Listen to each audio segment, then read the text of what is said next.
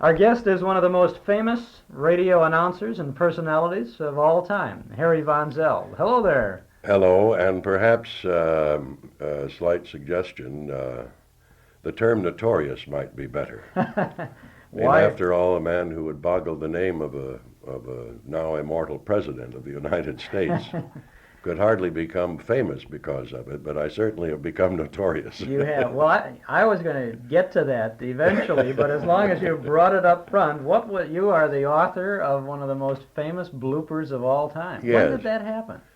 Well, it had been, let's see, it had to be, what, 1931, I guess. And as often as this has been redramatized, printed, or spoken about, I've never heard it told right. They always have me introducing the president. We weren't even in the same city. It was on the occasion of Hoover's birthday. And CBS had decided they wanted to make some sort of a special tribute to him on that occasion. So they decided to devote a full evening, 2.5, 3 hours of all-star radio entertainment. They had everybody that could make a noise or do anything to participate in the program. And it began with about a 7-page review of Herbert Hoover's life from the time he was a small boy in elementary school, already showing the qualities of initiative and leadership and so on. Herbert Hoover, later in high school, entrusted with the business of managing the football team. Later in college, he was repeatedly president of the student body,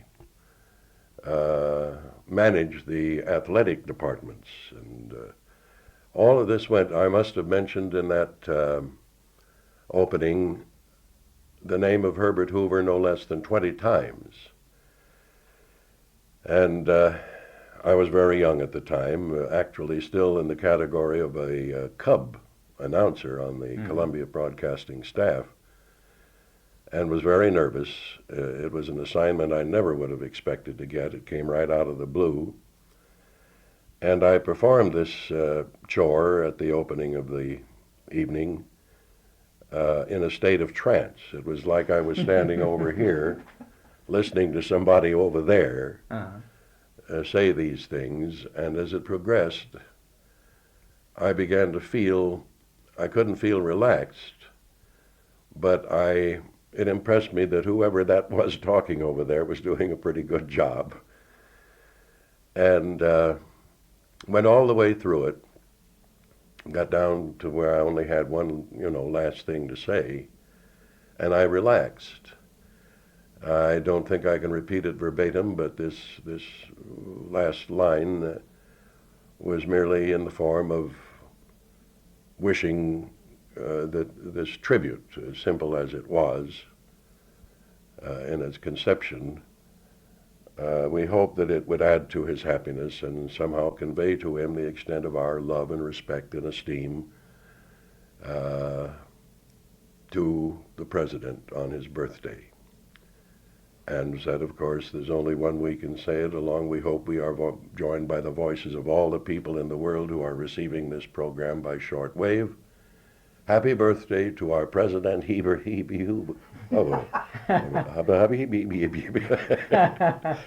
You see, what happened is that the tension I had been under, not just during the process of delivering this review of his life, but I had carried this tension for about 3 days, in anticipation of the responsibility. And it relaxed, and when it did, the tongue went right to the roof of my mouth and stuck there, and nothing worked. I walked out of that studio. We were on the 23rd floor of the Columbia Broadcasting System building. Fortunately, the windows there were not operative. They were fixed windows, or I would have jumped out. I wouldn't try to break the glass for fear I would cut myself, I guess. And I thought, of course, that whatever career might have been a potential in my life began and ended right there in that one incident.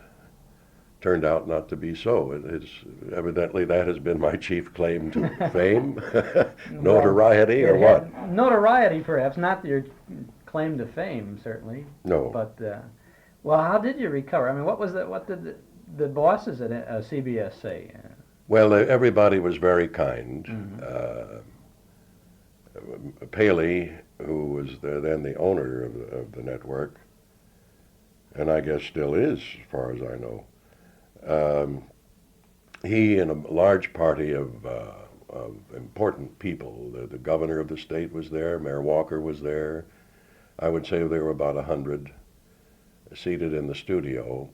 And of course, I thought, well, I have no job anymore. The first one to get to me was Paley, and he said, son, you did a beautiful, beautiful job, and you needn't worry because it's understandable that emotionally you could have been moved in such a way as to cause this slip of the tongue. And the only answer I had to that was, I want to kill myself. But they kept me on, and good fortune just seemed to come my way, one good thing after another. I think it was perhaps because of the uproar that came out of that bloop that I became a target. All the people who were buying programs on CBS wanted me for their announcer. They figured everybody would listen to see what I would do next. You had been in radio for a few years before that. Oh, yes. Yes, I had been in, well, let's see, I went to New York, went with the broadcasting at Columbia in 1930, and I had been working in radio here on the West Coast, you know, on local stations, since 1922. So 22, I'd had, that's yes. pretty early in the radio. Yes, yeah. Well, I was young. I have to, No, that's I right. don't want you to get the impression. No, but radio was a very young thing in 22. Yes, it was as young as I was. Uh-huh. I think we were about the same age. What were the radio stations like? What were the studios like Well, at that time? we had then KFI, which was at that time, you know, very large in its wattage power, covered a lot of territory. KHJ, which later became the Mutual Broadcasting Outlet. KFI was, of course, the national broadcasting outlet on the West Coast. And KFWB, the Warner Brothers station, KNX in Hollywood, they all came along in pretty rapid succession. So there was quite a field of stations. If you could perform in any way, average or perhaps a little above average, you could get work. If you were average, you usually worked for nothing. If people were, you know, it was new, and then people who had the urge to sing or play or whatever they did, or recite, all flocked into those stations and offered themselves, and if they were acceptable, they worked. But I began to get paid. I think it was at KNX, they gave me a half hour a week, for which I got $25. And what did you do? Were you I singing? sang, You sang? yes. Uh-huh. Yeah, I started as a singer. And then later, I became employed by a man by the name of Sharples, Bill Sharples, who was known then on radio as the New Idea Man. He had formed a breakfast club from our audience, and had at that time nearly 200,000 or 300,000 members. And the only thing that they had to do in order to hold a card in the breakfast club, which gave them certain buying benefits at shops and markets and so on, were that they religiously used the products that we advertised. And that little local show, we we worked on practically every station then in operation from 6:30 in the morning till 9:30 in the morning. Our group numbered about 25, 30 people. Instrumentalists, we had the Gump family, Andy, Chester, and whoever, which was a banjo trio of excellent quality. We had a girl by the name of Louise Hyatt who could sing and play the piano like nobody who ever. We had good entertainment, and that grew to be very big.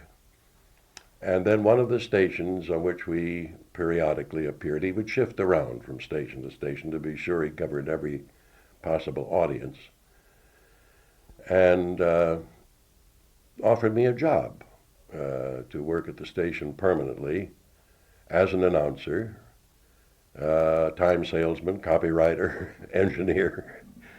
And I sang under two different names. I did my popular songs and a sort of a request, call-in request program with my ukulele where I accompanied myself. And then I performed that under my own name. Then I was also, I assumed some name, I've forgotten what that was, where I performed as a concert soloist and had an accompanist and a violinist who played along with me and went into the concert type of thing. I was trained at that time, so I could do either one fairly well. I'm sure I didn't fool anybody because the voice was close enough that they knew there had to be some connection between those two names. People were really eager, though, for any kind of entertainment on radio in the 20s. Yes.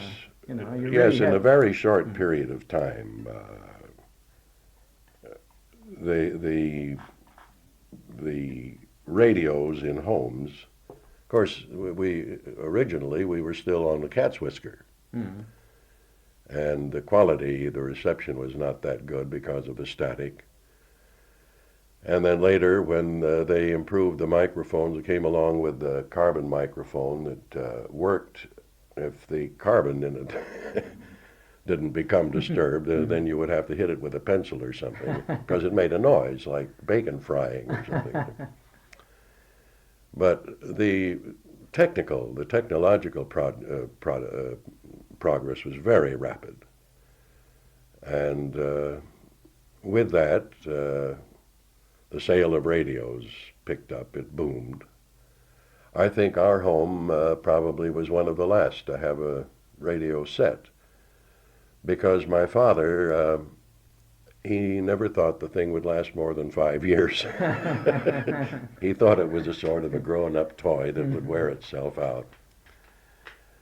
He later changed his mind. You proved it wasn't going to. Well, of course, my argument, you see, his point of criticism in the decision to take a steady job in radio. I was at the time assistant paymaster of the Los Angeles and Salt Lake Railroad, and as such was in a small office. There were only 5 people in that office, which meant that the way railroads operate, I guess they still operate the same way. If you were looking for a promotion and were in a large office, you had a long time to wait because there were always X number of people ahead of you when the promotions came up. So he thought that when I left that position to go to work at a radio station for $25 a week that I had made a mistake. And as I say, expressed his reasoning by simply saying it won't amount to anything. It's a toy and it'll disappear.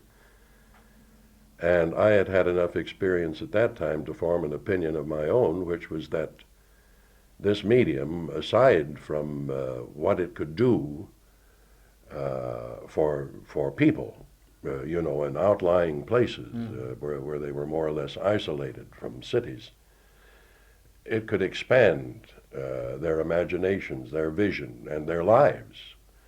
And even more pointedly than that, because of the obvious appeal of this medium to a listener, and through a listener here and there, millions of people, it was destined to become the most powerful and the most economic advertising medium the world had ever known, and that's what it did, and that's what it still is.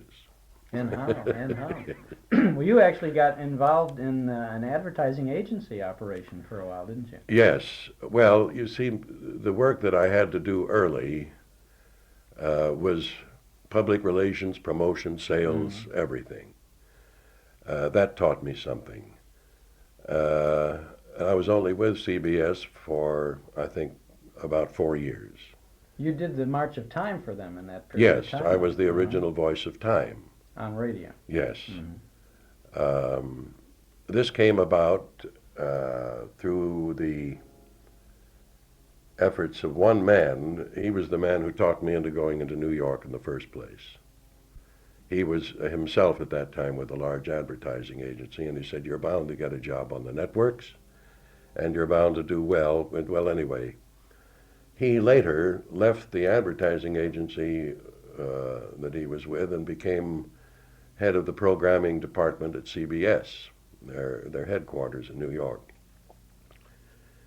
And when the March of Time came along, they had offered to Ted Husing. They wanted Ted Husing as the voice of time. Ted's love was sports, and he was already involved with setting up, particularly during the fall and winter months, a football schedule that would take him, in cities and towns away from New York. And he didn't want to do the March of Time, but if they had to have him, he had made up his mind. But Bert, this man of whom I spoke, went to them and said, "I want you to at least listen to a new young fellow that we have on the staff." And they were coming close then to releasing their first show, and were within a day or so getting ready to do a dress rehearsal of that show. So they had me do that. And then Arthur Pryor, who was the director of the March of Time at that time, came out of the studio and said, "You want this job?" And I said yes. So I became the voice of time. How long did that last? 4 years. And then Young and Rubicam, who were moving pretty rapidly into the top spot among advertising agencies for their radio production for their clients, asked me, the way they put it, they needed me for a certain program. And the only way they felt that they could get me, because that program was on the opposing network, would be to hire me away from CBS, so they did. And I went over there and was in their radio department for about another 4 years. No, it was longer than that. It was nearly 6 or 7 years. Then came a situation, the program that they needed me for was the Fred Allen program. The early hour along, was it the Town Hall Tonight? Town Hall Tonight, yes. And that was a joy, of course. I enjoyed doing that. But they had others. They had Kate Smith. They had Ed Wynn. They had a program, We the People, which was very big with the audience. This consisted of picking people out of the news, wherever they could find them, that had interesting stories to tell. And that was a big show. So I found myself really spread around. I was not just on one network, but I was on all networks, one time or another. And you were actually employed by Young and Rubicam? Yes. I could service only their clients. I see. Which had to be Bristol Myers, wasn't that? Bristol Myers had Town Hall Tonight, yes. And then came a situation, you will remember that the Town Hall Tonight Hour had co-sponsors. Ipana for the Smile of Health and Salopatica, Salopatica for the Smile of Health, Ipana for the Smile of Beauty. And there was a conflict in the thinking of two men. Now those companies under Bristol Myers operated as separate entities, although the parent company, of course, was Bristol Myers. The Ipana, the advertising head of Ipana, did not feel that Fred Allen covered as much of the audience as perhaps another personality might. They knew we had good audience because our ratings were always very high. But because of his particular style and his particular personality, his particular approach to humor, they felt that he was missing a large segment of potential audience. And so there was this constant bickering back and forth. They finally decided to split the hour into 2 half hours. And when that decision was made, Fred backed off. He said it would be impossible for me to do a half hour. I've been doing this hour, and he wrote it entirely himself. He said, I've been doing this so long, I wouldn't know what to do in a half hour.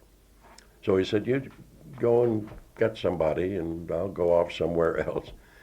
And they got Eddie Cantor. So then I became Eddie Cantor's announcer. Eddie Cantor would not stay in New York during the winter. So that meant that I was migrating back and forth. Every week? No, every For the year. season, huh? I was 8 or 9 months in Hollywood. Oh, I see. And 3 or 4 months in New York in the summer. New York in the summer I never liked. I never really not liked New York at all. No, I shouldn't say that. There was a lot about New York that I liked. But for living, I still liked California. And after I'd gone through that experience for several years, I just felt, first of all, I was still receiving my salary from the advertising agency, but I was only servicing really one program, one client. And I just didn't like it. I resigned 2 or 3 times and they paid no attention to me. Well, finally they gave up, and when that happened, I moved out here, came back to California as a freelance, and of course I had Eddie Cantor, with whom I signed exclusively until Dinah Shore became so big. The demand for her on the part of a number of advertisers was, constant and very big. She was a regular on his show. That's right, yes, for quite a number of years. And Eddie finally felt that he just couldn't hold her, and he gave her a release from her contract, and she took a show. Now, we were on NBC, she took a show on CBS. It was only a matter of weeks till Eddie came to me and said, Harry, Dinah wants you to do her show. So I did. Then he contracted Joan Davis, a comedian, to work on the show. Well, it wasn't very long before she became big enough that she was wanted badly by a number of advertisers for a show of her own. So she got a show of her own, and Eddie always said, Joan. So then I had 3 shows. And in between, this was about the time when you could see television as an industry right on the horizon. It was their testing in the East was convincing. And I was concerned about this problem of perhaps making a transition from the total audio side of the electronic medium to the visual side and the camera. So I had hired an agent to see if he might find me some small parts in movies, character parts. I said, I want nothing that has anything to do with radio, because I want to be off of that, and I want to find a place in pictures if I can as a character actor. And he did. So then it became a problem. 20th Century Fox, during the summer months, had me in a picture where it was a pretty good in the nature of a supporting role, a character role. And they were coming up with other things, but they couldn't shoot around me, and here I had these 3 radio shows a week. Well, that finally resolved itself.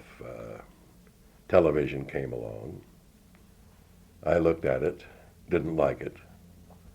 I was dumbfounded that they introduced television as a comparable operation to network radio, and I couldn't see where there was a possibility of that. Television gave everything, gave the sound, gave the picture, gave the voice, gave the music, gave the everything.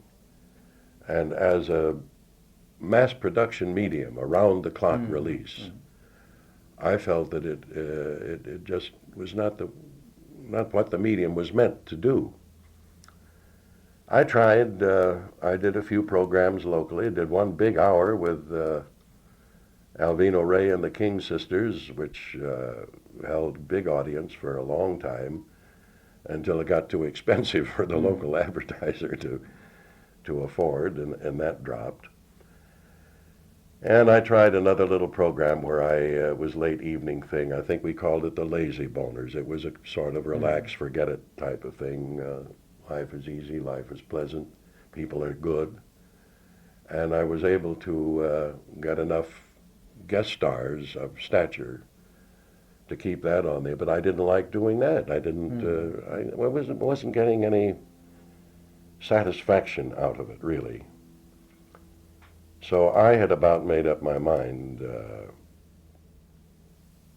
that there was nothing in television for me when I got word that Bill Goodwin had left the Burns and Allen television show, which I watched religiously every week. I was fascinated by what they were able to do on television in contrast with what others were trying to do. And of course, when I got that news, I immediately picked up the phone and got a hold of Willie Burns, George's brother. And he didn't even ask who it was. He said, "All right, Harry, you're on the list." This is a very critical change for us to have to make, which it was. Bill had been a very important part of their cast, in addition to handling the commercials. But he said, we don't know what we're going to do. We're just going to test. And you will be tested. And there were about 20 of us, I think, who tested. And when they finally got down to a decision, I ended up with the show. I will never know exactly how or why. Came down to a choice between two of us. And the other one was Bill Benyon, who had done Red Ryder in the movies. He had done some acting on radio, but not a lot. But he was not associated in the public mind with radio. And I think that when they finally got down to where they had to make a decision between the two, they picked me because people were used to hearing me sell product. And they felt that I would do a better job of selling the product than Benyon would. So I got the job, and am I glad. Well, it was great. You did a marvelous job. Did you work with George and Gracie in the radio series as well as the television?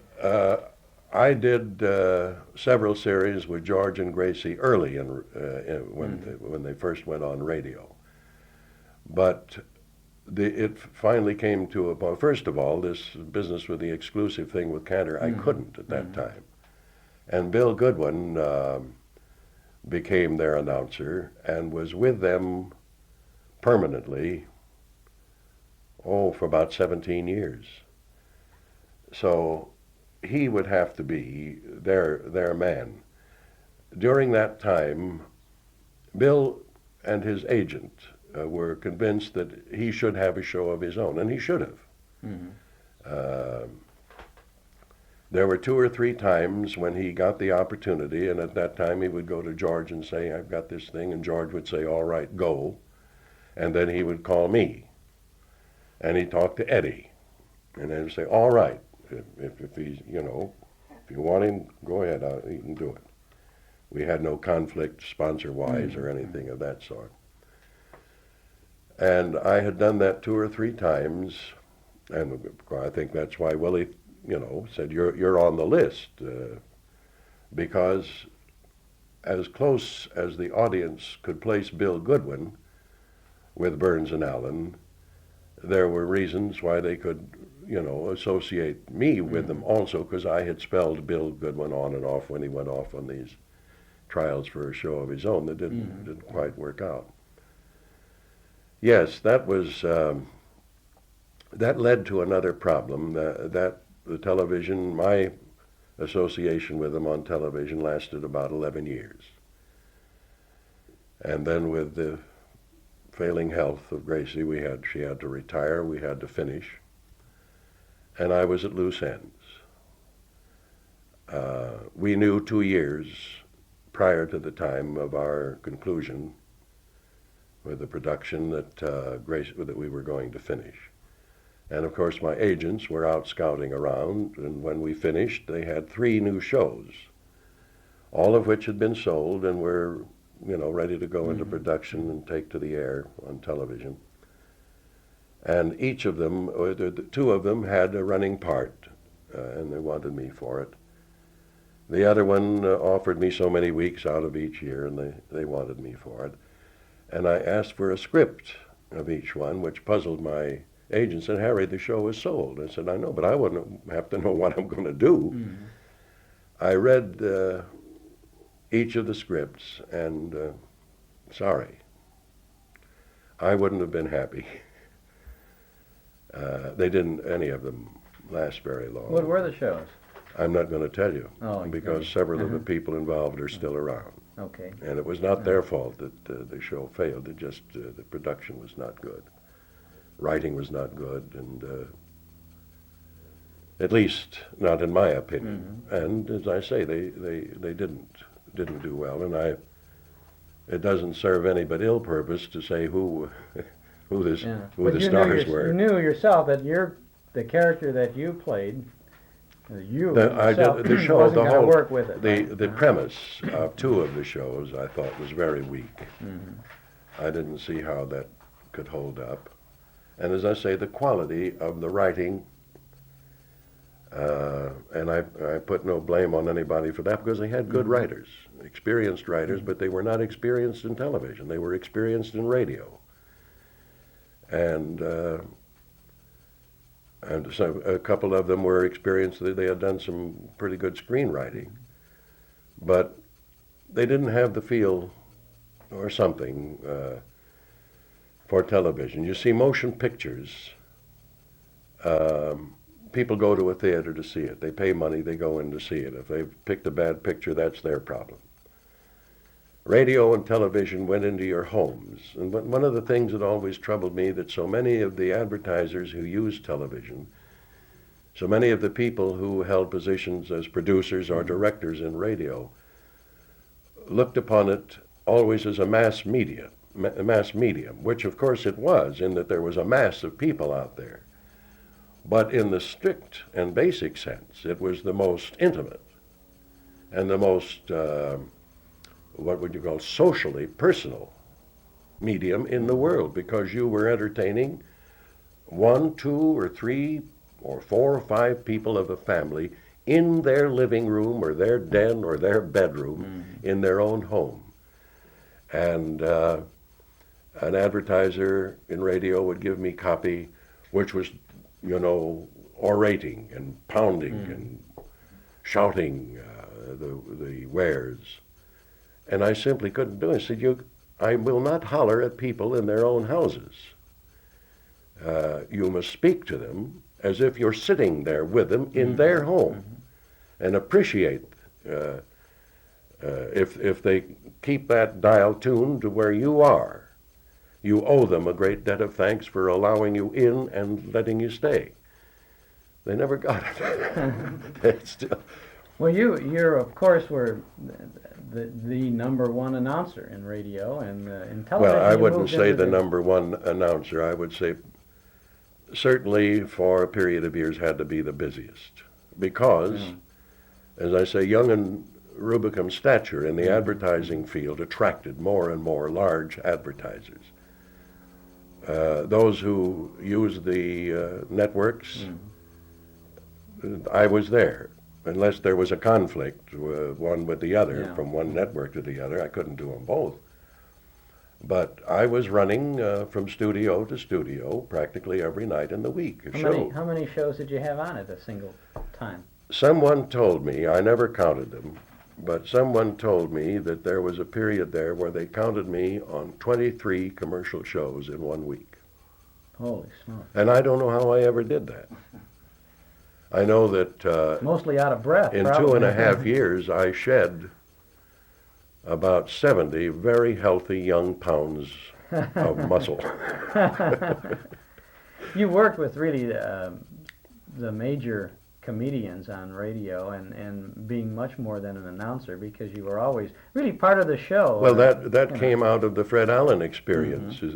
I hadn't been with Fred as his announcer for more than 2 or 3 weeks before an occasion arose in which one of the cast of the Mighty Allen Art Players, there were 4 of them, got an opportunity to do a rather important role in a new Broadway play, and Fred said, "All right, so we can work around you while you're in rehearsal and so on." But they got to a point where the producers of that play decided they'd better take it out of town for a few weeks, maybe to Boston or someplace, and give it a trial run in a theater. Well, that posed a problem for Fred. He had and that came up very suddenly. So the first reading rehearsal, after Fred had gotten the news that Teddy was not going to be available, he asked me to read his lines in the Mighty Art Player sketch. And I did, and Fred said, "Look, would the agency mind if I hired you, to paid you separately to become one of the art players?" I said, "Fine." Now this put me in a little different category. I was a performer as well as an announcer. And then, of course, when I went with Eddie Cantor, he used me as a foil. He used you extensively. You were really I was half the straight show man, with him, yes. Sure. And whatever sketches we had, there was always a crazy little part of some kind they'd write in there for me. Well, there was a whole, one season for sure. I know it may have lasted longer than that. They had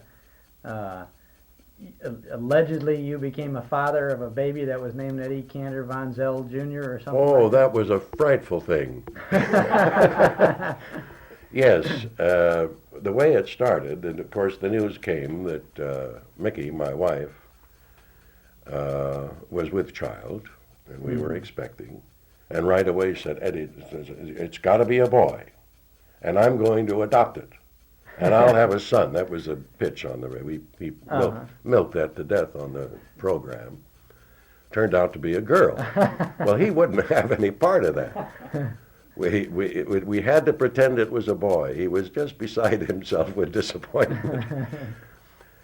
So he hired Billy Gray. Do you remember Billy Gray? He was the boy on the Father Knows Best. Yeah, Right? a wonderful entertainer also. When he had that little nightclub over on La Cienega, was a favorite spot for show people for years. It was kind of a naughty place, but it was good.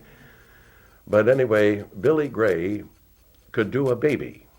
Could cry like a baby and, make little noises like a baby. So for weeks, my little girl was on the radio as a boy. Well, that finally petered out because everybody knew it was a girl. Yeah, but that was good fun, though. And then there would, a whole Cantor show would be built around some kind of a conflict between. Yes, you and he ran. He ran Gracie Allen for president, or he put her up for president when she did a guest spot on his show. Then Burns picked it up, and the public and the press, went for that very big. I forgot who she was running against. It had to be Roosevelt, I guess. But George wrote little campaign speeches for her to give each week on the program, and of course they were typical Gracie Allen speeches. But she got over 25,000 write-in votes. It says something, doesn't it? Yeah. They only had a few weeks. I think if it had run longer, she would have, the write-in votes would have been more impressive. Cantor was on for Bristol Myers against Sal Hepatica and IPA. Yes, and for a while. Then he switched over to Pabst Blue Ribbon beer. Ribbon. Yes. Then we still had, I think, nearly 3 or 4 years to go. His contract with Pabst was for 7 years originally, with options. It still had about 3 or 4 years to go when Eddie, who was really trying to do too much, he had done the picture at Warner Brothers and he was doing our show and then going around to the military camps when the Second World War came along. And he overtaxed himself and suffered a little setback, which prompted his doctors to say, Eddie, at your age and the way you expend energy, you just have to back off. And we recommend that you get yourself off the air for at least 6 months or a year or whatever. And he said, well, I can't do it. I have a contract. So they wrote a letter to the Pabst Company, and of course, they released him then from the conditions of the contract. And he proceeded to take it easy by doing a quiz show. I think it was the $64 question, which he took over from Gary Moore. Take it or leave it, it was called. Take it or leave it. Right. Take it or leave it, yeah. So that left me in the middle of a season without employment. Movies. I went back to movies. I did 10 two-reel comedy shorts, quote, end quote, for Columbia Pictures. These were I played myself, and the plots had to do with what happens to a fellow who is a broadcaster. What was the series called? The series had no name. Like the Andy Clyde series and the Three Stooges, they had it was done by the same department that did all those. It was just the name of the show and starring Harry Von Zell. Oh, I see. And then what this sequence would be about. And these shorts, two-reel shorts, run about 15, 16 minutes, I guess, in the theater. I never saw one. You still have never? I've never seen one.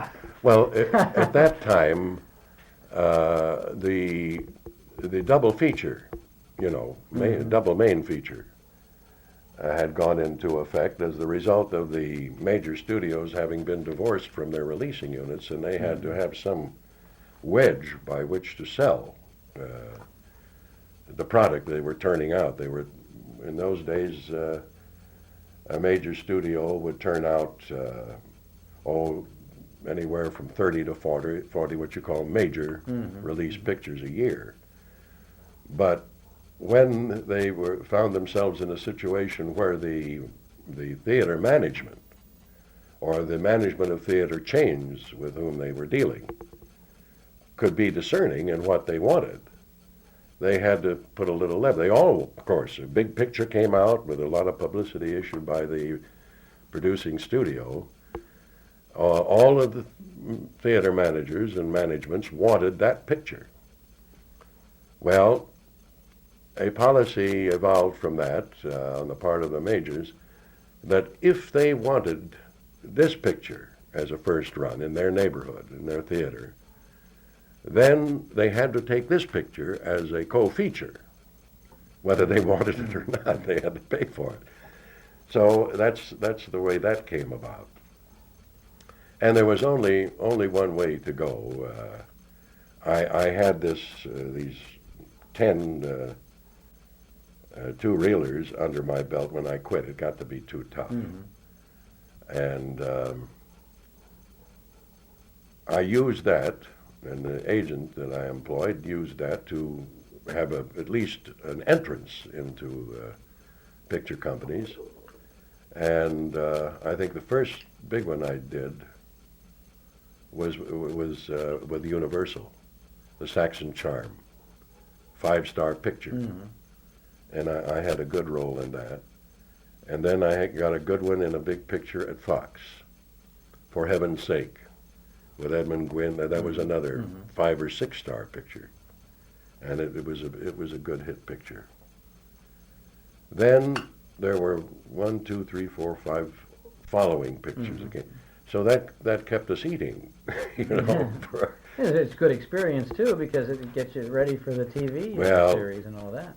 Well, of course, then I did get something on radio during that dearth. Oh, it was a audience participation show, Meet the Misses, over the Columbia Network, which I didn't like. Didn't like the idea of it. And I think the reason they had me do that was that I had replaced Tom Brenneman on Breakfast from Hollywood, which was one of the biggest shows ever for audience.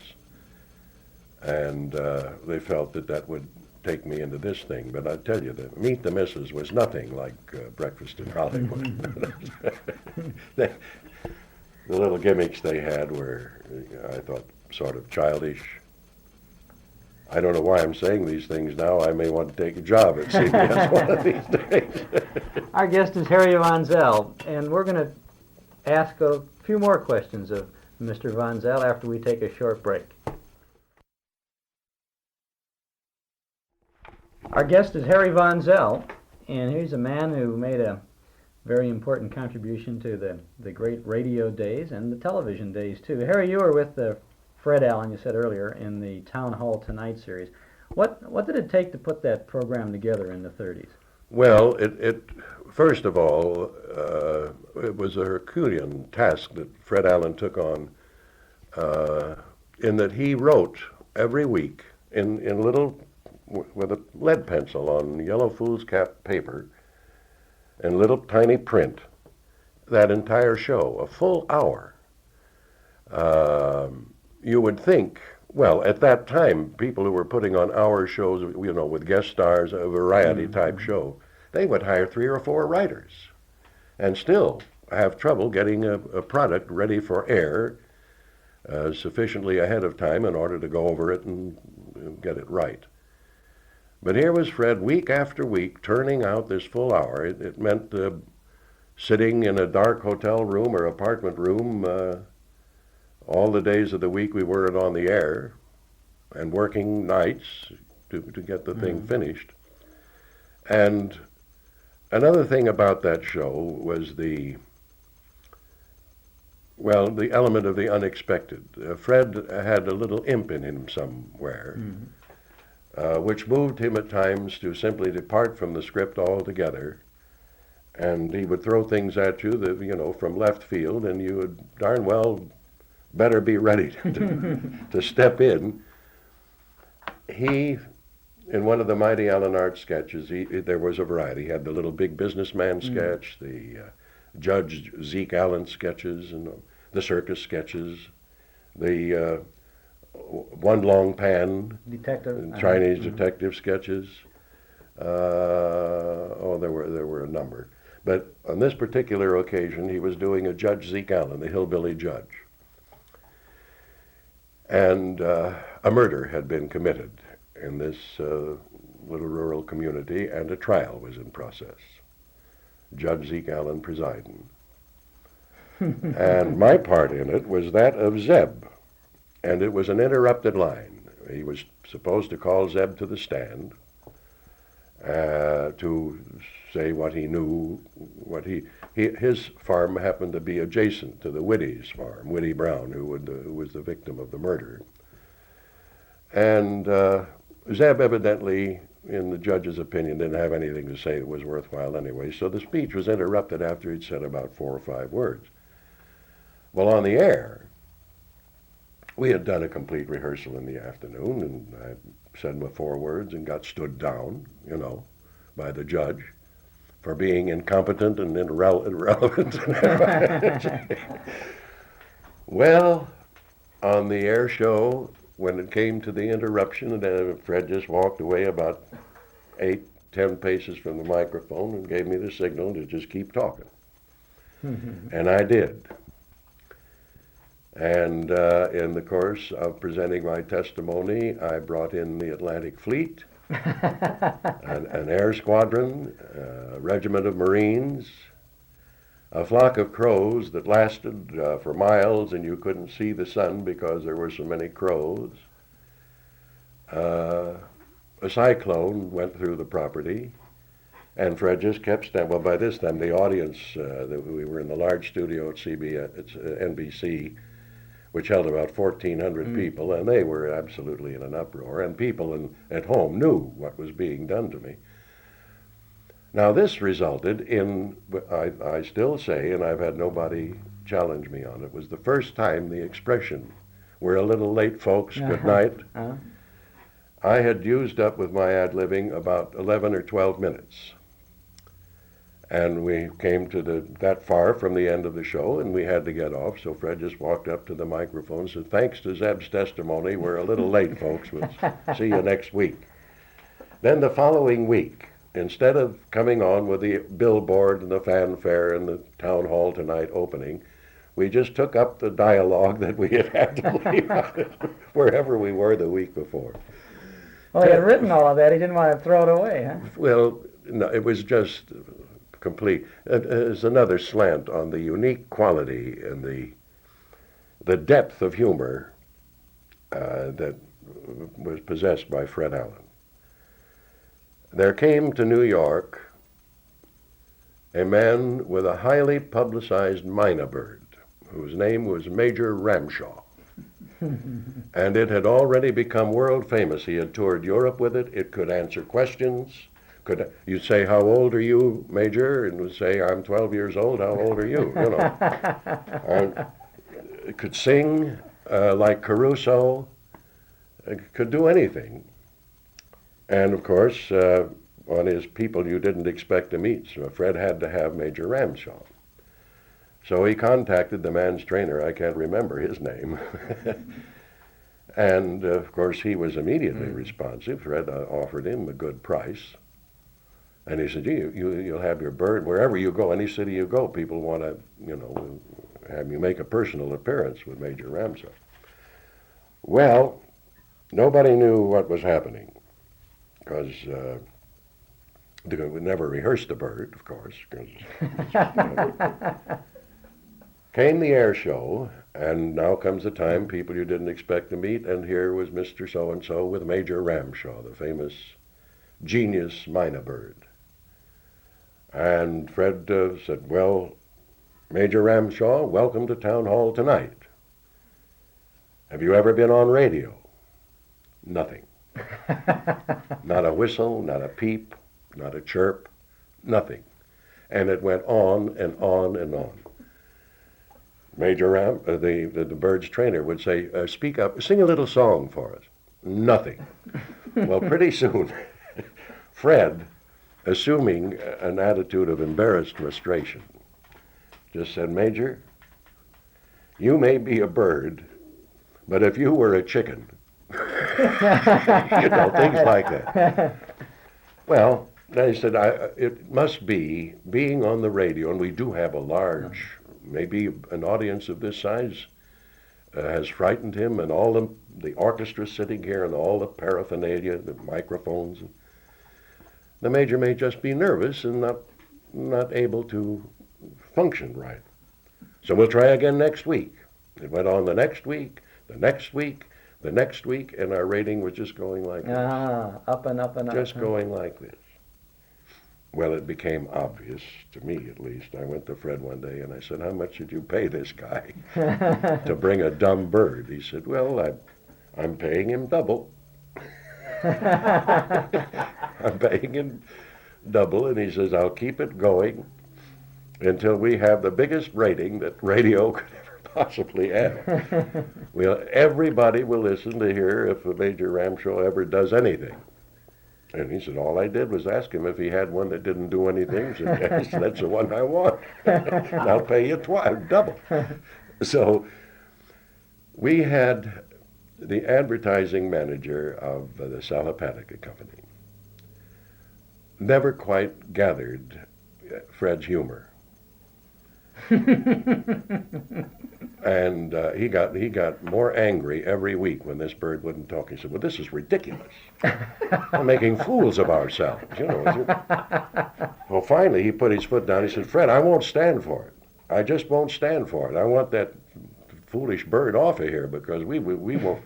Well, Fred said, the rating, "Never mind the ratings. It's embarrassing. And my friends are all calling me up and saying, 'What kind of a bird is that?'" So we had to stop it. And he never did speak. No, never said a word.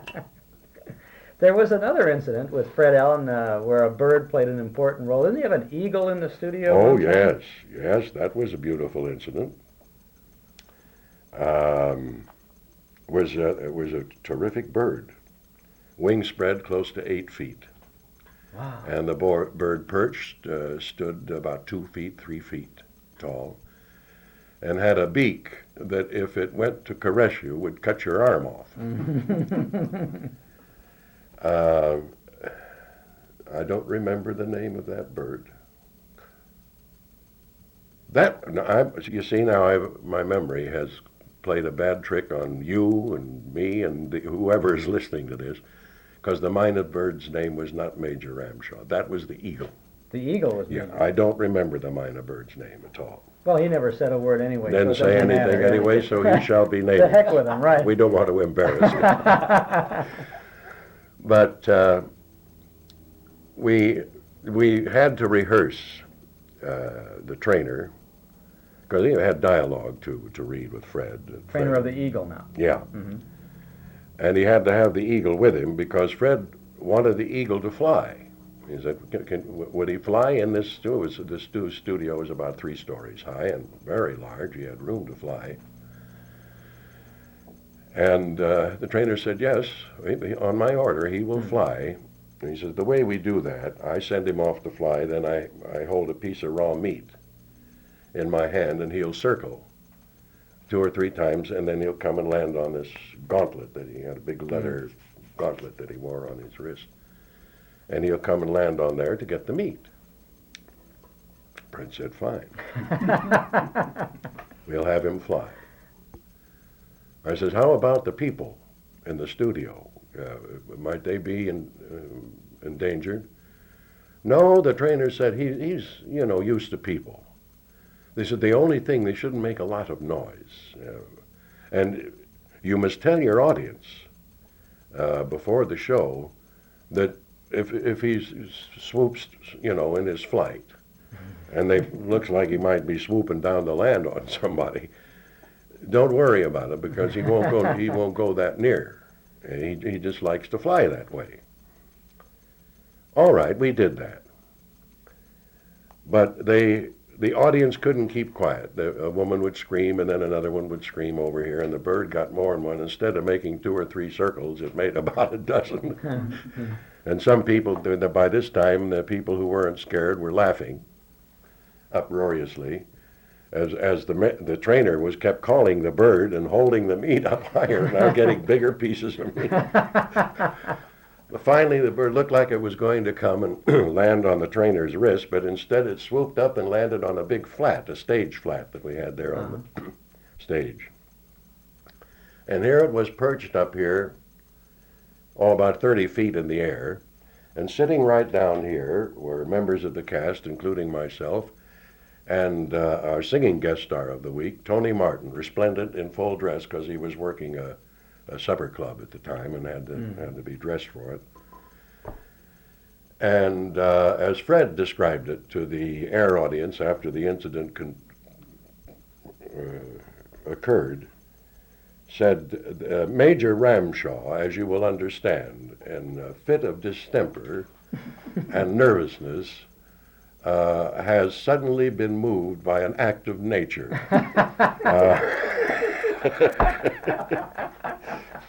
Which, incidentally, by some miracle, missed our resplendent and talented guest star by about a half inch.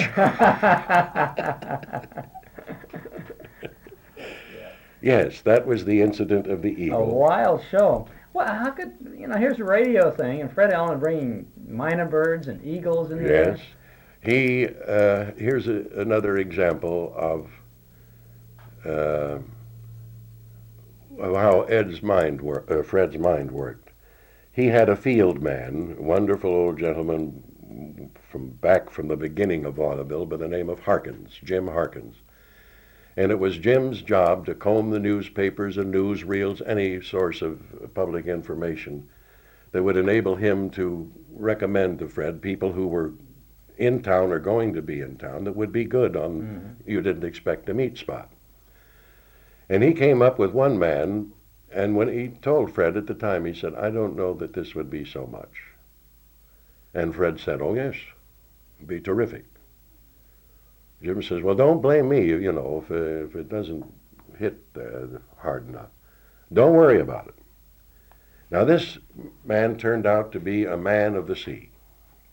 He had spent his whole life, his whole adult life, on the water, and he had for years been the skipper of a vessel, and he recounted experiences of shipwreck, collision,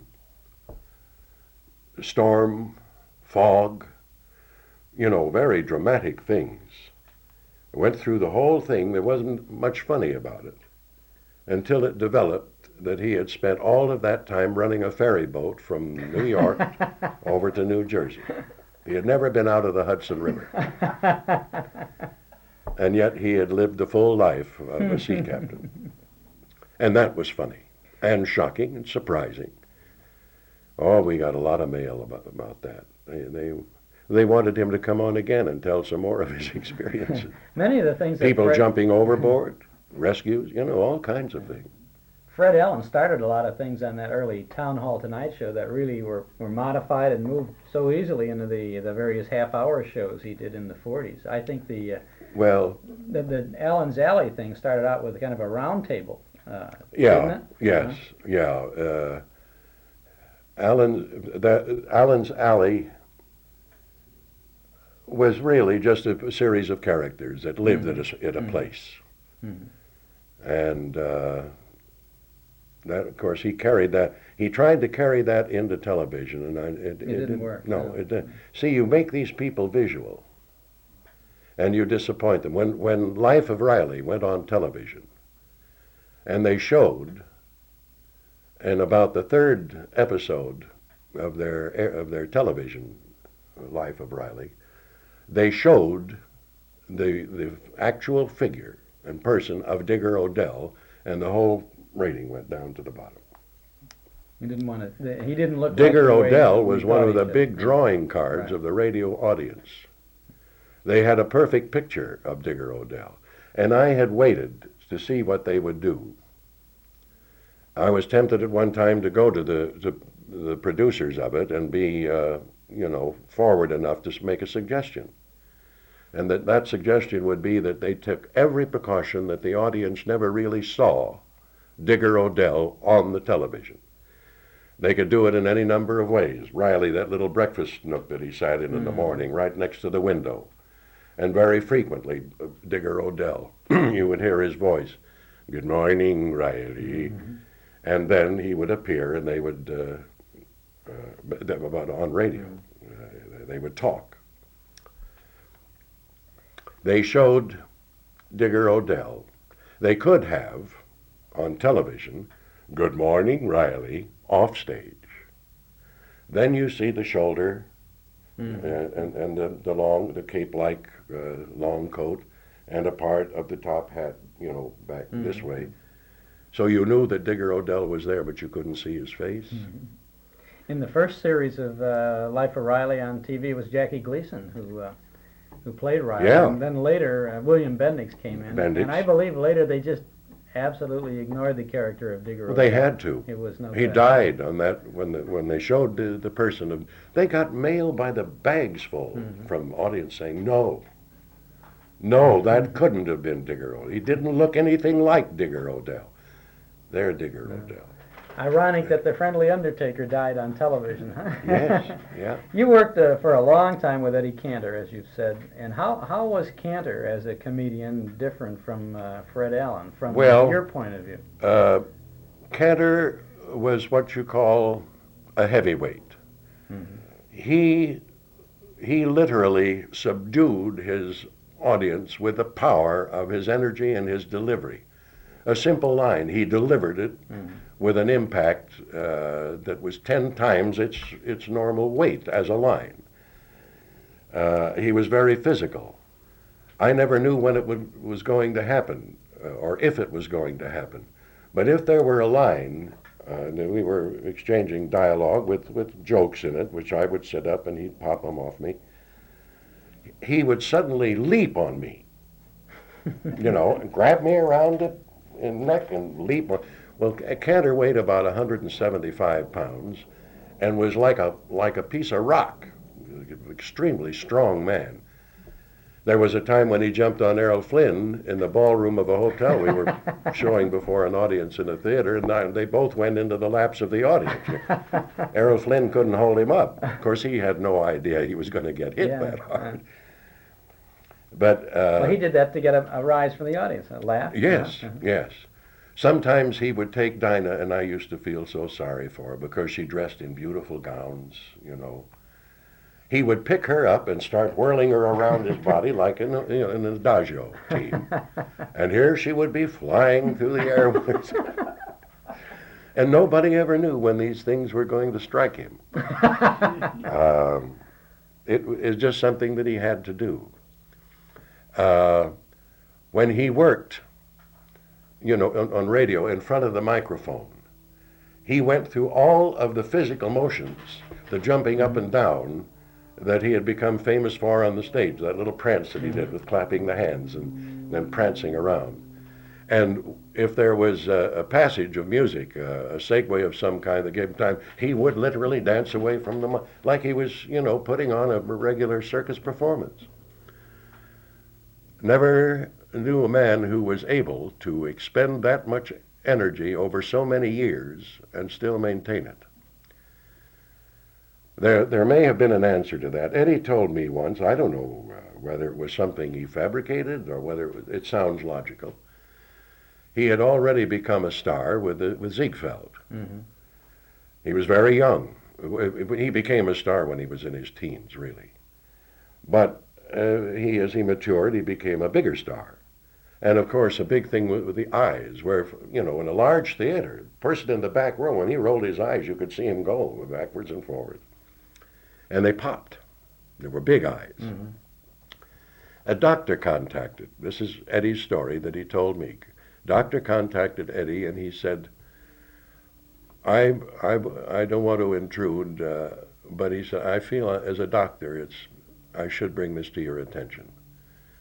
I would like to examine you. It's my opinion that you have, overdeveloped or hyperthyroid. And he said, this is a source of this energy that you have. It's also the thing that makes your eyes pop and that enables you to handle them the way you do. Now, he said that as you get older, that could be threatening to your health. You could lose your energy. And he said a simple operation would in my opinion, correct it. And of course, you'll want to get the opinion of, you know, surgeons, other doctors. And he said, I offer you this, you know, just because I'm a doctor. And he was moved by it, but he said, one thing you said, this operation, if I had it, my eyes wouldn't pop anymore. He said, no, they wouldn't. It would be more or less normal. He says, forget it. Forget it. Never mind my energy and my health. My eyes start popping, I'm through. Or stop popping, and I'm through. Now this was the dedication of a man who, it wouldn't make any difference whether it was an audience of 4 or 4,000. He worked with every bit of the energy and talents that he had. And very often at things, charity affairs and little church affairs, things that he wasn't even getting paid for. Mm-hmm. And yet he put on the whole thing. And then went back to the dressing room. He had a man that was with him for years. He was, I think, a Norwegian, who was a masseur and a body conditioner. And after every performance, first thing in his dressing room, stripped down, and this man would work him over. Bathe him with oil and, you know, get the perspiration off him. I never knew anybody. The nearest thing to Cantor as a physical performer was Al Jolson, who worked like Eddie. He too expended needless energy, because all he had to do was stand up there and sing and go through a few motions. But he burned up energy and, you know, gave out with muscle every word he sang or uttered in dialogue or whatever. Did you ever work with Jolson? Yes. Yes. When was that? Well, the first time I worked with him, Eddie had him as a guest. Not Eddie, again, Fred Allen. Mm-hmm. And then I did a series we had every other week. Jolson one week, Phil Baker with Beetle and Bottle the next week. But the only series, the full series that I ever did with Jolson was dropped after the first 13 weeks. He didn't have any audience. Which was that? Was that the Lifeguard series? I don't remember who the sponsor was of that. It was very early. He was Harry Richmond started a series. He only did 2 shows and then quit. He said, "This is not for me. So I have to be seen." And I think Jolson felt the same way. He says, "If they can't see me, I'm." Of course, he was wrong, but he didn't like radio too much. You liked it, didn't you? Yes, loved it. Yeah. Still do. Yeah. You're still working in radio and some television too, aren't you? Yes. Of course, the commercials I do are used voluminously on radio and television. You represent a savings and loan association out here. Yes, and as I say, I think I mentioned at the beginning of this that mail still comes from people through Screen Guild or AFTRA, and they forward it to me, wanting to know whether I'm still on Earth or what's happened to me. Because as I said, unless old movies are still run that pop up in occasionally, and Burns and Allen I think is still running in various areas of the country. Well, just a few months ago we were up in San Francisco. Had to be up there for a week or so to work there. And we were in the hotel room, Mickey and I, turned on the set, and here came Burns and Allen. They were rerunning it for about the 6th time in San Francisco. When they began rerunning them here, there were 3 stations. One ran them 5 days a week in the morning, one around noontime, the other one around noontime, and the other one in early evening. 5 days a week, Burns and Allen. That really represented 3 different series of the Burns and Allen show, probably different seasons or something. No, well, they had to because, actually it represented 11 years. There were 300 and some subjects, episodes. Did you work with Stoopnagel and Bud? Mm-hmm. When was that? The debuts. I introduced the Boswell sisters to the network audience. I introduced the Mills brothers, introduced Stoopnagel and Bud. I don't know what else or who else. Well, you were in Kate Smith to radio. I had seen Kate Smith in a Broadway show with Fred Allen and Bert Lauer, Flying High. She was at the time about 18 or 19 years old. Tremendous woman. And yet sang, of course, like I still say she is the greatest natural singer I've ever heard in my life. Voice and ability to use it, expression. And could tap dance like Eleanor Powell. Kate Smith? Kate Smith. Or she still could if she put her mind to it. Of course, she's taken off a lot of weight. She has now. And still is a tremendous woman. But I had seen her in the show, and I don't know, I was just so impressed by her. Not just her dancing, which always came as a complete surprise to a first audience, but her singing. I thought, my golly, more people should hear this than a theater audience. And I spoke to Freddie Rich, who at that time was in charge of the popular music department at CBS. And he went over to see the show, and the next thing I know, she was signed up by CBS, and I always did the Freddie Rich, what they called the Novelty Hour. It was a show that went on, a novelty half hour, that went on around 7 o'clock in the evening, and often on split network. It depended on what sponsorship we got for it. But it was mainly orchestra with an occasionally no-name singer or a comedian of type. Lou Holtz we used to use on those occasionally. A fellow who was famed for his Lapidus stories. He was a Jewish comedian. And he told the most wonderful Hebraic stories you ever heard in your life. He had this character, Lapidus, who was a very interesting character. Did you ever do any band remotes? Did you ever do any? Oh, a lot of them, yes. Glenn Gray. Well, there's some more debuts. The Ozzie Nelson debut I did on remote. The band, Glenn Gray also debuted on remote, necessarily because they were in so demand in hotels. Ozzie was from the Glen Island Casino. Glenn Gray, I think, was from the hotel on 59th Street, not the Plaza, the San Moritz.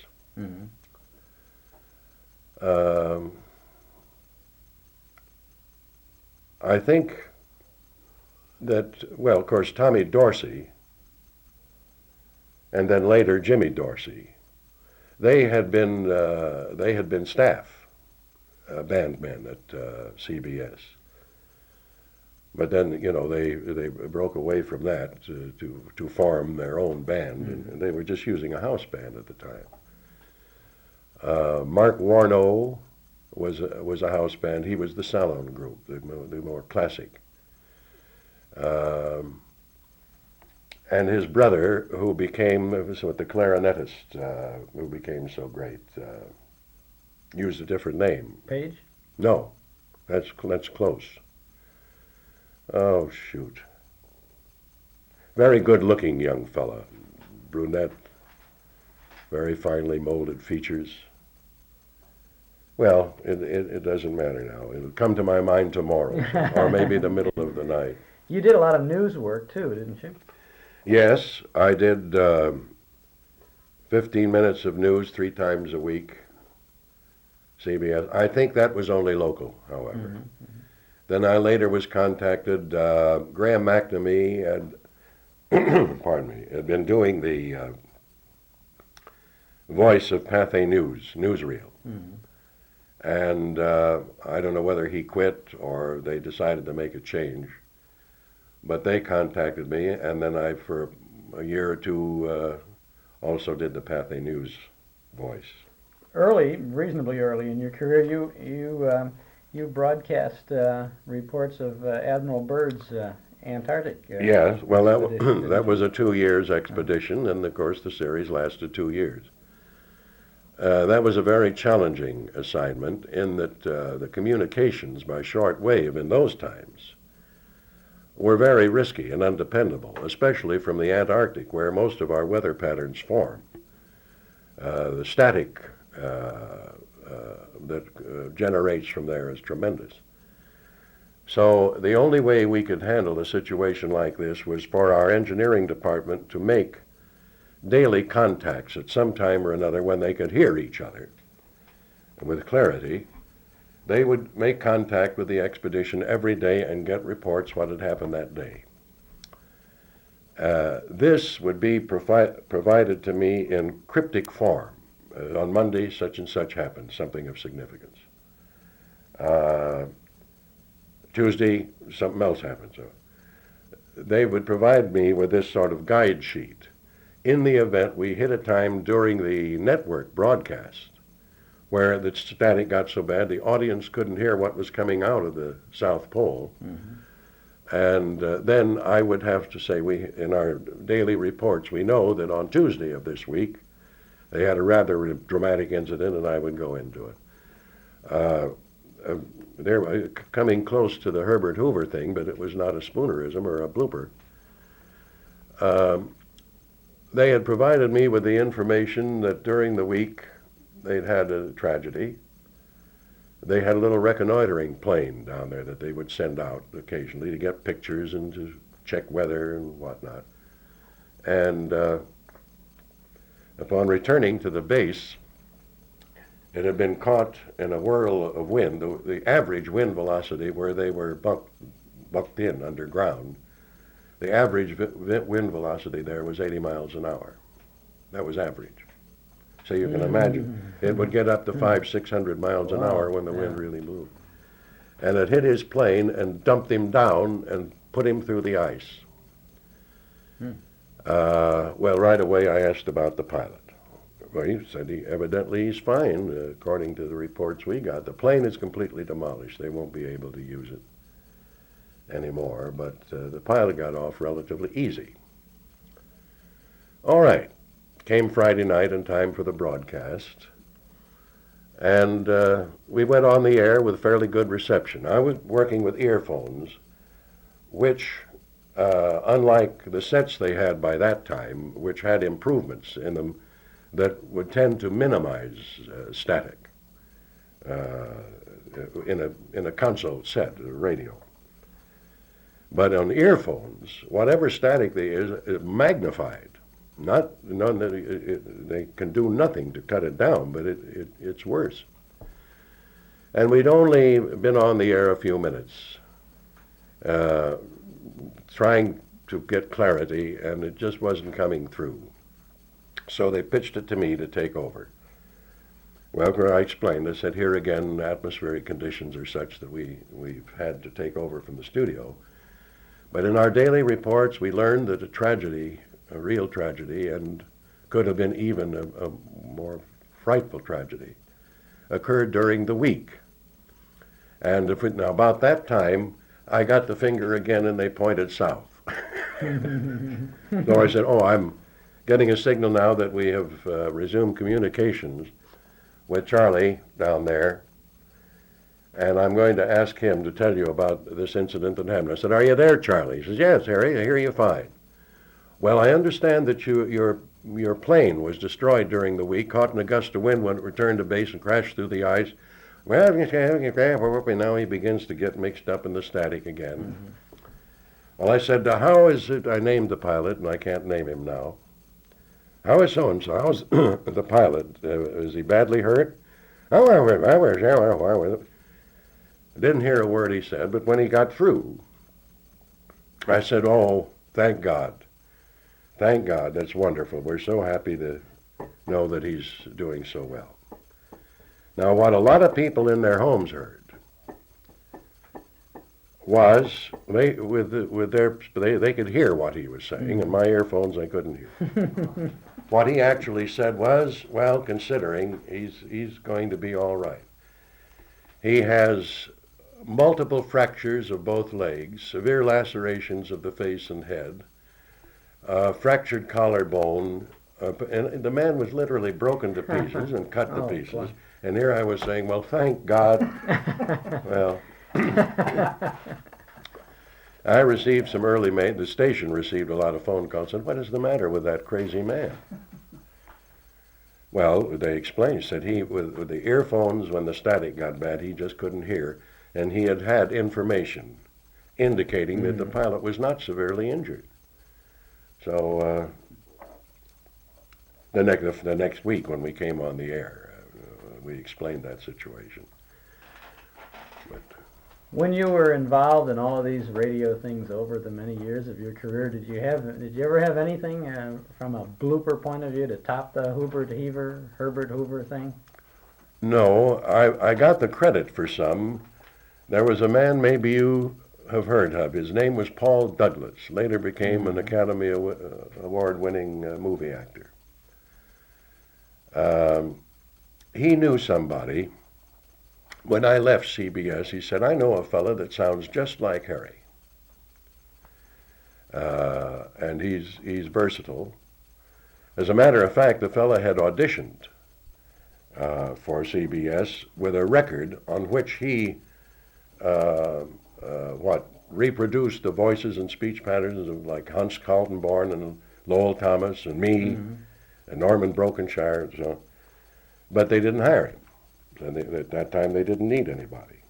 Well, they finally ended up hiring him.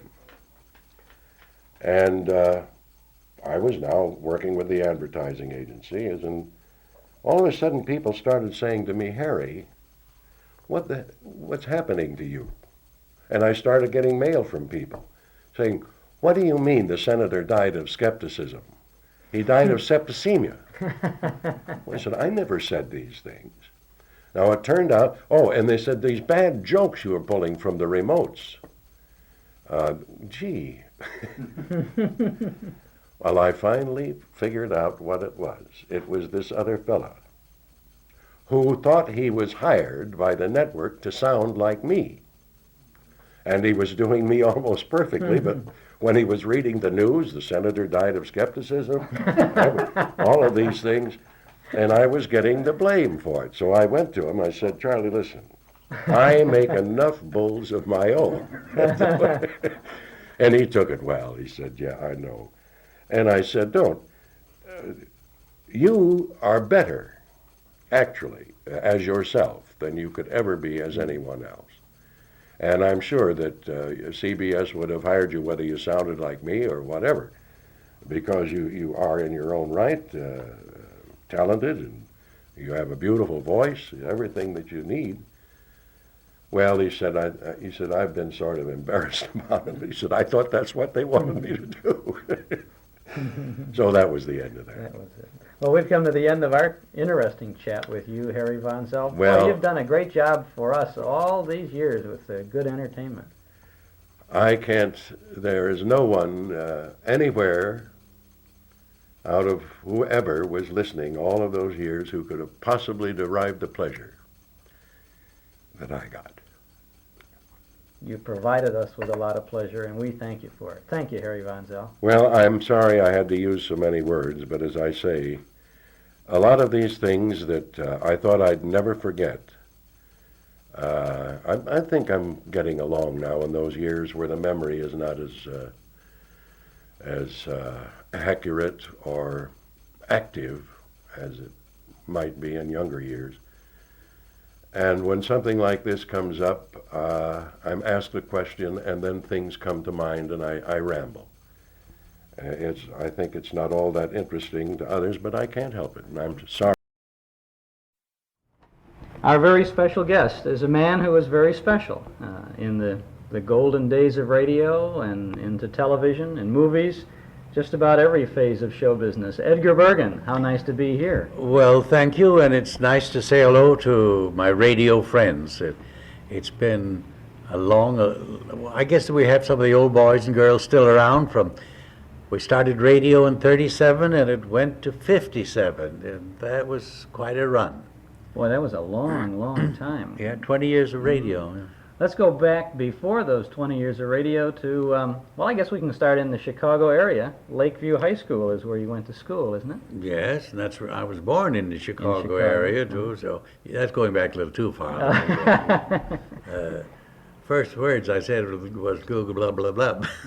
And we have recorded them for posterity now. I went to Lane Technical High School for a couple of years, then I went to Lakeview High School to finish up, yes. And then I went out on Chautauqua for the summer and then went to Northwestern. And What was Chautauqua? Chautauqua was a tent show, but it was sponsored by the businessmen of smaller towns, and they would come in with a tent, and they would put the tent up. College boys would run the tent in the show there and set up the things, and then a couple of good tent superintendents. And they would have 3-day, 5-day, and 7-day Chautauqua, and they would get all their entertainment in that 1 week. There'd be matinee and night shows, and the talent would change every day. So the people would give over their whole week to it. You'd be a different show in the afternoon and then at night. So it just took every afternoon and night. But fine speakers and inspirational. It was pretty well sponsored and endorsed by the people of the town. Were you doing your act at that time? Yes, I was doing Charlie ventriloquism and some magic, and it was great training. It was good experience. Charlie was born in your high school days. Yeah, my senior year in high school. Yeah. How did that come about? Well, I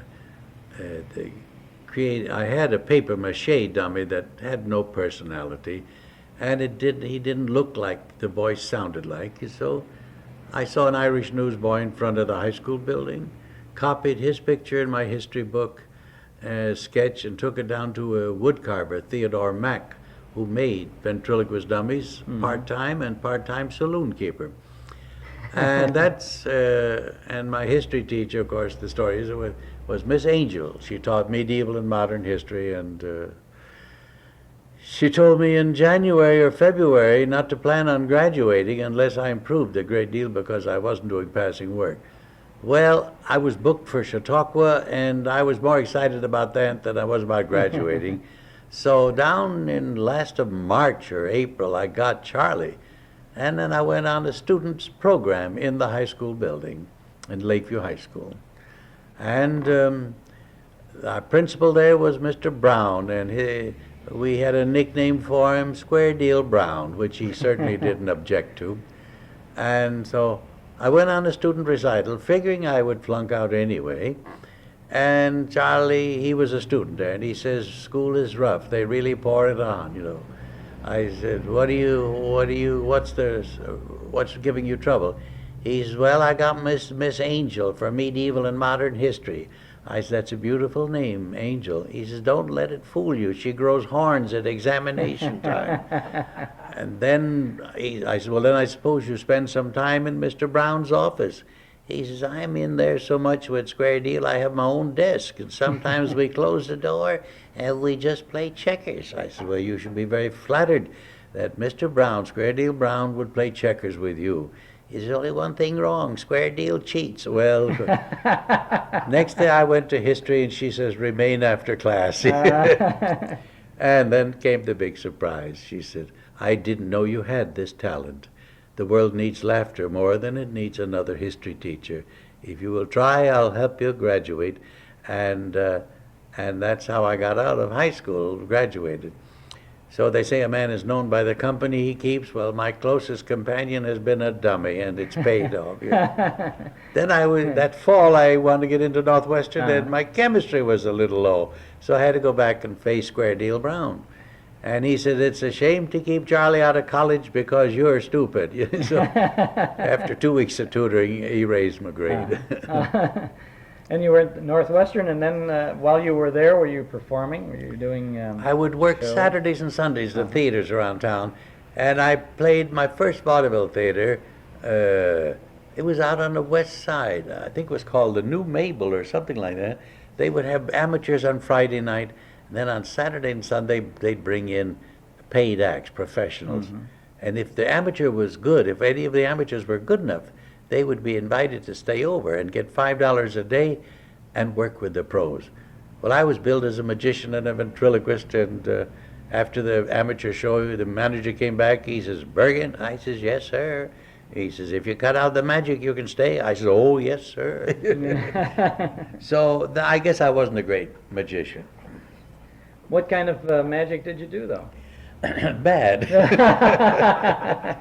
Oh, I did the multiplying billiard balls and organ pipes and produce a fish bowl and drop the fish and break the bowl. And well, I was appearing in one place at some school on the west side in Chicago, and they'd built up a stage of planks on horses, you know.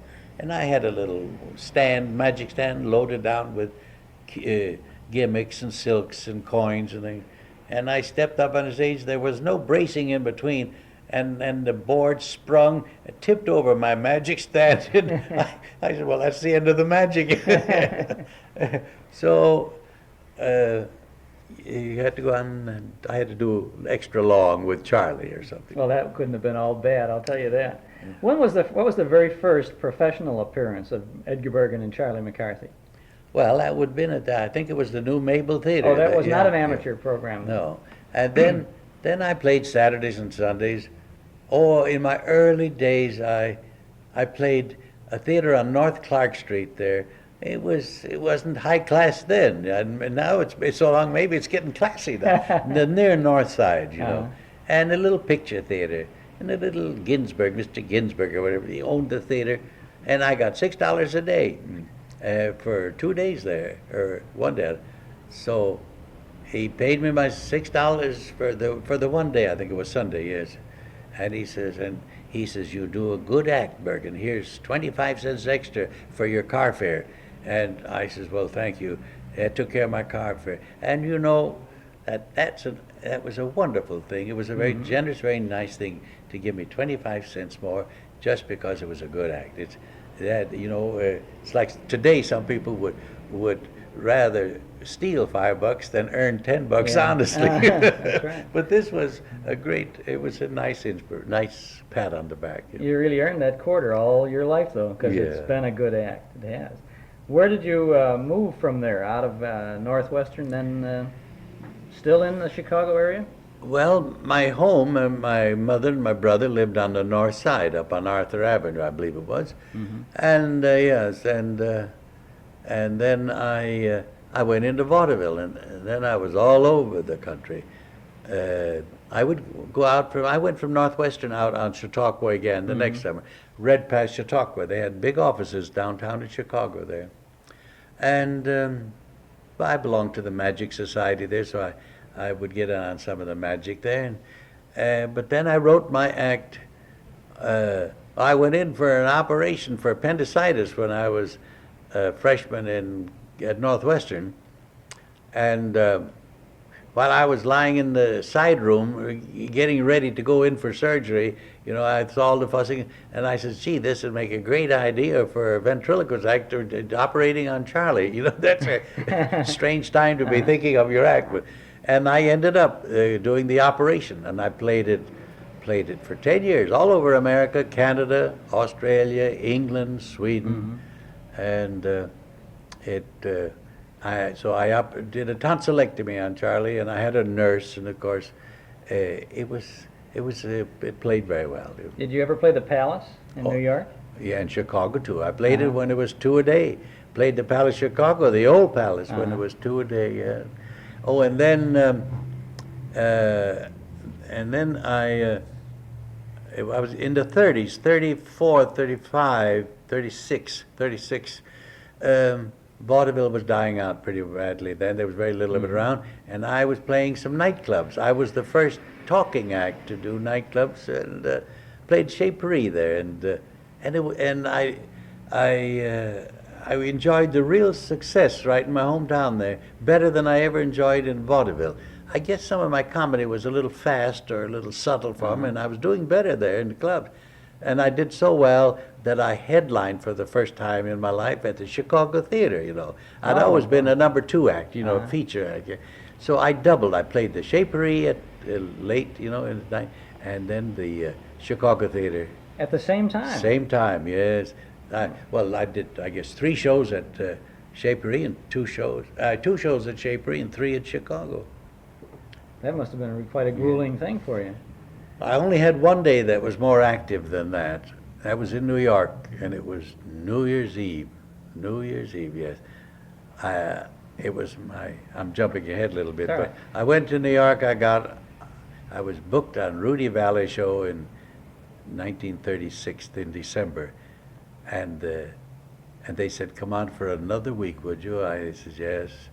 And so that day, 31st of December, I went out to Flatbush Studio, Warner Brothers Studio, and I made a Vitaphone short, a one-reel picture, shot all day, came home, and I was appearing at the Rainbow Room in a nightclub, to doing one show there at 10 o'clock at night, and the Rudy Valley second show. And there was no time to get any food, and so I didn't drink in those days, but I thought some kind of a drink like Angel's Kiss with a little cream in it, and that made me drunk. And I've gotten a little stronger since then, though I have a little more durability. Anyway, I went up and did my second show on the Rudy Valley show, and then they asked me how would I like to round it out and make it 13 weeks, you know. But then I went out and did a midnight show, a New Year's Eve show at a private home on Fifth Avenue. And now that's an awful big day's work. Wow, at a private home? Yeah, yeah. Was that your very first entrance into radio then with Rudy Valley? Yes, that was my first to radio, yeah. How did that come about? Well, it was the first time that they accepted me.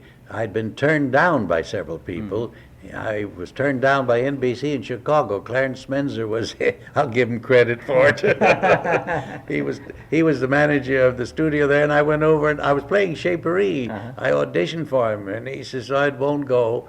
He says, "And they won't believe that you're doing the two voices, and it would be confusing." I says, "Amos and Andy are doing different voices, and they accept it." And he says, "Well, that's different, and your comedy isn't right, you know." I said, "They're laughing at it at the Shapery."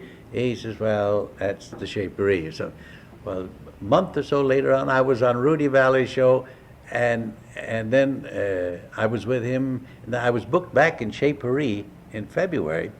So in 2 months, I was back there, and they liked what I was doing so much that they piped me in from the Chicago NBC studio. And I went out of my way to go past his office and say, "Good evening, Mr. Menzer, I'm here." He became vice president of NBC, and he was only one of about 3 or 4 that turned me down. They wouldn't stick their neck out to put a ventriloquist on radio. You can't blame them too much either. Well, what made you think that that a ventriloquist act would work on radio? Well, the first place, it isn't ventriloquism on radio, really. It's the comedy, it's the material, and I thought I was awfully clever. I was sold on myself, you know.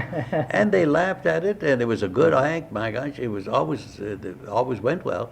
So then the big problem was when they said 13 weeks was to write a new act every week. You know, I would work on an act for a month and play it out of town for a month before I'd bring it in vaudeville days into New York. Here you write a new act for 30, 40 million people around the country. It's something we weren't. There were no writers available in the beginning. No writer. If a writer would get 10% of an act or of a play and of a vaudeville act, with the idea of writing it and then throwing away and starting again. So all the early comedians were damn good writers, like Benny and Bob Hope and Fred Allen and Ed Wynn and these people. They knew from vaudeville what how to put things together. The right kind of training ground provided that. It was excellent. You were a fantastic writer, and a pretty doggone good ad-libber, I think. Yeah, well, I used to have, with Don Amici and with Bill Fields, they weren't afraid of it because we used to live in fear that you might use some 4-letter word and your career would be over because it was live radio. And it was a long time before the agencies would accept an acetate or a recording, you know, because they felt maybe it lost something in recording it. So, well, that has changed, of course, a great deal. Yeah. Well, from the Rudy Valley show, where did you go? Well, I was on his show 4 months, and then in May,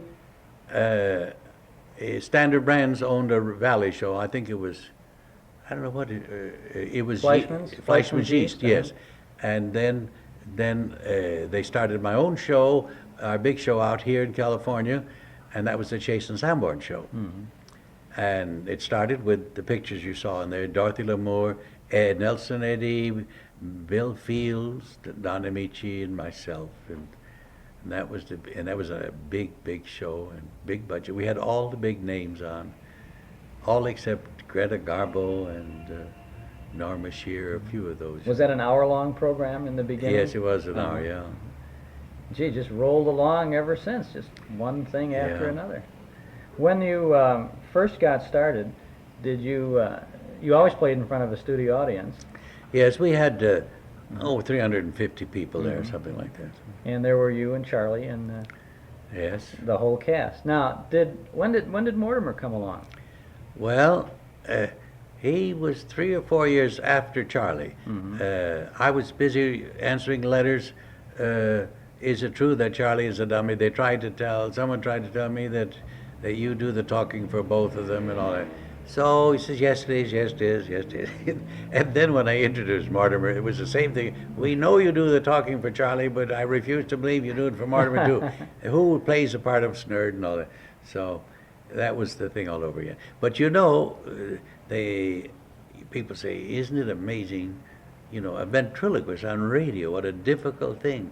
Well, it was so absurd that it was such a talking topic that it was so ridiculous. It was a great plus, you know. It was it was such a novelty that it was, and what kept the audience going, of course, was it's the material week after week. It doesn't make any difference whether I move my lips or not for those 350 people, or what the dummy looked like, really. But then, of course, I made pictures, made about 16 or 18 feature films and 12 one-reelers. And so then they got to know what Charlie and Mortimer looked like. Of course, when Mortimer came along, I start with the voice, and it had to be a stupid face because the voice was stupid. But still, he had to be likable. I wouldn't want an ugly face on this character. And not too bright, but a nice boy, you know. So I studied phrenology and character analysis with the features of the face. And Mortimer is a combination of weak features. He's scientifically stupid. Did Charlie always look the way he looks today? No, when I had him in vaudeville, he was a newsboy. But then vaudeville was dying in the 32 or 3, and I was booked to play a nightclub, the Helen Morgan Club in New York. And I was going to come in there I'd gotten permission from Esquire, Esky, and I was going to have an Esky dummy made up. And I was writing some, nightclub material, wine, women, and song, and Esky and we would be doing the town and chasing the girls. And then I wrote, could I get a copy, a plastic head or something of Esky, I'm awfully glad I did that, too. And they said, we've changed our mind. We want Esky to be known as a magazine and not as a ventriloquist dummy. That was a stroke of good faith, or I would have been paying royalty from now on to permission to use Esky. So there was nothing for me to do then but to put a top hat and tails on Charlie and a monocle on him, which is ridiculous for a boy, but so then he became a girl chaser, and so we've had all these romances with Marilyn Monroe and Dorothy Lamour and all that. Well, all the glamour girls were on the show. Even Mae West was on the program. Yeah, we'll never forget that one. Yeah. Tell us about it. Well, we rehearsed our script, and it sounded cute, but Mae was holding back a little bit, not in anything she said, but she says, why don't you, come up and see me sometime, Well, when she says it, you're right in the bedroom, So if she says hello, you know there's more to it than small talk. So we had some lines such as, she said to Charlie, why don't you come up and see me sometime? And Charlie said, what do? And she said, I'll let you play around in my woodpile. Well, that's kind of cute until she said it. And then she says, well, I don't know whether I should or not. I'll have to think it over. And she says, that's all right. She says, I like a man that takes his time. Well, so then we got into all kinds of trouble. And the network apologized, Jason Sanborn apologized, and I went and hid for a week. And the net result was our rating went up 2 points. Yeah. So we weren't really too sorry. Wasn't there a sketch on the show, an Adam and Eve sketch too? Was Charlie involved in that? No, Don Amici in it. And I guess because maybe taking it from the Bible or something that I don't even remember what the sketch was, but I should. Well, it was an Adam and Eve sketch, that's all. But because it was Mae West and I guess it was Don Amici, that just didn't. It was pretty funny, I think, but it just didn't work so well. What about the movies? You said you were in a lot of Vitaphone shorts and some 16 feature films. Yes. Well, I did. I did. You did a number of radio movies, I think, with Fibber McGee and I did. Gildersleeve. I did 2 pictures with RKO with Fibber McGee and Molly. Look Who's Laughing and Here We Go Again. Then I did I Remember Mama with Irene Dunn. That was as I played a Norwegian undertaker. Charlie said he was such a dumb undertaker that they had to get a Swede to play the Norwegian undertaker. And then I did a couple out at Disney, and then we did Charlie McCarthy Detective, and Sam Goldwyn, Goldwyn Follies, and there were quite a few of them. While you were on the radio, on the regular series, which was like 20 years, I guess, Yeah. did you continue to do nightclub appearances? No, but I would. Oh no, there wasn't. I couldn't get out of town in those days because I would do the show Sunday night and take my bows and then have a cup of coffee and relax, and we'd do a postmortem on the show with the writers. And they said, well, we'll all meet tomorrow at 10 o'clock at the office. Then you start all over again, and you write for the next week's show, and for your guest, and you write in Amici, and you write in Ray Noble, and all these people. And then if I was working on a picture, why, I would go to bed, and then, and that's true today. People working on television, where they're doing an hour show, if you see these people that are doing a show like All in the Family and Maude and the Waltons, you don't see them at dinner parties around town, not very often. Yeah. And it's a heavy schedule. So, but we did. I was always on the writing team and overseeing that, and then I developed writers as they came along, and then working on a picture like with W.C. Fields, Can't Cheat an Honest Man, the circus picture. We'd go out to the studio and we'd get our makeup on and we'd go out on the set, and Fields would get out then, and he'd have a writer and I'd have a writer and a script girl that'd take down shorthand, and then we'd say, well, where did we leave off yesterday? We knew the outline of where we were going, and then we would develop the comedy, the sequences. And many days we wouldn't get a take until after lunch, but some days we get 3 or 4 takes from 11:30 to 12:15. Some day we'd get a few takes, and that was no complaints. And I'm not ashamed of that picture. It's played here in Los Angeles 35 times that I know of, Yeah. And I remember when it was the late movies, and then it was the late movies, and then it went into prime time. Yeah. Well, the comedy between W.C. Fields and Charlie and Edgar has always been extremely rare. When did you first have such a confrontation between Charlie and Bill Fields? Well, when I was on the Valley show, Bill Fields sent me a wire when he was in the sanitarium at the time, and he complimented me on my timing and on the comedy. And so it was a natural to invite him. He was on the first show, and On the first Chase and Sanborn show? Yes, first, yeah. And he got out of the sanitarium then, and the first routine was clang, clang, clang. The ambulance bell, the agony wagon is coming, And then I said, you were quite sick, weren't you? He said, oh, yes. He says, they took a lot of x-rays, 6 reels of x-rays, I said, well, what did they find? He says, they found I had a hollow leg. Just great material. And he could write. I had just great respect for him because he could write comedy, he could play what you wrote for him, and he could do pantomime, And so then he enjoyed sneaking toppers and kind of dirtying up the script, which we both enjoyed doing. Did you often just write for him, or did you always write together? Well, when he was on with you? Well, we would have a meeting and discuss what the situation would be.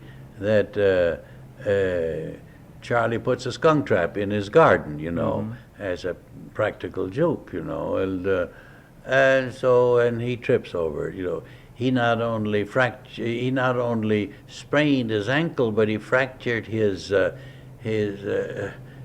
flask. And so then we would talk about that, and then he would write some jokes, and we would write jokes and talk. I would have the notes with the shorthand girl, taking shorthand, and we would take those notes, and then with another fellow we would put the jokes, and then Bill would send his jokes in, and we'd put it all together. and Bill would forget which jokes he wrote and which he didn't write. So sometimes he would got in the habit of, he says, the first joke is not very good, so we'll get rid of that and just go to the others. Well, everything depended on the first joke, you know. It's like not doing the straight line. Well, I had a film editor do that. The straight lines didn't get any laughs, so he wanted to cut them out, which is so. Anytime we wanted to keep a joke in, and his memory was bad, of course, all we had to do was say, "Oh no, Bill, that's one of your own jokes." He says, "Oh, it is?" He says, "Yeah," and I says, "And it sets off the others, you know." So, and I wanted to keep it fair. I wanted to keep him happy, and I wanted to, so. I didn't want him to play second fiddle to Charlie, because that would be an insult. So we went on and off this way we did 3 pictures, and 4 or 5 years he'd come on and off, depending on his health, you know. He was a regular for a long time, and then he'd come back and forth like that.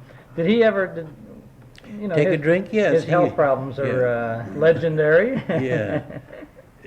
Yes. Well, he would bring a thermos bottle of martinis to the broadcast and sip through the broadcast, but never the slightest signs of drinking, you know.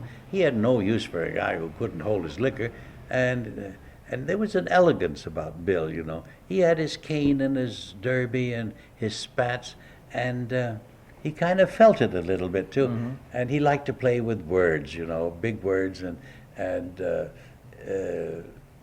he says, you know, he said, if we're separated in the old circus picture, he says, the sheriff was coming. He says, well, kids, if we get separated, we'll all meet at the Grampian Hills. You know, I said, where did he dig up Grampian Hills? I never, it was a funny word. And then I was over in England, and it's up near Scotland. They have Grampian Hills. And then the Upper and Lower Antilles. He'd always bring that in for some reason, where he was such a success. Was there ever much real ad-libbing between you and Charlie and Fields? Yes, well, they would get a little nervous when, but we would ad-lib and have fun, and they would always come in and raise 2 or 3 fingers or 1 finger, you know, 1 minute to go, get back to the script, and we'll wrap it up, you know. Got it. So, he was. Of course, you didn't always have to come up with great jokes. It was just the maneuvering and the inflection and playing around that it worked so well with Mortimer and Charlie and Bill and Michi.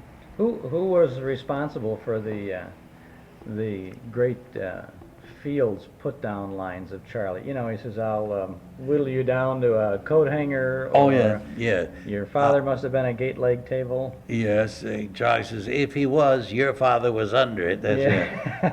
And then he Fields another line. I don't know who wrote the. Jesus, Charles, if I had a shotgun, I'd make a cribbage board out of you. And he says, one more remark like that, and I'll slit you in 2 and use you for chopsticks. That's some great comedy. When did Effie Clinker come along? She was the last one to come along, and I guess that would have been about, maybe 47, 50 and through there. Yeah. And why Effie? Why not? Well, she was really better in personal appearance, you know? But we had fun with her. She was just a change and something. We never used her too much. And then I have another one that I never use on radio, and I only used her once on television, and I use her mostly in Las Vegas and in club appearances, because she's a life-size one that I dance with, you know. Oh, really? And she's very expensive, nearly $4,000, you see. Wow. But she has to go to the beauty parlor to have her hair done, and dress has to be pressed, but she's beautiful, very real dentures and lovely glass eyes, and I danced with her, and she's so lifelike and so nice that they used to gamble whether it was a girl or whether it was a dummy. Well, Effie Clinker, though, was Kind of a man-chasing Yeah. gal, wasn't she? Yeah, she was pushing her 60s. She was in her 50s, I guess. She was getting desperate, you know. And so, What was the name of your dance partner? Podine Puffington. Podine Puffington. I named her Podine after a newspaper woman in New Orleans. Uh-huh. And when I went on a television show with her, and she wrote me, and she says, my brother is a lawyer, and I took this matter up with him about you calling that dummy Podine, and I said, would you handle the case, you know? And he said he refused to handle it because he wouldn't know which one was the dummy. He wasn't sure which one was the dummy. Let's talk about television a little bit. What was the first thing that you did in TV? You must, I mean, aside from maybe being a guest on some of the variety Oh, I guess shows. the first thing I did, yes, was Do You Trust Your Wife? Played that for 2 years, and then we got in sponsor conflict. It was an expensive show, shot with 9 cameras, and one of the sponsors couldn't afford to go on with it, and then the other one couldn't afford it. So unfortunately, it broke at the middle of the season, and then another sponsor was interested, and says that was it. But then he was offered a bargain on some other show that they had to unload, so he took that, and we were left out in the rain. The amusing thing about careers today, television especially, is like in pictures, you're as good or as bad as your last picture, but if your sponsor, you get juggled to a bad time slot, or the sponsor has to, because of business reverses, cuts, discontinues your show, you can very easily become a has-been at no fault of your own. And we felt very sure because we were number one on the West Coast for the last 2 or 3 months. That's where we had a good time slot, and we were, I don't know where we were in the first 25 or something in New York, because we were on 10 to 11. I missed all the kids and the old folks. And speaking of television, the one thing is, I just played auditorium in Sarasota, Florida, and I went up to see Dorothy Lamour playing Fallen Angels in St. Petersburg, and it's nice to see people turn out for live things, you know, that they're not always dedicated to the tube. And we had a standing ovation at the auditorium at Sarasota, and lovely people, and it's the most efficient, wonderful operation. They'll run matinees and 2 shows in the evening of different things, 6 to 7:30, and then another one at 8:30, and some of it is free to the public, you know, and because it's a city-owned auditorium. Very well run and very well supported. And I would like to see every town have a small theater that would seat like around 1,000, 1,200. And the performers, the young folks, have a chance to appear before people and not before equipment and cameras, you know. And also, we are losing, we use a microphone all the time. We're losing projection, you know. And that's a special kind of theater, you know. And I used to play the Lowe's and the Roxy in New York and the Radio City. 2,300 people without microphones. In the early days, we didn't have them, you know, and there was no complaints about people not hearing. Of course, they listened better in those days too. Yeah. And everybody's talking today. They really don't want to hear it. No, well, they want to hear it louder than what we used to do. You're really very busy these days. You're as busy as ever, aren't you?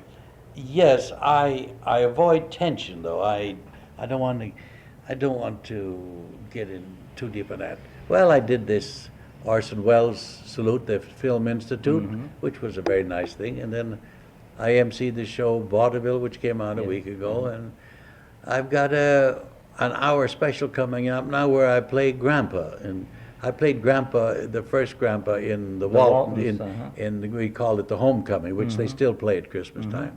That's a great show. And you isn't did a it fun? Beautiful job. Oh, Were you offered the the role in the series? Yes, but I thought I should take it a little easier. Getting up at 6 and working, it's an hour show, and you're there most of the time. And I thought I should see what they're doing on the other side of the fence or the other side of the hill. So I've traveled around. I got a boy that's 13 now. I took him to Europe. The two of us went over and had a great time, and we visited Sweden. Being half Swedish, he should see little what Sweden is. And then we went to France because he'd studied French for 3 years in grammar school. Got to Paris and couldn't even say hello in French. And so then I says, "Oh, merci beaucoup." He says, "Gee, Dad, you speak French, don't you?" I said, "Yeah, and I never had it for 2 or 3 years either."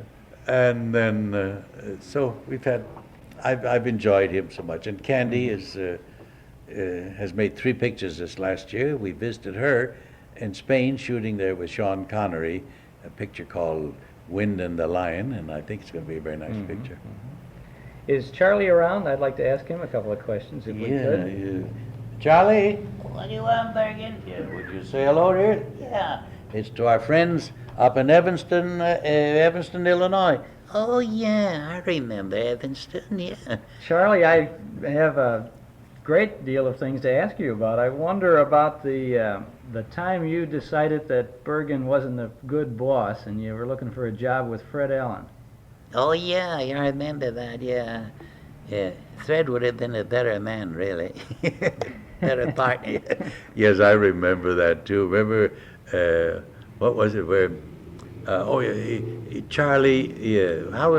You ran an ad. Yeah, in the Hobo News, yeah. And Fred answered. Yeah.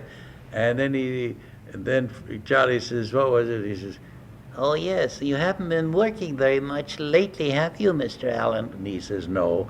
He says he had several successful years on radio, and he saved his money, so he had something to fall back on. Yeah, and now you've decided to get up off it. Yeah. And then, so then Fred asked me, if I work with you, would I get any jokes, maybe just a little titter? And Charlie says, Well, maybe a little snicker now and then, yeah. "That's right." Yeah. And then he says, "Oh, thank you, Charlie." He says, "Let me kiss the hem of your tuxedo." It's a tailcoat, Mr. Allen. Oh, he says, "Well, I'll blow you a kiss." Oh, then he says, "Charlie, if I put a plunger on I put a rubber beret on your hat, I could use you for a plunger." He says, "I could put a ring in your nose and use you for a hitching post." And Charlie says, "If I put a ring in your nose, you couldn't talk at all." He had a nasal quality. He was a great joy to work with. Charlie, did you like working in the movies? Yeah, we had a lot of pretty girls. Yes, in 2 or 3 of the Archeo pictures, a lot Girl Scouts. Yeah, and good scouts too, Bergen. Good girls. People who go to the movies would be able to see Charlie dance, and even Mortimer, I think, was running around a little bit in some of those. Yes. Oh, was it Here We Go Again, I think? Yeah, Here We Go Again. Yes. Yes, I have understudies. Well, play the smaller scenes, Well, as a matter of fact, we have a number 2, Charlie, where in one picture he had to slide down a banister, and there was some danger of him falling off, so we used a stand-in, Charlie, number 2 Charlie for that. When I went to Vietnam, we did 23 shows there. I had to go, but I took a number 2 Charlie. Charlie, what about Edgar Bergen's always playing the love interest on many of those movies? You, Edgar, were the romantic lead, as a matter of fact. Well, thank goodness there hasn't been too much of that lately. He was never very good at it, actually. He did a lot of deep breathing. Yes. Yeah, well, I was the bashful lover most of the time. One of the best things on the show that you two did was to when you would tell Charlie a story, and you never got on the point. There's some pretty good stories. Yes, one we did with Candy when she was 6 years old was a Christmas show, and it took alternate lines. It was the night before Christmas, and all through the house, and Charlie says, Nothing was stirring, not even a mouse, yeah. and then the stockings were hung by the chimney with care. All right, Charlie. Oh, yes, and the lady in the room could stand some fresh air. And then on donder on Blixen. And what do you know? Dixon came in and paid $2.20 to show. I wonder if we can, Charlie, you think we can find Mortimer someplace here? You're just wasting your time. If you want something stupid, he can deliver it. Oh, Mart, Oh, yeah, Charlie.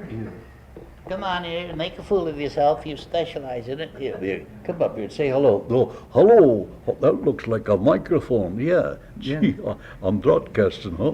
Yeah, you're on radio again, Mortimer. Well, I'll be darned. Yes, yes. Well,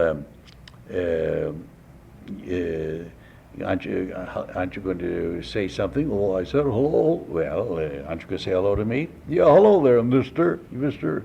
Well, you know who I am, surely. Oh, yeah, hello, Shirley. No, Bergen. Oh, yeah, Shirley Bergen. No. Edgar Bergen. Well, make up your mind. She.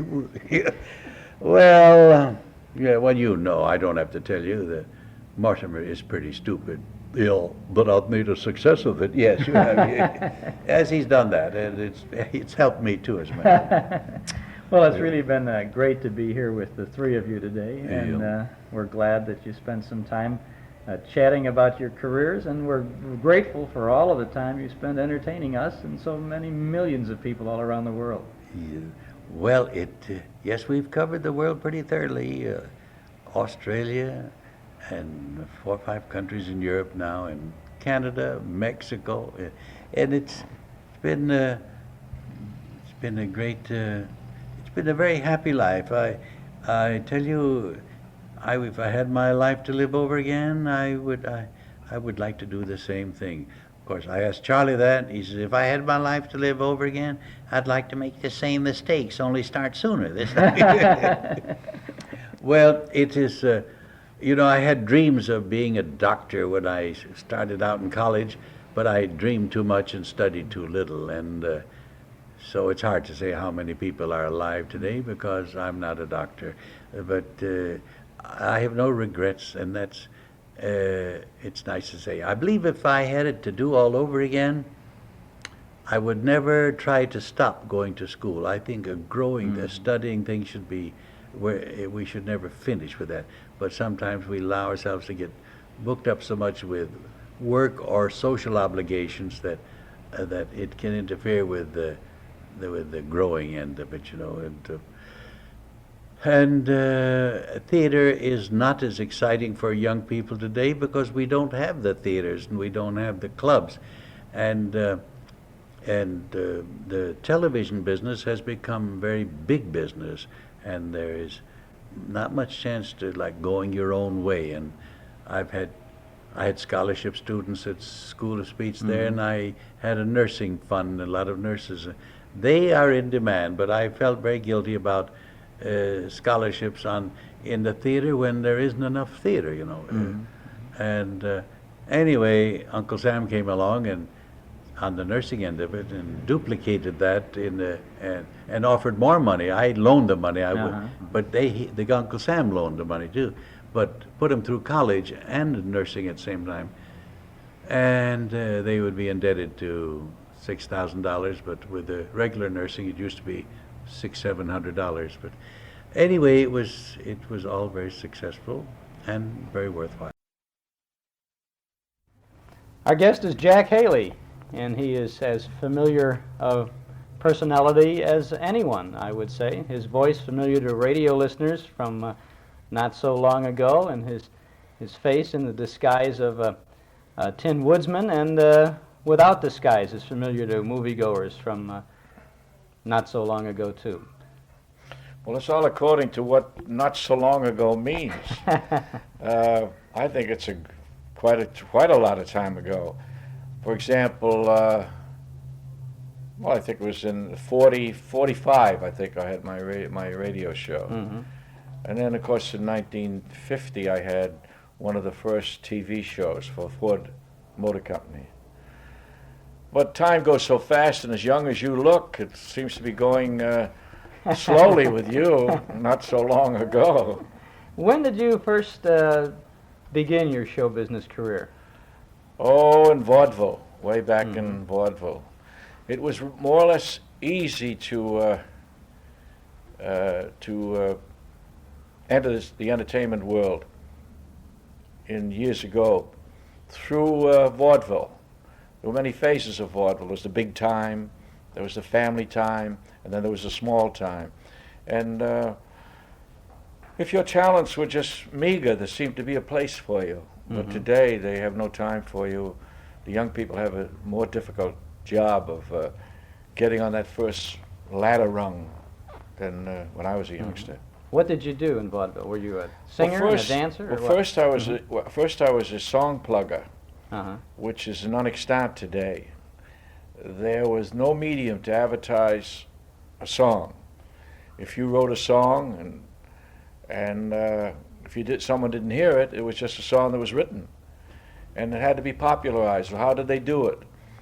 Well, they sang wherever they could get a crowd. They sang at racetracks, dance halls, and primarily the motion picture theaters. And they had slides. And if you were a song plugger, you stood in the darkness, the side of the stage, or maybe in the orchestra pit, and then when the slides came on the screen, you sang the song. And that's they brought it back for a while. Remember with the bouncing ball? That was what you did. That's the only way they could popularize the songs. Even in Boston, where I came from, they had piano on a truck on the street, and if someone played the piano, the guy would sing the songs, and people would purchase them from the truck. Right on the spot. Yeah. Did you sell many songs that way? I didn't do that. I say in Boston they Oh, did in Boston. that, yeah. Well, you were born in Boston. Yes. Uh-huh. But that's how I started in the business, and then I got a job in a girl act. Well, what's a girl act, Jack? A girl act is it's a small musical comedy in vaudeville. Well, this was a small time one. This was not on the big time. And it consists of a few chorus girls, principals, and a little plot. And I got the job, and that was the starting of my career, and I never stopped after that. Of course, I had ambitions to get a part and go out in what we call one in front of the curtain and entertain. And I did very successfully. I got hold of another fellow, and he and I got an act together, and in 6 months it was unheard of. We were in the Palace Theater together, the famous Palace. And who was your partner? His name is Charlie Crafts, C-R-A-F-T-S. I just buried him about a year ago. Oh, I see. That was the beginning then. And the Palace. Palace. Right off the Well, bat. people didn't realize. People don't. When they hear about the Palace, they don't realize its importance. See, there were around 40,000 vaudeville actors, or acts, and about 500 each year could get into the Palace, and a great number were repeats. So we have all those people, and with their eyes toward the Palace Theater. How can I get into that Palace Theater and get that wonderful trademark? That's what made it so popular. So when you trod that stage, you were something important because you were 500 out of 40,000. That's the history of the Palace. It really helped your career. With that as your yes. credentials, you were ready to go. Huh? You're the cynosure of all eyes. I mean, the producers see you. Ziegfeld went to the Palace.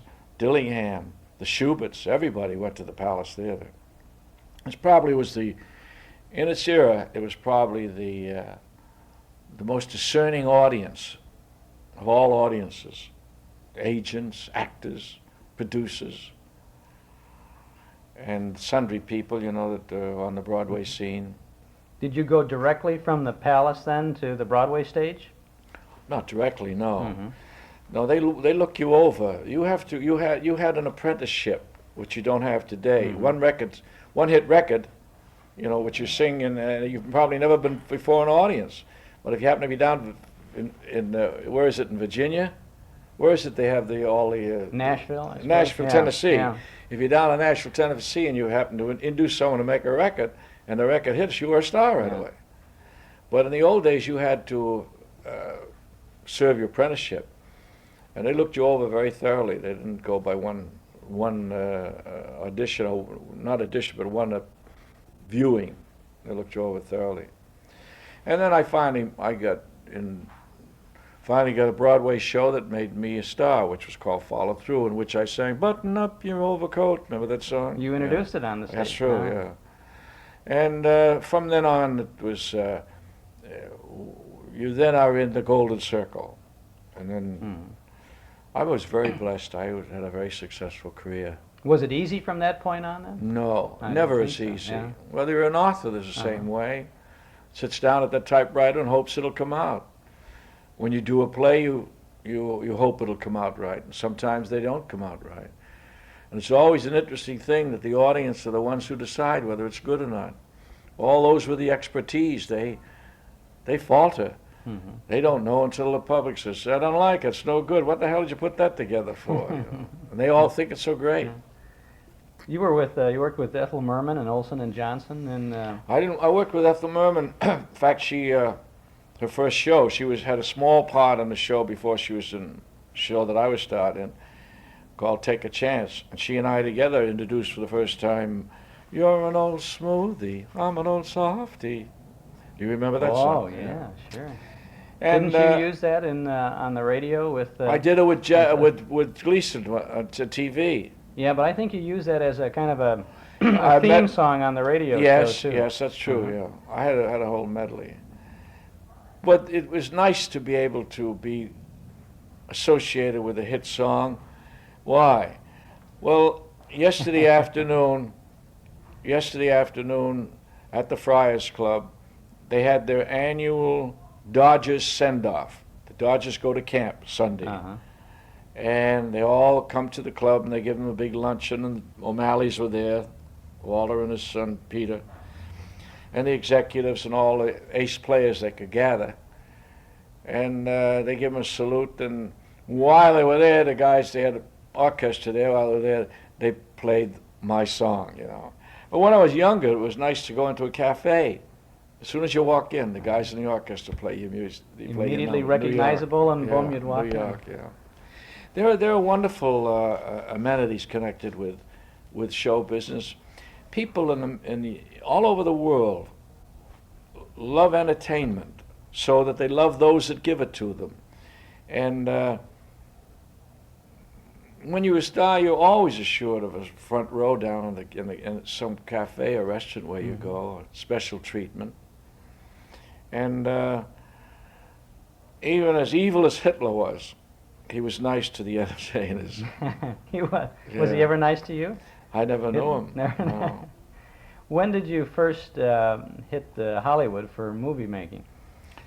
I was in this same show I told you to Follow Through, which was in 1930. That was sold to Paramount Pictures for a picture. And I went along with the sale. They wanted me with the sale.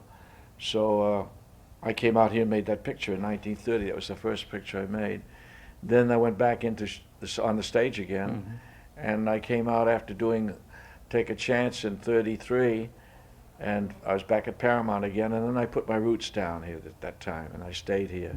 I went back for a show, come back and do pictures, but I've been here ever since. Didn't you appear in a lot of Vitaphone shorts? Yes. In fact, I have a picture I want to show you of my wife and I in a Vitaphone shot. This was before the two-reeler. I did some two-reelers first for Warner Brothers. But then I have one of the first, my wife and I did one of the first Vitaphone variety acts that was done. I have the picture here.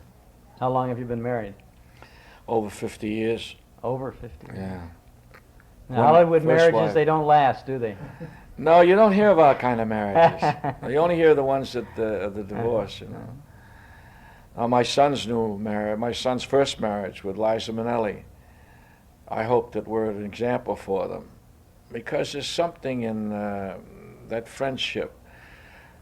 I told Liza, I said, you know, there's more to this marriage than romance. I said, it's a friendship. Imagine of all the billions of people in the world, you have this one friend who's your wife, or if it's a wife, it's a husband. One friend of all these people. It's awesome when you think of it. And this is a situation, but it's true, because it's a tough thing to be a real friend. You see it in this Watergate thing. You see it in Connolly, former governor of Texas, with his dear friend Jacobson, closest buddy he had in the world, an attorney. Turns on him when it comes down to if he can escape jail, he'll be all right. Let Connolly go, his dear friend. There's very little Damon and Pythias in the world. So it comes down to one friendship. And that's what a marriage is, that real friend that you have. Nobody else. This is your family. This is also your children. They fly out of the nest, which if you're understanding it, that's life. And they have their own families, and they go off and they have to worry about their own wives and their families and their husbands. And that leaves you two together. And that's the last trip down the road. That's where it's most delightful, that you know that you have this real person. It's very warming. Sounds like a great piece of advice. I bet you're a pretty proud father, too. Your son... I am, and I've been very, very proud recently. My wife is a rat pack. Is that what you call it, a rat pack? She saves, pack rat, yeah. She saves and things, and she even saved a packet of letters belonging to my son, and a couple of them were by me. And when I read it, he was a teenager, and I just was proud that I've written this type of letter to him. So, as the other thread, you're talking about the material pride of success. Now, well, that's a different type of pride. That's not a real pride. That's not pride. You don't use pride there. Pride in something that you've given, not pride in something that he has done. You're just happy that you have a good son. That's most important. That is important. Sure. Yeah. We're proud of the things you've done, and you're not even related to us. You've done some pretty good things. What did you do? Your first film was the Follow Through, and then you were in. Jack Sitting Oakey and I Pretty? did Sitting Pretty. Jack Oakey and I did a picture, and called Sitting Pretty, and it was a very successful picture for Paramount. And there was a song came out of that. I didn't sing it, but the song was. Did you ever see a dream walking? Well, I did. And that song, I was very happy because I suggested these songwriters. They were neophytes. And the producer of the picture listened to me, and he sent for them and took a chance. And out of it, he got a smash hit, which is very unusual. You don't get them every time. You've been associated with some pretty big songs then. Yeah. Were you considered a musical comedy star? Or? I was, sure. I was always a musical comedy star. But I also could. I had the facility to act too in shows that weren't musical. But being a vaudevillian, you know, in vaudeville you had to either sing, dance, play an instrument, or recite. What's the reason for that, Jack? Well, because you had to get off the stage. Today, at the end of Aren't I garrulous? You didn't think I was just garrulous, did you? All right, go ahead. When you're on television, you do a monologue. At a given point, you just bow, and they wipe out. The people ask the people applaud, and they wipe out, and you go. In vaudeville, you had to get off. As the expression was, it's easy to get on, but how do you get off? And you had to get applause. If you didn't get applause, no matter how good your act was, you had to get applause in order to sustain your bookings and get work. So they all devised different things. Instruments, dancing, singing, or recitation. They used to have wonderful comedy recitations that got applause, or sometimes dramatic. And that got them off to applause. But in my case, it was singing and dancing. I studied tap dancing when I was a kid. Your big finish wasn't with the American flag and all of that fireworks No. and the old the cornball one that they always have a lot of fun with, you know. Well, Fred Allen was one of the first to do that. When at the end of his act, Abraham Lincoln's picture came down, the American flag, all kinds of things came down from the flies, you know, to applaud. You were in a picture that was all about radio, and it was a spoof of, the so-called feud between Winchell and Bernie. Wake Up and Live. Yes, Wake Up and Live. How do you remember? You're too young to remember Well, Winchell Well, I grew up with Walter Winchell You and did? Ben Bernie, Yeah. and you know Sad. the It- movies. They're still around. You Yeah, get a that's chance true, to yeah. see them, and you were terrific in that picture. You were a Mike frightened Yes, singer, yet you didn't yes. sing in that. No, that was the fear. The two guys that I brought out here did the music, and there was a hit in that too called "Never in a Million Years Could There Be Another You." That was a big hit, and "Wake Up and Live" was a hit, and Alice Faye and I, and that was for Zanuck, 20th Century Fox. Now my son is vice president of TV. It's interesting, you know, when if you get older to and have the mileage that I have, and then see things happen that you would never dream that would happen. Like, for example, when I was making The Wizard of Oz with Judy Garland, and when we're hopping down the yellow brick road, who would ever dream that she would have a child and my son would marry her? Yeah. This is, and the same way with, as I just mentioned about the two writers, they wrote they wanted their songs sung the best they could. I remember Zanuck saying, "Try and find a device. Haley sings. Get a device, some kind of a gimmick. That's all it has to be for people to be attracted to this man's voice on the air." And they wanted, and they got very, very good singer. Too bad his life was cut so short because he'd have been a great Buddy Clark. Buddy Clark. And what made the melding so great? He was from Boston. I'm from Boston, and there was detection with the Bostonian sound. So when I would speak, he sang Bostonian. I sang Bostonian, and my speech was talking Bostonian, so they swore it was me. Yeah, it was very good. Fooled Luella Parsons completely. Oh, really? Oh, yeah, she wrote about it. I must have been taking lessons and everything. She was embarrassed about it. Then she called me down to Palm Springs to ask me if it was my voice. I told her no. Was Luella kind to you? Luella was a kind person, yes. Her husband liked me, Dr. Martin. She was a kind, and she was strong. If they all have their likes and dislikes, like everyone else. You were in a number of films for 20th Century Fox, and then you went to MGM for The Wizard of Oz. Yeah, they leased me out. I was under contract to 20th. They leased me to Columbia too. I had several places I worked for them. Did Metro ask for you in that part where they looked? Did they have you in mind? Yes. No. Oh no. Buddy Epson. He tried for the part, and I don't know what was lacking, but they decided that they wanted me, and so they bought me, or leased me rather, from 20th Century, and I went over there. It was a horrendous job, horrible. I think 8 months altogether. Those outfits were so terrible. How long did it take you to get into that costume? Well, not to get into the costume per se was nothing. It was the makeup. The makeup took an hour and 45 minutes, and you had to do that day in and day out. oh didn't you? yes, even taking it off was a chore. And I was on radio at the same time and staying up late with the writers trying to get a show together. And between the two, I could sleep all in between shots. And Bert Law, who had difficulty, God rest his soul, in sleeping, he used to look at me, you know, sleeping on a reclining board. I couldn't sit down. I had a reclining board. He said, "That Haley can sleep on a meat hook."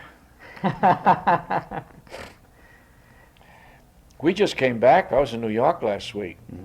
Ray Bolger, the straw man. We met Margaret Hamilton there, and the three of us went to the Waldorf Astoria, and they had a tremendous toy exhibition of the wizard characters, and they had buyers. They had about 800 people, and it was a dinner, and we entertained. And What did you do? How did you entertain? Did you just I entertained. talk? Well, Mervyn You Leroy, sing? the producer, was with us. And he acted as the master of ceremony. He introduced me, and I went out and talked. And then at the end, I told him what I just told you about the old-time vaudevillians, how they had to get off the stage. And I said, recitation is a lost art. I said, I'm going to recite the type of thing that some of the vaudevillians use. Then I recited a thing I wrote called Visit Him. No, The Master's Hand, that's the one I use. Well, we may And that gets me off with applause. we may ask you to get off that way, but not yet. I want to talk a little bit more about the Wizard of Oz, but they're going to run that on television Easter Sunday. Easter Sunday this year. Uh-huh. Yeah. You say it took about 8 months to put that thing together. Counting our rehearsals, Uh-huh. yeah. See, we had to rehearse and we had. It's very interesting about that picture to realize that the man who directed that picture also directed Gone with the Wind, two of the great masterpieces in the motion picture world, and that's Gone with the Wind's never been on TV. The Wizard of Oz every year, I think it gets $1 million just for a shot on TV, and they never realized it would be that valuable when they made it. Yeah. They never thought it would go that way. Oh, in fact, it was a terrific gamble. It cost, I think, $2.5 or $3 million, which was a lot of money in those days. And today it would be unrealistic to make it. They couldn't make it today, could they? They could, but it would cost them a fortune. First of all, where would they get 125 midgets? They're not around. They're not making midgets any longer. The Munchkins, huh? Yeah, they came from all over the world. There used to be a vaudeville headline act called oh gosh, I can't think of his name. Singers Midgets. Mm-hmm. And they had a band, they had dancers, they had singers, had a strong man, they had a great headline act. And Mr. Singer knew that was his business, midgets. So when they made the picture, they came to him and asked him if he would get them the midgets, and he went around the world and got them. And then when they all got together, the different languages, they couldn't sing the songs, and the voices were so awful. Then they devised a way to have adults make the records. And then the midgets all mouthed it, and then they took the adults and gimmicked them in some way. Mm-hmm. They probably speeded it To up make or it, something yeah, like that to get that higher pitch on Yes. it. Did you work a whole day on each day you worked? Did you work a whole day, or did you work for 2 hours at a time, or was it in and out? No, or we what? worked all day, and the union had just come into to existence, Screen Actors Guild. So we only worked 8 hours. Otherwise, the old days they could work you beyond that. You know, to finish up a set to get off. And the only respite we had was when Judy went to school, because the state law in California, the children have to go to school, and they put a teacher on the set. The studio pays for it. That's a California school district teacher. Mm-hmm. And when it's time for her to go to school, everything stopped. They tried sometimes to get shots without her, but by and large we would hang around for an hour. It was always a welcome sound when we hear this teacher's voice, "Judy, school!" Did it always come at a regular time, or was she a little flexible? No, she was very adamant about it. She didn't care about the picture. She had her job to do. And Judy was certainly a sweet child, just a gorgeous kid, so exuberant, so full of life, and her whole life was ahead of her, and she was star-eyed, you know, around the studio.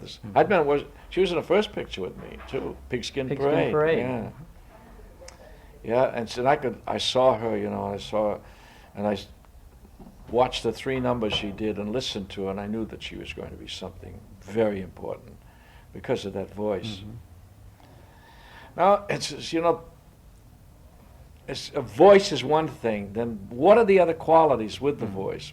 Which I had this brought to my attention last week ago Wednesday, in New York. I went to see The Wiz, and The Wiz is an all-black show, spoof on The Wizard of Oz. and there's some moments in it that are very good. But they have a little girl playing Dorothy, and she's unattractive, and a little bow-legged, but she belts out a song, and that's why they hired her. But there's more to it than that. Particularly if you want an audience to believe that you have some big desire, like going back to Kansas. Well, the whole thing is more than any one element. It's everything put together, isn't it? I mean, a voice and a personality. Yes, but I can see the producer hiring her because she can belt the song out. What she does is tremendous, the song. But that doesn't sustain the show. That's all right to come on, do a couple of songs and off. You know? Like Merman did in her first show, Girl Crazy. She sang one song, and it was a big hit. And I can't remember the number at the moment. And she was a big hit. Well, that's all right in that spot. But she happened to have, when she went in the next show, she had the quality to carry on and hold the audience with her performance. I want to ask you to give us the benefit of your being there kind of experience. You worked at 20th Century Fox, then you were over at MGM. What was the differences between the operations of the two studios, from your point of view as a performer? Physically, there's no difference. You drive in through a gate. You go to the commissary. The food in both places are good. Why? Because they want it good for their performers. They want it good for themselves. So they get the best they can in cuisine. Makeup people are all tried and true. So all those facets of it were the same. The only difference is in the choice of the producers in the type of films they make. MGM had their style. 20th Century had their style. Warner had the guns and the gangsters, and they had their style. That's the only difference. And because they all have a commercial aspect to all of them. I don't think any producers or writers in those days got up in the morning and said, let's do a fine artistic picture. Let's do a picture that'll sell to people and make some money. That's the. If it happens to be artistic, they're very happy about it. You talked about the fringe benefits, so to speak, of being a star, a personality. You get a front table at a show or in a restaurant or something like that. What kind of extra added benefits did you get from the studios? Were they super nice to you? Did you get a car at your disposal here and there? Or no. What kind of glamour treatment did they give you, if any? Well, I wasn't that. To be very honest with you, I wasn't. That's you're talking about superstar now. There's a difference between a superstar and a star. And a superstar is one that the people line up at the box office to see just their name. My daughter-in-law, Liza Minnelli, she's a superstar. When she plays Las Vegas, they get money under the table to buy. They don't worry about if the people will come. They worry about who they're going to reject. And when she goes over to England, and to Europe, and I think it was in Germany or Sweden or someplace, she took $140,000 for her end. 10,000 people came to see her in a stadium type of place. That's a superstar. Those are the people that get the type of treatment that you speak of. They worry about them. They want, because that's a terrific asset. That's as good as gold. They take care of gold pretty good. Well, they take care of that superstar. And anything they want, and are they happy? So that's the difference. I didn't have that. I just had, I was a star, but I was never that dimension. They must have lined up at the box office to see Jack Haley. I don't think they lined up at the box office to see me alone. I was always with some pretty good stars, with me, and it was the package and the combination. In 1940, you were on the stage with Higher and Higher. Yes. And a few years later, you made the movie of that. Yes, that was Sinatra's first picture. Boy, he was thin. Remember all the Sinatra jokes about his thinness? My God, he was thin. I saw the picture on the Late Show not too long ago, and he was terribly thin. They used to joke about him standing behind the microphone and all you'd see was his bow tie. Yeah. Mm-hmm.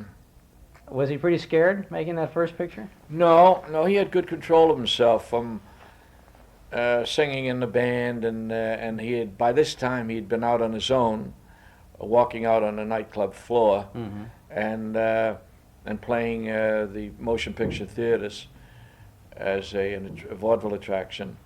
And with that kind of, you become really hardened. You know, your fear is all gone. You have no trepidation. And so it was his first acting part, but acting is just being natural, more or less. Acting is more difficult on the stage than it is. You have to project on the stage. In the studio, you just be yourself. It's like, to me, always was a rehearsal. I never could quite get used to it. No audience. And some people are excellent rehearsers. They rehearse beautifully. When the curtain goes up, something's gone. They don't project. Well, those rehearsers are great on screen. Gary Cooper was one. You couldn't hear him past the second row, but on the screen he was just some magic. I don't know what it is. You said when you were making The Wizard of Oz, you were putting together a radio program. I'd like to talk about the radio things a little bit. What were you doing? What show was it at that time? I was doing. I believe it was Wonder Bread for the bakery. I forget the name of the company. Continental? Standard Brand. No, Continental Bakery. Yeah. I was doing that at that time. I'd worked for National Dairy. I had a show for them a couple of years. And was that Seal Test? Yes, Seal Test. Yeah. And I had quite good ratings, you know. But it's a mystery about your careers, you know. People have valleys and they have peaks in their careers, and I didn't like that when I started to get a little older, and that's why I became interested in business instead of sitting home waiting for an agent. I became curious, and then I went into a subdivision, and I had better success than I've ever had in I'm speaking financially now, than I had in show business. Your real estate interests out in California here? Yeah. Stay close to you. Yes. Would you say the radio days were a valley in your career? No, but I'm saying that no matter what your position is, I mean what part of entertainment you follow, there's always. I mean, look at Marie Dressler. She was one of the great stars at MGM, and she got so low that she had to borrow money from her maid that lived with her, cook, maid and a cook, and she had to borrow money from her because of the valley that she was in. That's the type of, and it's rather ignoble to sit home and wait for somebody to call you to hire you. You know, that is you don't feel like you're part of it. You know, if you manufacture something, then you manufacture the product, keep busy at it, and try to sell it. But in show business, you have to sit home and wait until the agent sells you or someone wants you, and then and then if you're around a while, it says yes, well he's been around and so forth. I don't know what the dialogue is, but I know that it's tough for a lot of people in show business. You've done so many things in so many different areas of show business, which, not considering a financial success or a popular success, which of the things that you've done were you happiest with? Well, there are two versions. One is the easiest job in the world was radio. You took a piece of paper and read it for a half hour, which wasn't totally a half hour because there were commercials in between. That was the easiest. It was like stealing money. That's number one. That's one. The theater is the most fulfilling job. When you walk out on the stage and hear those people laugh, and that you're privileged to do that, that that God gave you the talent to do that, it's a wonderful feeling, and it's joyous. particularly if you're in a great show, like I've been in great shows where the people scream because of the situations and the jokes and the lines and so forth. And it's a pleasure to leave your apartment and get in the cab and drive down to the theater and get made up and go out there and know you're going to make a lot of people happy for 2.5 hours every night and twice on matinee days. Those two. Now the picture to me is just drudgery. You have to study your lines at night and go on the set and know them. And now, all right, let's try it again. You know, you do it over again. Something happens. Something's wrong with the film. So something's wrong with the sound. Let's try it again. You know, and you do it.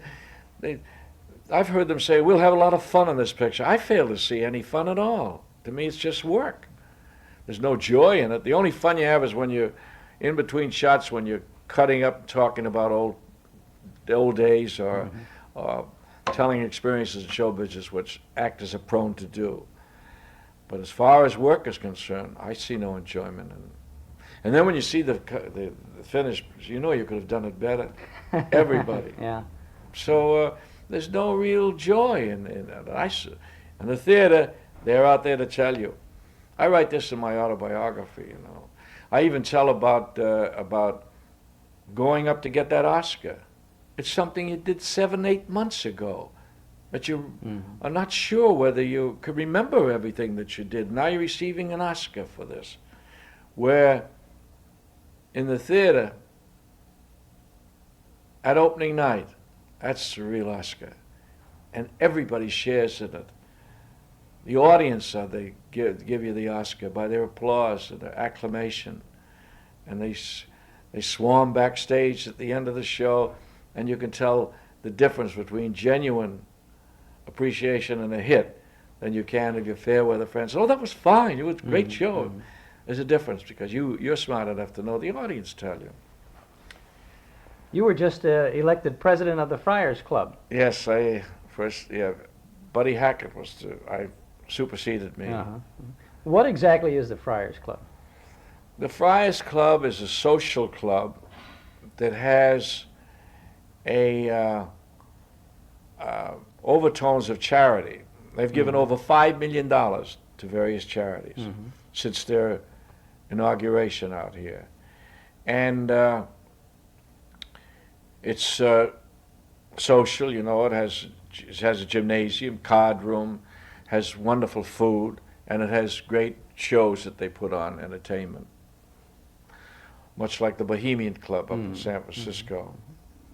Now, if you were at the playing cards at the Friars Club sometime, and you were just kind of kicking it around with some of your cronies, reminiscing about the old days, so to speak, what first favorite story do you have about the old days? I haven't any favorite. When you talk about, you know, nostalgia, one story or one thought starts a new one. And I can't remember any particular story about I have a very long one like that I have in my autobiography about falsifying the claim that the audience, you can't fool an audience. And in substance, that's pretty true. An audience are very, very smart collectively. They have a sense when something's wrong, that something's wrong with a person on the stage, or someone has missed their cue. But this was a complete reversal of that, and an actor, and I don't want to go into the detail of it. I shouldn't even mention it. You can cut it out anyway. But this fellow, this man, a juggler was drunk on the stage. And he did a cannonball at the end of a thing he had on his head, you know, and the orchestra were afraid that it was going to hit them on the head, and he was drunk. Hangover he had. And a famous old-time actor was making a personal appearance. His name was Robert Warwick. And at the end of his sketch, he always made a speech. And he told the audience, they knew this man was something wrong with this man. He was dropping the plates and this everything. And he told them that he was a war veteran. He said he's an Australian, and he fought under the same flag as you Canadians. Was up in Canada. And before he finished, they were cheering for this guy with his hangover. I grabbed him and got him. I said, they want you. He thought the police wanted him. I told him, and he came out on the stage, and they just cheered him, And all he said was, he says, he's a pal. He's a pal. That's all he could say. So it really fooled an audience. Fooled the audience. Yeah, the audience thought that guy was suffering a shell shock. Shell shock. It was bottle shock.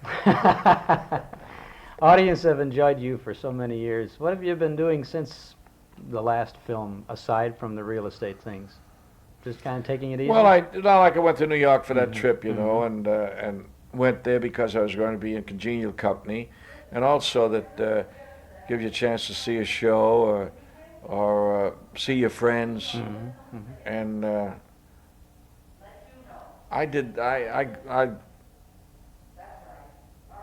entertain. I'm a Catholic, and I'll entertain at Catholic breakfast, communion breakfast they call them, or dinner that they may have, and I have a whole lot of Catholic jokes, and I also can function as master of ceremonies. That's all I do in the theatrical end. Jackie Gleason's going back on TV. He'll probably want me to do something.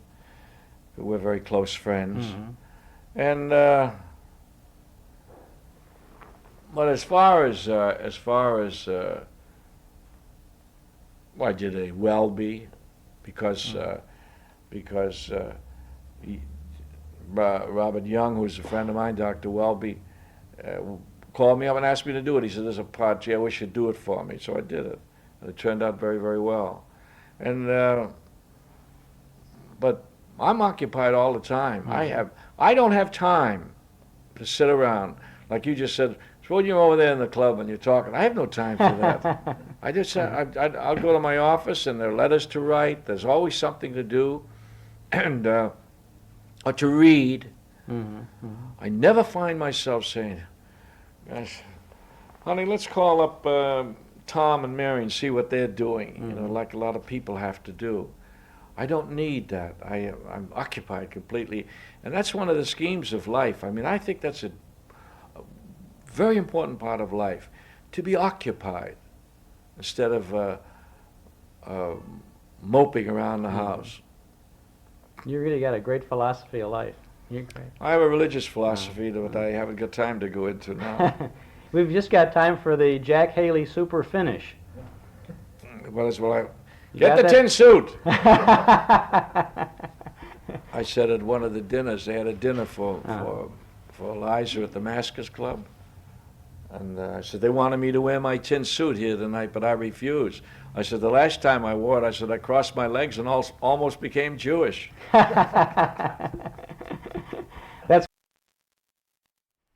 We have traveled to about the highest point in the Redwood City area to visit with the creator of two of the most outstanding radio programs, series of all time. He's Carlton E. Morse, and a name like that is one to be reckoned with. Good morning, Mr. Morse. How do you do? It's good to see you. Thank you. It's very nice to be here. Would I be right in saying this is about the highest spot in this area? Yes, but it's in San Mateo County. We're not in Redwood City. We're in the county. But it is. It's about 1,500 feet. It's beautiful above sea view. level. Took us a lovely ride coming up and winding around and That's getting right. up here. It's really... Going on the way where you turned off, if you'd gone on down, we're 17 miles from the ocean, and we're about 12 miles from San Francisco Bay. We're right in the middle of the peninsula on the ridge. How high, or rather, how far are we from Sea Cliff? Well, that's in San Francisco. That's area of San Francisco. We're about 40 miles, approximately 40 miles. So there really is a Sea Cliff Oh, yeah. area. Oh, yes. As a matter of fact, the bus, what do you call them? The buses that pick up visitors and show them the city always had one man's family's house in Seacliff where they would point and say, that's the Barber house, and, well, did you see? That was just Father Barber going around the corner. They just took any house there that they Well, one specific one? They picked out finally one specific one that they used every time. You know, we were on that tour, and I think they pointed that out to us. But we didn't see Father Barber. No. One Man's Family, of course, was probably the longest running serial drama on radio. When was the first broadcast? In 1932, in April of 1932, and it ran about 27 and a half years, ending in I guess that would be 59. 59, yeah. Yes. Yeah, that's right. What were your credentials before you started writing One Man's Family, or to write that? What did you do before that? You were a young man at the time? Well, I was a young man of, the show started in 32. I was a young man of 31. I had been a newspaper man, both in Sacramento, on the old Union, which Bret Hart and Mark Twain contributed to. And then I came down and was on the copy desk of the San Francisco Chronicle for 3-4 years. And I was on 3 different papers in San Francisco. And then I went to Seattle, on the Seattle Times for I guess it was 2 years.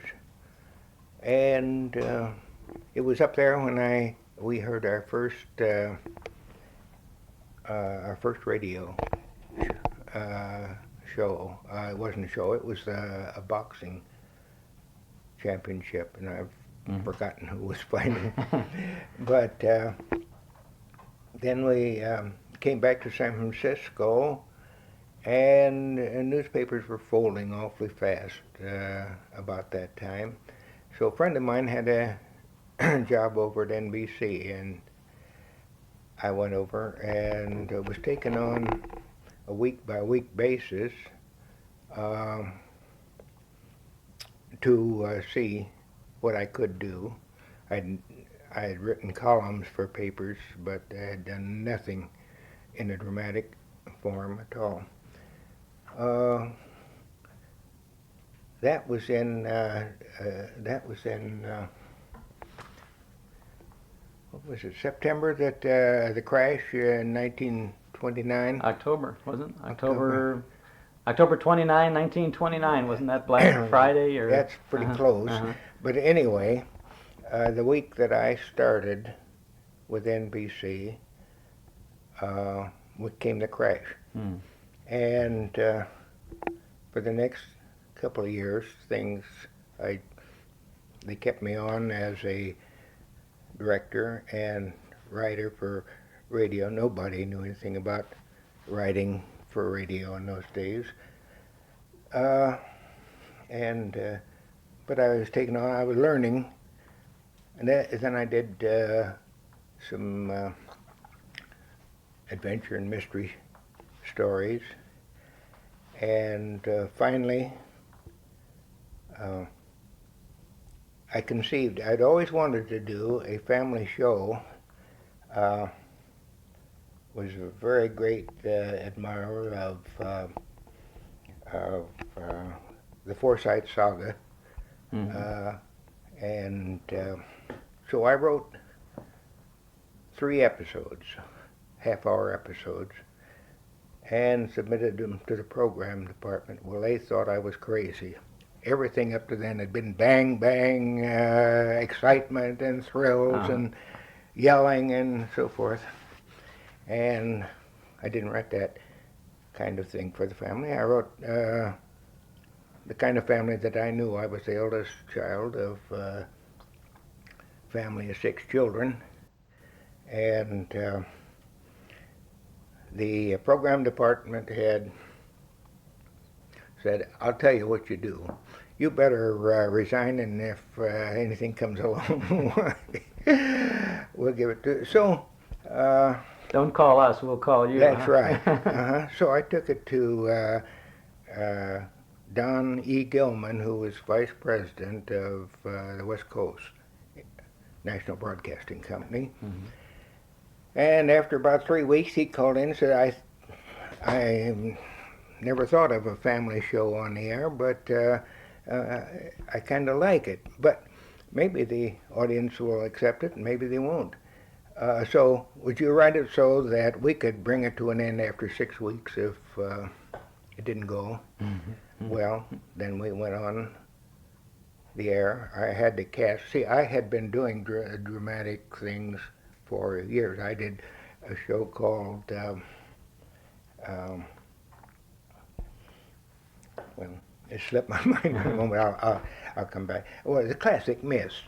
Mm-hmm. And we call it the House of Myths. And I did the tongue-in-cheek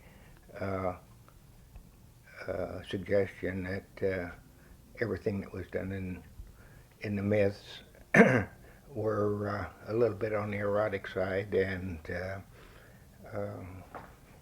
but not doing anything. In those days, everything was so very carefully edited. So I had to be very careful what I wrote, but the point got over. I got the point over. And then there was the mystery stories that I did. This went on. I came in 29, and the family didn't start till 32. So I had quite a long time 2 years. to experience. But I was learning. I was being paid to learn, and that's how the career developed. And with the financial crash in those days, nobody had any money to go to the theater or go out to dinner or anything, and the radio was a godsend. It was built right into the Depression. That's right. Mm-hmm. So we just grew. We just grew in importance. All we had to do was stay on the elevator, and we couldn't go any place but up. That's Well, you said you wrote 6 shows. This was called One Man's Family at the right. time. That's right. And you wrote 6 shows. Yeah. And you I cast wrote them. 3 shows, and then at Mr. Gilman's suggestion, I made it 6 with the idea that we'd bring an end to the show if it wasn't satisfactory. They didn't even give you 13 weeks, only 6. And the show was never off from that time till the final ending of the show, 27 and a half years later. Now, where did you find I'm sure you hadn't developed the full family tree yet at this point. You were doing for your 6 shows. But No, I had father and mother, Barbara, and Paul. That was it was close enough to the end of World War I that Paul had been a flyer in World War. So, and then there was Hazel, second child, who was her father. It was a very, very conservative man, and very strict, and she was her father's girl and was pretty prim, and as a result didn't have many boyfriends, and so that was Hazel. Then Clifford and Claudia were twins. Clifford was a kind of a happy-go-lucky ne'er-do-well. He never did get very far. Claudia was the most independent and rebellious member of the family against the strict family setup. And Jack was just an adolescent boy at that time. Well, you set the personalities of these people right from the beginning. You, That's right. You knew that. Well, you see, what I started out to say was I had worked with these people, everyone except Mother Barbara. I had worked with them over and over and over again, 2 or 3 years, so that I knew them. You mean I the knew actors? what they did, the actors. I Uh-huh. knew what they did best. I knew how to write for them, and so I selected the characters that I wanted, the actors that I wanted, and built the characters, the radio characters, around those personalities. And so it was hard for me to tell which was Paul Barber and which was Michael Raffetto. Uh-huh. Yeah, in the same way with each of the others. I must ask you about Father Barber. He has the habit, I guess, of always going that kind of a thing. Now, did you? Yes. Yes. Oh, yeah, yes, Fanny, and all that. Did you write that Yeah. into the script? That little, and every time he said that it was on the printed page. That's right. Yes, I'll show you the first episode when we go back upstairs. I have the original copy of it, and you can see that I think that it demonstrates that I had full consciousness of what I was doing as far as the cast was concerned when I first started out to do that. You were, I'm sure, very positive about this one man's family idea, and that even though they wanted only 6 episodes, I believe that you felt it was going to run longer than that. Yeah. And could you see, as you were developing this, even in those early shows, heck, the first 3 shows you wrote just on speculation almost, could you see going down the path of life years ahead that these things would develop? Oh no, no. I was writing for the moment. As a matter of fact, during the first 10 years of the show, I didn't write ahead. I wrote from week to week, and I was directing the shows, and so I would write a show. We would go in, and there would be some element in the show, or somebody would do an outstanding job, or I would catch something, so that I would take that and build on it for the next episode. In other words, I wrote a show, they added something to it, I wrote on what they added. So we built together. It was that kind of a thing. It was something that was easy for me, and it was easy for them because I was doing what they did best for them. Now, in the course of this first 6 weeks, at what point was it when someone said, "Don't stop, keep going"? Oh, after the second episode, we only started off with 2 stations. I think it was San Francisco, and I think Los Angeles. After 2 episodes, 3 more stations asked if they could have it. And by the end of the 6 weeks, we had the whole NBC network on the West Coast and Mountain Time. And we had a sponsor. Snowdrift and Wesson Oil was our first sponsor. Because their product was only in the mountain states and the West Coast at that time. And then after, I've forgotten exact dates, but let's say a year or year and a half after that, there was a cigarette company came to NBC and said, with a new cigarette. This was I've even forgotten the name of the cigarette. But anyway, it was supposed to be waterproof, so you could smoke it in the rain or in the shower or anything. Well, their first, they bought it for 13 weeks nationally. This was their first touch of nationally. And all our warehouses were cleaned out after the first episode. Really sold cigarettes. Yeah, but after that,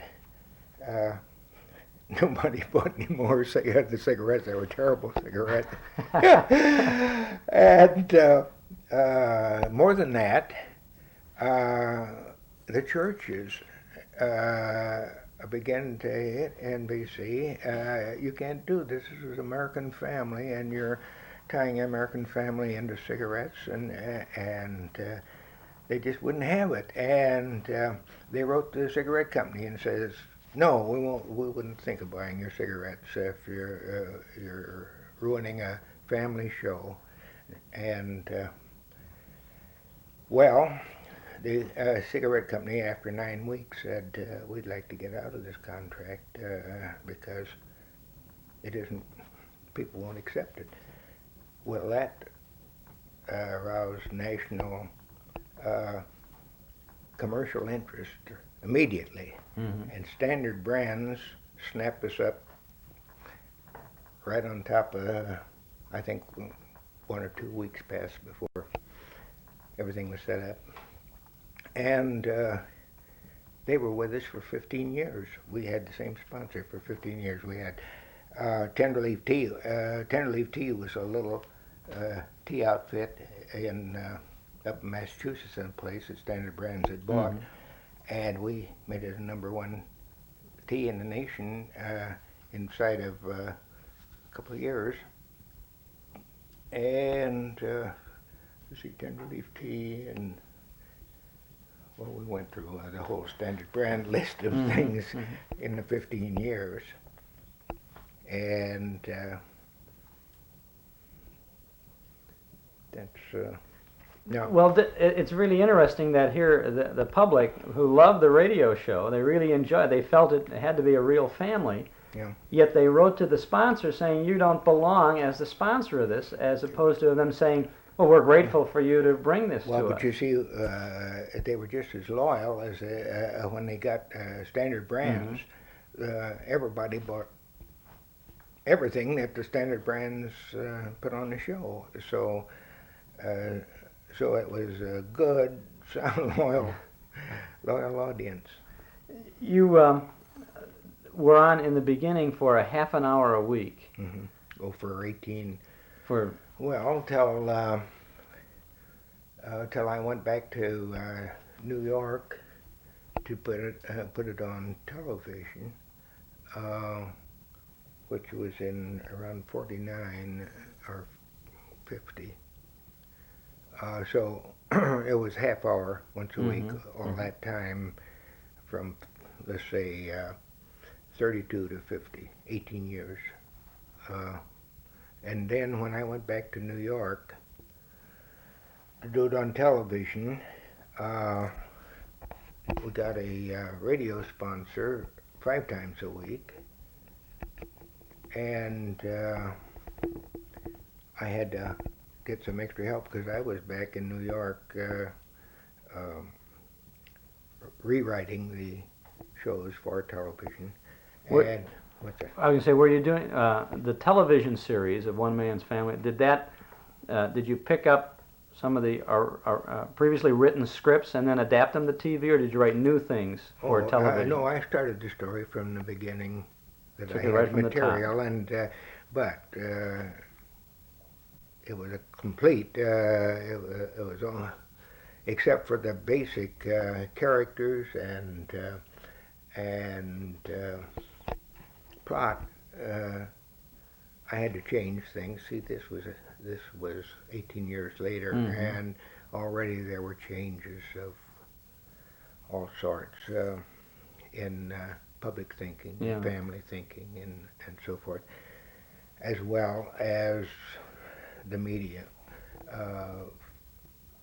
television hated words. They wanted acts, they wanted pictures and so forth. So I had, and I'd never done anything like that before, so I had the double chore of learning a new way of entertaining people. Must have been pretty exciting, though, to get into Well, the it TV. was, and I enjoyed it tremendously, and I sat very close. You couldn't possibly, after we'd selected the cast in New York, because the radio cast was out here doing the 5-a-week show, I had to have a director and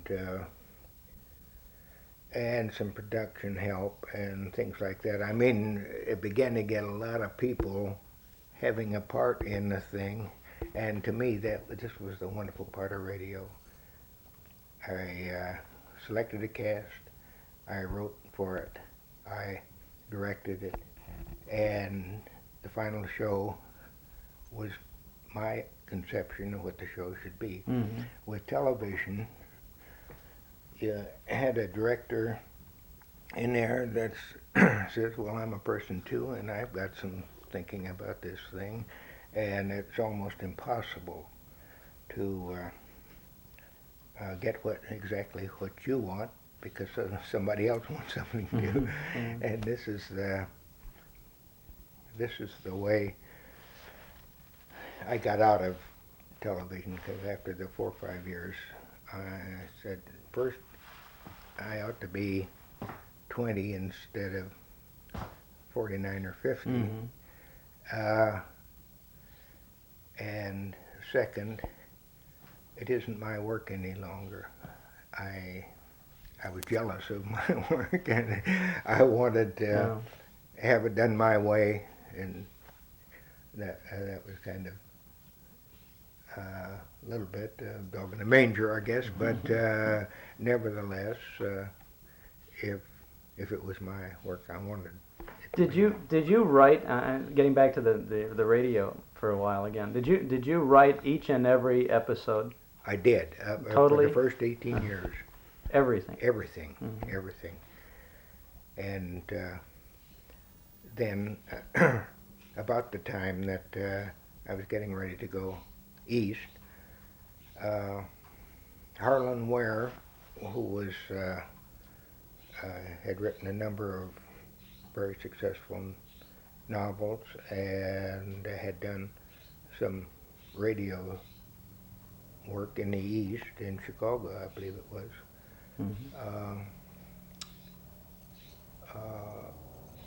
And then came out to the coast and was doing motion pictures. So I got him started. He would do little excerpts on various characters till he felt that he had what I had been giving the public, and then he would write, maybe a third of an episode, and then finally. So when I went back east, he was thoroughly familiar with the show, and then Mike Raffetto, who had played Paul, this was 5 a week, and that meant twice and a half more scripts and half hour once a week. So I put Paul and Harlan on the radio show while I was writing the TV show in New York, and then I'd fly back and forth ever so often to be sure that everything was harmonious, and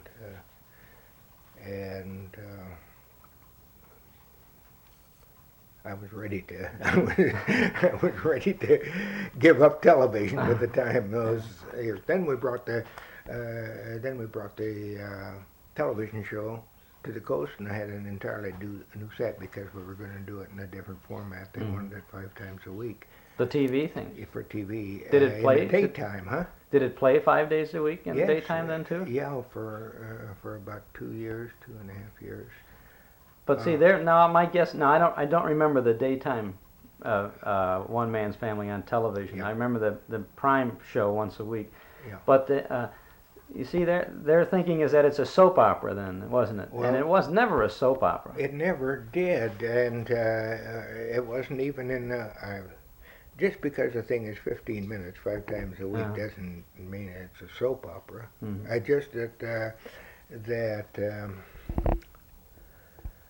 the critics, the people who talked about it in the papers and so forth, without even knowing what they were talking about,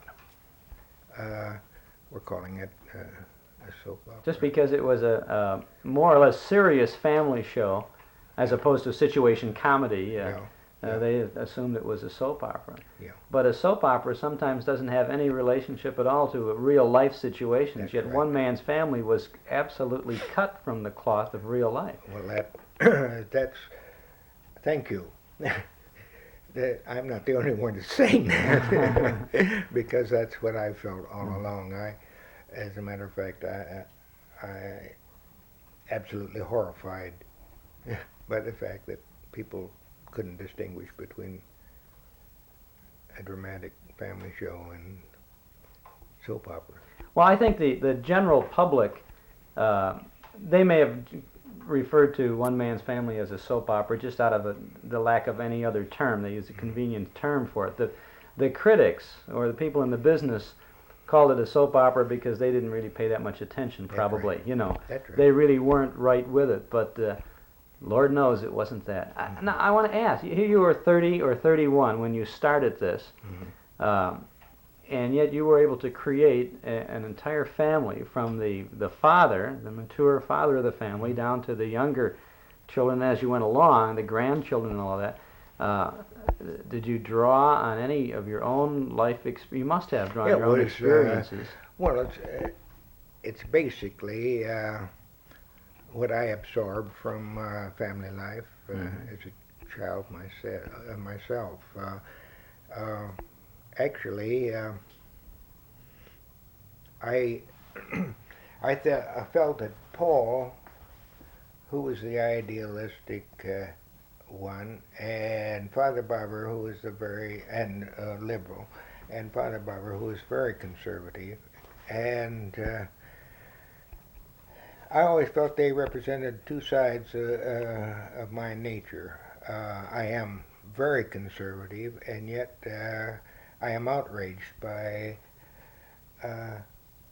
so many of the things that the conservative people do. So there was always a conflict in myself. I never was able to have a business. I had no business instinct at all. As a matter of fact, when I was in the University of California, one summer I went out. I wanted to make a little money, so I got tied up with one of these book deals, dictionaries and general information and so forth. The only person I ever sold one of these books was, my territory was to be up in southern Oregon, where I was raised as a boy, and I knew a lot of people in that area, and I knew the country. The only person I ever sold was a man who had once worked for my father on the ranch, and had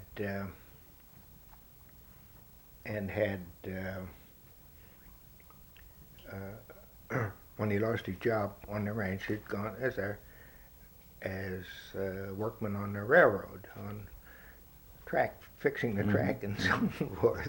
Well, these books sold for about $50, $60, and I don't imagine he made more than that a month in those days.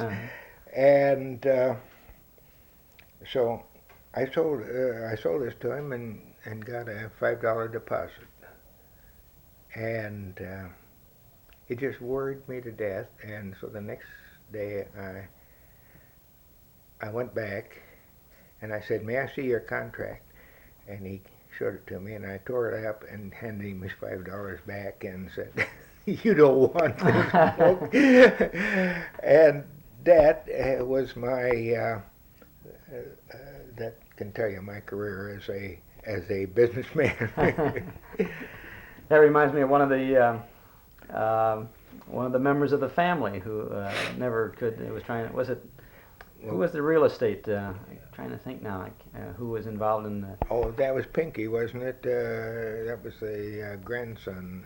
Yeah. Well, Pinky, of course, he left school and he had to go into the.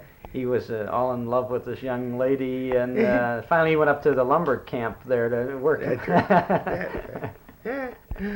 Those were very, very fine programs, though, and they were so real. And as we listened to them, they just even today, 20 years after the fact, 25 years later, some of those the philosophy and the feelings, the morality of it all, it still is very valuable. It means a lot today, as it did then. And yet you were writing on a very contemporary scene. That's right. You seldom had a flashback. I don't remember any flashbacks. Oh, no. The only flashbacks would come when one of the children was ill or in trouble or something. He used to take him on his knee and tell him stories of his childhood, but no real flashbacks at all.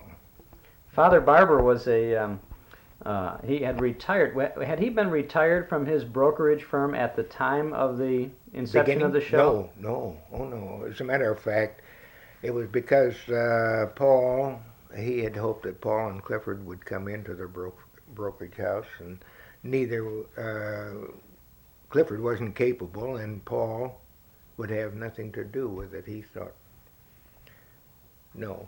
I mean, he thought the First World War, our entrance into it, was not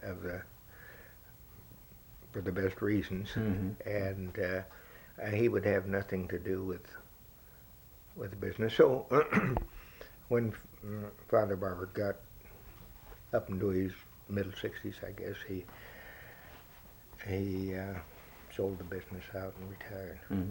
How did you manage to find and keep actors in a series for 18 years or longer? Well, I mean, it's amazing that J. Anthony Smythe was Father Barber. That was mostly all he did, wasn't it? He stayed with the show and did not much else. Yeah, most of them did the same thing. Well, I paid them about twice as much as the ordinary actor was getting that day, and there was we were in this together. I mean, I wasn't really, I didn't feel that I was a boss, and I didn't boss anybody, and I listened when anybody had anything to say, and it was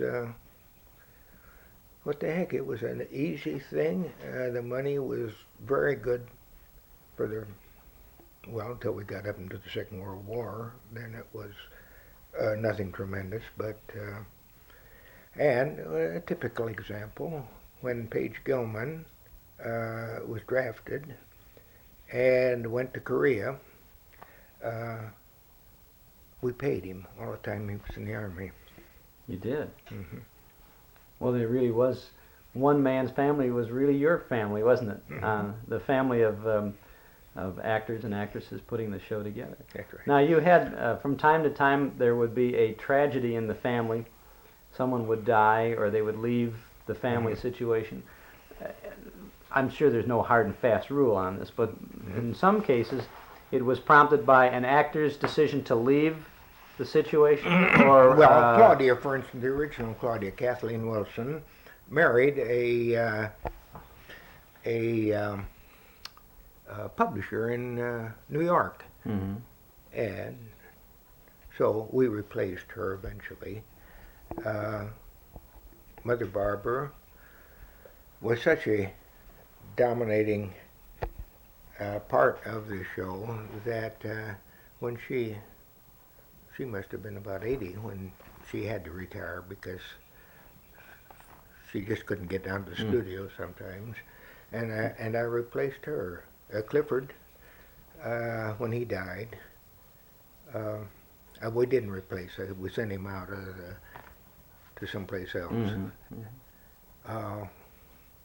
In most cases, I didn't want to replace. Sometimes they're very, for instance, Walter Patterson, who played Nicky, that was Claudia's, I mean, Claudia's wife, or husband. He committed suicide. Well, we didn't make anything of it, but it was a Saturday night that he did it, and the show was on Sunday, and he was heavy in the script. So I had about 3 hours to rewrite, and it wasn't possible to get somebody to do it so fast. So he went, I sent him to the Second World War. And he was Because he was an Englishman, and I sent him back to join his old troops in England, and just wrote him out until I think it was 3 years later that I brought both Claudia and Nicky back with different people playing. but there was a sufficient length of time in there that Yeah. anyone who people wouldn't remember the voice, That's right. the difference like that. And we had very good people playing those parts, so in the secondly, so it went out fine. Did you ever create a character within or outside of the family that you decided you didn't like anymore? With when I learned this very quickly when I was doing my first mystery stories, adventure stories up here in San Francisco.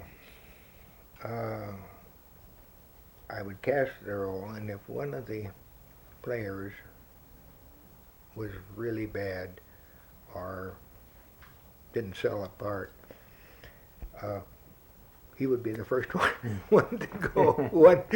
When he started killing members off, he would be. We got rid of them awfully fast. So that's how it is with the Morrises. Huh? That's only half of the story of Carlton E. Morse. We haven't even talked about I Love a Mystery and so many other things. We're going to take a little break, and then we'll get back to it. Thank you very much, Carlton E. Morse. Stick around. Don't touch that dial.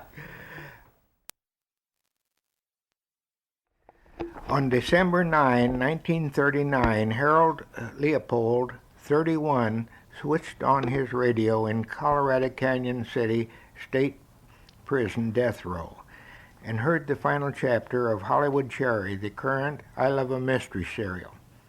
2.5 hours later, according to the Denver Post story, he was led to the gas chambers saying, "It was great. I got the final solution to the story just in time. I Love a Mystery is my favorite radio program." Leopold died for the murder of a Denver restaurant proprietor. That's Carlton E. Morse, creator of I Love a Mystery, reading one of the news clippings, one of about 1 million news clippings, I would say, that you have gathered over the years for I Love a Mystery and One Man's Family. People really turned on to your radio efforts, didn't they? They really did, and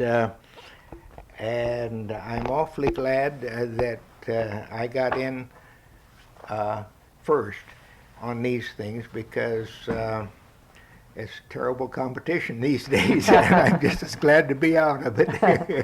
Well, now, you had done so much with the family, One Man's Family, and the real solid kind of a family life show. When did you turn to writing the adventure and the mystery of I Love a Mystery? Well, in 1939, we had been on, About 7 years on the One Man's Family? Yeah, about 7 years on with the family, and I suddenly began to feel that this was too much. I needed something besides the family, and it wasn't that I wanted to give the family up, but I wanted to be free for a few hours with something else. So when a radio agency, or I mean a advertising agency, suggested that they would like to see what I could do in the way of I Love a Mystery, or a mystery, they said, write 2 or 3 shows what you'd like to do and give us an outline. And so I chose 3 characters, Jack, Doc, and Reggie, and I gave several titles. Among them was I Love a Mystery, which the agency selected. And they didn't even read the scripts. They just said, okay, well, we've set up a date with NBC. It'll be 5 times a week. And You mean just on the basis of the titles that you submitted? And your credentials as a writer? well, of course, Yeah. I've been writing for them, for Standard Brand, for Yeah. 5 or 6 years. Were you employed by NBC or by by the agency? I was at that time, up to that point. Up to that point, and for quite a long time afterwards, I was on the NBC staff. Mm-hmm. And then through sponsorship, I began to make so much more money than as a staff writer that I was released from the staff and depended on sponsors for money after that. Well, it's traditional in radio that sponsors have more money than radio stations. That's right. Well, I Love a Mystery then. They bought that, even though they had asked you to make a spec, write a couple of shows, they bought it and put you on right off the bat. Well, I think that I Love a Mystery was a wonderful title for a show. I almost, it would almost sell a show itself, and it did in this case. What were the alternate titles? Can you remember the alternate titles you suggested? I haven't the vaguest idea. Who cares? I haven't the vaguest idea then. And my original thinking was there would be no drinking. They wouldn't carry guns. Mm-hmm. They were what I had thought might be that they would solve situations for either individuals or a city, and that they would have no headquarters, that they would go where the trouble was. Mm-hmm. And but I kind of got away from that as I got into it. You had to have more of a basis for around which activity. Mm-hmm. So while they finally settled down to the A1 Detective Agency, and our heroes were? they did travel a lot. Uh-huh. I mean, what I tried to do was to give a variety of color of places and situations, and that may sound funny for radio. Not at all. But believe me, the listener's imagination is much more wonderful than any picture you can put on television. That's one of the things I was glad to get out of television, because faces it get awful tiresome. And the same background gets awful tiresome. But if you can imagine the thing, a face never gets tired. I mean, we proved that with a family, 27 years. Anybody could stand any show 27 years. They that was what was in themselves, not what I gave them the lead, but they developed it in themselves. Well, you and the listener were participants together in That's One right. Man's Family and in I Love a Mystery as well, That's right. because equal participation That's was right. very important to it. That's right. I several times I have, at request, I've gone down to local schools down here and played some old I Love a Mystery shows for them, and most of them had didn't know anything about radio because there was nothing on to attract their attention really. These days, radio is pretty hard to. Yeah. When they've got go in and turn on the television set and see everything. And I would always start out by saying, now you've got two wonderful ears which can hear things, and you've got a wonderful imagination up here. So I suggest, while you're listening to this, close your eyes and just let your ears and your imagination take over and see if you don't get a very interesting picture. And with a few exceptions, there's always kids, that do anything except what you tell them. Yeah. So, but in most cases, I got an immediate response. People who weren't used to radio got all excited and interested in the thing, and I think that's I think television is the worst thing that's happened to this country as far as children are concerned. This was good. This idea of making yourself work with the show. It gave you a feeling of being a part of it, whereas these pictures in front of a television show. Well, the kids today can't participate. No, that's right. That's why radio could still be very Sure, big. it's simply that the networks don't want radio to take away any of the, and they could do it so much cheaper, Yeah. So it's Well, just.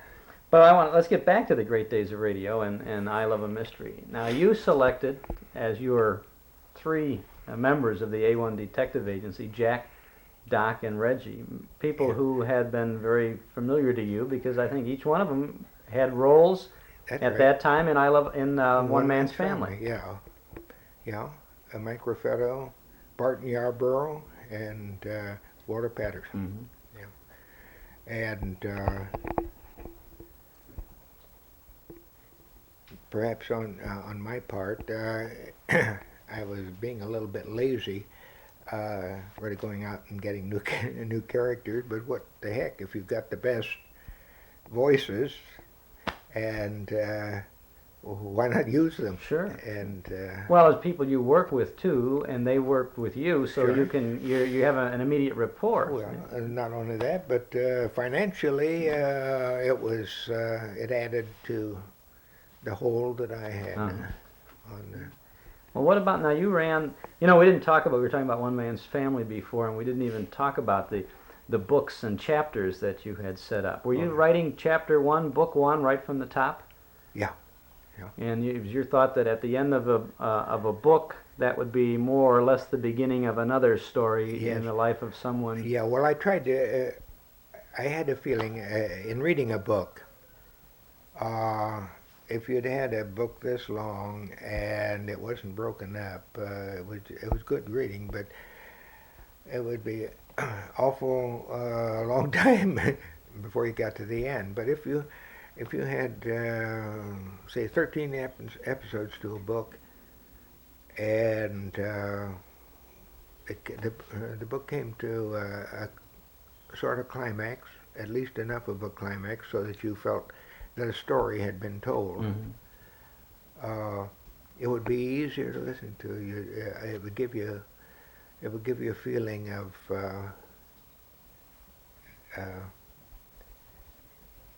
well, it's like building a house. There's so many windows here and so many doors there and so forth, and that all makes sense. And when the house is complete, there are 13 windows.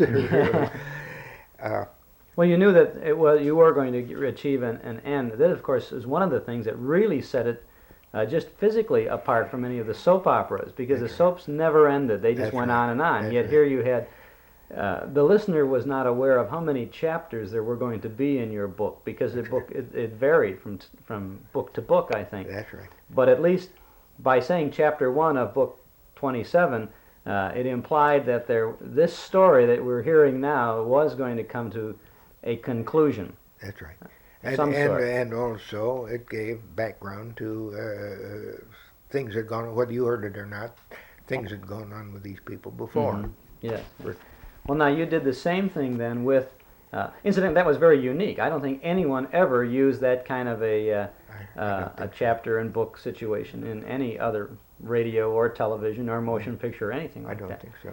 Yeah. But the I Love a Mystery now, we did the same thing. We had the Temple of the Vampires and the Thing That Cried in the Night. Hollywood Cherry, you mentioned that before when we were reading the clipping about the prisoner who he heard the end of that episode of that story. Now he could go to meet his maker. That's right. You had that pretty much the same way too, with maybe only a single chapter or two as a transition. That's right. And then they would jump back and refer to something that had happened before.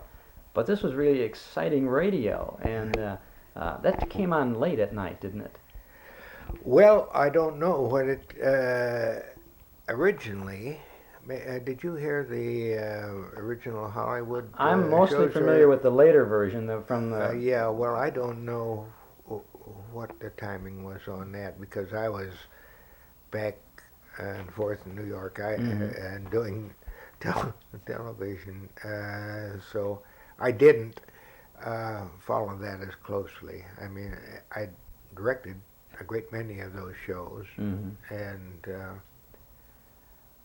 but well, the first series though, from when was it? From 39 through 44. They were on at one time or other on each of the three major networks too. Yeah. It bounced from NBC to the CBS, and I guess it was even Mutual there back in. Well, that was our second Second time was Mutual. I did it for Mutual. What about that? Now here you had a successful series, I Love a Mystery, ran for 4 or 5 years, around 1940, 39 to 44. Then it was off the air for maybe 3 or 4 years, and came back again, basically the same stories. Yeah, they all were the same stories. Well, it was 10 years. It was 10-year difference? I believe. From the beginning of I think the second series, my notes say the second series ran from about 49 to 52. Yeah, well, the first one started in 39. 39, yeah, to so 44. It was 10 years. From the beginning of the first to the beginning of the second. Yeah. Yeah, that's right. Yeah, that's right. Well, I don't think I get your question. No, I was going to say, why did you do it again? Why did you do it a second time? Money. That's a good answer. Sure. They came to you and said, we'd like you to do this again? Yeah, we'll give you $1,000 a week and pay the cash for a rerun. And it was very good for them. I mean, they made. It was easy for you because you. Sure. Apparently, some things had to be Well, updated. what I did was, you see, on NBC for a while we did half-hour shows, quite a few of them, and I broke those all down into 15 minutes. So everything was 15 minutes for them. For Mutual, Yeah. in the second run. Tony Randall was in that, and That's right. Russell Thorson, who was part of the One Man's Family scene, That's and right. Jim Bowles. Was Jim in the One Man's Family cast? He was in the television, The TV. back in New York. He was. And you used Mercedes McCambridge a lot then, very, didn't you? very much, yes. Both out here in Hollywood and in New York, yes. She was always the weeper, the screamer, the Yeah, terrorized young lady. Yeah, she was an amazing girl. She was one of the most diversified actresses.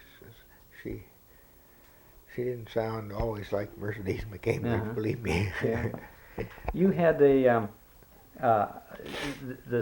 Carlton E. Morse style of writing mystery shows is legendary in the history of radio, especially as it relates to your use of descriptive material in the script for the actors. Yeah. Yes. You used to write all kinds of special information, I guess, for the writer, for the actor to read in order to help him deliver his line. That's right. Now, what kind of a setting was it? What did you? Well, that you was know? it had to. You had to know where the actor was, so that his action fitted into his background, and he had to carry the scenery load along with his characterization, and it had to be in the form of his character that he was doing this. For instance, when I think a wonderful scene on the fear that crept like a cat. They were up in they were on a small boat, and it was wrecked up in Puget Sound, and here they were in the sound, mid-sound, and trying to keep afloat and so forth, and I let Doc his comedy about swimming around in the nude, and he got on to the story of when he and his little girl cousin, Winnie Mae, used to go swimming in the Hog Pond in Texas, and wear gunny sack bathing suits, a pure comedy, and yet he set all the water that was the scene that was necessary, that it was so well in the public's mind that you could go on and carry on the conversation about getting out and who the hell had run him down and all that sort of thing, without having to keep refer to that you were swimming or trying to. Well, it was amazing. See, I think the director and the writer merged together. You had done all the directing, and in your writing, you're giving direction, telling how to to see that. I have to look at your scripts to see some more of that. Sure. And another funny one was the Temple of Vampires. They were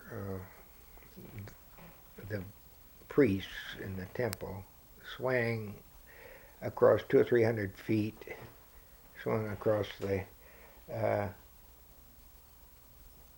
from ledge to ledge. Well, Doc was on one side, one ledge on one side of the temple on a rope, and Jack was on another rope on the other ledge. Without knowing that the other was coming, they swang together, and the rope twisted up, and here they were, 50 feet from the ground, 75 feet to where the ropes were tied, and here they were just hanging there, and they had to climb up these ropes, and puffing and so forth, to the point where Barton Yarborough almost fainted. We had to Well, it was at a rehearsal, and we had to stop and let him get his breath back. You see, now something like that could never have been done on television. No. You know, that's the beauty of the imagination Yeah, being involved in it. You know, and here the actors obviously got caught up in this thing. That's right. I'm sure the actors looked at anything that they did for you as much more than just a job. I know it was, you know, like the family. I mean, these people really, they took on the characters. They those old days, you had time not only to be thoroughly rehearsed, but you had time to be sociable. So everybody, it was kind of fun to come down to the studio because you're gonna like going to the club and playing golf or someplace else. So these are things that very few people in their business life can do. So the making of good money and a happy relationship is out of this world. You can't buy that. Well, you made some good friends with the radio audience over the years too. They really enjoyed your material. Now you did other things too besides One Man's Family and I Love a Mystery. Now you had a series with Barry Fitzgerald for a His while. Honor the Barber, yeah. That unfortunately only lasted about 9 months because the Irish were, I don't know, to this day, what he was or where he was in the situation in Ireland, but I do know that the Irish came down in Boston and threw rocks at the radio station. Really? And scared the hell out of the sponsor, and so. Well, Barry Fitzgerald played a barber, and he was a judge or something, Yeah. wasn't he? A small town barber, and here's the barber coming in there again. It's very interesting. Yeah, but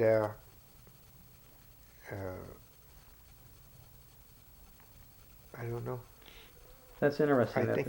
I think it was excellent. I hope this is going to be edited. It's all right, don't worry. No, Oh, it was a good series. Yeah. Now, you wrote a series for Mercedes McCambridge, too, didn't you? Yes, called Family Skeleton. Family Skeleton. Now, what was that about? Was that a mystery? It was it was in a hometown setting up in the northwest, west someplace, and it was a kind of a spy story. Mm-hmm. There was a big airplane factory near the place, and supposedly the Russians were either trying to get information or blow up the factory or something like that. And Mercedes was a small town teacher in a school, and her father had been a district attorney at one time. He was kind of a person of importance. Well, a stranger came into town, and she fell in love with him. And suddenly, he had to get out of town. And knowing the background of this thing, was he a spy or was he something else? But anyway, he took her along, eloped with her, and that was the beginning of her trouble.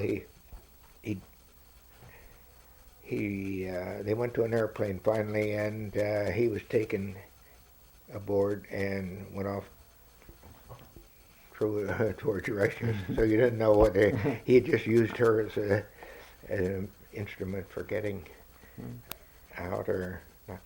it was a long, involved story. But Well, most of the things that you did were long and involved, but they were done in such a way that the listener could clearly catch on, and even listening, picking up in one man's family. If you hadn't been around for 6 books, for example, you could pick up, and I mean, you'd have a question sometimes that it would refer to something that happened, but the stories were so interesting and entertaining and exciting, especially in the case of I Love a Mystery, that it was all there in itself. And you did I Love Adventure too, didn't you? yeah, well, I was going to. I did also a series, a syndicate series called Mysteries by Morse, and that was 52 half-hour show, and they all. Was that Captain Friday? Is there a story about Captain Friday? Yeah. In there? I've heard something of that. Yeah. Yeah, that was the series, and then the Adventures. I Love Adventure. I was going to do. I did that for. I think I did 13 of them for ABC, using Jack Dawkins. It was after the I Love Mysteries were all. After the second round of it. Yeah. Did you have another version? We're broadcasting for listeners in Chicago. Didn't you have another version of a kind of a family story that was set on the North Shore in Chicago? Up in the Wilmette, Winnetka area? Was it maybe was that The Woman in My House? Woman in My House, right. Yeah, that was pure tragedy as far as I was concerned.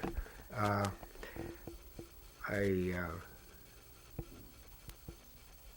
don't remember. I think this was while I was still doing the television shows, and an agency came to me and said, "Well, couldn't we do One Man's Family from the beginning, with different names and a different locale and so forth?" And I said, "Well, I don't see anything. Why not?" And but I said that's going to mean that I'm going to have to get another writer and director to help me. Between the writer and director, and I was so busy in New York, so they didn't follow the One Man's Family story, although the show went on for 7 years. The Woman went on for 7 years. Yeah, and paid good money, and I just hated it. I couldn't bear to listen to it. I have never heard one of those shows. Well, you'd miss nothing. Well, people who didn't grow up with One Man's Family or with I Love a Mystery or most of the good stuff that Carlton E. Morse created missed something too. Yeah, well, thank I you. would really say. And we wouldn't have missed this chance to come visit you in your home here, high above California, I guess. Well, I hope I've given you what you wanted. You've given us a chance to meet you, which is exactly what we want. And I want to thank you very much for all of the good, imaginative radio you've provided me. We've traveled to sunny California, and sooner or later you're going to hear the surf in the background, and that's the Pacific Ocean. We're visiting with Howard Duff. Howard, where exactly are we? Well, let me see, Jack. We're about 15 minutes north of the Malibu colony, the famous Malibu colony. Actually, this area around here is called Trancas. It's part of Malibu. Trancas. I I made a turn off of was that Pacific Coast Highway? Pacific Coast Highway. Trancas Market. Yeah, about the Trancas Market. And you came up Broad Beach Road, and you're now on Sea Level Drive on the ocean. And we're almost in a tree house here, I think. Yeah, it's a little, it's a little beach chalet. It's beautiful. You notice the oars up there. We call this the oar house. The oar house? You have been here for how long now? on the beach? Well, let's see. I've always been I've been a beach man for many years. I lived in the Malibu colony for about 3 years, a long time ago, and then I rented houses out here, and we've been in this one now for about 2 years. We'd like to go back. Unfortunately, we're going to have to leave it soon because I'm going out on a tour with a new play that Norman Carl just wrote. What is the play? I don't know whether he just wrote it, but I mean, we're going to do it. It's a new play about Hamilton, Jefferson, and Burr, called Together Tonight. What is the title of it, honey? Together Tonight, strangely enough, but it's about these three gentlemen, and John Anderson, a very fine actor, is playing kind of the interlocutor. Monty Markham is playing Burr, and Dana Andrews is playing Jefferson. So I'm playing Hamilton. Hamilton. Yeah. I'm playing Hamilton. Monty's. When do you leave on this? When does it start? Principal antagonist. We're going to start rehearsal. Let me see. I think the 15th of September, and I guess 3 weeks thereafter, we will be someplace opening, possibly my hometown of Seattle. You expect to get to Broadway with this? That's the idea. Yeah, we're going to play in Washington, the big new theater there. Is this a product of the bicentennial? Well, I don't. It isn't a product of it, but I'm sure that the idea was to capitalize on the bicentennial to a great degree. It'll be done in costume, kind of a town hall presentation, but it'll be done in costume, like they were addressing a contemporary audience, you know. And I think it's pretty kind of interesting. May have a chance. We'll have to see it. I hope it gets to Chicago. Oh, it will. It's going to go all over the country. Good. Yeah. Good. Let's go all over the career of Howard Duff for a little all while. Over? All over. I don't know if you got enough time. We've got lots of tape. Okay. Where did it start? You mean as an actor? As an actor. Well, I started in drama school, I suppose.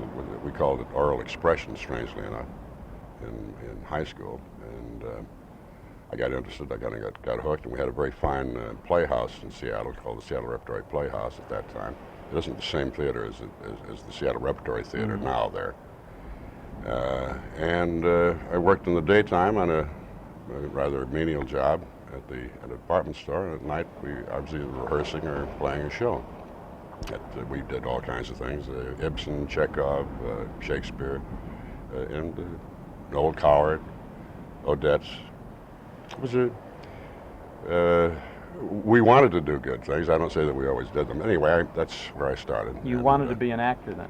I decided that I wanted to after I got involved in these things, and then I finally got into radio as a radio announcer. And, in Seattle? In Seattle. And I did news, I did everything. And I finally gravitated down to San Francisco, where I picked up a couple of jobs down there as a newscaster and whatnot, and kind of an extra announcer at one of the stations up there. And then I latched onto a kid serial called The Phantom Pilot, of all things. This is before World War II. Remember, you started this. I saw it. We haven't even gotten to World War II yet. Anyway, I did this kid show for about 2 years, I suppose, and that went out, and then I did freelance work until World War II came along, and I went in the Army, and I was in the Army for about 5 years. And I started out in the infantry, but eventually I got into, I'll skip a lot of the other stuff, I got into the Armed Forces Radio Service, which is now the Armed Forces Radio and Television Service, a branch of the Army. Your branch voice, of the Army and Navy. Your voice crops up on literally hundreds of Armed Forces Radio rebroadcasts as a collector of the old shows. Oh, really? I have a lot from Armed Forces. Yeah. And I did a lot of the announcing on some of them. You would just say this is the Armed Forces Radio Network, maybe that, but it's unmistakable. That's your voice there. Yeah. Did you get involved in?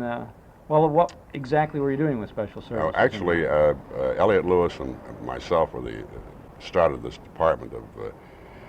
I can't remember what we used to call it now, but what it consisted of. We took all the best commercial shows off the air, and then we had to take all the commercials out in certain editing references and then reassemble them. And, You started this operation? Elliot and I did, yeah. Elliot Lewis. And How did he was the head of the department, actually. Well, how did that come about? I mean, Well, then, whose idea was it to rebroadcast it? A civilian was doing it before, a fellow named Don Sharp, whom, strangely enough, I later became involved with in a show that I did with my wife, Ida Lupino, in 1958 and 59. But he'd started it himself, and then we took it over, Elliot and I, and then the department, of course, became enlarged. And anyway, that's what I did, and then I went over to Saipan as a correspondent for the Armed Forces Radio Service. I was there when the war ended, and eventually got back here and out of the service and into Sam Spade. Just that easy? It wasn't that easy, no. How did you get into Sam Spade? Were you doing freelance acting? I was a freelance actor, and I'd worked with Bill Spear, who did Suspense, as you probably remember, and they were auditioning for this new show. They thought kind of a Bogart type, and I guess I was the one that they thought sounded more like what they wanted. So did you feel that you were a Bogart type? No, I didn't. You didn't Eventually, I did what I wanted to, my own stuff, and it got into a very pleasant 4 or 5 years. Yeah, it was a long time running. Yeah. Did you get all the Wildwood cream oil you could? all I could put on my head. Yeah. The show it plays so easy, so casually, and as I said, I have a number of the tapes, and it seems as though there was a heck of a lot of ad-libbing. Yeah, I did a little. Really easy. I did a little. Well, we had a group of people that had worked together often, and we had kind of a stock company.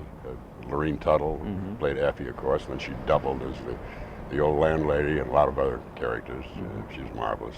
We had all the top people in the business: Johnny McIntyre, Jeanette Nolan, Ted Reed. To name a few. Did this come out of? This came out of Hollywood. Hollywood, yeah. The whole time. Yeah. Now The Spade was set in San Francisco. Everybody used to think we were in San Francisco, but like One Man's Family. They yeah. talked about that coming out of San Francisco. But actually, it was here. Yeah. Right. You. At one time, One Man's Family did come from San Francisco. The very beginning of Yeah. it. Right. You were introduced on the screen in the film Brute Force as Radio Sam Spade. Radio Sam Spade, yeah. Right up in the credits. That sort of annoyed me at the time because I just, I didn't feel that should be, I thought they should just let me come on as Howard Duff and let it go at that. But as I look back on it, why knock it? What the heck? That was it. If it'll bring a few more people into the box office, great. That was a good motion picture debut. Was that indeed the first time That's you the first appeared? time I was ever in the, well, I did a training film for the Army, but that, you can't count that. I played a soldier or something in the, for Capra's unit, Frank Capra's unit, which is right next to us in the Armed Forces Radio Service, in the old Fox lot. But that was all out here then, wasn't it? That was out here, the Armed Forces Radio Service, yeah. But then we had stations all over the world, and I ended up on Saipan when the war. Or did I say that before? Yeah, I can't remember. Yeah, Saipan. Well, that's where I was when the war stopped. We're going to bounce around a little bit. When you were with Armed Forces Radio, did you have anything to do with the big variety shows that were produced primarily for Armed Forces? No, that was another department. That was some other area. Most of those were done by fellows who had been producing shows, like the big variety shows at the time, Bob Welch, people like that, and the high-price writers, Jack Benny's writers, Bill Morrow, and we had all the greatest talent, to draw from in the whole world, right here. By doing what you did, editing those shows and putting them on disc for play around the world, you actually contributed to the saving of thousands and thousands of radio shows. I did? Because you see, the networks never preserve the radio shows. I mean, know. they were all done live. Nobody bothered to record All them that or anything. acetate was They just, destroyed. Right, they went out. And AFRS put these things, you edited out the commercials and you put them on the discs, and then the discs were shipped all over the world. Sure. Long after the war, long after radio really had kind of moved out of the picture as it was, as we knew it in those 30s and 40s, some of these discs were found by GIs who grew up listening to those shows, and they made tapes of them and sent them back home. And if it wouldn't have been for, that's probably the best thing that ever came out of World War II, was the fact that those old radio shows Yeah, I were wasn't preserved. really aware of that. I was wondering where, somebody said, gee, I heard one of your old shows on the air. And I said, well, I don't know where anybody would get a hold of a recording, because I asked CBS at one time, if they had it. No, they destroyed them all. Because I don't even have one lousy acetate from all those 5 years. I'll send you a tape. Thank you. If you'd like. I I'd be happy appreciate it. to Yeah, send you somebody did send me a tape. Excuse me. A little while ago, but isn't it strange that after all those shows I made, I haven't one acetate to show for it? Well, there's lots of people who remember those, though. And so I just wanted to make the point about the discs that were well, that saved, is interesting. that really made it. Because the networks didn't have any interest in preserving them. So, No, and then the as Armed Forces Radio Service did. Right. As TV came in on the scene, the networks were they needed space for all the bulky equipment. They would have a room with a lot of discs, maybe, to get rid of those things. We need that sort of business. Right. And in the military, who would ever authorize the destruction of discs? The army, they don't destroy anything, right? wouldn't destroy anything. Yeah. So they kept it. Well, all right, let's bounce ahead to Brute Force. You worked with a fantastic group of pros in that picture. Yeah. And you held your own with it. You play a character by the name of Soldier? I got by with it. Yeah, Soldier. Yeah. Yeah, That's good. That's very good. They were a pretty good bunch of guys. Yeah, pretty. Burt Lancaster was probably his. No, it wasn't his first starring picture. His first starring picture was Killers. Burt always started at the top. You know, he never did anything supporting, and it was my first picture. What happened after that first appearance? Charlie Bickford was in it. There's Hume Cronin? amazing. Hume Cronin was the heavy captain of the guard, or whatever it was. And Bud Bonin, Roman Bonin, was the warden, kind of weak warden. And let me see, Sam Levine was in it. It just goes on and on, a whole bunch of people. Anyway, it was a very good way to start. And Yvonne DiCarlo was my girl. Some of the girls in there were. Ann Blythe, Ella Raines, you remember her, and somebody else who I can't remember. Whit Bissell was in it. You remember? You know who Whit is? Yeah. Anyway, it was a great way to start. Mark Hellinger was the producer, and he was a marvelous guy. And I was under contract actually to him. And the next picture I did was his kind of ode to New York, Naked City, which was a pretty good picture. Yeah. And then Mark died, and my contract went over to Universal, where I made a series of rather undistinguished pictures. It's the old Universal, huh? The late 40s Universal. Yeah, the late 40s and early 50s. They were trying to change their image from the real B, almost C movie image and the monster stuff from the early 30s to they wanted to upgrade, but it took a while for them to do it. Now they only made about, at that time, they only made about maybe 2 or 3, which I would consider important pictures a year. And the rest of them were more or less, let's put it in this, they just didn't want to spend too much money on them, and they didn't.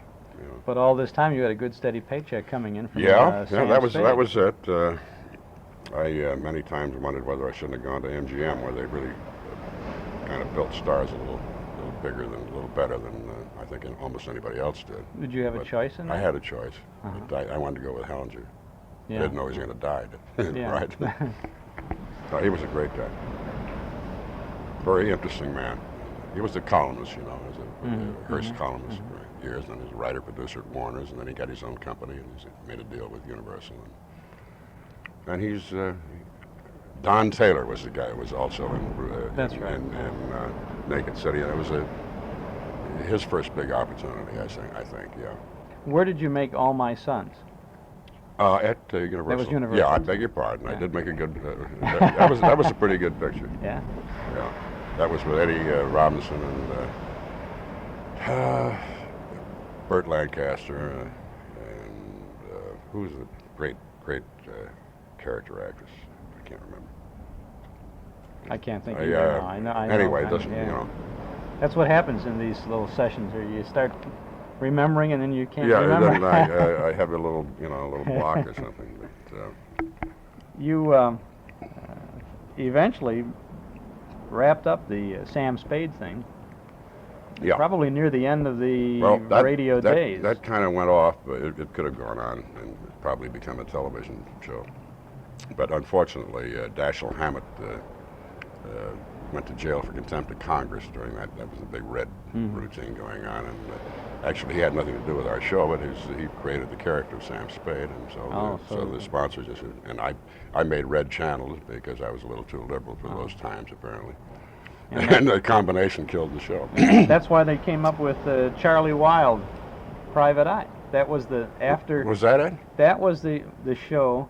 See, I can't figure out why. Now you're saying why. So that fills in a void in my research too. Why I didn't do it? You mean? Why they changed it from Sam Spade, which was a popular character, to Charlie Wilde. Who did the that? Sponsor. I don't even know who the actor Charlie was, Wilde. but it was 'Cause Wild Root. Primo. Yeah, Oh, you know, boy. Charlie. I wasn't even aware of that. Isn't that amazing? Yeah. Well, see, they needed to. They probably had to. No, that was a time of great insecurity for the networks and the sponsors. Anybody who had any kind of a vaguely liberal tinge was verboten. Did that being in red channels, which was the publication? Oh yeah, I'm sure that hurt was the you reason. a lot Oh yes, in yes. other I couldn't areas? get on the air for about 2 years, Uh-huh. and the only way I got back on is I just did all any shows they threw at me. That's what my agent said. Look, the only way you're going to get back on is just to keep getting on a sponsored show, and eventually, of course, since I was really not guilty of anything, Yeah, loosen up and they finally had to go back to the talent, I think. I wasn't even a good liberal. I was just a kind of a half, as we say, liberal. Well, when did you first get involved with television? Because you had no problem with the. Well, by the time we got around to 57 or so, things had cooled down, so I could work. But it was still nip and tuck that I was going to get on the air for Mr. Adams and Eve, which we did for 2 years.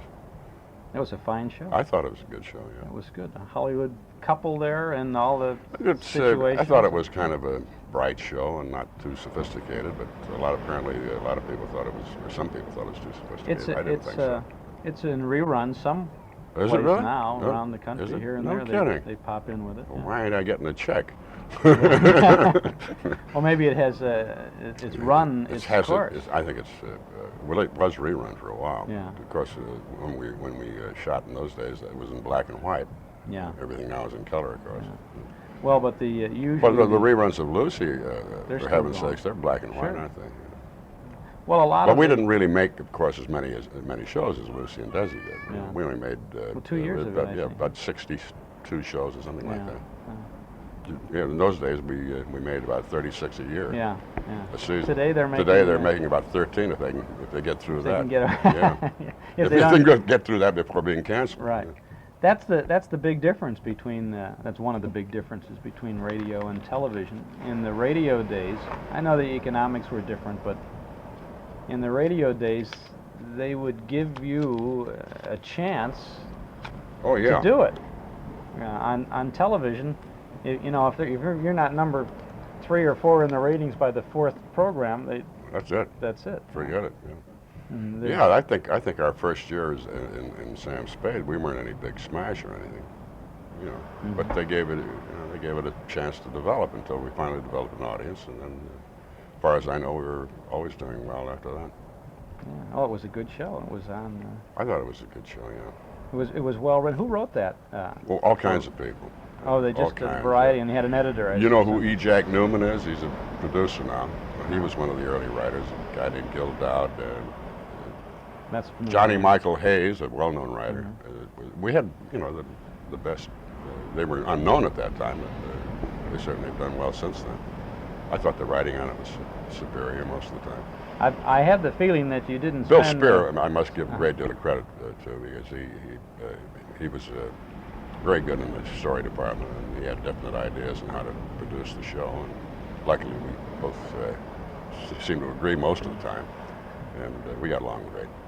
You probably didn't spend 3 or 4 days rehearsing one of those scripts. No, far from it. No, we'd get on there, as I remember, about 11:30 on a Sunday morning, and read it around the table, and we'd spend about half an hour, Bill and I, rewriting, cutting, and then we'd put it on the mic and go to lunch, come back and dress it and put it on the air. Then at one time we had to do 2 shows, one for the East and one for the West Coast here. And then, of course, when they found out that recording wasn't a dirty name, Well, Bing we Crosby could got have that. that. I guess Bing was responsible for that. Yeah. Then once we did one show and that was it. They just do the recording for the West Coast. Yeah. Poor West Coast. They always get They always they always get get the second best. Yeah. There's some wild stories that people have told about the second shows, where they'd break for dinner or something like that, and then invariably one of the important characters on the Get show a little would have sloshed. a couple more Yeah. martinis than he Well, that should was a have. terrible thing about doing 2 shows. You couldn't you really relax and enjoy yourself, because if you did, you might foul up the show. And so we did all that after the second show. Did you?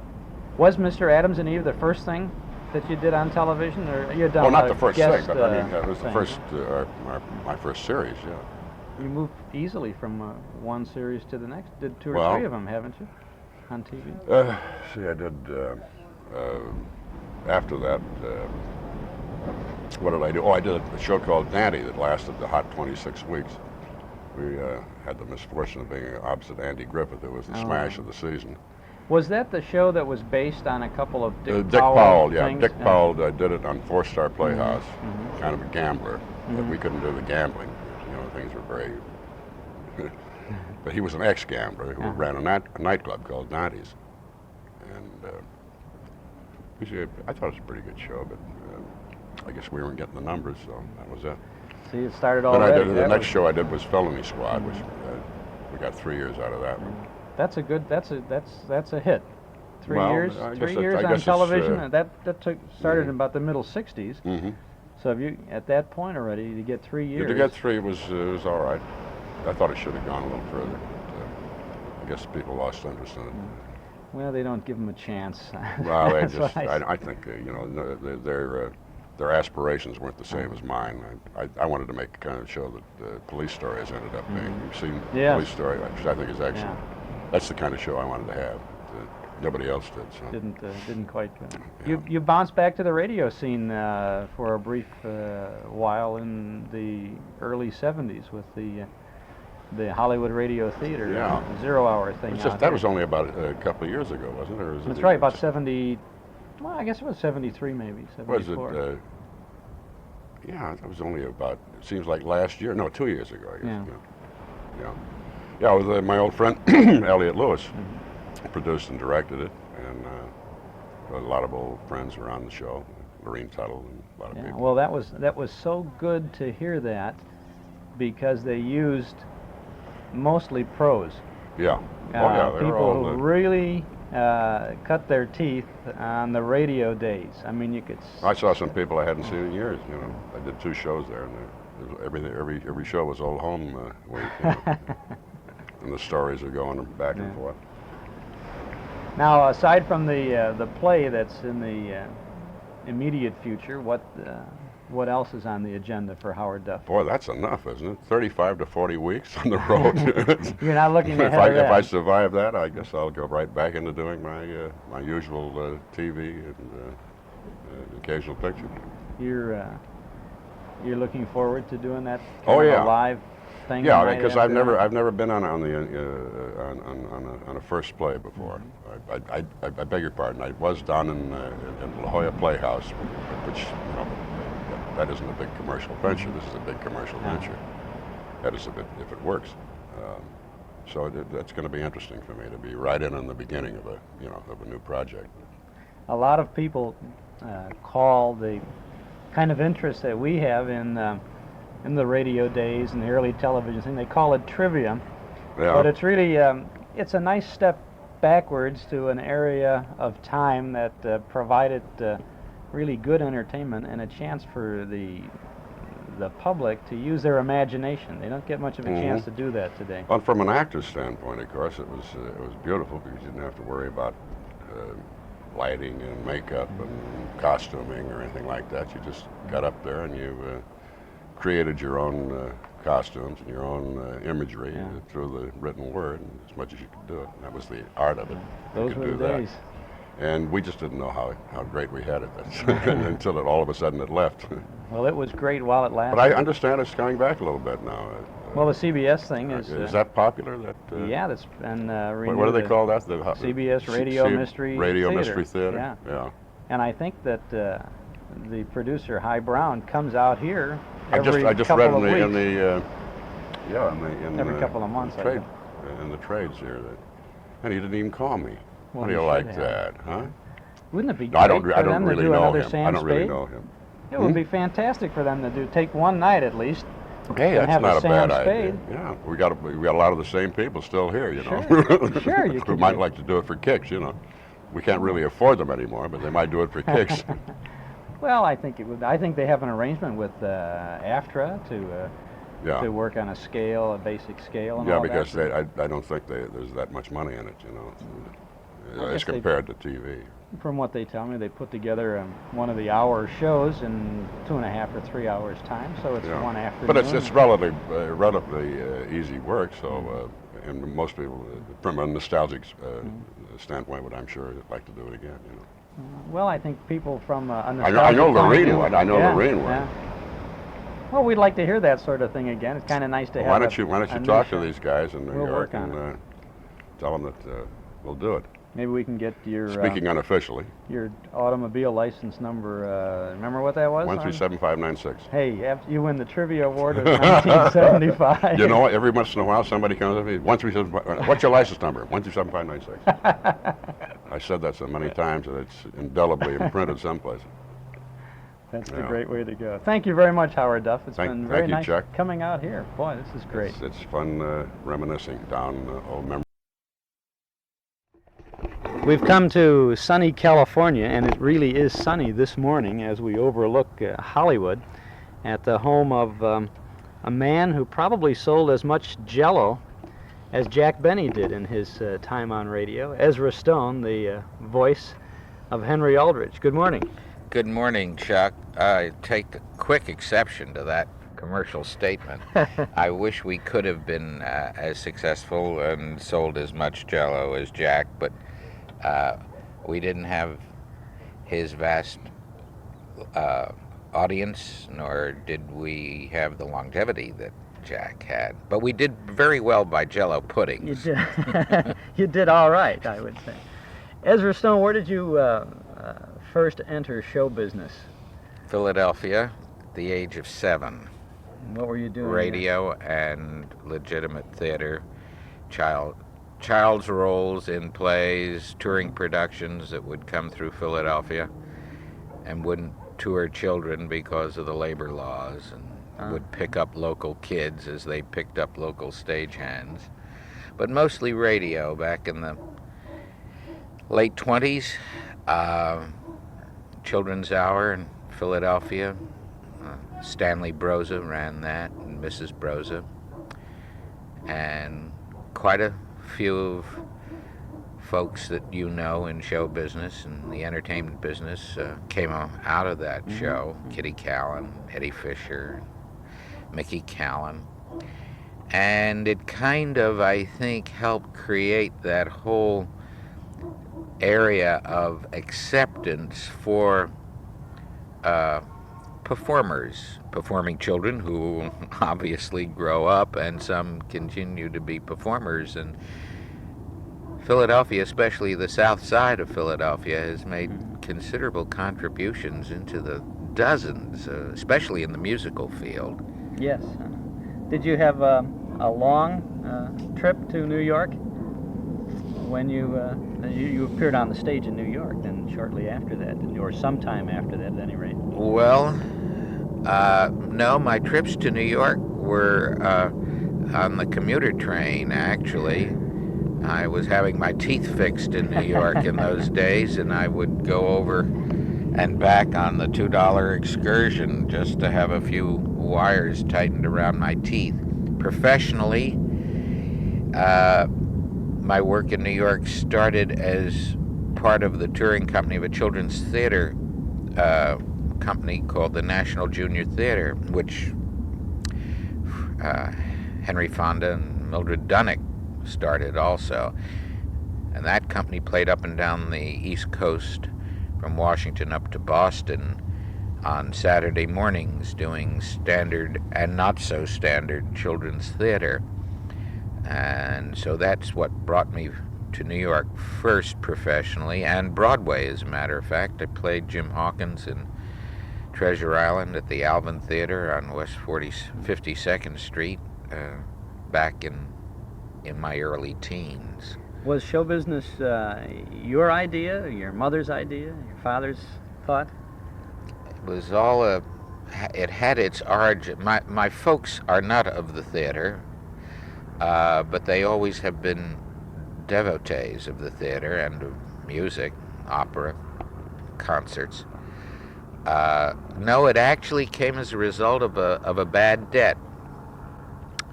An old actor, friend of the family's in Philadelphia, was having hard times and had borrowed some money from my father, and my father didn't want him to feel obliged to pay it back, and he very cavalierly said one afternoon, I believe, "I'll take it out and trade, teach my son how to speak." I had developed a lisp, which I still have. I have great difficulty and approach very carefully any word with more than one L in it. And Mr. Maurice Sloan was his name. Very colorful actor, and was director of the drama group at the Y that I used to attend.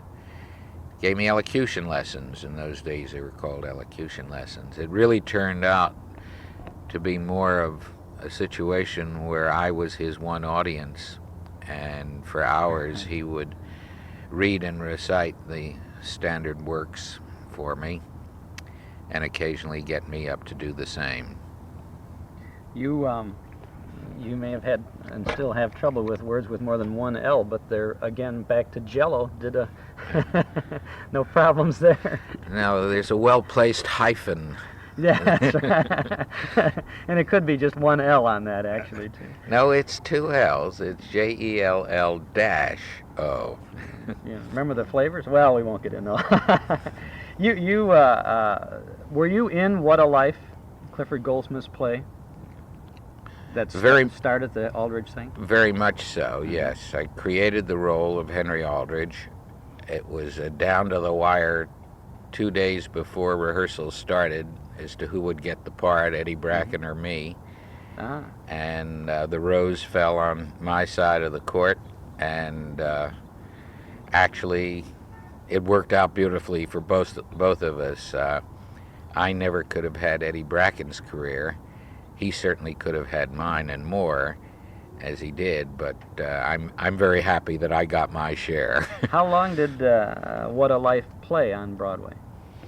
Over 800 performances, about 3 seasons, and about half of that we ran cooperatively. Mr. Abbott gave the rights to the play, to the cast, and I was instrumental in organizing the cast into a cooperative, and we ran at that pace, doing lots of in-school promotion. The radio show was just catching on. It seemed to be a good bet to continue the run of the play, and yet it never could gross enough to make it profitable for Mr. Abbott.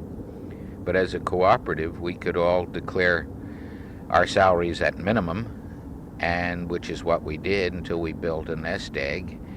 And any week that the take did not exceed what would have been our normal contracted salaries with Mr. Abbott, we automatically went on minimum for the following week.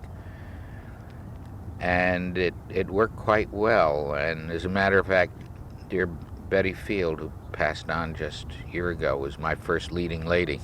Oh. First and only. When Betty left the company of What a Life to come here to California to do Of Mice and Men, which I think she received an Oscar nomination, if not the award, her share of our nest egg at that time, as I recall very vividly, because I thought it was a stupendous sum of $700 that she took in cash when she left the cooperative venture of What a Life. This was in the late 30s now, wasn't it? It was 38. Yeah. Was this an unusual thing, this cooperative thing? I've never heard of it since. It may have happened before. Why did Mr. Abbott decide to do that? Because he wasn't making any money with it? Right, and it would have been unprofitable for him to try. He just couldn't. He would have had to shut the doors and close the company down. No, Mr. Abbott always has been a tremendous enthusiast for youth in the theater, and always seemed to reach out and use and cast young people as opposed to established stars. Some people cynically say because he didn't have to pay them as much. But having been on Mr. Abbott's staff, I kind of, over the years in hindsight, realized that it was much more than that. He had a fine appreciation of young talent and received an inward joy from helping. And here he saw a company of young people who were ready to pick up a production and promote it and bear the risk of it within their limited means. And it meant that certain members of his staff would be on salary too, to the production, minimum salary, so to speak. It gave him at that time, that summer of '39, 3 productions running on Broadway during the World's Fair in New York. And it all came together quite well for him. Was this a common knowledge that it was that kind of a production then, a cooperative thing? I mean, did everybody up and down Broadway know that, or did they care, or was it supposed to be a secret, or what was the scene on that? No secret at all. It was the basis of our publicity thrust. It was the basis of our entreaty to Mr. Lee Schubert to give us reduced rent. It was the basis for getting bank loans and all kinds of things. Did members of the cast actually try to negotiate those bank loans and a better rate at the theater and all of that sort of thing, or was it still being handled by Abbott? No, I undertook for the company the responsibility of leadership in that direction. I was playing the lead. I was very interested at the time in the production phases of my craft. I was on Mr. Abbott's production staff, a junior member, albeit, of his production staff. And I just was that cocky a kid. I wouldn't have the guts to do it now, but... I think you might be wrong on that. How old were you at that time? Well, I'm a teenager. I was a teenager. I'm a terrible mathematician. It's all in the books if you want to figure it out. I don't hide anything. Well, no, but I'm just wondering. As a teenager, you were taking on this responsibility. It must have been a fantastic training ground for you, and they give you great experience. It was. It was indeed. You said that at this time the radio started up. The first appearance of the Aldridge family, as they were called on radio, was with, wasn't that with Rudy Valley? Correct. Now, how did that come about? Mr. Valley at the time had a show policy, whether it was his or his producers, I'll never know. I tend to think it was Rudy's because he is that kind of a gentleman and showman. Had a policy of doing, incidentally, Rudy lives just over the hill, up here in Hollywood Hills. He had a policy on his old variety show of doing scenes or numbers from current hits on Broadway, and giving both the production and the artists a tremendous personal and full presentation with great dignity, and you just weren't an anonymous individual on the Rudy Valley show, even though you might in fact be an anonymous individual. And so came our turn. What a Life got its turn on the Fleischmann's Yeast Hour to do a scene from the play with all the wonderful build-up that Rudy, as a master of ceremonies and a devotee of the theater even then, would provide for the production and the artists involved. And I'll tell you, it was quite a kick. I'll never forget to hear the billboard of that show when I went on, and Graham McNamee's voice running down that list of stars for the Rudy Valley Hour that night, and ending up with Ezra Stone. And that was, in fact, the first time my name went in lights, not literally, but figuratively. There seemed to be a superb reaction to that one scene. It was an 8-minute scene from the play. And the J. Walter Thompson people, who were they were the agency producing the show at the time, asked Clifford Goldsmith if he would write a special sketch for a subsequent Rudy Valley Hour, and he did. Very hesitantly, he felt that he had written all he knew about that boy in the 3-act play. We actually did 3 appearances on the Valley program through that summer period, and then the bidding started between Standard Brands, which was Fleischmann's Yeast, and General Foods, between J. Walter Thompson and Young and Rubicam, and Kate Smith won General Foods and Young and Rubicam, and we were on her show as a regular 8-minute spot along with Abbott and Costello for 39 weeks. Now, this was a half-hour show. Valley was an hour, wasn't it? Valley was an hour. Kate Smith was an hour. Oh, she was we too. were still an 8-minute spot for the first 42 times at bat on a variety show. And our first half hour came as a summer replacement for Jack Benny, also for Young and Rubicam, General Foods. And I remember Jack flew me out. I was vacationing with a high school buddy of mine and flew me out here to Hollywood on very short notice to guest on his last program of the winter season and give me a kind of pitch and welcome to his time slot for the summer replacement. And I remember sitting at the table down here at Sunset and Vine for the first rehearsal of the Jack Benny show, and what a high moment that was in my life, having been a fan until his dying day and forever a devoted fan and I'm happy to say friend of Jack's. And watching him handle that show and construct with his genius of elegance and wit, turning it over to me. I remember his one line, "But be sure you give it back come fall." Came fall, of course, Mr. Benny got his time back, and we were very fortunate to start on our own time, and that went on for 15 years. Boy, that was a long, long time, and a great run on radio.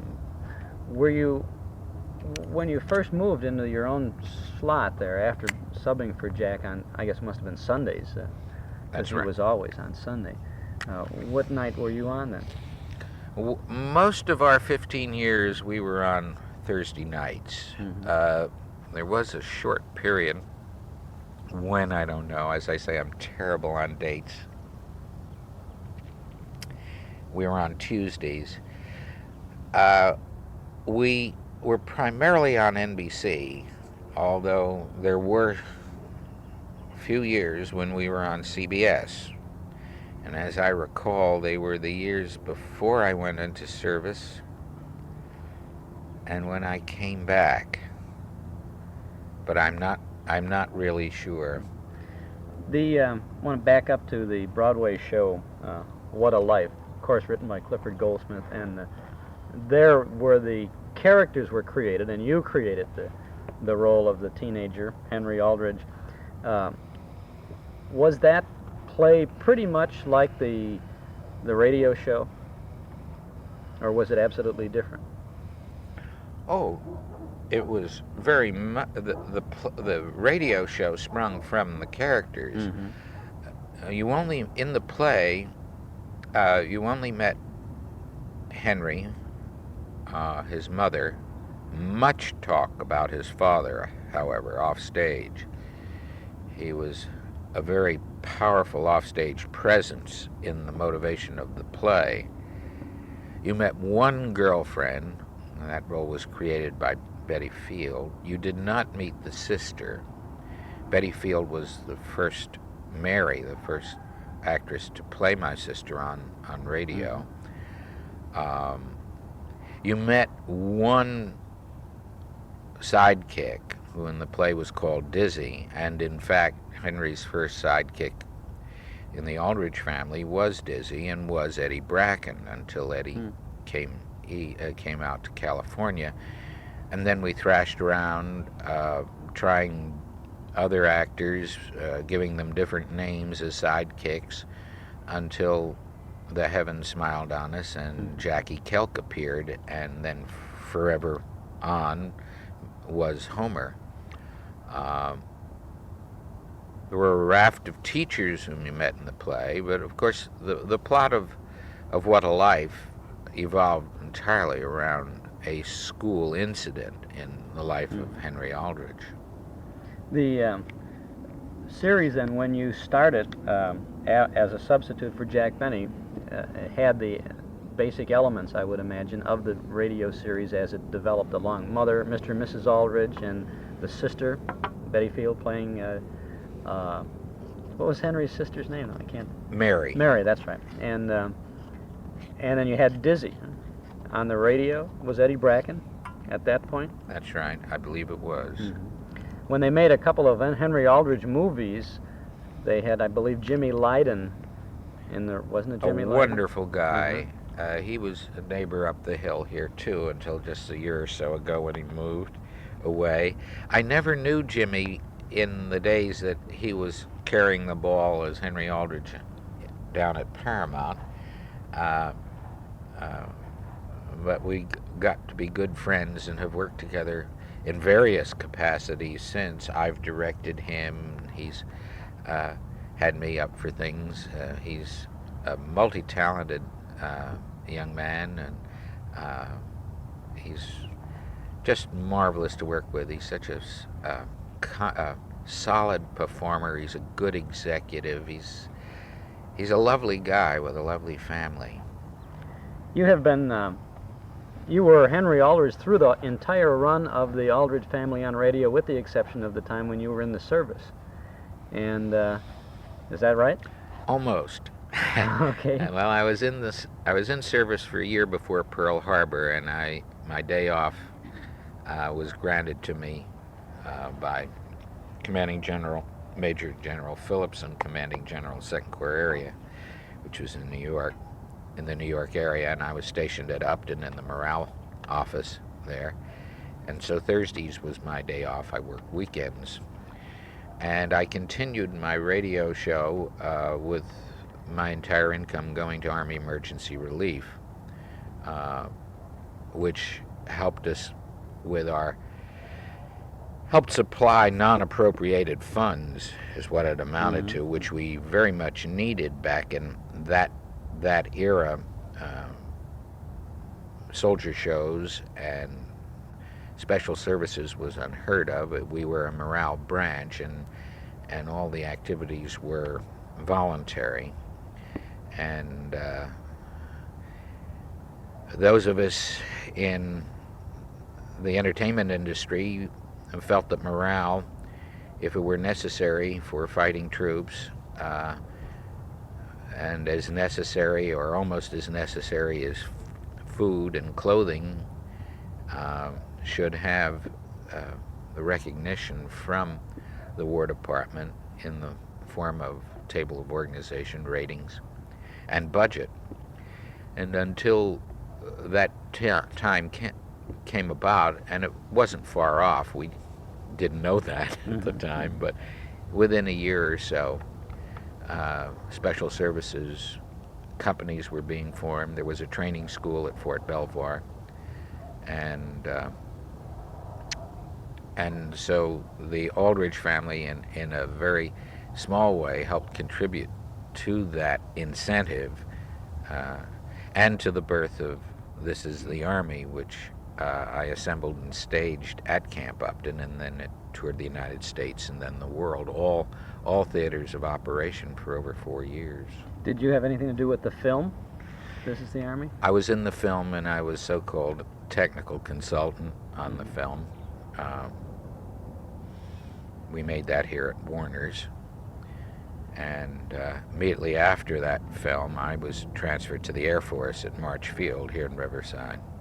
So much I want to ask you about your military service. How did you find yourself in the service before the war broke out? I mean, I understand a lot of people would volunteer immediately after Pearl Harbor, but here is a successful actor on radio. What?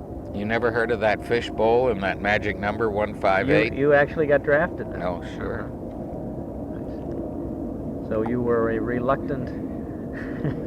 I wasn't reluctant, but I wasn't rushing the process. How did This Is the Army develop? Was that when finally the government, the Office of War, or the War Department decided this is now, we must have this morale show, this kind of thing? I think it was a convergence, a timeliness of the needs and intents of several people and several groups of people. By the time This Is the Army was underway and in a firm planning process, I had then been transferred to Special Services Office for Second Corps Area on Governor's Island, and later moved to 90 Church Street in New York.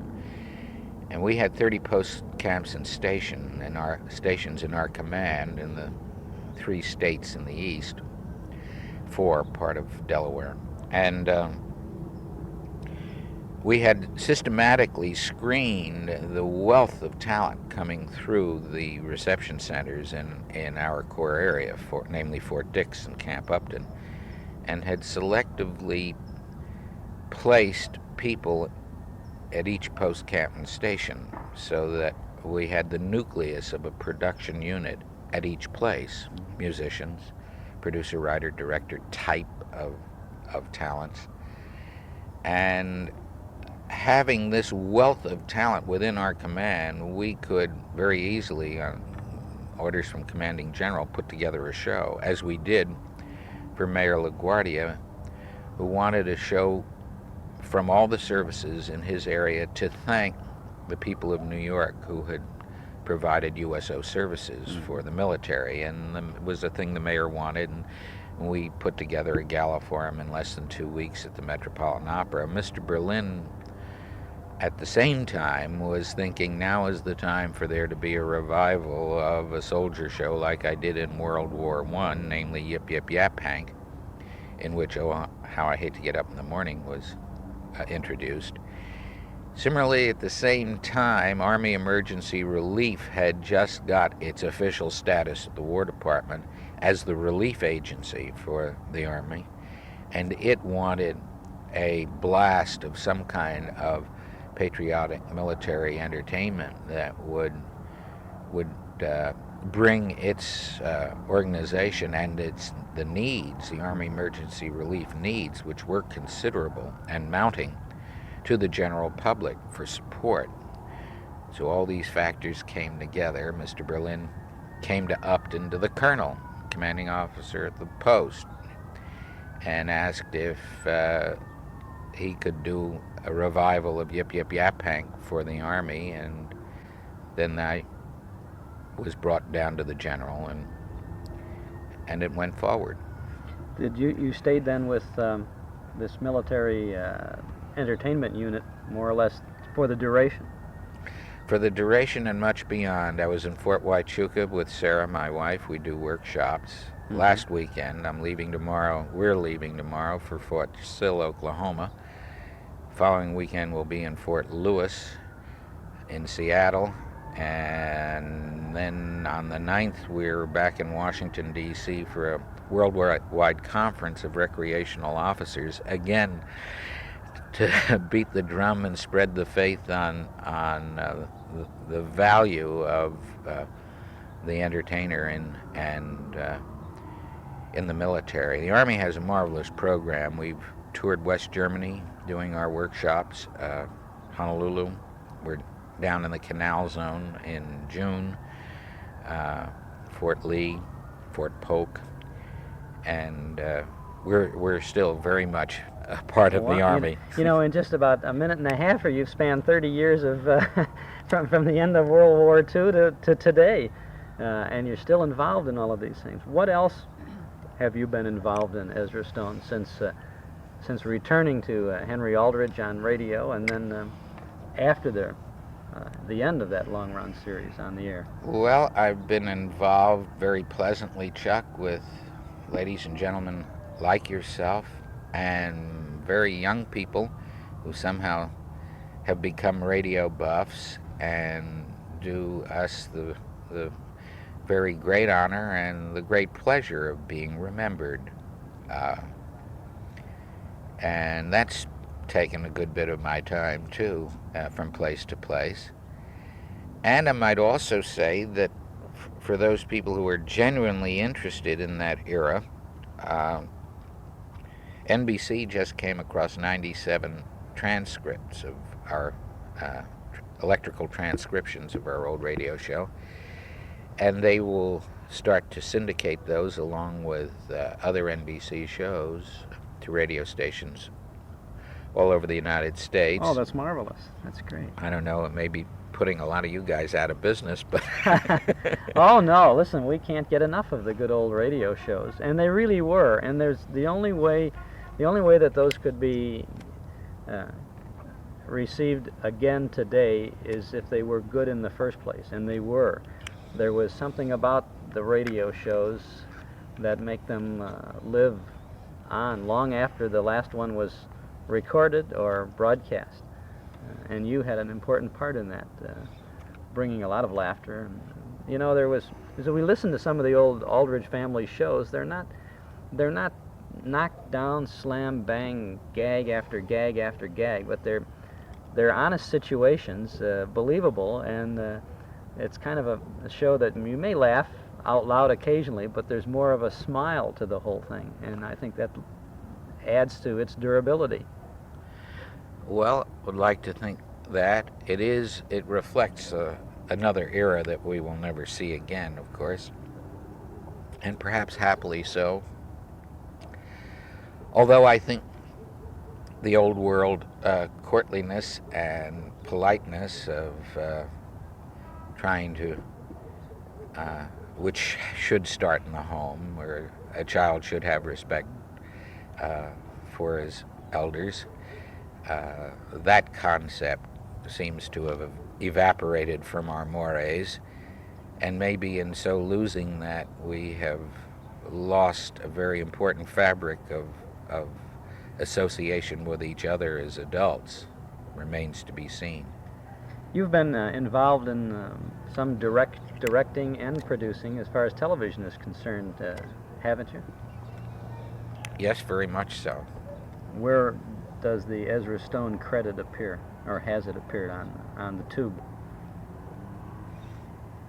on almost any morning rerun right now. Oh, it's a very long list.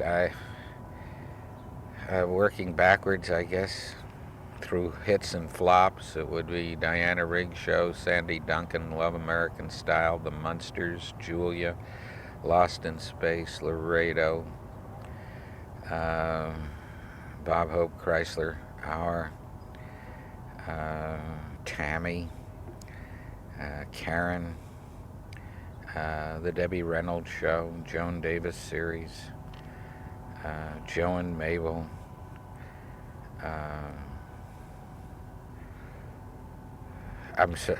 please don't eat the daisies. Petticoat Junction, Pistols and Petticoats. It's a long line of a very similar fare. Well, you've been really involved in show business your entire life, then, from a very young man to a man now who sits at the top of Hollywood looking out, and as we do here, over the whole city, and still involved in bringing good things to lots of people. I haven't been in this house in over a month, and then it was just overnight on my way to San Francisco to repack my bags. And prior to that, I hadn't been in the house until I got back from Honolulu, and that was for 2 days. I'll be in the house 3 days this week and 3.5 next week, and then I'm off for a month again. The man on the go. I appreciate very much this chance to chat with you, and I would be remiss in my duty to the listeners if I didn't ask if you could just give us that reply in the good old voice that you used to use when your mother called Henry Aldridge. Coming, Chuck.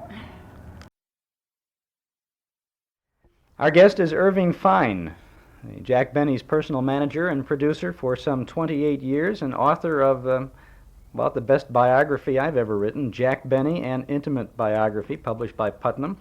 Irving Fein, I guess you were more than his personal manager. You were more like a friend to Jack Benny, weren't you? Well, I was a friend, and I wasn't his personal manager for 28 years. You know, I was with him for 28 years in various capacities. I started off as director of advertising and publicity for a company he had. And then I ended up as, we formed our own company many years later, and I became president of that company, J&M Productions, and we produced other television programs as well as the Jack Benny program. And I became executive producer of our weekly television programs. And then the last 10 years of his life, I became his, when we finished that weekly program, I became executive producer of his specials.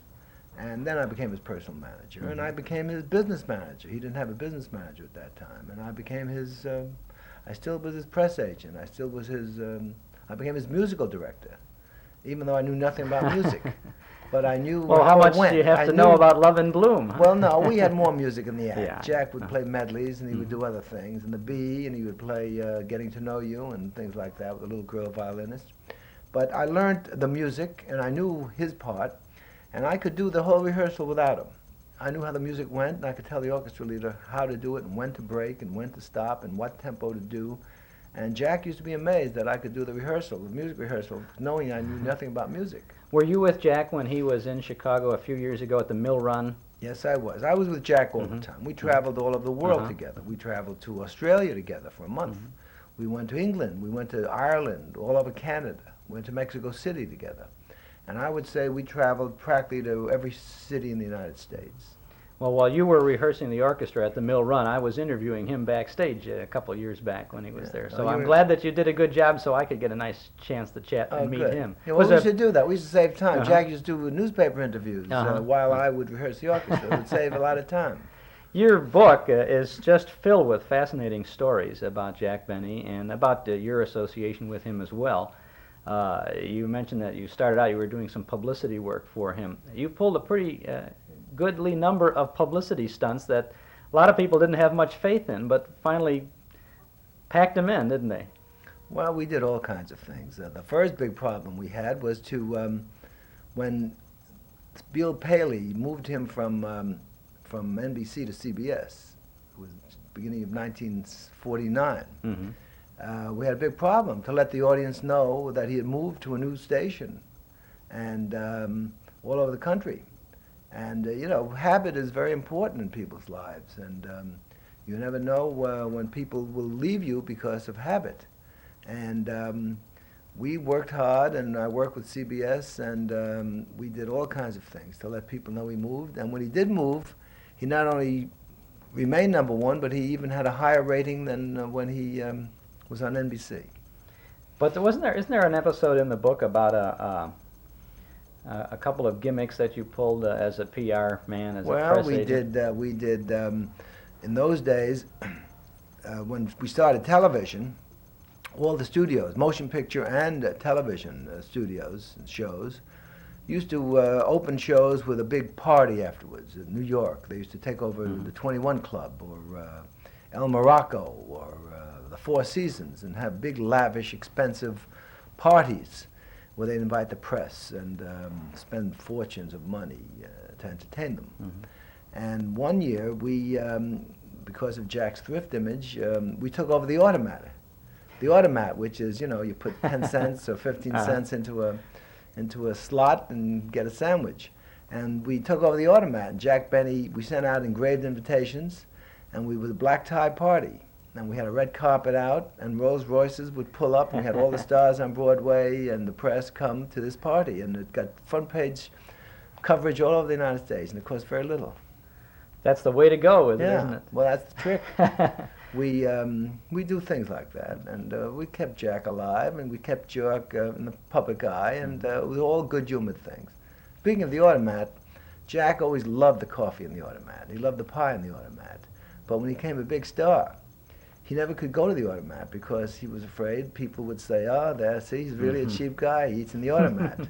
So he never could go to the automat, and he always hated that. So that's what gave us the idea to do that automat party, so he could finally go to the automat. A similar story to that is related in your book from time to time, too, where Jack would find something very simple, as far as a sandwich or pie and coffee, and he would just get so enthusiastic about it. He would be a sandwich, The maybe, greatest. or the greatest of all time. Well, Jack was very enthusiastic about all those things. And Jack would say, we go in for a hamburger. And he'd say, this is the greatest hamburger I ever had in my life. Once, I tell the story in the book, we went back, I think it was 1949, for a dinner for Harry Truman when he was president of the United States. And at this dinner, all the notables in Washington were there. And after the dinner, there were a lot of private parties. But Jack said, no, I want to get a quick bite. Let's skip the parties and let's find a place to get some simple to eat. So we walked out in our evening clothes, and we walked about 2 or 3 blocks from the hotel, and we found a diner. And we went in, we had ham and eggs and coffee. Well, ham and eggs were good, but how good could ham and eggs be?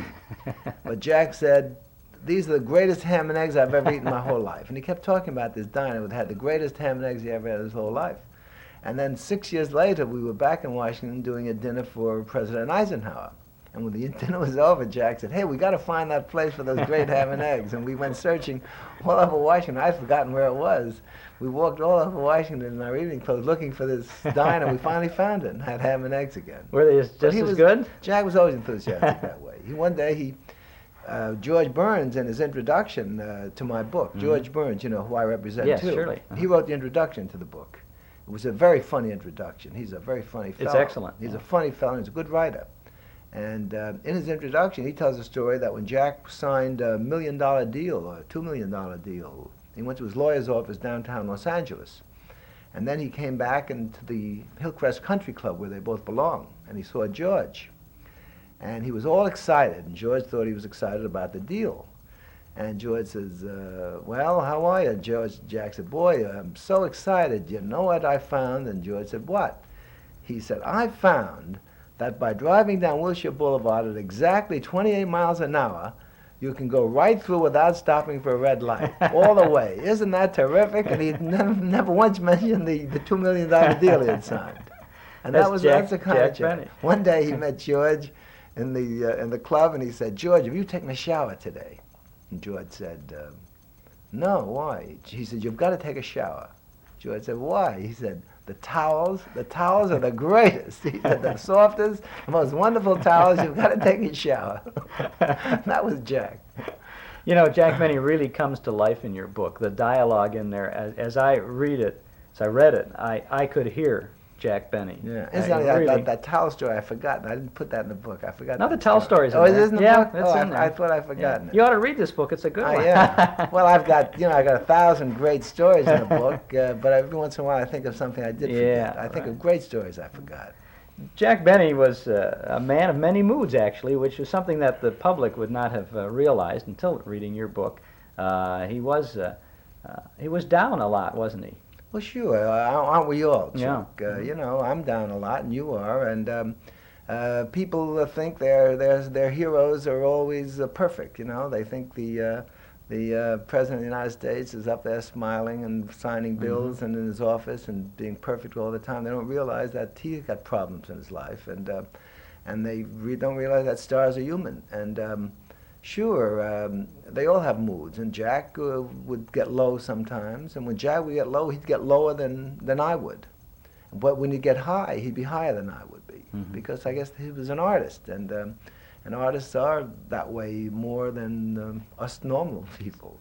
They go higher and lower, you know, and when Jack would be depressed, he'd be depressed for 2-3 days sometimes, for no reason. And Jack used to tell me he was that way all his life, even when he was a young man. He would get low for no reason, and or some slight reason, and he'd be low for a day or two, and then he'd snap out of it. He was kind of an insecure guy with all of his success. He was always worried about the attendance at a concert or at a performance, or whether or not the last week's TV show was really up there or up to his standards. Well, most performers are insecure, especially when you're on top, when you're number one. You worry about staying up there. You're not just one of the pack. And whether you're a mile runner, if you're a mile runner, you may be the champion, but you worry that the young guy coming along is going to run faster than you, and you train a little harder to stay up there. As you get older, you fight a little harder to be number one. And when you're in the motion picture business, you want to be a hot performer. You want every picture to be a successful picture, critically and financially. And when you play a theater, you hate to go out there and see a half-empty house. It's depressing. Then you feel, gee, people don't want to see me, and it depresses you. A performer loves to go out in a packed house, and people can't get in, and it makes them feel good. It makes them feel wanted. You have a story in the book about I'm not sure where it was. It was an opening, and there was a newspaper strike, and the house was really very light for the first night. We played the Ziegfeld Theater in New York. Jack had wanted to go back to Broadway and do this wonderful show that we did. We did it in Las Vegas, and it was a big hit.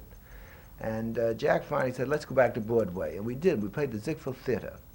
And before we get our first ad into the New York Times, which is almost a must to get a mail order ad in the New York Times 4 weeks before you open, just before we got our first ad in, there was a newspaper strike. And those days there were, I think, 7 or 8 newspapers in New York. And they all went out on strike. The linotype operators, I think, went on strike. So no newspapers were published. And it was very difficult letting people know that you were coming to town. So that the engagement was not a great financial success. And we didn't pack them in every night. And it was very discouraging because we had a wonderful show and people weren't coming to see it. And just as we finished the show, the strike finished. The strike was over. And so the engagement was not a success. And the reviews, the critics used to write their reviews even though they weren't in the paper, because they wrote them in case the strike was over, they would put them in fast. And we saw the reviews, and the reviews were very good. And it was a shame. Jack always went around and said, how about that? We had these good reviews and nobody to read them. I can just hear him, success after success after that. He'd always bounce back to that New York episode. Sure.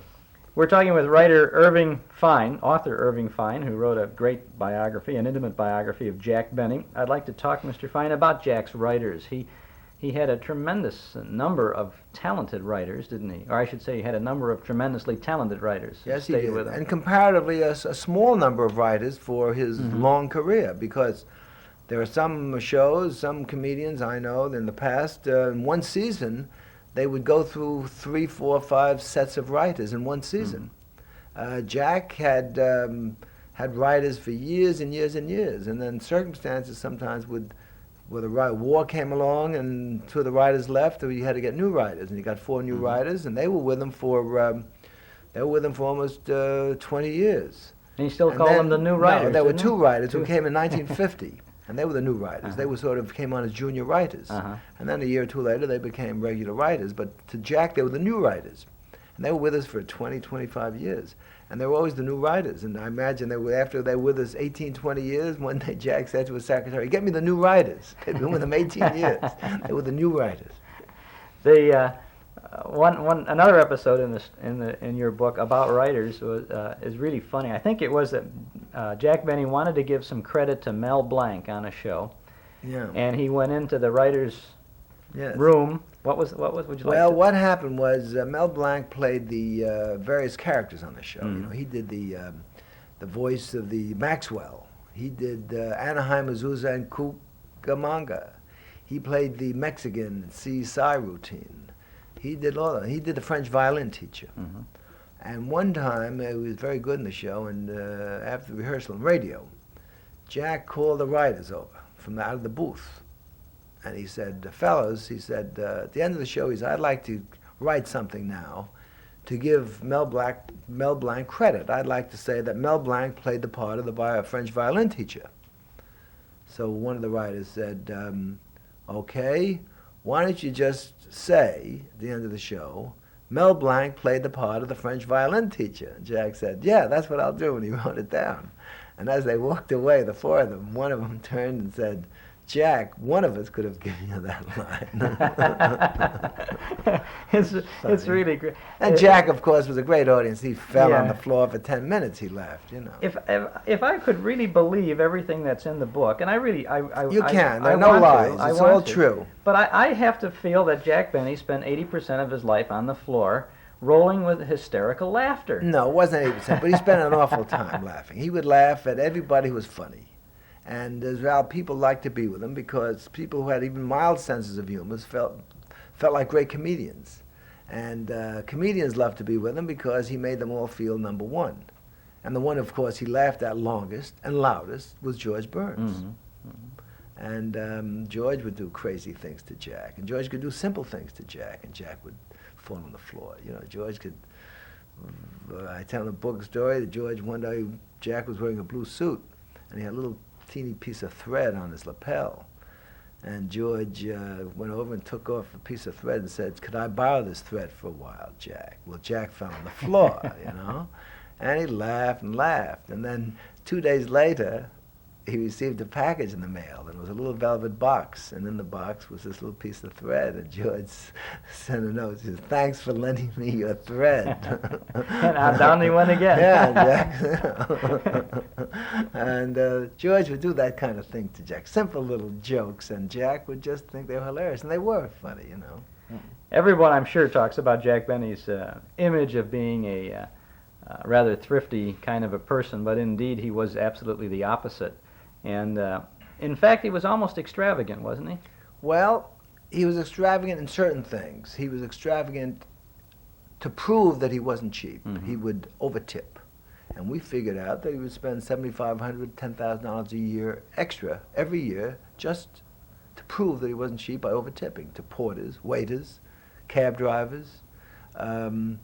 If we go in a restaurant where you'd ordinarily tip $2, he would tip $8 or $6 or $5. And sometimes I say, "Jack, that's ridiculous. You know, we just had a sandwich and a cup of coffee, and the check was $2, and you left the man $6." I said, "That's ridiculous. You left him as big a tip as we ate." And Jack would say, "No, that's all right.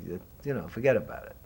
Or when we go to the airport, where you would tip $1 for 2 bags, let's say, for the porter.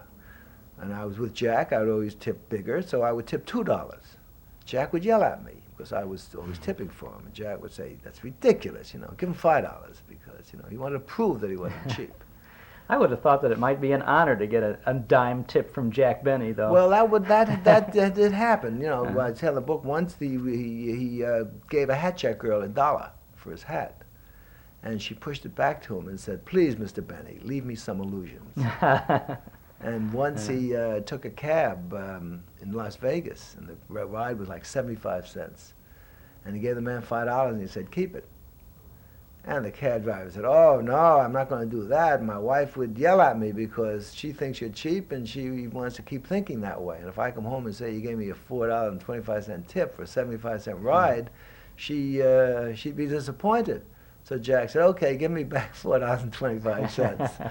So the cab driver said, no, I think I'll let her be disappointed.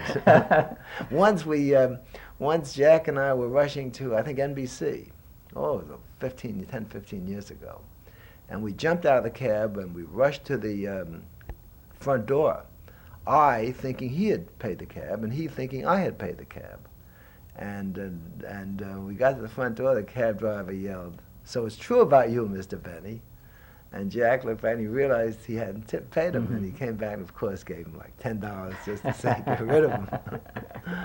I think you bring out a little bit in the story of Jack Benny that Mary Livingston, his wife, she was no slouch when it came to spending some of his money. She kind of kept that house very well decorated and spent a lot of Mary. money. Mary liked the good living, and she had always had a lovely home and a lot of help, and she liked to serve good food, and she loved lovely clothes. And Jack used to do jokes about it on the stage, about how much money she spent. He used to love to do those jokes. And we used to go to New York. We'd be at a hotel across the street from Bergdorf Goodman, and Jack used to say, when we arrived in town, Mr. Bergdorf called up and congratulated Goodman.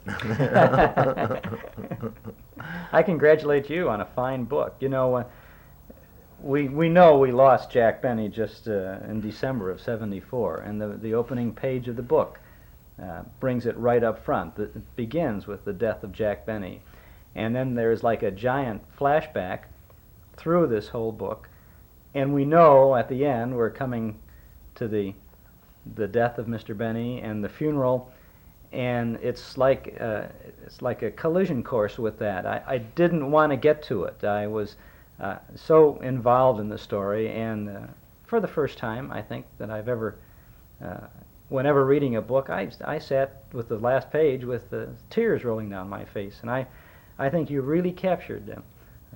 The essence of Jack Benny. Thank you, Chuck. Thank you for that. Thank you. I must say, I didn't expect it to get that reaction, but a tremendous amount of people, especially people who knew Jack, said that they read it and they laughed a lot. They laughed in bed reading it, and yet they said they cried too. And it's great that I could get that across to people. Well, I think everybody had their own personal relationship with Jack Benny, just as you did. Sure. And as you were writing about the man, we knew him intimately too, I think, and I'm glad that you put it down on paper, and it's available at all bookstores, as they say, by Putnam, Jack Benny, an intimate biography by Irving Fein. Thank you very much. Well, thank you, Chuck. I appreciated this. Dave Garroway's personality and his approach to both radio and TV have set the tone for what has become known as the Chicago School of Broadcasting. We're very pleased to have a chance to visit with the dean of the school. Dave Garroway, welcome back to the campus. I refuse to be the dean. He's an executive officer, and I'm not an executive type. I'm one of the older students in the school, I think. Well, we shall learn from your wisdom. And I think over the years people did learn from Dave Garroway's wisdom. Well, I suppose that I have disseminated some knowledge. I can't help because I've been talking for 30 years now, and I figured it out. And I must have said something in all that time of some wisdom, and a lot of people listen to television and radio, so I must have disseminated some wisdom. Yes, I go along with that. How much, I don't know. Of what quality, I don't know. A lot, and of fine quality, I would say. Where did it all start for Dave Garroway? Well, it started in my closet in my bedroom at home when I was about 9. I was a child electronic wonder. At age 8, I changed some wires in a circuit diagram and a Roberts regenerative receiver, and my father said, you know, that makes that circuit into a different kind of circuit, and it's patentable, and he got a patent on it for me as a junior. in trust, worth nothing, but just as a gesture. This gave me an idea that I was some stuff electronically, and at the same time I got taken to a radio station, and I saw a man through a glass wall talk into a microphone, and it was the same sound that we heard at home, WNAC Boston. And I came home transfixed, kind of, and I fixed up my closet with blankets on the walls, and I had put a box up there, and I didn't have any equipment, but I made a few announcements too. And then gradually I got some equipment, and I got a boy on the next street. And first thing you know, we had what you can see it was a mutual public address system between us, and we would talk back and forth, and that was big stuff to us. And that kind of fell away, and I forgot all about that until one time in New York, you know, there are moments in your life when your whole life hangs in the balance, and the decision is yes or no, go or no go. And I know where several of mine have been.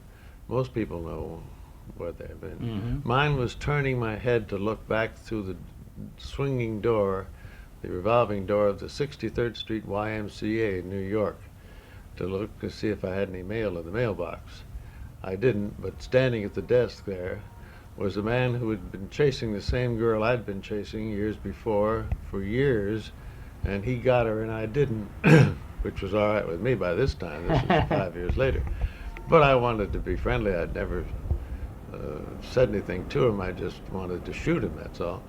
So I went back, introduced myself. He said, "Do you play bridge?" "Yes."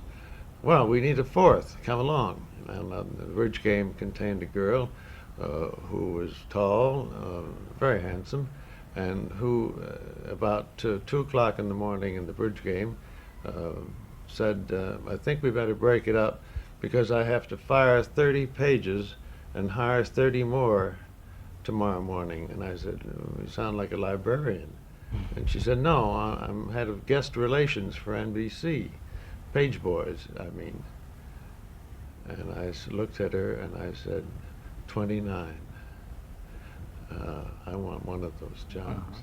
And at 8:45, by gosh, I had been fitted for a uniform, and at 9 o'clock I was standing on the 8th floor side of Studio 8H, a full-fledged NBC page, and at 9:15 Lowell Thomas walked in, and I almost became unconscious. Not quite. There was another page there to save me from falling over when Thomas said, "What studio am I in?"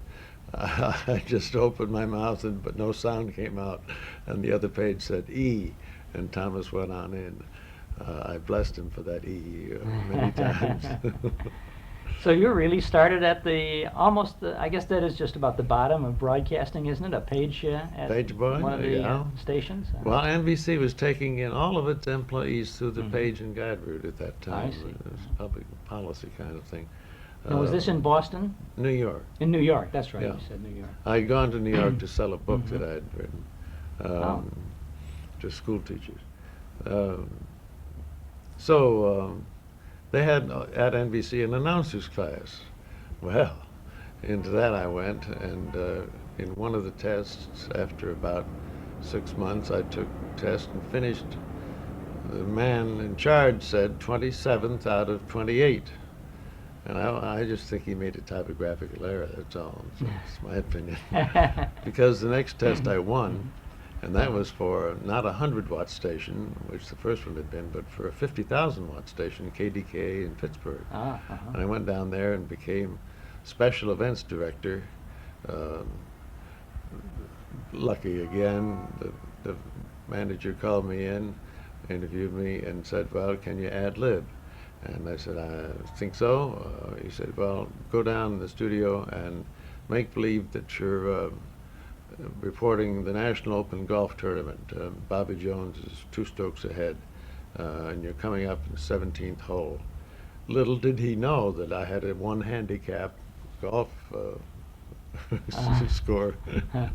And so I went down there and I ad-libbed and ad-libbed and ad-libbed and ad-libbed and ad-libbed.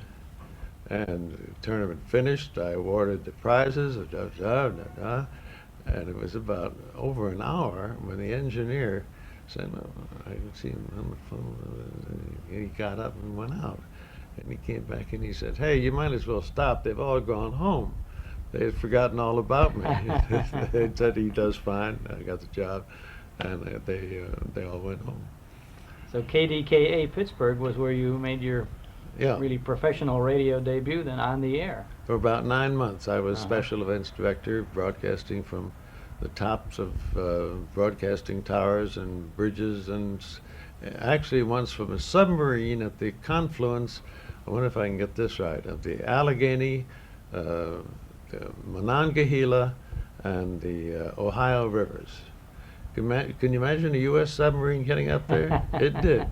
And we were under the water and broadcast from it.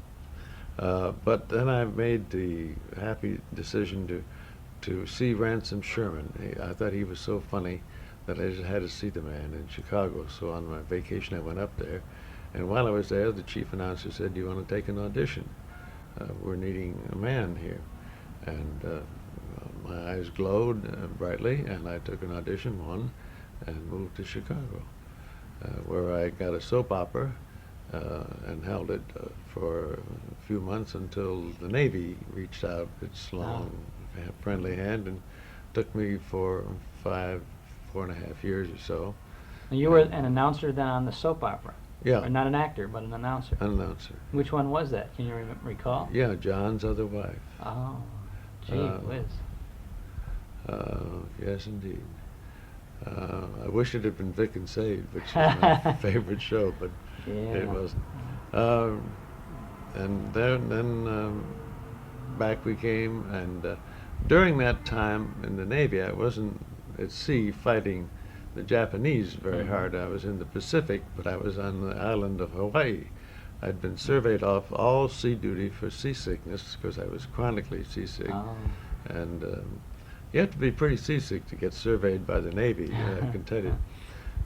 Well, were you at, was this after the war? No, after the war started, I mean? Yeah, this is after the war started. After Pearl Harbor. Right after Pearl Harbor, yeah. I went in like 4 months after Pearl Harbor. Something like that. There was very little to do because I became the head of the Pacific Fleet Yeoman and Stenography School by fatuous luck. I just happened to run into an old friend who was the assigning officer for officers who got in the pool there. And he said, what do you want to do? I got 100 jobs here. You can have any one of them. So I looked them all over and chose this one. This one was a junior grade, lieutenant junior grade, who reported to a vice admiral once every 6 months. That's the job for me. And I did. And I had 5 chiefs who really ran the school, knew what they were doing, and all I did was to check in the morning to be sure that they were there and sober, and in the afternoon, and I'd hang around a little bit, and otherwise I'd fight the battle of downtown Honolulu, which is done in cafes where the whiskey is, these are Navy operated out, where Scotch is 4 cents and gin is 3 cents and has 5 kinds of fresh fruit in. They don't do that anymore. No, indeed. No. In fact, I was a member of the Marine Officers Club, and the slot machines there made so much money that Washington forced the Marine Club to give the money back. The only people they could give it back to, not the sailors who had come in from the ships to play, but the members of the club, and I got something like $1,500 that I didn't deserve. I never played the slot machine. And into my pocket, lucky? How lucky can you get? That's the first one I've ever heard of that had a winning without gambling. Yeah, reverse slot machine win, yeah. Don't pull the handle. That's a good way to pass a Navy career, especially during the war, I would say. Oh, yeah. After the war, you got out of the service, you came back to Chicago? Well, during that time, I wanted to work, really. You don't like to not work, or I don't like to not work. And I went around to KGU, which was the NBC affiliate, and said, you need anybody to do any announcing or anything? I work for NBC and WMAQ in Chicago. And the program manager just put his arms around me and said, buddy, you are the man I've been waiting for. Here's the key to the station. Take over at 9 o'clock and sign off at 1. Can you handle that? And I said, sure. And that's where I developed these verbal techniques that I told you about, and learned something about jazz, not a great deal, but I learned that if you talk directly to people, one night, for example, the first hint I got, there was a bank of phones on the wall, 10 or 15 phones, and I got taking a walking tour from my own house up LaSalle Street in Chicago, and then across down Dearborn and down Goethe, and then I think I crossed over and went over to the Michigan, and street by street and house by house. I don't know why I did this, I just did it. And that bank of phones began to light up like I'd never seen. And I did that for many cities that I knew something about. Fortunately, my father had been a troubleshooter for GE, and we'd lived in 15 or 20 cities, and I could do it for a lot of cities. And I found that if you directed yourself to individuals and things that concern them intimately, small things, not big things, that they really heard, and they really got a reaction. And I never forgot that lesson, I hope, and I use it today. So I've got a whole bunch of information working. I think I worked 2 years almost doing that for this nice guy who paid me a little money for it. Not much, but enough, you know. Then the war was over suddenly one day, and all the lights flared up in Pearl Harbor, and all the very pistols got shot off, and we came back, and there we were at NBC again, and then I found myself an announcer again, without a soap opera at this time. As a staff announcer, you didn't receive any extra pay for the soap opera job that you did, or did you? No, as a staff announcer, you job. get staff. Yeah. I think it was $65 a week, and now all the boys were coming back, and there weren't so many soap operas around, soap opera jobs. And one day the chief announcer called me in and said, Garroway, 2 of the guys have got no way to get home except by the L, and you've got a car, so the 12 to 2 shift is going to be yours, because they'd have to, you know, take a cab or something, and you can drive home. And they live far north, and you don't live far north. Well, okay, fine. There was me in 2 hours, and there was me in my Hawaiian techniques. And first I was going to do it with popular music, and then I thought of symphonic music, and then a good friend of mine said, why don't you let me build you a really good jazz show? I know jazz, and he did very well. And he built a jazz show, and as he built it, I found that I didn't really know anything about jazz, but I discovered it. And as I discovered it,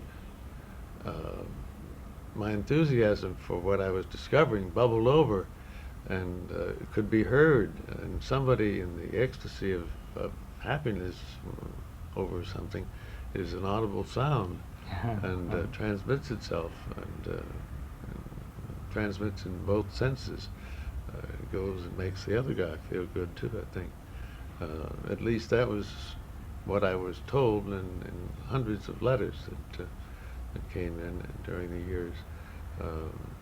And that show, the 1160 Club, it was called, 1160 meaning midnight, or because there was a record by that title, very handy, was the first successful show we had. It was due to Jules Herberville, the program manager, that it stayed on, because I did a lot of verbal things in it that were eccentric by normal standards. Odd stories and offbeat stories that weren't usually told, a lot of which I swiped from the New Yorker magazine, for example, and you know, you don't hear that on the radio very much. Not all from the New Yorker, but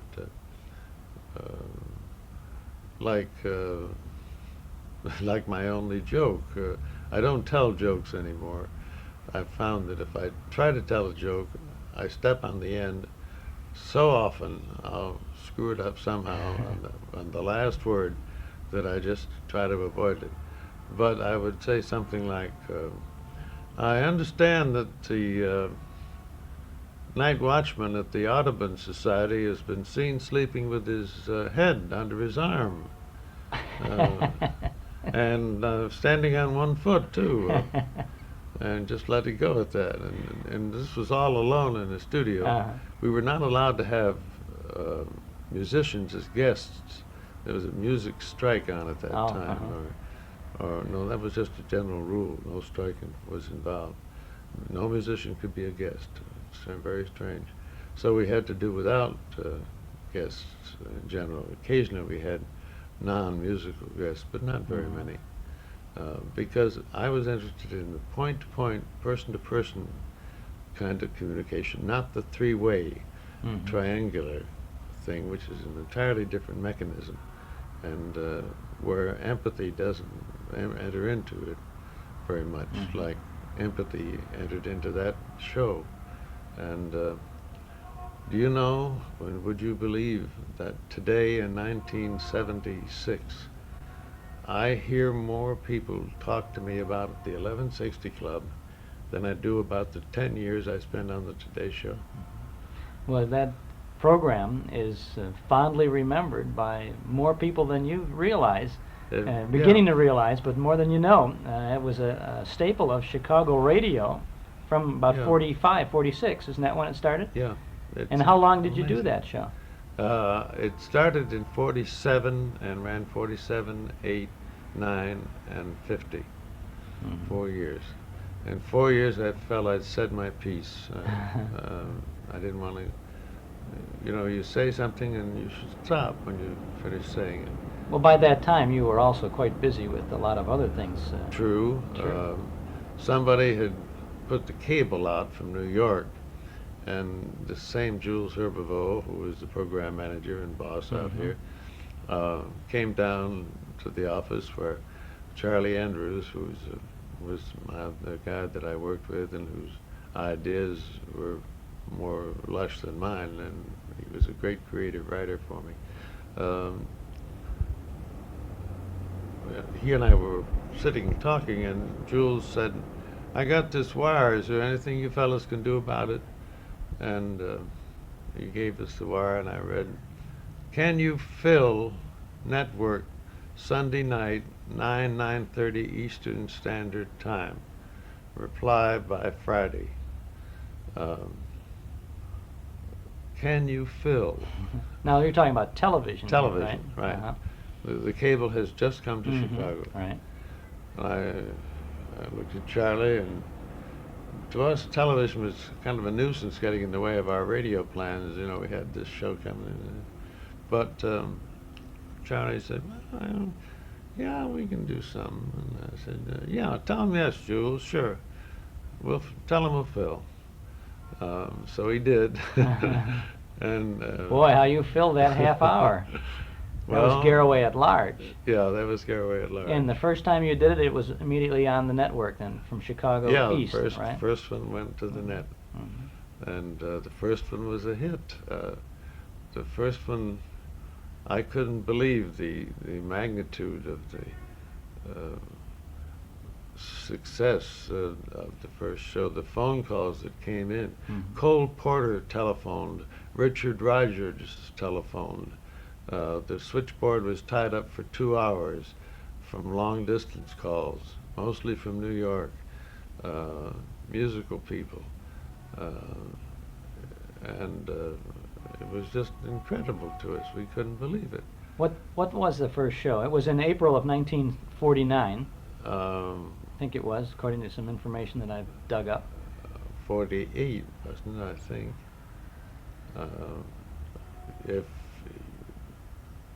Well, I would have said 48, but I don't have any you were there. dug up information.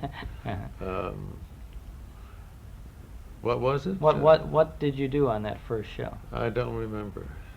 Haven't any memory at all, except walking around between the sets that we constructed out of the $5,500 budget we had for the show, which is not very large. Even then. Even then, Yeah. it wasn't very large. So we just built some sets, and we had a big band, tremendous orchestra. Joseph Galicchio, Yeah. wasn't it? Uh-huh. That was because the union contract had contracted to have a big band at the studio. They were there all the time. They'd been there for years. In fact, they were there after we left. They were there, and they used to come in and practice and play for nobody because the contract ran on. But so we did have this wonderful orchestra, fortunately. And we opened by me standing by Joe, and we hit a cymbal, and went up to me, and I said, I'm a fellow named Dave Garroway, and we have some things here that might be of interest. And I'd walk over to the first set, and what we'd hired for talent were simply people on our own staff, staff singers, with the exception of 2 dancers, I think, and one girl singer, Betty Chappell. Ted Mills was the producer of that show. He had a marvelous ability to pick talent. He could pick them out so well, and much of the show's credit belongs to him. And I'd make some whimsical introduction, and they'd do a number, and I'd walk back in and make some crack, and then I'd walk along some more, and in the background you'd see ropes and ladders and the stagehands talking, or not loud, but just normally, as they would, and I'd get to the next set, which would be a skyscraper beam or something, which Haskell was painting something or something. And Jack Haskell was the singer on the staff, on the radio staff, mind you, not the television staff. There wasn't any television staff. And that's all we did. Sounds simple. And I told 2 or 3 stories, like, like I'll tell one if I don't screw up the end. You want me to try? Okay. This is a true story. One spring day, a beautiful spring day, Charlie Andrews came out of the Wrigley building with a lunch date with Peg Heaton, the girl he went with, and it was a windy day, and the wind was coming up, and it was warm, and the fellas had rolled their shirt sleeves up, and the girls' dresses were blowing a little in the wind, and it was youthful time and spring and lovely. And Peg noticed a blind man sitting against a telephone pole with a paper cup or tin cup, but doing no business because nobody was looking down. People were looking up at the blue sky and the white clouds cutting along the top. And she said to Charlie, "Wait here just a minute, will you?" And Charlie said, "Sure." And she ran back to her office. She worked in an ad agency. And she made a little sign, not a big sign, about 6 by 9, and a piece of string, and put it around his neck. And he did much better. And the sign said, "It is spring, and I am blind." And that's the kind of a story you would tell. And Yeah. It's a nice story, and It is. it captures the imagination, and I can see where it would be a beautiful lead-in to the next scene on Garroway at Large? Well, that wouldn't be a lead-in. That would be a separate thing. Just Then- a little then I'd go on, between yeah. sets. Yeah, we used to have. I have a collection of stories like that. I don't know what you call them, but The Garroway stories. Garroway stories. How long did you do Garroway at Large? 3 years, 2 and 3/4 years actually. I think is the right number. And the program came from Chicago the entire time? Then we did it for 2 more years when we got to New York. It was scheduled to go on for the 3rd consecutive year out of Chicago, when suddenly Charlie and I were in Switzerland. We just arrived at Zermatt, in fact, and I woke up first, and because we got a phone call, and somebody on the phone said, "Hello, Dave, your show's been canceled." I said, "Okay," and then I opened the window, and there was the Matterhorn against the blue in the dawn, and the most breathtaking sight perhaps I've ever seen. So I went over and roused Andrews. I said, "Charlie, get up. You got to see the most beautiful sight you've ever seen in the world." "I don't know. Come on, get up." And he got up, and he said, "That is gorgeous." And I said, "Our show's been canceled." A bitter thing to do.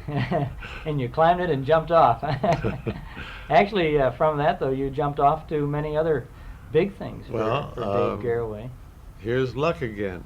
I was living at the Ambassador East Hotel, and very seldom ever went in the pump room. But one Monday morning, mind you, when the place was closed, I went in just to write myself a couple notes on a piece of paper. There was a table there, and there was an old, not an old, but a weekly variety on the table. Somebody had left from the night before, and on it said Pat Weaver's Today. And I said, "What's that?" And I read about it, and I read some more, and I read some more, and I said, "That's my show. That is my show. That's built for me," because all my life I've spent gathering things about everything. I'm an encyclopedist, if anything. I'm a generalist. I'm a universalist.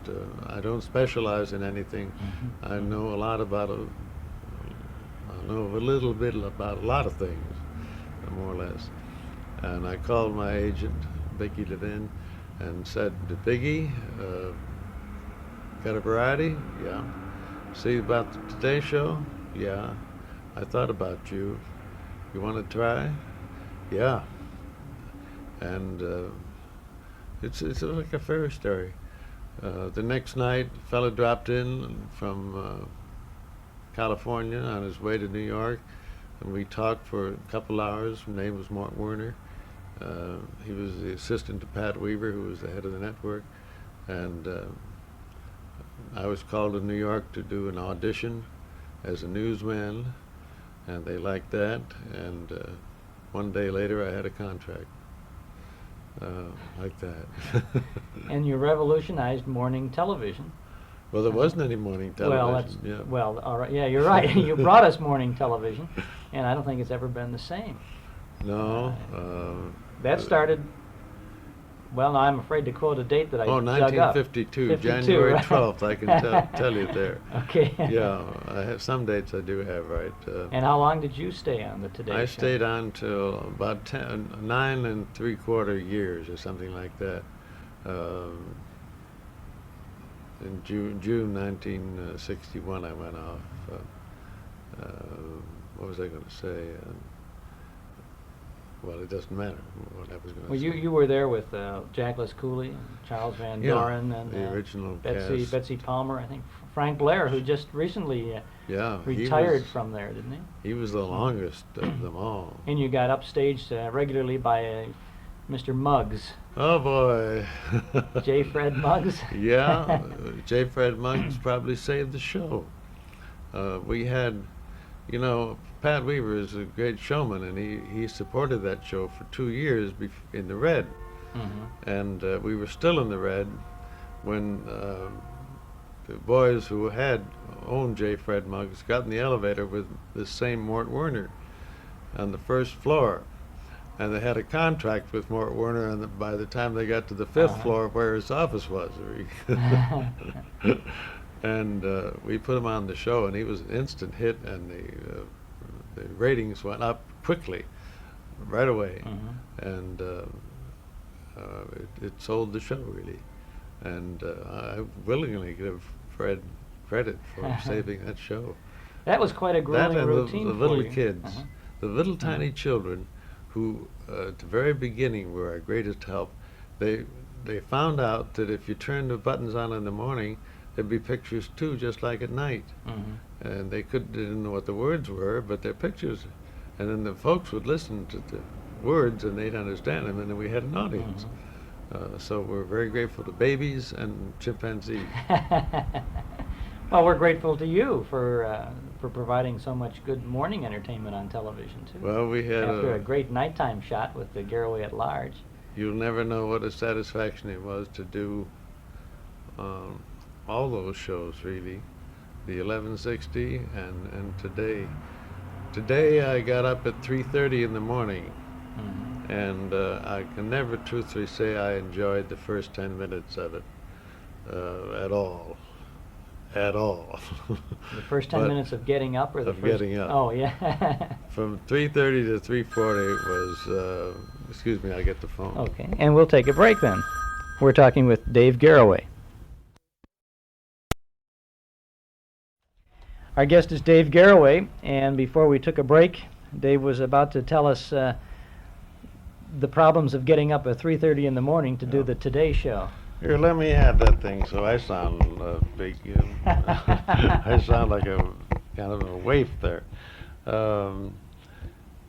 In 10 minutes, the cold water and the orange juice did the work.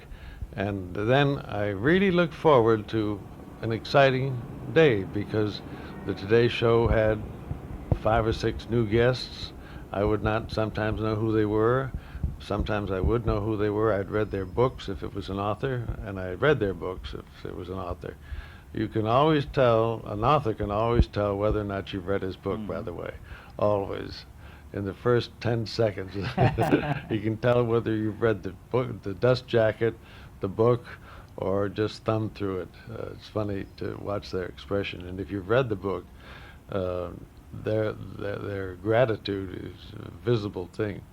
But all kinds of people came on that show. Of course, we had 12,500 guests, we estimated, during the time I was there. Imagine, whoever had a better job in the world than to be allowed to sit in a chair, have brought to him 12,500 interesting, exciting people, many of them beautiful girls, all the beautiful movie actresses and whatnot, and put down there for 5 or 10 minutes, talked with them, and then taken away, and another one put down, or a monkey in between. Couldn't be a better job, could there? It sounds sensational. No, and Barbara Walters gave that up for $5 million. Well, it's a little different now. They never paid $1 million a year on the Today Show, did they? No, they didn't. As a matter of fact, it was less than that.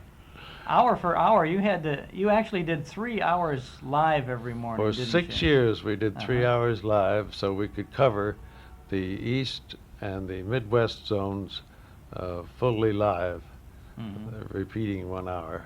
We repeated the first hour again in the third hour, which came out here only. And then the coast put it on kinescope, but the coast is another country, you know. It's insular. They don't care about this part of the country. You know, but I live out there now, and the news goes on. They put the news on at 5 o'clock to 6 o'clock. This is NBC. They repeat. It has a rating of 13. They put it on at 6 o'clock to 7 o'clock. It has a rating of 15. Then comes the John Chancellor, and the National News has a rating of 6. They only care about the West Coast out there. Same Yeah. thing for CBS. Uh-huh. Cronkite has a rating of like 5 or 6 or 7. America is not, to them, one big broad country. While we were just as interested in what happened in California as what happened here, as I recall. But they are highly insular people. Of course, there's the New Yorker's map of the United States to keep in mind, which you remember very well. You spent a lot of time with the Today Show, but when you left after a grueling, almost 12 years, you say, you still stayed very active in television, and you had the a Dave Garroway show. Well, I did. Not at the same time, but you had been doing some of these things. I did only one show after that called Exploring the Universe for NET, National Educational Television. And then I quit TV for quite a while, in fact. I found it that I wanted to do some other things. And, while you were doing the Today Show, you pioneered again. You were a pioneer with Garroway at Large, and you were a pioneer with the Today Show, and then you pioneered with the Wide World series. That's true. That was a versional effort of which a small part. I was the narrator, but the Barry Wood, who was the producer of that show, the old tenor with Lucky Strike Orchestra, became a producer and was a magnificent one. And that show was some show to do, let me tell you. The Today Show being all ad-lib, that show, not a word dared to be ad-libbed because every word was a cue. We would have 80 cameras on an average, 80 to 90. We had 107 one time. And we had ridiculous things happen, like at the point where the Golden Spike is driven in the promontory point in Nevada, I think it is, or Utah. We arranged to have 2 trains pass that point at the same time, right over the Golden Spike at the same instant.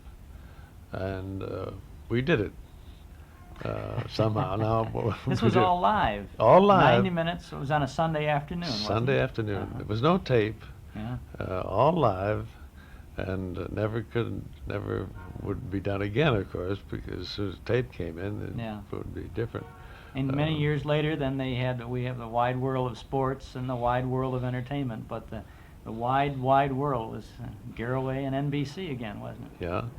But we did some very good shows, not just freak stuff like that, or other stunt stuff, like having the cameraman or having an aviator, I guess, put a portable television camera on his back and jump out at 25,000 feet, which we did. That wasn't such a big success because we couldn't persuade him to remember to turn the camera on. He didn't. And all we got was black all the way down. But we had a lot of stunt stuff occasionally like that. But we'd take stories of towns and people and villages and parts of America and go into them in depth. We could spend an hour and a half on them. And that isn't done much anymore. The quality of live people talking live is different, I think, than the quality of people who are talking on tape and know it can be repeated. I'm sure of that, very sure. I can't prove it, but and I've tried to test it, but it's too hard to test, really. But it's a natural thing. It's like a kiss. Take a kiss if you're kissing somebody and you know that you're alone, you're concentrating on the kiss. If you know that you're being observed, there's a third party who can have you repeat the kiss if it's not good. It's different, isn't it? Yes. Yes. I think that's Heisenberg's principle, or somebody's principle. You tried your hand at acting a little bit on television. Yeah, didn't you? yeah, I did, just for fun. I went to drama school for a couple of years out in Hollywood and took a couple parts on Smith and Jones and became a judge and yelled up and down, but that didn't seem really going to lead me anywhere. I didn't enjoy acting very much. Well, you played Santa Claus for 2 years in a row, didn't you? On a Max Liebman production of Babes in Toyland. Yeah, but that was a small thing to do. Well, Dave Garroway as Santa Claus. It's a rare Christmas present under a tree of television watchers, I think. I'd forgotten all about that, by the way. It's true, a long time ago. When you, after you said ho, ho, ho, did you raise your hand to the camera and say peace? No. How did that come about? Where did that come from? I don't remember. I remember that I did it, but I don't remember any details of it. My memories are spotty. There are small things, but not big things. I'll remember little bits and pieces of things, but I'm very likely to forget what year this show started or things like that. Well, you've been very kind to share some memories with us today, Dave Garroway. We wish you the best of luck, and we look forward to seeing you again soon on the TV screen or turning on a radio or just enjoying the talents of a talented man.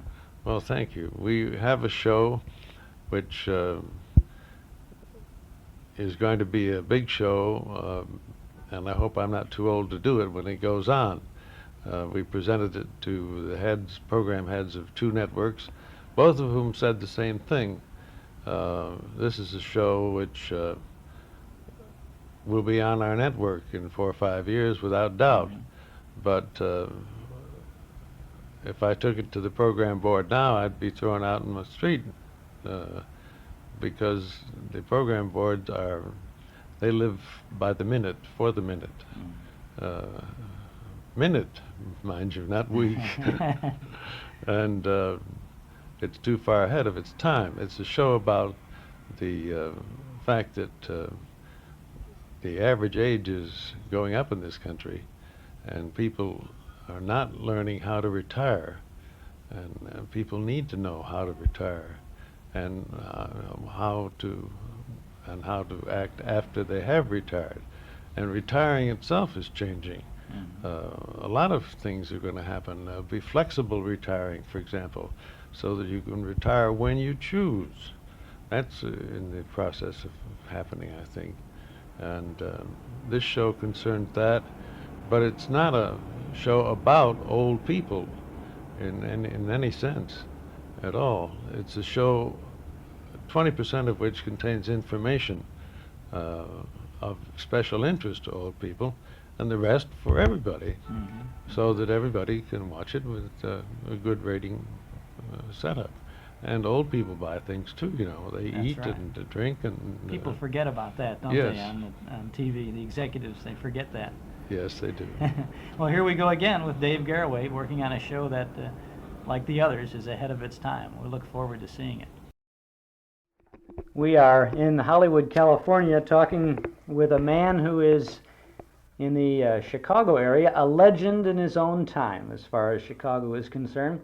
He's a fellow who started bringing some imagination and creativity to Chicago area radio at a time when radio itself was starting to lose some of its imagination and creativity in the early 1950s. Our guest is Bob Arbogast. And Bob, from all of the people who remember what you did in Chicago in the 50s, would say hello. Oh, I'd rather not at this time, for obvious reasons. We thank you very much, and we're going back now to our studios.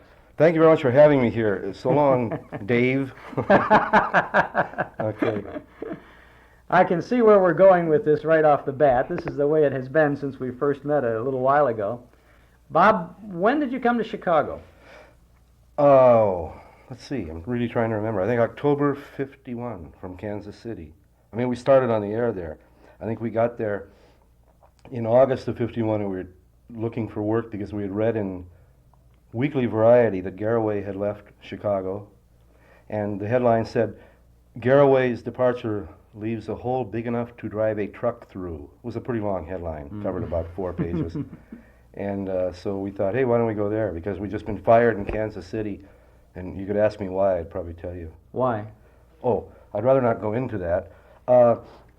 We used to play the theme song. You may recall the Sicilian Tarantella that was our theme song in Chicago. And one night in Kansas City, I introduced it as the Egyptian national anthem. And the man who owned the station, who was about 85 years old and a crank, he's dead now, I'm sort of glad, he said that we offended all the Egyptians in the Kansas City area, and there were probably quite a few. How many? Because Kansas City's a notorious Egyptian How many population. Egyptians would you estimate there were in the Kansas City area? Well, at that time there was King Farouk and his mistress, I guess. I don't know. He was visiting, staying at the Mulebach Hotel with Harry Truman. I know there probably weren't any, but they threw us off the station. Let's roll back a little bit. Now, where did you hail from originally? I grew up here in Los Angeles. I was born in Bellingham, Washington. Got to LA when I was 2. And then moved after my illustrious career in the Navy, in which we fought the enemy with great distinction and success, in that we triumphed over evil, or whatever happened. Which side were you on? I was the Japanese area. And we were okay for a while, then they got turned around at Midway, and then I haven't been able to get work since.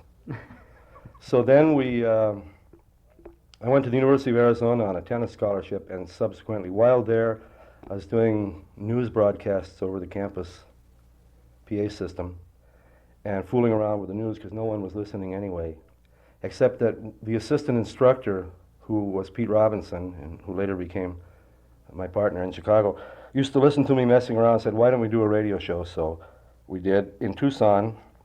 And then the owner of a station in Kansas City, not the guy who was objecting to the Egyptian national anthem, heard us and hired us, and we went there, and then the thing happened with the national anthem, and then we drove to Chicago and happened to come at a perfect time when they needed something, and we were there, and for some reason, Homer Heck, who still works in Chicago in the advertising business, liked us, and over the protests of his immediate superior, he managed to get us hired, and we were glad. Because George Heineman, who was over Homer Heck at the time, didn't understand us at all.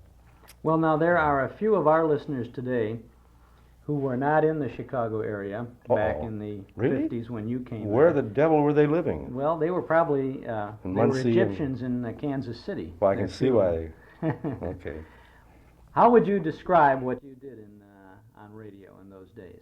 You know, what kind of, obviously comedy, but what kind of comedy was it? Well, I suppose if there were a parallel, I guess it's pretty much like Bob and Ray, that kind of stuff. Mm-hmm. I never thought it was quite that good because I sort of thought Bob and Ray were about as good as you can get doing two-man stuff. But we were in that area, and not derivative really because we'd never heard them until later on. But it just happened that we had the same kind of approach to doing satire on stuff, political in nature, or programs, or commercials, or whatever. And yeah, that was pretty much it. Well, did you have to audition for NBC in Chicago to get this spot? You were on at night, I think, around 10:30, weren't you? 10:30? Yeah, we wound up being on for a half an hour a night, which sounds ridiculous to people now because that's unheard of, being on a half an hour. I mean, you know, but it was full production and it was like a show rather than like a disc jockey thing. Yeah, we auditioned with a disc, one of those old gigantic acetates that we had from Kansas City. And I think it was really a matter of WMAQ at that time not having anything to put on. And they were really desperately searching, and they were ready to throw on anything. And we got on and happened to work, you know. But I think there weren't a lot of people looking at that time because radio seemed to be going under. Mm-hmm. Television was starting to take over. We may have been, other than Bob and Ray, who are still working, I guess, in New York, and maybe some stuff in Boston and on whatever networks are left, there aren't many things like that still being done. And at that time, people were shying away from radio, I think, and getting into TV, which I never could understand, because I don't really like TV as a performer or a writer or a viewer. I really don't care for TV very much at all, except possibly for things like the Olympic Games and the conventions. Well, when you and Howdy Doody reruns. Howdy's coming back. I know. I've heard. When you came in on the scene, though, you were in radio at a time when television was getting very much involved, with the public as far as that was concerned. Yeah. But by the time when you were on around 10:30 at night, television was tossing in the towel for the day. There was not much on except some old movies. Well, and Dorsey Connors. Dorsey Connors and her... Tom Duggan. Dorsey Connors had the... Remember P.J. Hoff and Flynn doing the weather? No. You don't remember that? Yes, I do. And who's the guy? Oh, I was thinking the guy who played the piano. Oh, Tony Weitzel was on then. Herbie Mintz. Herbie Mintz, right. Herbie Mintz. Yeah, I really used to like him. But not forgotten. No, I sort of liked Herbie Mintz in a weird way.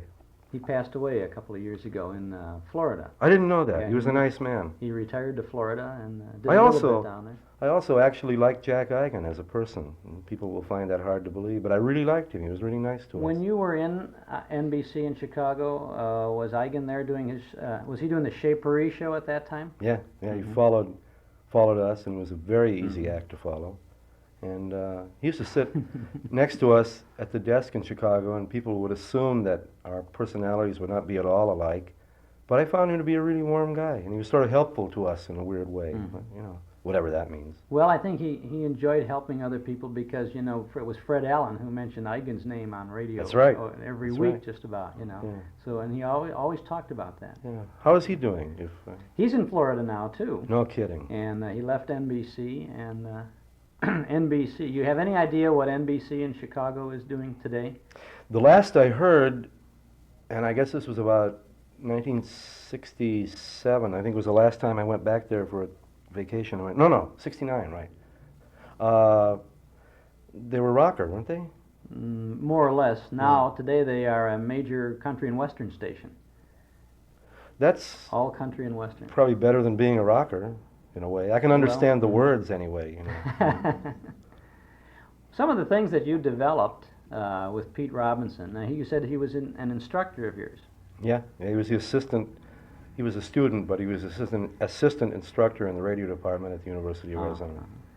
And the two of you joined forces in Kansas City, came to Chicago on NBC, and you had the Arbogast show. Oh yeah, whatever happened? That's exactly what I'm about to ask. Okay. Whatever happened to the Arbogast show? How long were you on? From the previously mentioned October 51 until August of 54. We asked for a raise because we were making a monumental amount of money, I think 140 a week. 115 maybe, I can't remember. But we went into the guy and said, well, we've been here about 3 years now, and our ratings are really very good. In fact, one time recently we were #1, which is unheard of in radio there, because Ed Murrow was on opposite us, and it was kind of hard to beat. And the guy said, well, okay, if you don't get the raise, what? And I said, well, we'll probably, as a matter of principle, have to leave. And he said, yeah, that'd be good. So, just like that? Well, sort of, more or less, yeah. So we left. Didn't they feel there was any value to your kind of programming? That they, Yeah, a lot of the people did at the station. The guy in charge didn't, and that's primarily the story of my life in radio a lot. I don't mean to sound bitter, but frequently managers of stations, no offense to whoever is a manager of your station, if indeed you're not, yourself, I don't even know that. They aren't necessarily in tune with humor. They're generally from the sales departments of radio stations, and sales department personnel I found are kind of geared to making money a lot, and they're not very funny. Yet you had many commercials in your shows, sufficient commercials to pay for it, didn't you?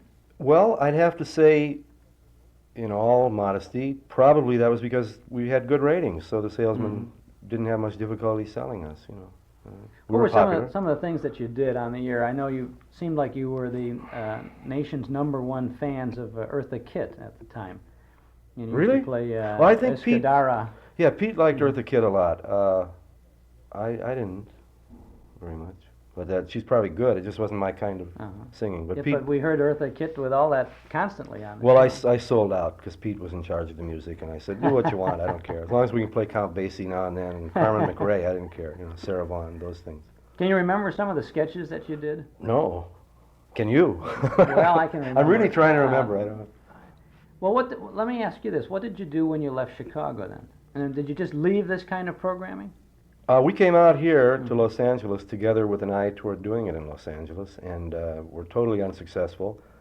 I wound up driving a truck for a subsidiary of Lockheed, and Pete wound up, after some searching, as assistant program director at ABC Television, and by that time I had gone on to New York to write a television show for Tom Poston, who was one of the original Steve Allen group, like Louis Nye, Tom Poston, Gabe Dell, Dayton Allen, and so on. He had a variety show on WABC TV in New York, and I wrote for that for a year while waiting for something to open out here, which I assumed would happen because Pete was going to knock down several thousand doors.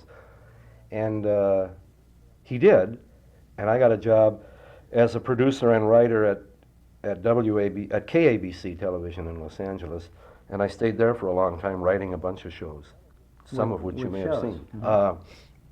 One was really a good one, kind of a labor of love. We all got together and, being jazz fans, put on a network show that lasted about 8 months. It was very good, really, with Bobby Troup as the host, called Stars of Jazz, and it won a couple of Emmys, and that was nice, and I liked that. And then a show called Traffic Court, which was successful out here, that led to a whole bunch of other court shows, one of which I was involved with on the ABC network, called Day in Court. I didn't care for that too much, but I was doing it, making money, and that was okay.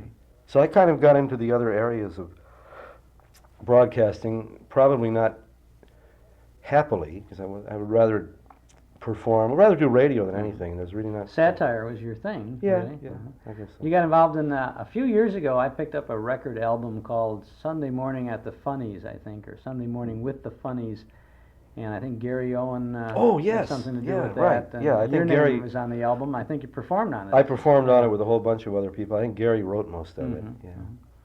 Yeah. Taking off on the comic strip characters on radio, mostly. Yeah. Orphan Annie's Song and Superman, comics and Superman. Gangbusters. All of that sort of thing, yeah. And that album made, by actual count, I made 47 cents. But I got the session fee, it was $135. So it was $135.47, and I still have that check at home because I don't ever cash any of my checks. I'm independently wealthy as a result of driving the truck, the Lockheed subsidiary. What are you doing today? I was messing around. I came over to talk to this guy who was going to interview me, and oh, you mean what? Oh, you mean yes. Today in the today, generic these days. sense, Right. or whatever generic means. I'm performing in a lot of commercials, on camera, and writing a lot of stuff. I've been writing since 1968 for Sesame Street. Oh. If you could believe that. And I'm writing currently for a show called The Big Blue Marble, which is kind of an offshoot of Sesame Street, not by the same people who put Sesame Street out, but it's a little bit updated, possibly more sophisticated thing that's sponsored by ITT, the Illinois Transit Towers, or whatever The ITT. Twin Towers. Illinois Twin Towers. Twin Towers, right.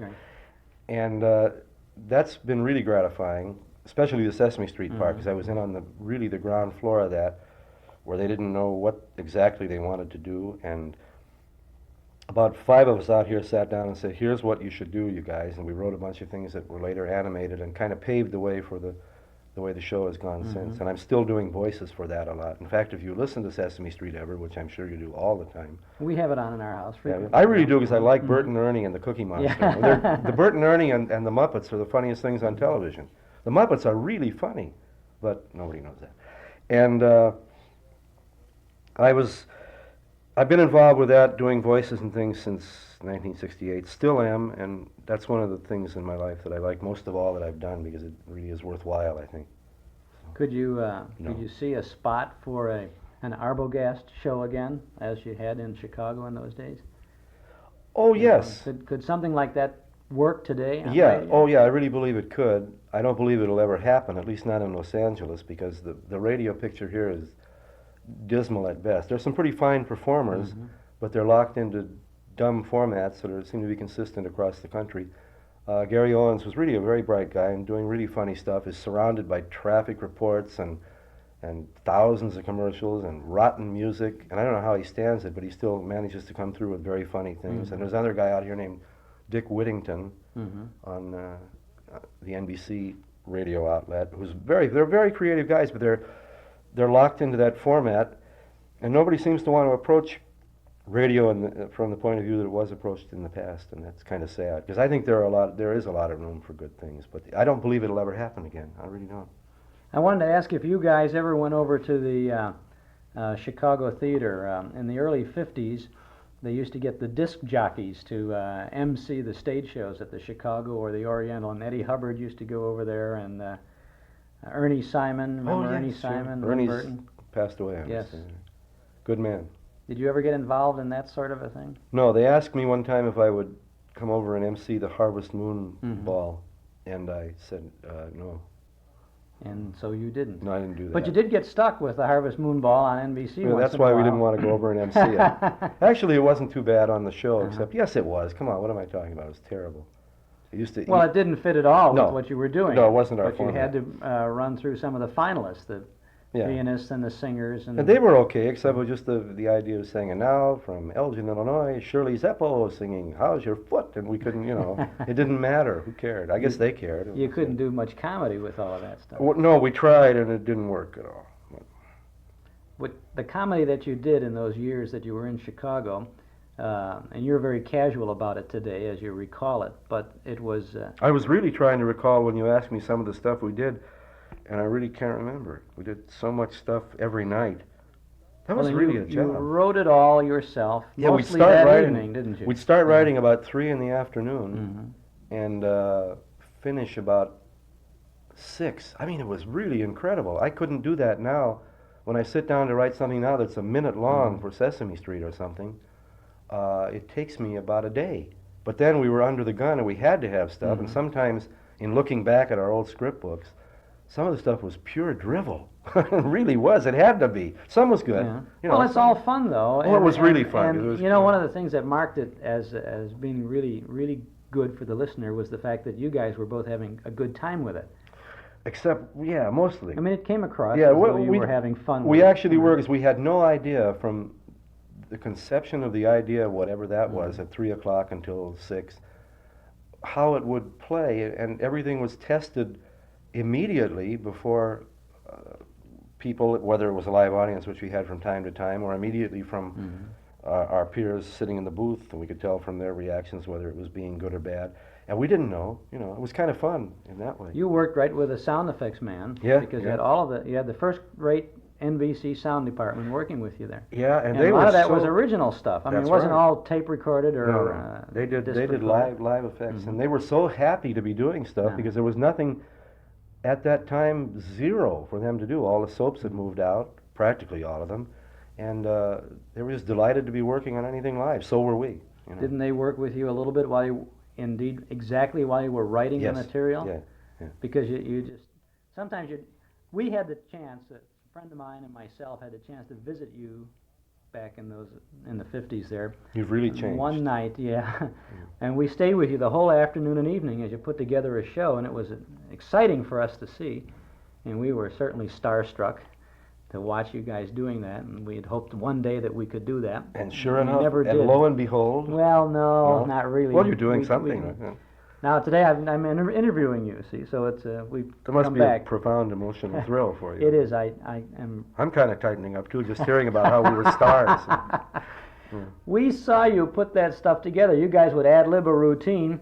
The sound effects man would add his business to it, and then if it worked, then you'd put it down on paper. Well, if it didn't work, we had to go with it because we didn't have any more time to write, And boy, we had a lot of material, and from that material, that's been a gold mine for me in stuff later on when I've had to write radio and television commercials of a humorous nature when people have wanted that, as they do from time to time. I'd go back in the old files and I'd find something that fit, so I didn't have to write. I could get lazy, which I now am.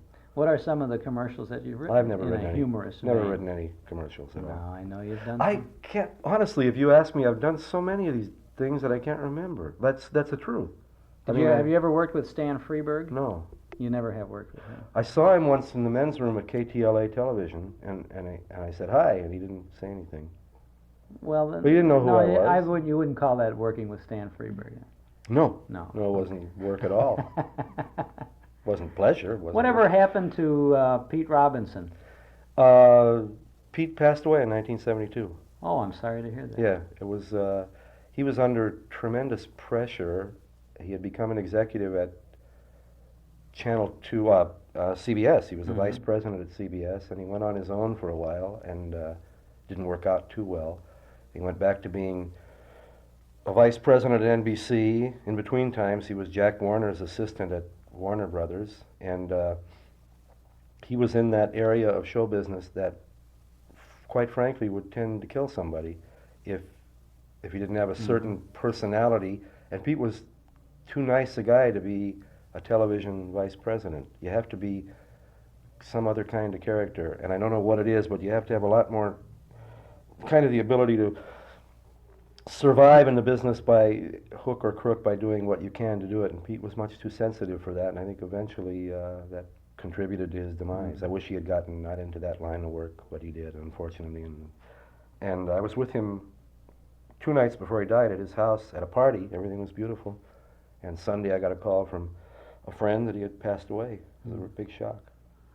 Not counting the years between now and then, how old were you guys when you were doing that business at NBC in Chicago?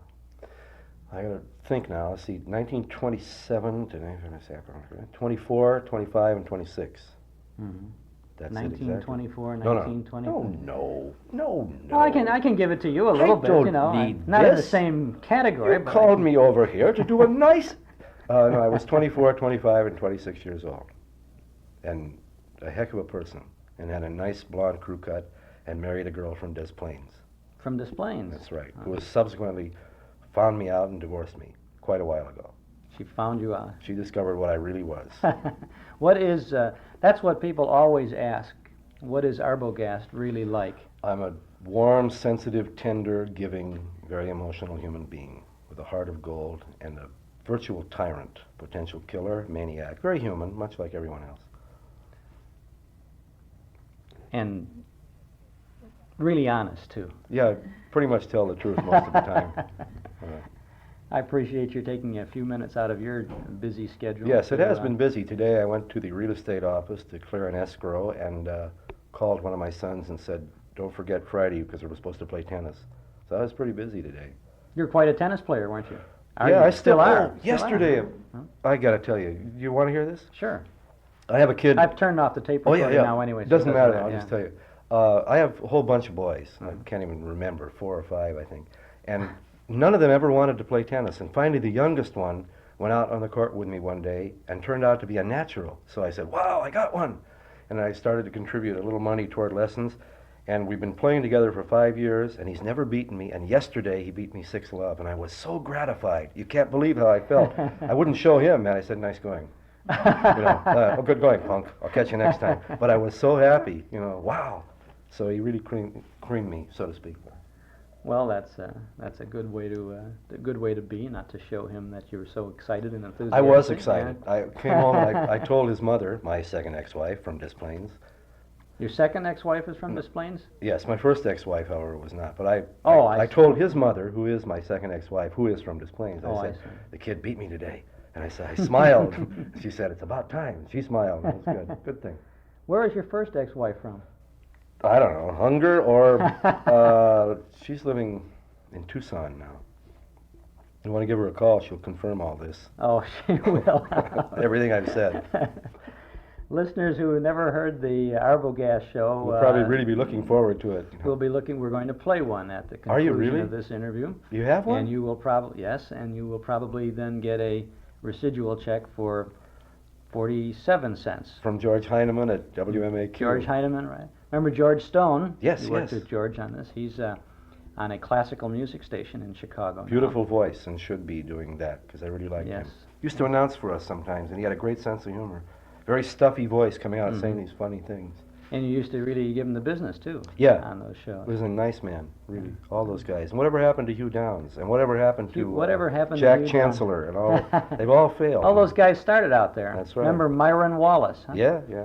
Later became governor of Georgia. No. Alabama? No. One of those states. Peanut farmer in Georgia, someplace. Yeah, I guess that's right. Yeah, boy, whatever happened to them? And now I'm on top, and those guys That's are right. Never heard of those all guys. kind of has-beens. Well, what the heck. Thanks, Bob Arbogast. A pleasure to chat with you today. I know that. We're in the Hollywood apartment of Alice Reinhardt this morning, and we're going to talk with a gal who's had a very beautiful life and who made a very important name for herself and provided some very great entertainment for us in the radio days as Chi-Chi on a radio series called Life Can Be Beautiful. Otherwise known in the profession as LCBB. LCBB. Right. Right. Because of the because initials. Because of its initials, yes. Was Life Can Be Beautiful considered the top of the so-called soap operas? Well, I'm sure it was one of the tops. It was one of the very few, or perhaps the only one, I'm not sure of this, that was on all three networks every day for about 2 years of its life. It went on NBC from 11 to 11:15, and CBS from 1 to 1:15, and Mutual from 2 to 2:15. And the NBC and CBS were both live because they wouldn't allow recordings on those two networks ever until tape came in, or I guess, or well, they allowed air checks and things of that sort. But Mutual played it as a recording, so we only had to go to 2 stations to do it every day. Well, which one did they record for Mutual then? I have no idea. One of the two. One of the two, yeah. Why or was maybe it? Mutual recorded it off the air. Oh, they may have They done may that. have done that. Why was it heard on 3 networks? Because it was so popular, and Mutual, of course, hit different areas of the country from CBS and NBC, and there were, I assume, stations that CBS hit that NBC didn't hit or something, but it was full network on both stations. So we would hear it in Chicago, for example, at one time on NBC and later on CBS. And if there was a Mutual station there, we might have That's heard right. it. No, that's right. It was great. You wouldn't have to miss a chapter of it, would you? No, but you know, like in all soap operas, it didn't matter if you missed a chapter or 2 or even 3 because we recapped every day. And actually, well, I always tell the silly story about, but tis true, that it took me 3 weeks on another show called Pretty Kitty Kelly to go up in an elevator from the 1st to the 3rd floor. So you didn't really miss anything if you missed a day or 2 of it. But you really captured the listening audience with with the stories. How long was LCBB on? I believe about 14, 15 years. I was on it for 11. Were you on it from its inception? I started it on Labor Day, 1938. Labor Day. So you had to work on Labor Day. I had to work on Labor Day, but that was when the show started, and it was kind of an amusing story. I had gone away on vacation with my mother to a dude ranch. Father didn't particularly. Oh, I guess Father was. That was 1938. No, Father died in 1936, but he didn't like dude ranches anyway. So we had gone to this dude ranch, and I got a call to come in and do a reading, and I said, oh, gee, I'm on vacation. They said, come on in anyway. So I went in and did the reading, and that was for Life Can Be Beautiful, and went back out to Jersey to the dude ranch and was happily riding trails and having a wonderful time when I got another call from the agency saying, you've got to come in because we've narrowed it down to 2 people, and you've got to come in and we have to see. And I said, who is the other person? And they said, Kathleen Naday. And I said, well, Kay's a very good friend of mine. Give it to her. I want to stay here on my vacation. I'd been working very, very hard, and I had 2 other 5-day-a-week serials at the time called Howie Wing and with Russell Jenny and Her Honor Nancy James with Barbara Weeks. And the gal whom I knew at the agency said, if you ever want to work for this agency again, you better come in here and read for this thing. So I did, and of course I got it. And, Mother had to come back from the dude ranch, and we had to stay in town then for publicity. And you were Chi-Chi. I was Chi-Chi. Was Chi-Chi her real name, or was her name was Carol Conrad. Carol Conrad. Yes, yeah. and she, as a little girl, they called her Cece. Oh, and I see. she couldn't pronounce Cece when she was a little girl. This is the explanation. Yes, How do I know? You know, I wasn't even there. And so she called herself Chi-Chi, so that was how it came to be. Was one of the soap operas, it was, do you prefer it to have it called a soap opera or a daytime drama? You know, I never was really very sensitive about that as long as they paid me. And that was kind of an unfortunate thing, too, because I found out 20 years later that I was in the budget for twice what I was getting. Oh, and somebody was... The producer. Could you deduct that on your income tax later? I only found out 20 years later, and as a matter of fact, I was talking to someone today who was a friend of mine, and they said, why don't you find out? And I said, oh, the statute of limitations has long since run out. But the guy is here in California, and I thought, well, what harm can it do? I'll talk to my lawyer. That's an interesting thing. Now, you were not a member of the... Did that show originate at NBC or CBS? It originated both at of them, but NBC. it started at NBC. Yes. Were you a member of the Artist Service then, or Artist Bureau at NBC? Well, the Artist Service hadn't anything to do with that, because this was a separate contract. The Artist Service had to do only with sustaining programs, which were not sponsored. That's where NBC took a 10% off the talent fee. The checks were $25, and we got $18.75 for a sustainer. $18.75. Wow, they took more than 10% off of that, then, didn't they? About 15. And but if you were cast on a sustainer, which I assume your listening audience knows what that is, a program which is not sponsored by a commercial sponsor, or is it public service program or something, then you went through NBC casting, but not if you were. Well, you said you got called from the agency, and now you mentioned that you did not get what you... Well, Procter & Gamble paid a certain amount for the show. It was one of the highest budgeted shows on the air at that time. And they were selling spick and span, mostly. They were selling spick and span and ivory, liquid, and they sold a number of their products, but spick and span was one of our longest. And the production agency of the show was called Transamerica, and the agency was Benton and Bowles for a while. And they changed agencies. Procter & Gamble had a number of different advertising agencies because they had 33 shows a day on the air. And 33 shows a day? Were they all the soap opera type? Most of them, yes. They sold a lot of soap, I can imagine. They certainly did. They certainly did. And of course, in those days, we didn't ever buy soap because we got it free for Christmas. We got an enormous box, and when I did Her Honor Nancy James, we were on for the Cellutex Corporation, I got 144 boxes of Kleenex for Christmas.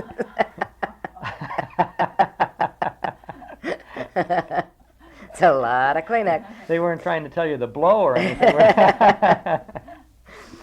They would give you the sponsor's product for Christmas. Nothing else would they give you? No, we got, but that was fine. That was a lot of loot. And I was married to an executive of NBC at the time, and he every year got magnificent baskets full of booze. And so when we had our Christmas party or parties, why, we never bought any booze. And one year it was very late in coming. Things had been going kind of downhill. This was shortly, just shortly before the war, and things were kind of rocky. And so I said to him, well, don't you think I better go out and buy some liquor for the parties? And he said, no, let's wait another day. So I said, all right. And he worked at nights. He was night program manager of NBC. And he came home about 1 o'clock in the morning, and he said, well, the basket came. One of the baskets came, and I said, oh, good, fine, where is it? And he took his hand out from behind his back and brought a little tiny basket, like a little Easter basket, full of Tums. That was the sponsor that usually sent the liquor, so we had... was that an austerity program that year? It was an austerity program, so that was the end, about the end of the big gifts from sponsors, except that NBC out here, when we came out, when Les Tremaine and I came out, we were married at the time, to do The Woman in My House for Carlton E. Morse. NBC always gave us a piece of Steuben glass for Christmas, which was kind of nice. And but that was, I don't know, the big execs at NBC and CBS, of course, got tremendous amount of stuff, like the big columnists always got here. Was that, would you call that payola? No, it wasn't really. Giftola? It was giftola. No, there wasn't. It wasn't. It didn't have that. It didn't have that favor connotation attached to in it. those days. People gave presents for Christmas, and they gave them to the people that worked for and with them. And I do know this much, that we were forbidden finally, and one gal was fired from casting at NBC because the actors gave her such lovely presents, and there was no favoritism. I can vouch for that. There was no favoritism involved at all in this girl. And she was forced to resign because one Christmas she got so much. But I don't know whether they had someone squeal on her or what, or somebody complained that they weren't being used on the shows or something like that, and that she was getting too much. And then we were forbidden to give anybody in the department anymore. What was your first radio job? The Great American Applebee's, 1927. 1927. The basement of the Lowe's Warfield Theater on Market Street in San Francisco. Well, now, KYA. how did that come about? Well, I had gone to an acting academy. Reginald Travers, was very famous in San Francisco at the time. And I studied with him, and he also had a stock repertory company in San Francisco called the Players Guild, and I worked in that. And in conjunction with that, he had this little radio program called The Great American Applebee's, which was the first soap opera that had ever been heard of, I think, in California at any rate. And I played Alice Appleby, and that was the first radio program I ever did. And then we had another one, which we did dramatized operas and great plays like Thais and things of that kind, with the music as background, only acted dramatically otherwise. We didn't get paid for that, of course, and there was no sponsorship.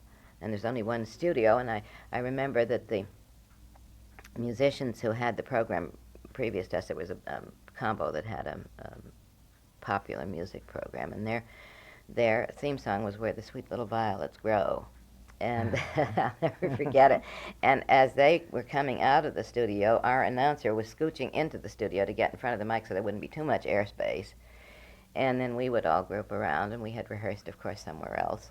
And then we would do our program. So those were the conditions that existed in 1927. What kind of a reaction did you get from the listening audience for None. the program? At least not that I knew of. Nobody ever told me of any. I was busy in the theater, and I was busy in radio, and I was busy going to school, taking dancing and singing and music lessons and everything that I could cram down. Did you think you might find a career for yourself in radio, or did you think it would be more the stage? I don't think radio ever occurred to us then, because it wasn't that much of a medium. In 1927, very few people had radio sets. I don't know about crystal sets. I never really was terribly interested in radio, and I say this to my everlasting shame because I now think it was the most beautiful medium we ever had, until I went to New York and found that the theater was not going to crack wide open and lay itself at my feet. And I worked hard, but I had 16 flops in 8 years, and it was not exactly the most lucrative business in the world. And I had gone to Europe with my parents and played in Berlin, both in German and in English, when I was 20. And I had started a little bit in radio then when NBC was still at 711 Fifth Avenue before they moved to Rockefeller Center. They had originally had their offices before they were the Red and the Blue and the National Broadcasting Company down at 195 Broadway in New York. Then they moved up to the posh section on Fifth Avenue, 711. And then in 1936, I think it was, we moved into the RCA building. But when I came back from Europe. It was right after the crash, and my father had lost everything. And I was in sole charge of taking care of the family. So I had to make the best living I could, and radio seemed at that time to be more lucrative than the theater. And while I hopped back and forth a good bit, nevertheless, I was one of the few people in those days who had radio training of any kind. So those programs in San Francisco paid off. So you were working then on the stage in New York and in radio in New York. Radio in New York, yes. Now, how did Alice Reinhardt take care of both of those things? How did you do? Well, it was simple. When I was working in a play, most of them, as I say, didn't last very long. When I was working in a play, I couldn't do radio, and when I was, whenever I got, because I was stage struck and still am, I'd go back on stage any minute if anybody'd let me. I would simply, I didn't have a serial at the time. We did shows like 20,000 Years in Sing Sing and K7, which was a spy thing, but there were, I always played lady spies, and because I was a dialectician, and all spies in those days were foreign. No such thing as American spy, anything like that. And in 20,000 Years in Sing Sing, I either played a moll or lady convict, female convict, or secretary or something of that sort. And I was on it constantly. And we had a good cast. But then one of the directors, Joe Bell, who was now returned to acting, said to me once, if you go back to the theater once more, I'm not going to cast you anymore. People were always threatening me. and so I said, all right, Joe, and then I got some regular parts and things, and Howie Wing. And well, you really were probably, if not at least one of the busiest actresses in radio. Probably. From about that time on until actually the waning days of radio, which would be the late 50s. We went off in dramatic radio actually folded in 1959, and we folded right with it at that time, because we had done The Woman in My House for Carlton Morse out here for 8 years. We came out for that particular program, and Les wanted to go into pictures and live television. I turned up my nose at live television because I think largely, I had done some of it in New York, but I think largely because it made me nervous. Crawling under cameras and changing right out in front of everybody because you had to, and trying to come on looking fresh and serene was just not my cup of tea. And live television was like that. You had to, you would walk out of a frame, supposedly a door, and the sound man would close the door behind you, and then you get down on all fours and crawl under the camera between the cameraman's legs and out to where the wardrobe woman was waiting to put something on you, and the makeup man was waiting to dab some more gook on your face, and then in order to get back in frame, you would have to go around the back of something to get to the other side of the stage, and it was terribly complicated to me. And I don't know why it should have been, but it was, and I just didn't like it, so I wouldn't do live television. When they got filmed, then I wasn't well known enough until I had to beat the doors down again.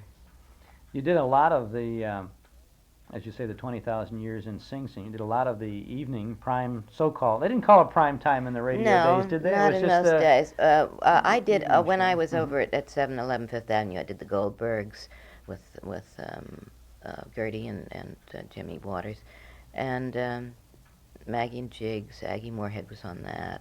She played Maggie, and I played an awful lot of shows over there, K7 and Sing Sing. And you mentioned dialects. What kind of dialects did you do? I speak 4 languages, and have spoken. I'm bilingual or trilingual in German and Spanish and English. And the French my mother taught me when I was little. She had finished her education in Paris. And so I did at least those 4, but I did most European dialects. And I never forget, there was an actor, a comedian, called Charlie Cantor in New York. and no relation to Eddie Cantor, and he did a lot of dialects too. He was a good dialectician. And one evening, quite late in the afternoon, 5:30 thereabouts, I got a call from NBC saying, could I come down and do, and I've forgotten the name of the show, Showboat, that evening. And Captain Henry's Showboat, is that yes, the one? Uh-huh. Yeah, Tiny Ruffner was the announcer, Uh-huh. and Molasses in January were on it. And I said, well, yeah, I guess so. And it was a dress show because it was done in Studio 8H. This was after we had already moved into the RCA building, and 8H sat 1,500 people. And we always dressed the men in tuxedo and the gals in evening gowns. And I had just come back from Cleveland from doing some stock there. And I had some awfully pretty clothes that I had gotten from the stock company. The local couturier had made the dresses for us and then given them to us, which I thought was terribly nice. It was good publicity for them. And it was summertime, and I had a frothy white organdy dress with great big green polka dots and frills and bows and everything, and I was very slender in those days. And I put that on, and I went down, and we had dressing rooms, and Molasses in January came down to the dressing room, and we were going to rehearse. And I asked what I was playing, and the casting gal said the Chinese laundryman. And I said, all right. And I heard Charlie Cantor in the next dressing room say, we not only have to buck the stand-up comics, but now we have to buck the dames, too. So he was really angry about it, I guess. But they wanted a lighter voice, and I had a deep voice for a feminine voice, and I could play it with a no dicky, no lonely kind of thing. And so I played the Chinese laundryman. Now, this, of course, was one of the great faults of the audience shows in those days, too. Because when I stepped out in front of the audience in my frilly gown and started to play the Chinese laundryman with Molasses in January, the audience fell off their seats with laughter, and it wasn't that funny at home because they didn't know what was going on. Well, the audience really had a treat because Molasses in January were two white men playing two black men. That's right, and they do it in blackface for the local audience? I think they did. Yes, yes, I'm pretty sure they did. But and then here's this lovely lady in a white playing gown. a Chinese laundryman.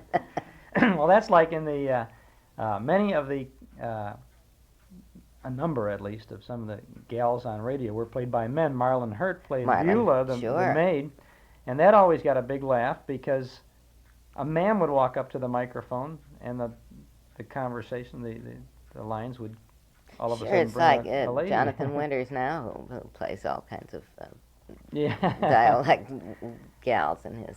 You said that you got a call late from NBC to do this thing. Did that happen very often in the radio days? It happened only on occasion, I think.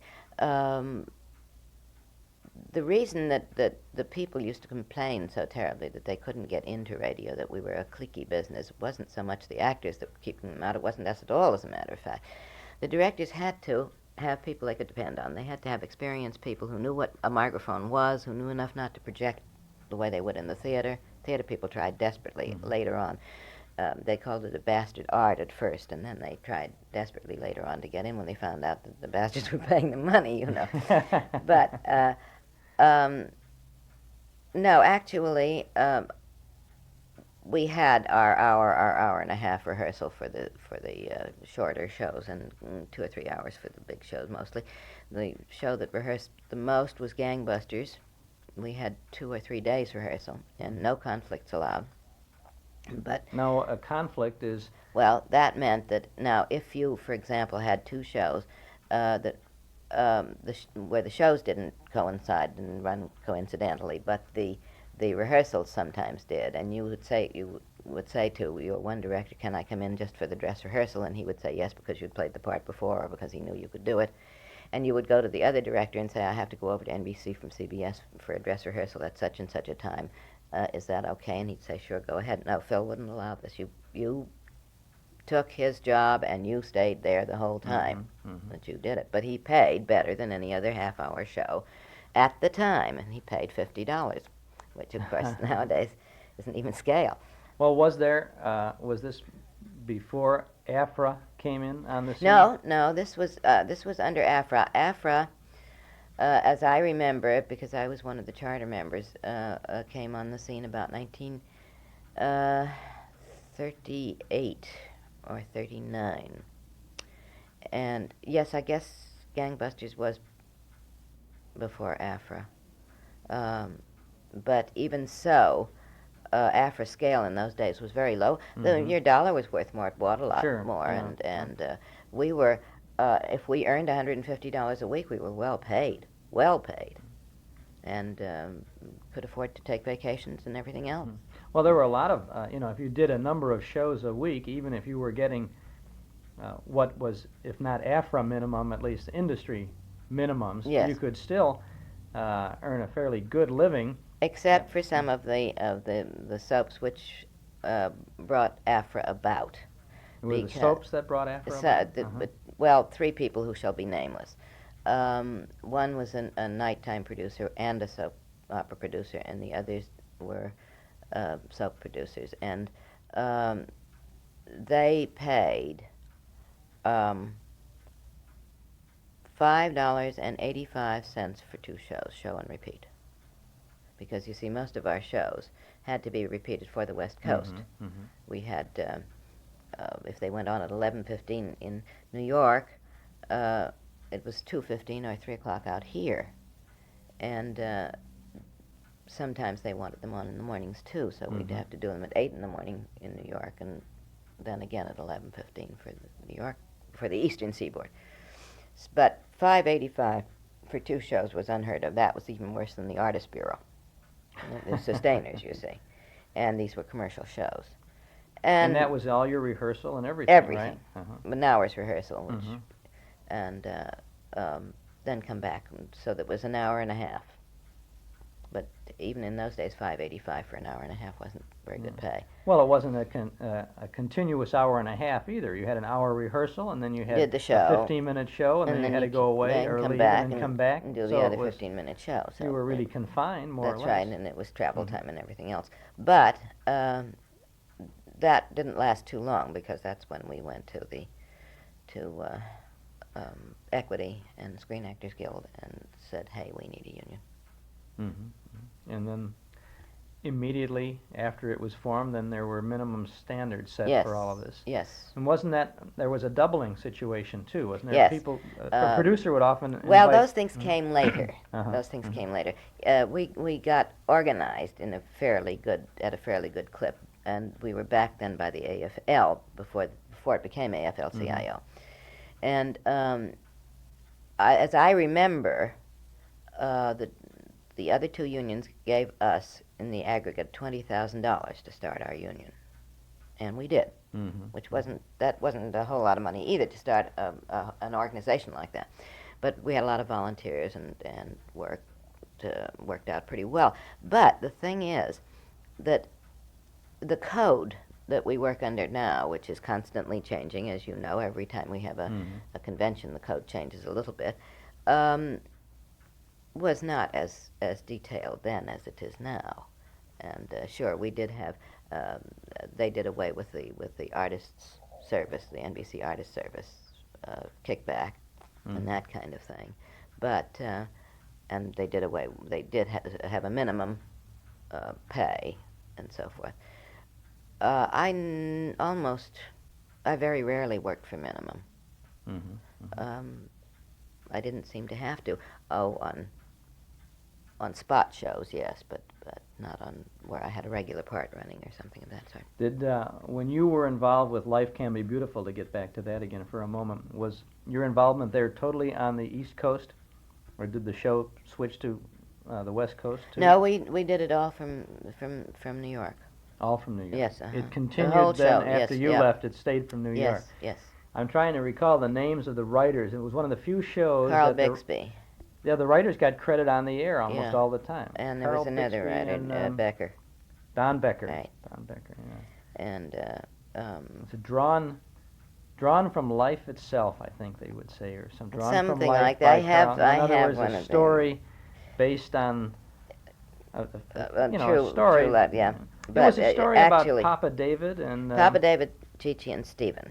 Mm-hmm. And Papa David had a bookshop, ran a bookshop, which he called the Slightly Read Bookshop. And we had trouble explaining that after we had the communist scare thing. But Papa David said there was no such thing as a second-hand book. There was only a slightly read book. And that was why he had the Slightly Read Bookshop. And Stephen lived with Papa David. He was in a wheelchair. He had been a cripple for many years, and I don't think that was ever explained. And he was a lawyer. Stephen. Yes. Mm-hmm. And Chi-Chi ran in from the street for protection from someone who was chasing her one day, and that was how we all started and got together to be one big happy family, which we really were. Did you have a good time with it? Yes, we really did. We loved it. We loved the show. We loved the director. And the writers we rarely saw unless we were unlucky, except for Carl. Carl was a darling, but Don was kind of difficult. You didn't care for the writers too much? I liked Don. Uh-huh. I mean, I liked Carl Bixby. Yes, Carl. Why was that? He was an unpleasant personality. Oh, okay. That's all. Simple as that. Yes. And didn't have anything to do with the fact that they were writers. No. Oh, I see. No. Oh, no. But you see, now, actually, when you stop to think of all the people who were involved very closely with that show, Ollie Barber, who was our dear darling director, he's gone. Mm-hmm. Papa David is gone. Ralph Locke. Stephen John Holbrook is gone. Toby, who was the other boy in Chi-Chi's life constantly. Carl Eastman, he's gone. I don't know about Dr. Markham, who was Charles Webster, not to be confused with Chuck Webster, because there were two of them.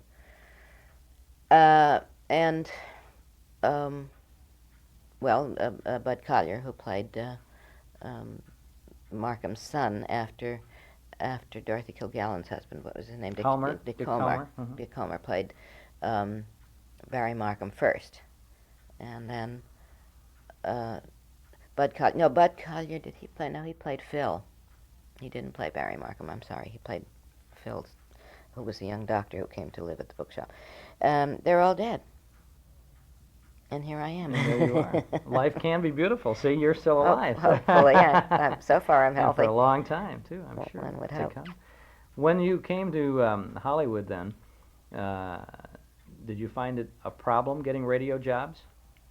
Well, no, see, I came out with a show.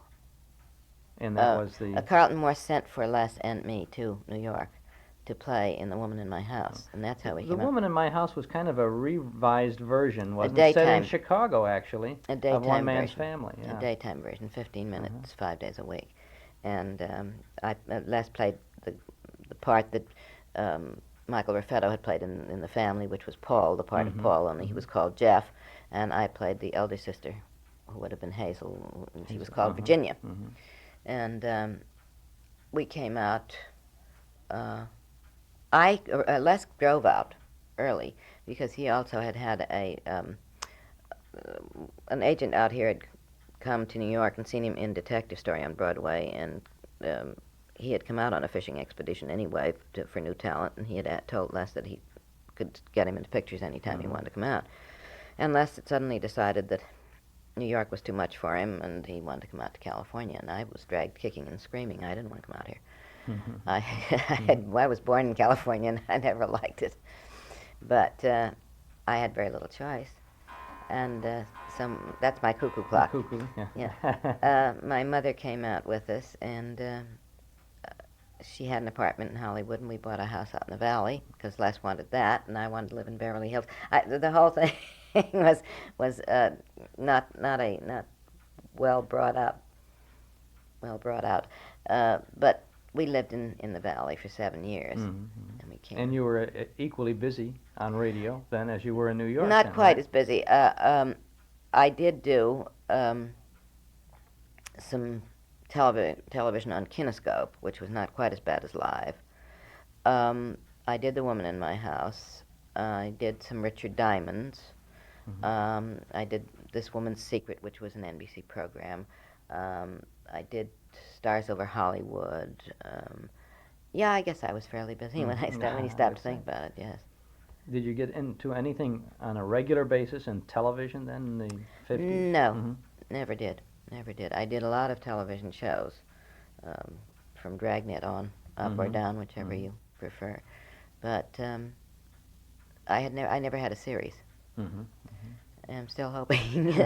What are you doing these days, Alice Reinhardt? Well, these days I'm keeping very busy with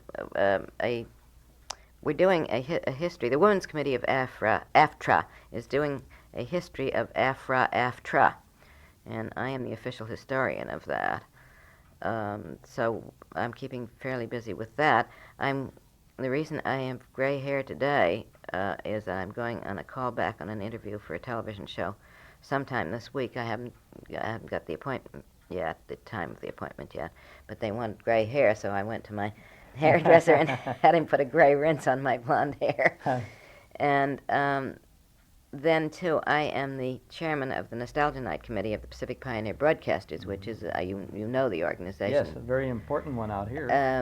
And we have Nostalgia Nights the last Thursday of almost every month during the fall, with the exception of November, which is always Thanksgiving. And so November, December, we usually have it about the 18th of December, something like that, whenever the Thursday night falls.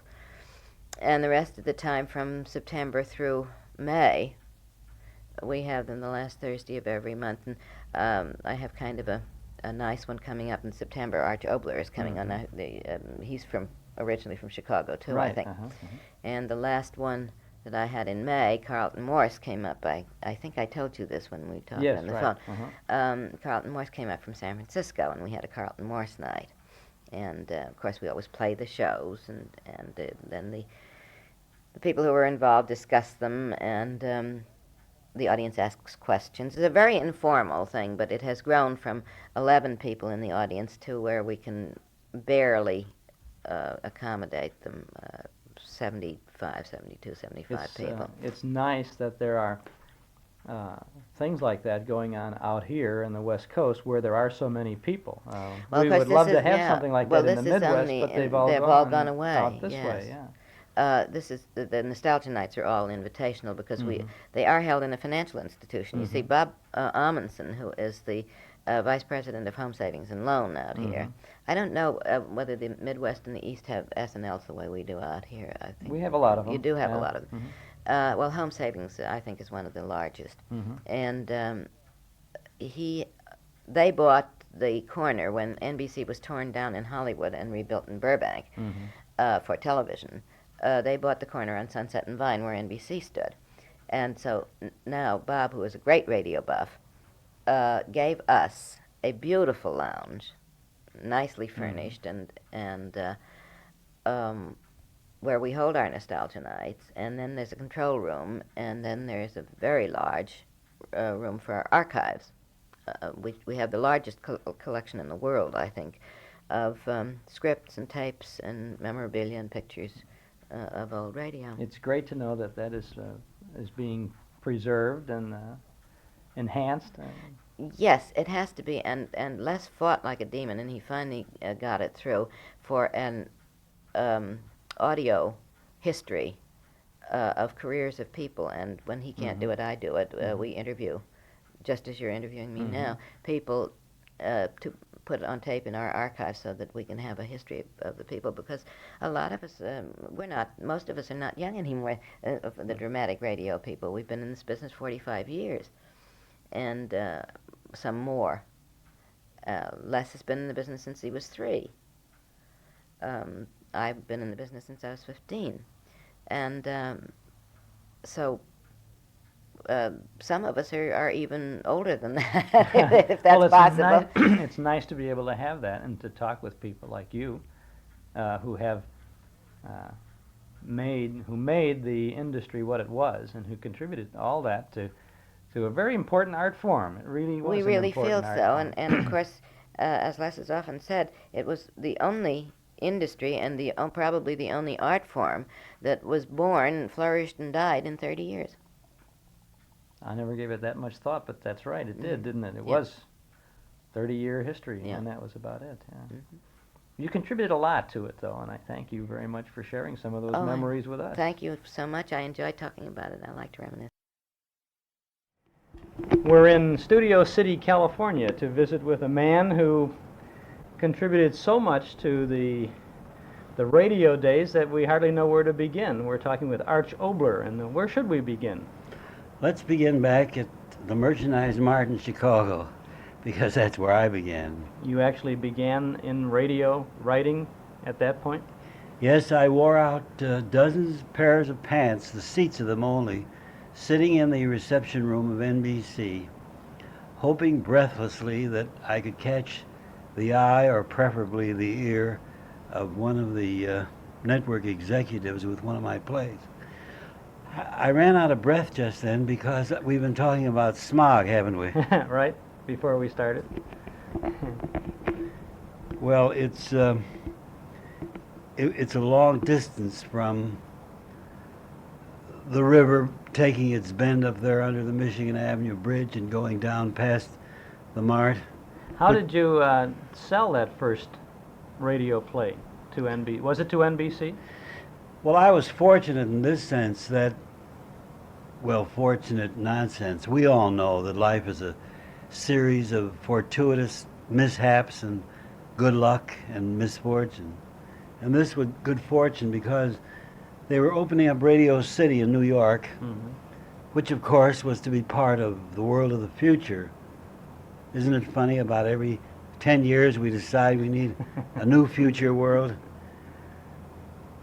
And one of the executives at NBC remembered that one of the plays that I'd been trying to interest him in was the one called Futuristics, a tongue-in-the-cheek look at the world of the future. So they bought it. And they bought it for the magnificent sum of $75. And I remember when they told me it was 75, I batted my big red eyes and I said, "But Mr. Menzer, I've worked 4 months on this play. Is that all I get, $75? And then I got one of those lectures on, you should be happy that we are permitting you, you know. But that was a big break for you to have a play produced on the air then, wasn't it? It was, but it almost cut my career short because since it was a play about the future, I had a tongue-in-the-cheek something to say about cigarettes. And in my play, I was concerned with the last of everything. We were having an obituary for the last horse in the future, and this was an obituary for the last cigarette, as I recall. Now, it just so happened that no one bothered to listen attentively when we were rehearsing. And when that hit the air, and the boys in brass heard me ribbing their major sponsors, that almost was the end of me. But it wasn't, it was the beginning. And did you start working regularly with writing scripts for NBC at that time then, shortly after that? Or no, you know, Charles, nothing goes that easily. It was quite a bit of time later that a chap named Willis Cooper got ill. And he had started a program called Lights Out. It was a kind of a revolutionary program because it was an opportunity to write radio drama for radio. You see, up to that time, radio was an imitation of the theater and motion pictures. Lux Radio Theater, the Screen Actors Guild. They really were 3-act plays done in the manner that one would do a play but not look at it. In Lights Out, when it was offered to me, I saw an opportunity. Since I knew that none of the executives would be up that late at night, it went on the network at 11:30 at night.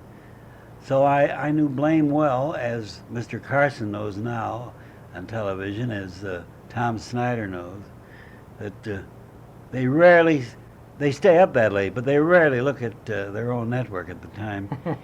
So I started to do Lights Out, and although it was a horror series, 1 out of 3 was a horror play, and the other 2 were idea plays.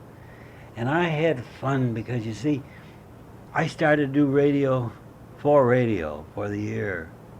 It wasn't an imitation of anything. I took a few words, a bit of music, a sound effect, and suddenly you were transported wherever I wanted to take you. You really knew how to draw a word picture, didn't you? You Well, really speaking did of it. word pictures and transport, I never dreamed, dear Chuck, that when you'd come over, you would bring your beautiful wife. And I think that a word picture of her simply couldn't be done on radio. You'd have to have 3 dimensions.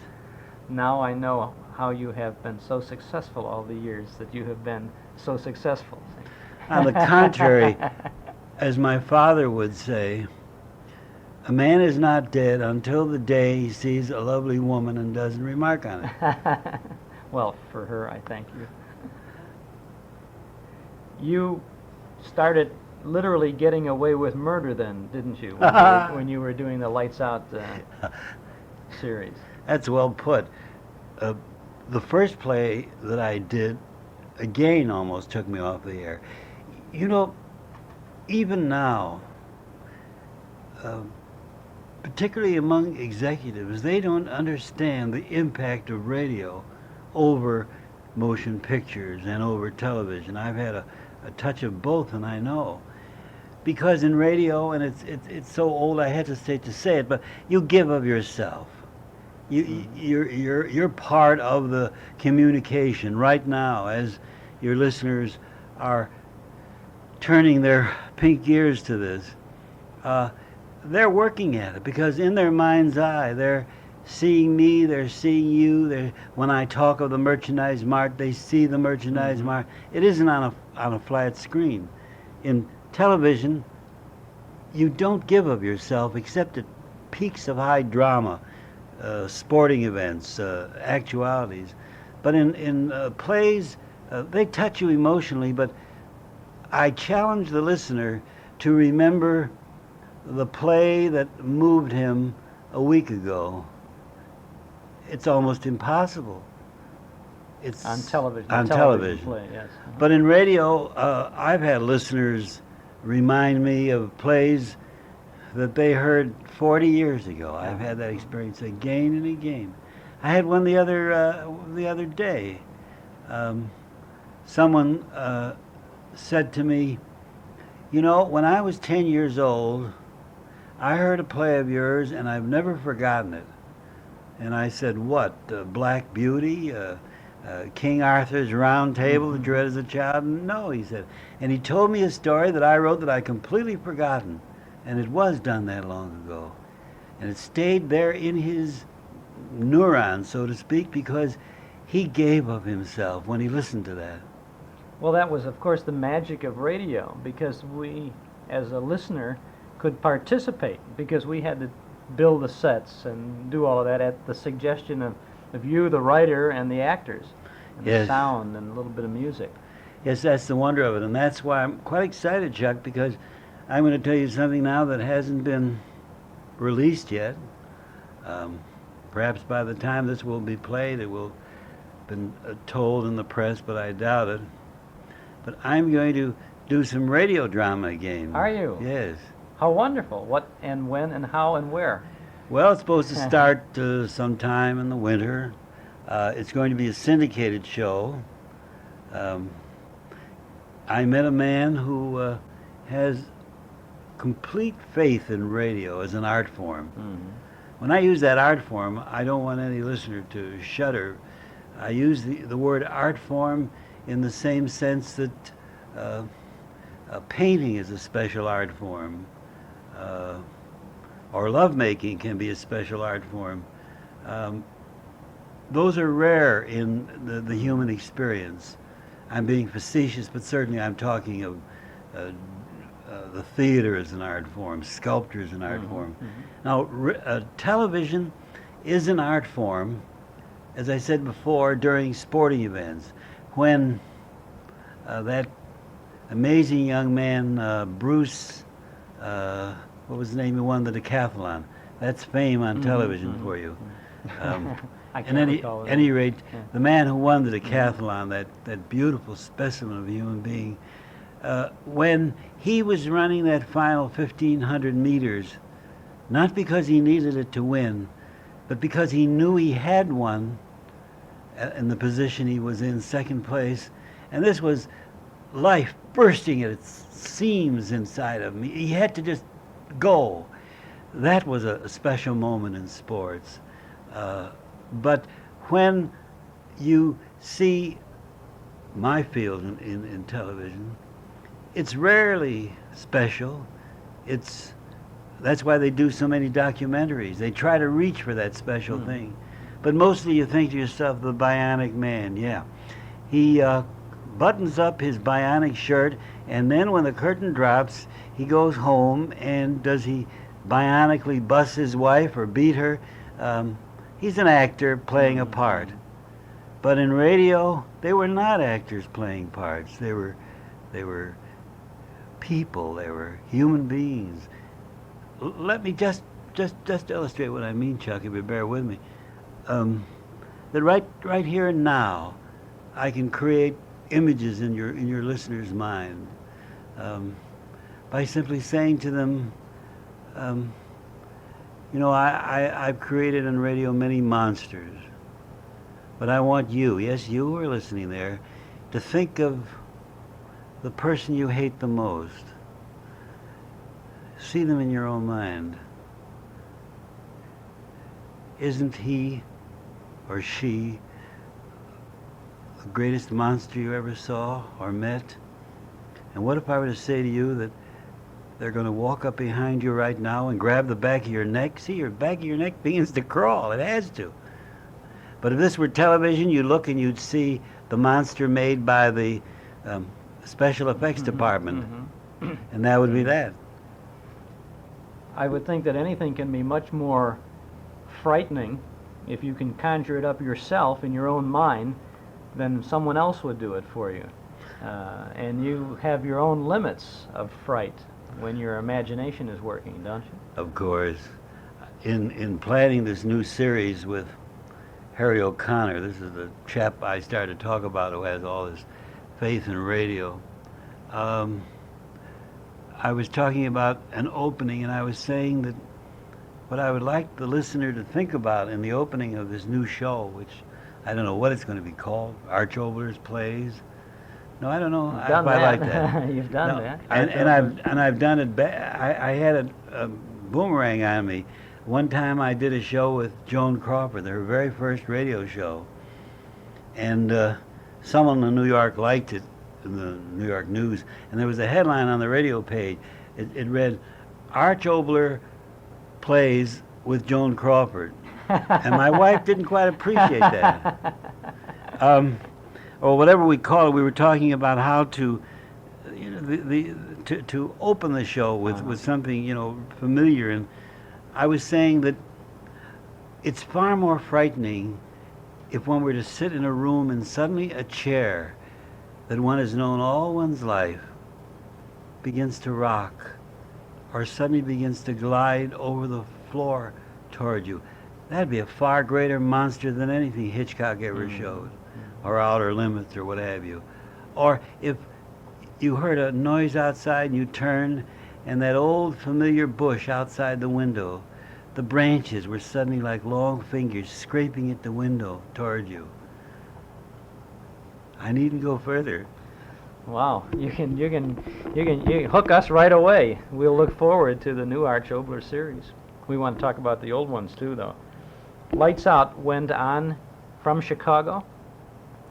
Yes, it went to Chicago, initially. And then when I went to the coast, we had out here. And then I brought Boris Karloff back to Chicago to do his first radio. He was a charming man, such a gentleman. After, when one thinks of all the horrible things he was in, the leering monsters and that Frankenstein thing. Well, he did an outstanding job for you, I think, on a Lights Out program, on a story called Cat Wife. Yes, yes. The man whose wife, because of the suggestion and because she has all the latent terrors in her of a witch cat, I started to say something else, thinks she's a cat, and how he tries to hide it from the world. I always have one marvelous picture of Karloff in Chicago. We finished a broadcast and he disappeared, and I know how shy he was, and I suddenly realized that he had left his cabin was going down Michigan Avenue. And I went after him, and I had to run to get to him, and I said, "Boris, what is it?" And he said, "Look, look," pointing over his shoulder. Well, I expect to see Dracula and a few others and a few vice presidents of the network after him. It was about 3 little children running after him with autograph books. He was terrified. I solved the problem simply. You see, I intercepted the boys, and I said, "Let me sign." They said, "Who are you?" I said, "I'm Harpo Marx." And they accepted, and I signed Harpo Marx, and that took care of that. But you don't look like Harpo Marx. I do indeed. At Metro, when I was working there, I'd have more fun. One day I met Harpo, and I told him the story, and he said, "Isn't that funny? I always sign Arch Oboler." He spoke. He spoke. When you were writing in Chicago, you were writing more than just the things for Lights Out. You wrote for the little theater off Times Square, didn't you? The First Nighter program? Well, before Lights Out and trying to make a living, I was writing for that program. It was Don Amici and Seymour. But that wasn't really radio drama. That, again, was approximation, an imitation of. But what I was writing Lights Out for was in the hope that out of that, the network would let me do a series of plays in a more fortuitous time where I could write about the world, write about human beings in conflict or in happiness. Did you get to do that? Yes, but the only way it happened was this. I was in New York and getting nowhere, and I had just about had enough of Lights Out. So I got a group of actors together, and there were no greater group of radio actors than were in existence at that time. And up in my apartment, I got them in front of a microphone, and I rented a record maker. In those days, there was no tape. So you had to scrape the grooves out in a big record. And I made a recording of a thing called The Ugliest Man in the World. And a few days later, I took that and brought it in to a marvelous man named Louis Titterton, a rare kind in the network. He was head of the literary part of the network, whatever that meant. And I brought my own record player, and I said, "Mr. Titterton, I know you're a very busy man, but please bear with me, just hear the beginning of this." Well, this was such, as they say in France, chutzpah, to actually bring a record and a tape player and put it on one's desk. So I started to play it, and he listened to the whole thing. He didn't say a word when I was finished. I stopped the record player, he picked the record off and disappeared. And about an hour later, he came back, and he sat down behind his desk, and he looked at me, and he said, "I have just left the General." That meant General Sarno, head of NBC in those years. And he said, "You are going on the air at 8:30 on the Blue Network on a series to be called Arch Oboler's Plays. Good luck." And that was it. Wow, and that went a long time too, Oh, didn't it? yes, it ran a very long time. So suddenly the ogre turned into a fairy princess, or with a long wand and a star at the end of it, and life was beautiful. A few years ago, there was a series on radio, just a few years ago now, called The Devil and Mr. O. Now, were those shows newly produced, or were they reworkings, or? No, those were old plays. What happened was that a couple of fellows who had been in charge of the Armed Forces radio services, and for those who don't know, the Armed Forces have their own radio network wherever its troops are stationed, decided that perhaps the troops had never heard real radio. They asked me to contribute some of my plays, so I did on the old recordings, and the results were such, since these kids had never heard anything but the top 40, that the two young men resigned from the Armed Forces and decided to go in business. Well, they were about 5 or 6 years premature. Radio wasn't quite ready for that yet. And they had just enough money to get started, but they didn't have enough money to go around to all the stations and to knock on doors and to do the sales job that one has to do even if one's selling a Ferrari. And in case anyone is listening doesn't know what a Ferrari is, a Ferrari is a king-size pizza made only in Italy. You mentioned part of the audience there, a little rough going. Huh? You mentioned that you worked for Metro. When was it that you worked for MGM? Well, that was during the war. What happened was Mayor had heard some of my radio plays and wanted me to see if I could do the same kind of thing in motion pictures. That is, up to that time, they'd never had just an hour motion picture. And so I was supposed to make an experimental hour. And they picked on a play that I didn't like particularly, one of mine, but it was radio, it was not motion pictures. And I made it experimentally, and it was not supposed to be released, but of course they released it. Made a lot of money, but I was very unhappy. What was it called? What was it?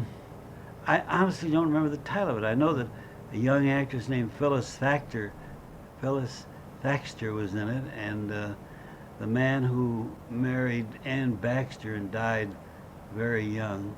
Again, I don't know that trivia, don't remember it. But it was an interesting play in that, well, I know Times said it was the first marriage of radio and motion pictures, whatever that means. But it wasn't happy, and it taught me my first Hollywood lesson. When they say to you, whether you're a starlet or a writer or a director, they say to you, do this for me and the next one is for you. Don't you believe it? Were you still very much involved in radio work at the time you started developing 3D for the motion pictures? Oh no, radio was well behind me because a thing that I had invented called television had come along. Very few people know that in my other life I was known as Professor Zworkin. In any event, I didn't like flat motion pictures. I still don't. You know, one doesn't realize, unless one thinks about it, that the only time in life that one sees things not in 3 dimensions is when one goes to motion pictures. Even when you're looking at television, you're really seeing in 3D because your eyes are always cruising around, your peripheral vision, you see the room in 3D. But in motion pictures with that wide screen, you see it flat. And we become accustomed to it that way. The curious thing is that the inventors of motion picture, going back to France, going back to Thomas Edison here, they started out making 3D movies because they knew that since this is what we had in life, why should we have it in our entertainment? But it got in the hands of the people who wanted to make it as cheaply as possible, and they're still the same way. Sure, they spend millions and millions on stars, unquote. They'll make a shark that'll cost, $1.5 million. But when it comes to exciting new technical developments in motion picture, they happen only because someone pressures them into it. As I did, for example, with my first motion 3D picture, Buona Devil. As a result of the tremendous excitement that picture engendered, CinemaScope came out, Cinerama came out a little prematurely. Of course, Cinerama doesn't exist anymore, and CinemaScope don't exist anymore. There are Cinerama theaters, but they're not showing Cinerama pictures because technically they ran into too many problems with their 3 cameras. And it was flat. You can curve a picture all you want, but unless you do what God has done over 4 billion years of evolution, give us one image for the left eye and a dissimilar image for the right eye, and both of them mixed in your optical brain center, you cannot get 3D. Now you had everybody in the theaters wearing the glasses with the green. Was it the green and the red? No, that was long before that. That was an experiment I had nothing to do with. No, we had polarized glasses to keep the left eye from seeing what the right eye sees, what the right eye sees, what the left eye sees. But nothing has changed since Buona Devil in that Here, I'm sitting on a 3D process that's absolutely perfect, and the response I get from all the executive friends and enemies in the industry is, we're making so much money with what we've got, we don't need anything new. And that's an exact quote of one of the presidents of one of the largest companies. Now, I ask you, what other industry does that kind of nonsense? If the automobile industry tried that, the company would be out of business in 2 years. The only reason that the motion picture industry gets away with it is because they're making their monies out of oil wells, out of real estate, out of subsidiary things, out of television. That has nothing to do with motion pictures. Did you have anything to do with the television series of Lights Out programs? No, I refused to have anything to do with it because I felt strongly at that time that unless it's done by someone who has more than the usual kind of perception, you cannot start putting horror on the screen without having endless gore and violence. And my thesis was that if you break a bone and murder one person in one series or in one play, then the next time to get more effect you'll have to do twice as much. And that's exactly what's happening on television now with the escalating violence. Now, when you were working in the radio days, you had almost total control over the entire program, didn't you? Not You wrote, almost, I had complete control. You had the whole thing. Yes. You wrote, you produced, you directed, you cast the actors. And I swept out the studio when I was finished. And you even... I served lunch. Oh, I had a thing going there. Was it a good thing to have an Arch Oboler lunch? Well, the only problem with an Arch Oboler lunch, it was always a bit late. It was always working on a deadline. Did you always have your script intact at the time you went on the air?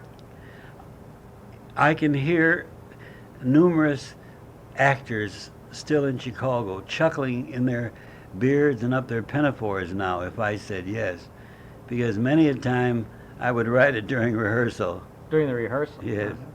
Did you, I understand that you didn't always get along well with your talent, your actors. As a matter of fact, one time you even took a punch at an actor, didn't you?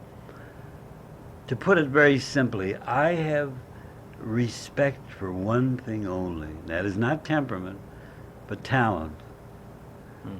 All the rest of it is just dressing. It's nonsense. I got along beautifully with actors and actresses. Unlike Mr. Hitchcock, I respect actors and actresses. I don't think, as he has been widely quoted as saying, that he thinks they're children and he wished he could do without them. I think they have a very difficult task, and they live a very difficult life. That bark, for your information, is a small, very small poodle named Happy, and he's truly happy. And he's always worried that someone's going to hurt me. What he could do with his 5 or 6 pounds, I don't know, and he thinks his microphone is an enemy. About actors, most people don't realize that the average life of an actor is 7 years. 7 earning years. So if they have trepidations and nerves and concerns, my only episodes with actors, and that particularly one that you talk about, was a man now deceased by the name of Lou Merrill. A very fine actor, but he had all sorts of inner hates and inner turmoils, and unfortunately, I think in this broadcast we're doing one with, I think it was Greer Garson, and he was playing opposite her, and he was difficult. Oh, we had so little time, and through the microphone all through the rehearsal he was making all kinds of scurrilous remarks at his director. And just before we went on the air, he said something, and I don't remember anything except literally seeing red. And they tell me I tore out of the control room, tore into the studio, ran up to him, and with the hardest punch I've ever thrown, and I used to fight in the ring when I was young, I hit him smack on the jaw. Since he outweighed me about 3-1, that sound was not skeletons, but the mail being delivered, and Happy tearing up all the checks. Tear up the bills, Happy, not the checks. So Lou shuddered, and just at that moment I saw the red arm of the clock go up to tell me that we were on the air. The red light went on, and I pointed at him, and the reflex action worked. He began to talk, and he did a beautiful performance. And after that, we were very, very good friends. We never had any more trouble. But I don't recommend to budding directors that they break their hands as I did. You broke your hand? As I broke a knuckle on the jaws of unfortunate actors who are feeling their oats at the moment. There are other ways, I assure you. Did you mostly have, I know that the audiences loved Lights Out and so many of the other things that you did. How were you able to tell the audience reaction? Did you get feedback? Did you get mail feedback, telephone feedback? How was it? One of my shows, the very first Lights Out, the one that I started to say a long time ago in this talk that I'm having with you, almost took me off the air. We got 50,000 letters. Mostly, there were no letters. 50,000 letters for one show? Because I touched a raw nerve of many, many listeners. And I simply won't go into it other than to say that as a result of that, I learned the responsibility that the artist has in any medium, that he's got a tremendous load on his back. The people who do unfortunate things on television that result in some juvenile hoodlum copycatting and doing unfortunate things, and then the artist, the writer or the director, or the producer, well, it isn't like we didn't do that sort of thing on television, or it wasn't a result of us. Nonsense. We all have that responsibility. But mostly, as is true today in television, if a sponsor gets half a dozen letters, it shakes him. I mean, disliking something. Most people are not letter writers, but I knew it in my gut when I had done a good show. I could tell by the response of the actors.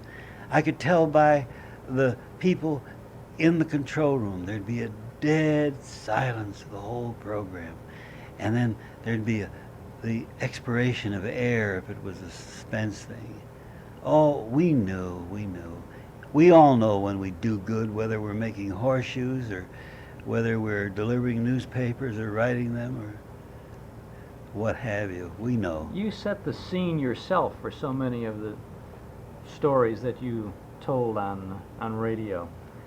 You actually were on the air, and you would set the scene. Was that a style that you purposely decided to develop, or did it just happen? Well, I'm no Orson. I did it because I wanted that one-to-one with the audience.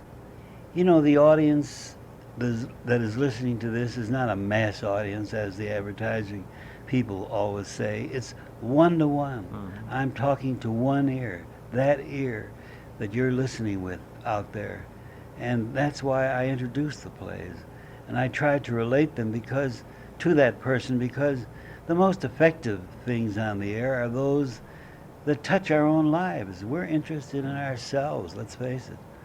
And so when I wrote a play such as The Visitor from Hades, it was one of my favorites, about a young couple having a climactic quarrel. Their marriage had reached the point where inevitably that tremendous final quarrel had to be the one that stripped both of them naked. And when I introduced it, I didn't say, we're going to scare the girdle off you, ma'am, and the panties off you, mister. I simply said, we all quarrel. I quarrel with my wife, she quarrels with me. But I hope in our quarrels, they're kind of a communication. And I'm going to tell you about a quarrel tonight that was a communication, but it was a terrible kind of meeting of minds. Just listen and see if it's one of yours or one of yours that's going to happen. As simple as that. Your voice is spellbinding, and I think it's the quality of it that draws that one listener a little closer to the radio to hear everything that you have to say, and they don't want to miss a syllable. Well, I always like to have one person in mind. You know, I, over the years, have known the great and the near great and the notorious and what have you, and the comedians. And the best of the comedians, for example, have told me that they always say in Vegas, pick out a face in the audience and play to that face. I always have a picture of someone in mind, and I always am talking to her. I've never met her. I don't know what she looks like, but I'm always talking to her. And someday, good heavens, Chuck, she looks like your wife. I think we better pack up and go. Arch Oboler, do you consider yourself primarily a radio writer? Well, the nice thing about maturing is that you begin to evaluate. I suppose I think of myself primarily as a human being, and secondly as a writer, but not a radio writer necessarily. I'm interested in all the media. Do you feel that we might ever be lucky enough to have radio, to even a small degree, come back the way it was in the 30s and the 40s? Well, that's what O'Connor and I are going to try to do. It's going to be an interesting experiment. You see, listeners don't realize in radio, and television viewers don't realize, and moviegoers don't realize that what they get in the medium they're interested in is not necessarily there by accident. It has to be purchased first. The cinema has to be purchased by the exhibitor before they get to see it. The television program has to be agreed to by the television executive of the particular station. And so what your listeners hear on radio is what the executive of that particular station wants. So it all boils down to, will the radio station managers want a radio drama? I don't know. As you know, CBS has had a program on for some time now, CBS Mystery Theater. There's been all sorts of rumors about its success or lack of success in commercial terms. I know the producer of it, and he's a hard-working, intelligent man. But with all due respect, that isn't the kind of radio that I want to do. That program, and that's the only one I can talk of, it's the only one on the air, does radio in a kind of a broad radio sense. Only rarely does it do it impressionistically, the stream of consciousness.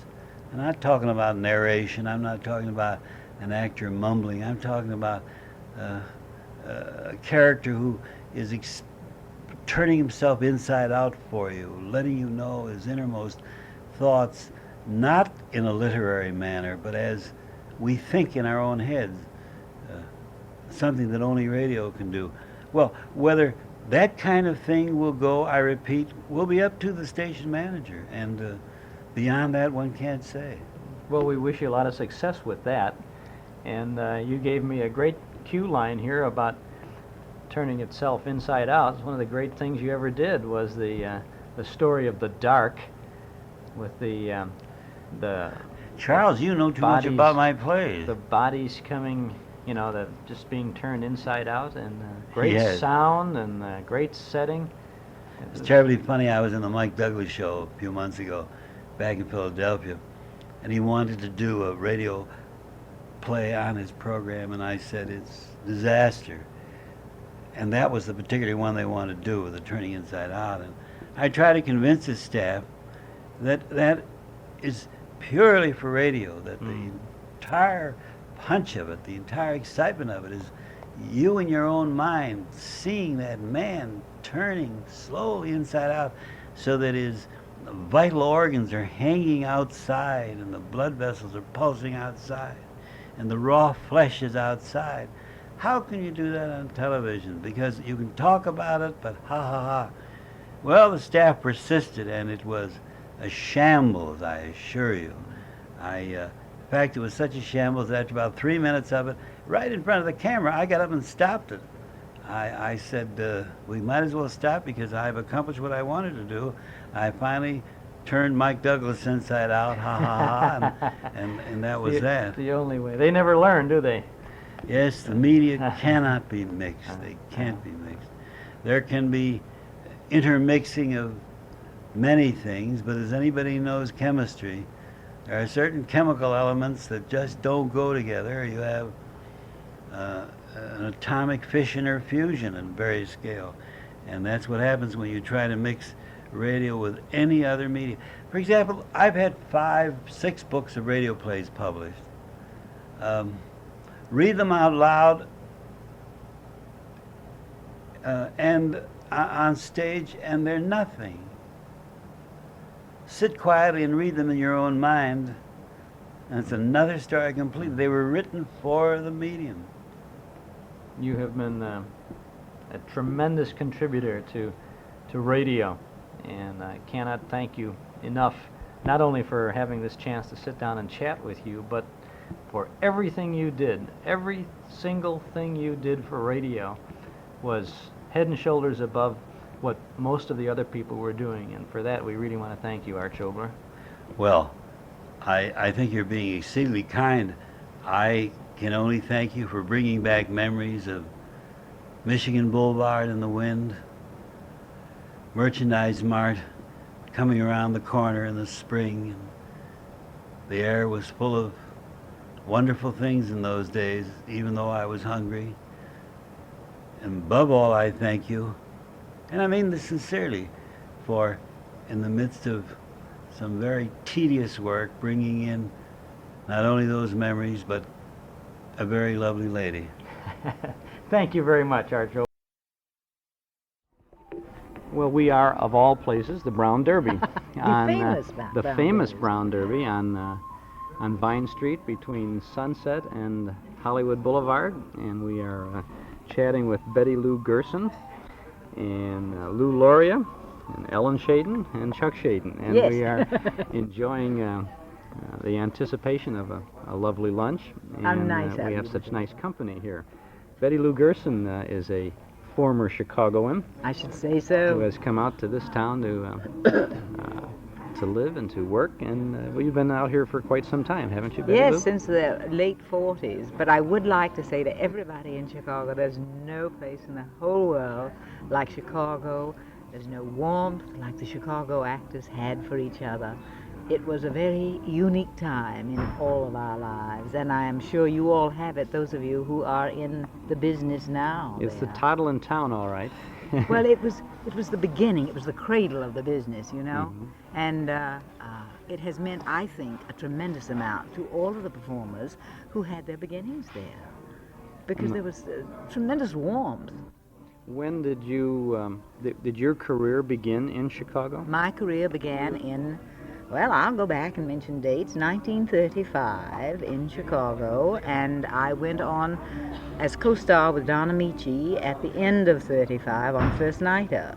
Came out here in 36, and when I was asked to sign a non-cancelable contract for 2 years, I decided I wanted instead to get married, and I married Jo Ainley, who is now deceased, and stayed and learned my trade then as an NBC actress under contract, and we learned to do everything. Old ladies, baby cries, you name them, you know.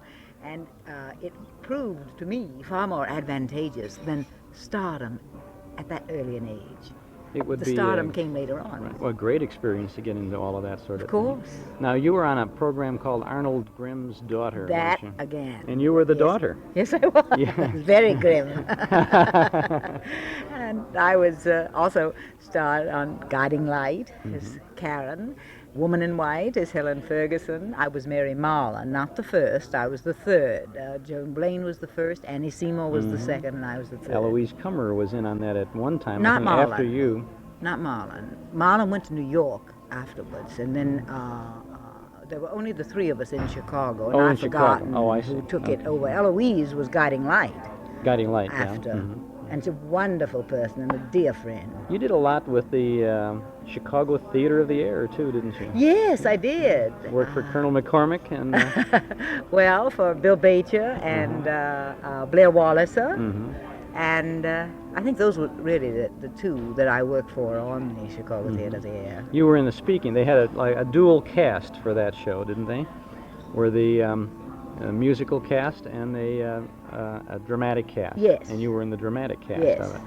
Yes, I think the musical cast was Marion Clare. Right, Marion Clare and trying to think of the name of the orchestra leader now, and I know Henry Weber. Henry Weber. He of was her course. husband, of right. course. Yes, exactly. Yeah. And a very fine musician. What was your very first on-the-air experience in Chicago? Can you recall Yes, that? I can. I think it was, I've forgotten the name of the station. It was the one that was that labor station, is still there. WCFL? CFL. Uh-huh. And I was teaching, this is before 35, I believe. I was teaching at Boleslavsky's School of Music acting. I really don't know by what right. And he got a program on this, and I did, was it an Edna St. Vincent Millay poem? Did she write The Weavers? I mean, no, but the woman that's sitting and weaving, and she's weaving her life, and of course in the morning she's stone dead. Was that? I'm not familiar with it, so I can't answer So, that. was that it, darling? Well, anyway, it doesn't I matter. don't know the one you- And I got on, and I didn't have brains enough to be frightened at all. And then one of the studios called, they heard it, and then I went to, I decided, to go and get some training, and I went to the Goodman, and after about 3 months there, I thought I knew all there was to know about acting. So I went down for an audition at NBC. I'd heard you got so much per word, which was a lot of nonsense, but, and I was selected to become an NBC, a contracted actress, along with Betty Winkler and Ann Seymour and, a lot of the gals. And then they just put you wherever they needed someone to do something, huh? Yes, until, of course, I got the first nighter, and then when I came back, then I went back into that status from the stardom of first nighter, and I feel that was the most superb experience of my life, because it was like my husband, Mr. Laria here, who has played Stark and all, you were general utility, you did everything. You did leads and all that, and of course I got into the leads in the soaps. I must have done 15 and 20 leads in the soaps at one time or other. Afterwards, Today's Children, and then of course Guiding Light when it came out here. But that marvelous range that you had to find of knowledge to me was just tremendous. You would often do, I would imagine, a number of shows at a single time. I don't mean at the same minute, but in a given week, you Well, would as a probably have been rule, heard on quite a few shows at I once. huh? had a contract for 11 shows a week. They were 2 dailies, and they both had repeats for the West Coast because it was before they were taped or anything. And then I was co-starring first with Don, and then second with Jim Amici on Grand Hotel after Ann Seymour went to New York. And some weeks after that, gosh, I think I at one time had 3 soaps on, and that was 15, 10, 25 shows a week, With and all you'd the meet yourself repeats? coming, meet yourself coming and going. It was marvelous. Different, of course, than television became, because first of all, the demands of television performing wouldn't have, you couldn't do that many shows. You didn't have to dress or use makeups or anything else for No, but radio. the thing we did, which I thought was so marvelous. The good radio actors were actors. They used their script as a reference.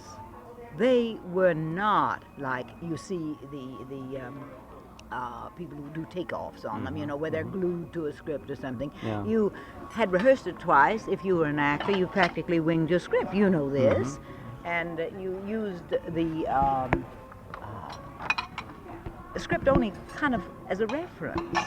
So that the transition to television I found very, very easy because I had almost a photographic memory. My husband has a completely photographic memory. But I did a tremendous amount of television out here, and I did some movies. Well, what in television were you involved with? Well, now I did some, perhaps 10 or 12, or maybe more. Perry Mason's. I did the Dick Van Dyke Show. And as a matter of fact, I coached Mary Tyler Moore when she was 12 until she was about 18, because the producer of my show, Guiding Light out here, was Bertie Hackett for Compton, and she was Mary's aunt.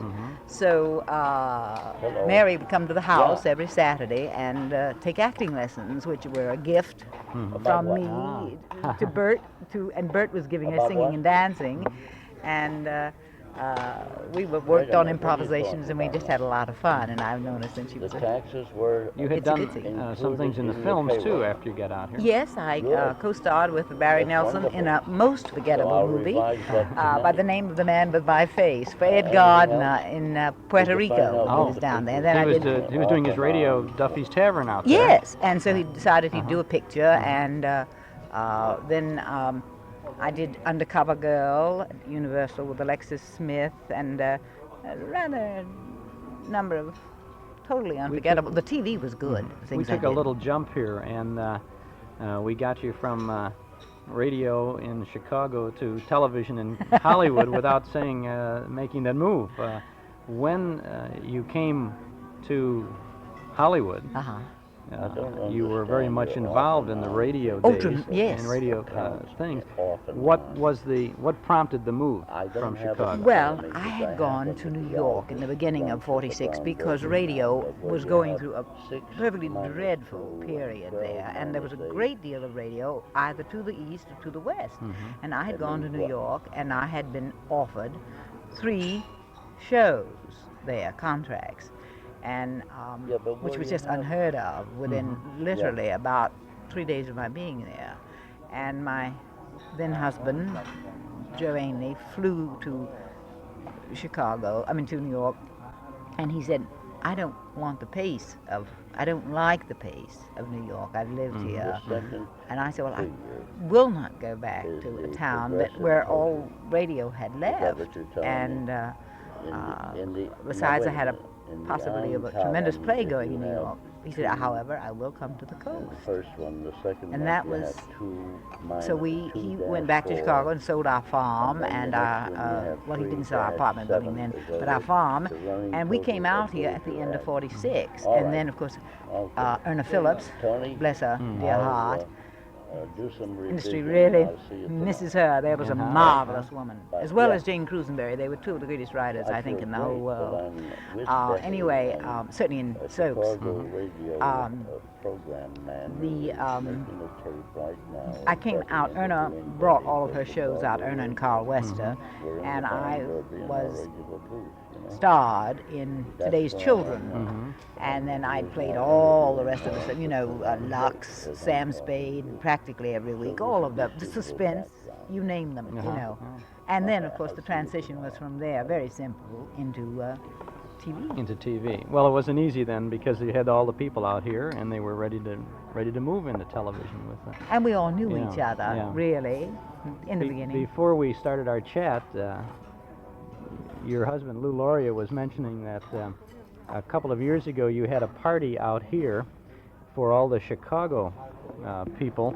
Lou, what was that? It wasn't a couple of years ago. It was February 27th of 1965. Oh, a few more than a couple. Joe Ainley and Betty Lou Gerson Ainley were guests of mine at that party. And that was, as I said, 1965, and there were 222 Chicago people at that party. Who lived here or Oh who yes, lived here those who then were from residing in Chicago. California. We even had some come down from San Francisco to attend that party. Tell the romantic part, The darling. romantic part is that it brought Betty Lou Gerson back into my life, and little did she realize it. Joe and I had remained very good friends all through the years, but I had only seen Betty Lou 3 times. But Joe attended all meetings at the Maskers and at the Lambs and different parties we were given, stag parties, and I'd always have Joe at those parties. But I saw very little of Betty Lou until this night. And she didn't want to come to the party. And Joe said, Betty Lou, I can't do this to Lou. You've got to go to that party. And besides, Barbara Luddy wants us to pick her up. And who else? Virginia was- Safford Lynn, all Virginia these Safford Chicagoans. Lynn. So they had to pick those people up. And only under those circumstances would Betty Lou Gerson have come back into my life. Because my husband died September of, that year. of 65, immediately following that party. The amazing thing is that he never looked better in his life than that night. And I told him on saying goodnight to him, Joe, I've never seen you looking healthier or better in all your life. And in September of that year, he passed away. That's how Betty Lou Gerson and I came back together.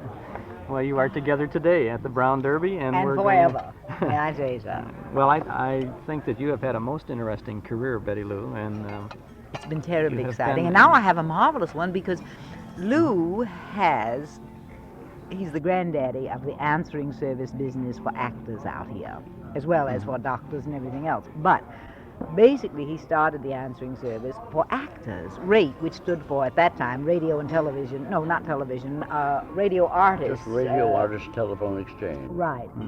And now he's put me to work there, and I adore it. I really do. He said, all right, kid, how about being president of the company, and I'll be chairman of the board. Well, whenever someone is trying She's to... the best sales girl we've ever she had is. in the organization. She's the most attractive one, too. How nice of you. Best looking salesman I've ever seen. How nice of you. Thank you for not saying Salesperson. salesperson. I was going to just say thank you for not saying it. Sorry, Well- Gloria Steinem, I'm not a woman's liber. Well, it seems like men are salesmen and women are salespersons. You know, they've just Such changed the word, nonsense. you know. It's such a lot of nonsense. I hate to get the sex out of it. I can't understand why they want to be just persons. I'm sure your wife feels the same. I'm so pleased and so proud of my husband, like you must be of Chuck, that I'm thrilled to death to be Betty Lauria rather than Betty Lou Gerson. I think really when you are secure, you don't need. We're supposed not to get into that, I suppose, huh? It doesn't matter. We're Well, just I feel sitting very here strongly chatting. about it because I think if you're secure, and I will grant you that I have not had that 9-to-5 job sort of thing, that perhaps there is discrimination, but as a woman, I am secure enough that I don't need to proclaim it. And anyone as attractive as you has to be, and I can see by your face you're pretty doggone secure. You know, you don't have to say, Well, she hey, shouldn't be." fellas, hey, you know, let me in, I'm in. And if someone thinks not, well, that's absolutely no importance or consequence. I think I love a dominating male, frankly. I think it's marvelous. And have I got one? Lou, you're a dominating male, huh? Italian. Now, how can you possibly Up be to Italian? the point where she takes over. She always says I'm the boss, but everything comes out the way she wants it. Well, that's the whole game, darling. These are the nice kinds of people that... As our friend Erna Phillips used to say, I'm in agreement with it. Agreement, You were saying, I'm sorry, we interrupted I'm just you. saying that it's nice to spend some time with some charming people like you folks, and we appreciate your spending a few moments to chat for our listeners, too. Well, it's a thrill to meet you both, and anyone from Chicago. I talked to my sister last night, who had gone to see Ray Burr. He's playing in something there, and I said, you send a note back to him that, you know, because I worked with Ray so much and love him so dearly, and she did, and it was very, very charming. Nice to talk with you both. Thank you. Thank you very very much. much.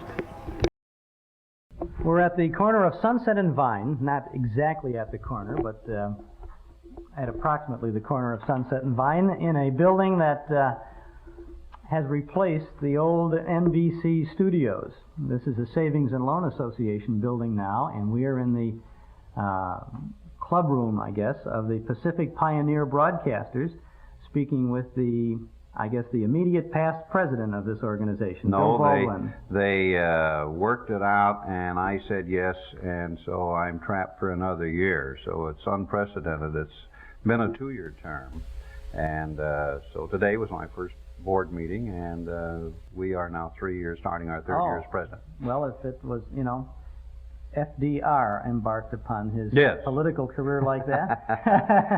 Right. So you may very well follow in those footsteps. Bill, you've been involved in radio in what we lovingly call the old days, but also in the present days, and involved in broadcasting and telecasting and all that. Where did it all begin for you?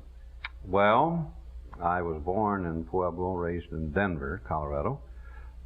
Could never get a job in Denver. I auditioned, and they said, you'll never make an announcer, and sometimes I think they're right. And so I went to work for walkathons, and that's before your time, and being an MC. And we had 4 MCs a day over a 24-hour period in walkathons, and the chief MC was a fellow named Red Skelton. Well, when they finally closed us up after a couple of years, and they got smart to us all over the country, we were making money, you can't believe. I was out of work, but the walkathon, every night we did a radio broadcast of what was going on and how, sort of a special events, news type of thing, but it was play-by-play, really, or foot-by-foot. And I got training there and had no idea of going into radio. So the orchestra leader, his name was Harry Collins, was out of Grand Island, Nebraska, and I used to sing with the band as well as announce. He did everything then.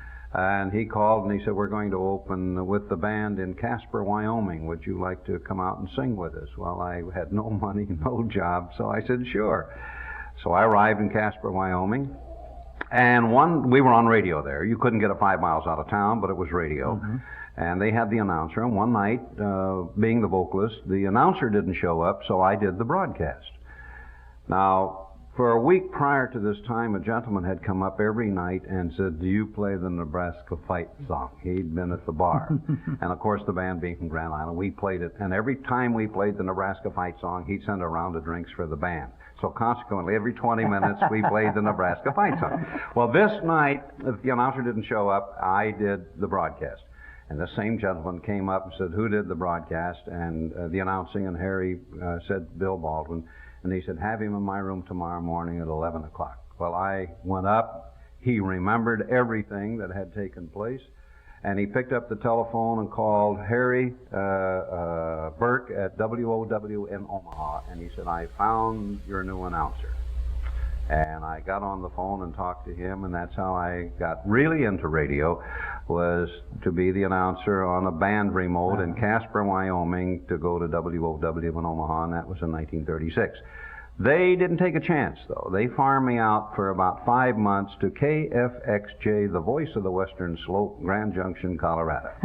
And we had no news wire. I read Christian Science Monitor newspapers that arrived every day, and that was the news. And then I went to Omaha, and from there to the networks, and that was the beginning. You found yourself in Chicago at one period of time. Oh, yes. I went directly from WOW to WGN in Chicago when Quinn Ryan was there, and Myrtle Stahl, and I became the king of the band remotes. And at night I would do all the band remotes starting at 6 o'clock and finish up at 1 o'clock in the morning. Every other half hour I had a show. Were you doing that from the studio or from the traveling, site? From the site. That's why every half hour or hour we'd start out with dinner music at the Blackstone, and then go to the Palmer House, and then to the Black Hawk, to the Drake, back to the Palmer House, and sign off at the Black Hawk at night with the Midnight Flyers. The people back there that remember that will remember that. Now, this was usually through the week, right? Oh, yes. This was 5 days, 6 days a week. So this was the kind of programming WGN was presenting at that time. Well, at night they were known as the Band Network, Mutual. They were the mutual, main mutual outlet out of Chicago in the western area, or the central area.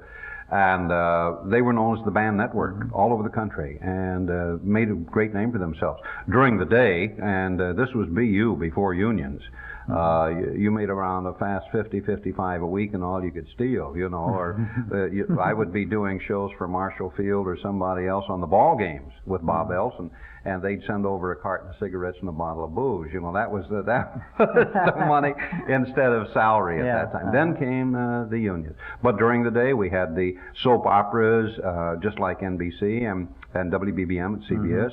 And the variety shows, and of course the great WGN orchestra and a concert orchestra, Henry Weber and Marion Clare, all of the great and wonderful Chicago people. Theater of the Yes, Air. yes.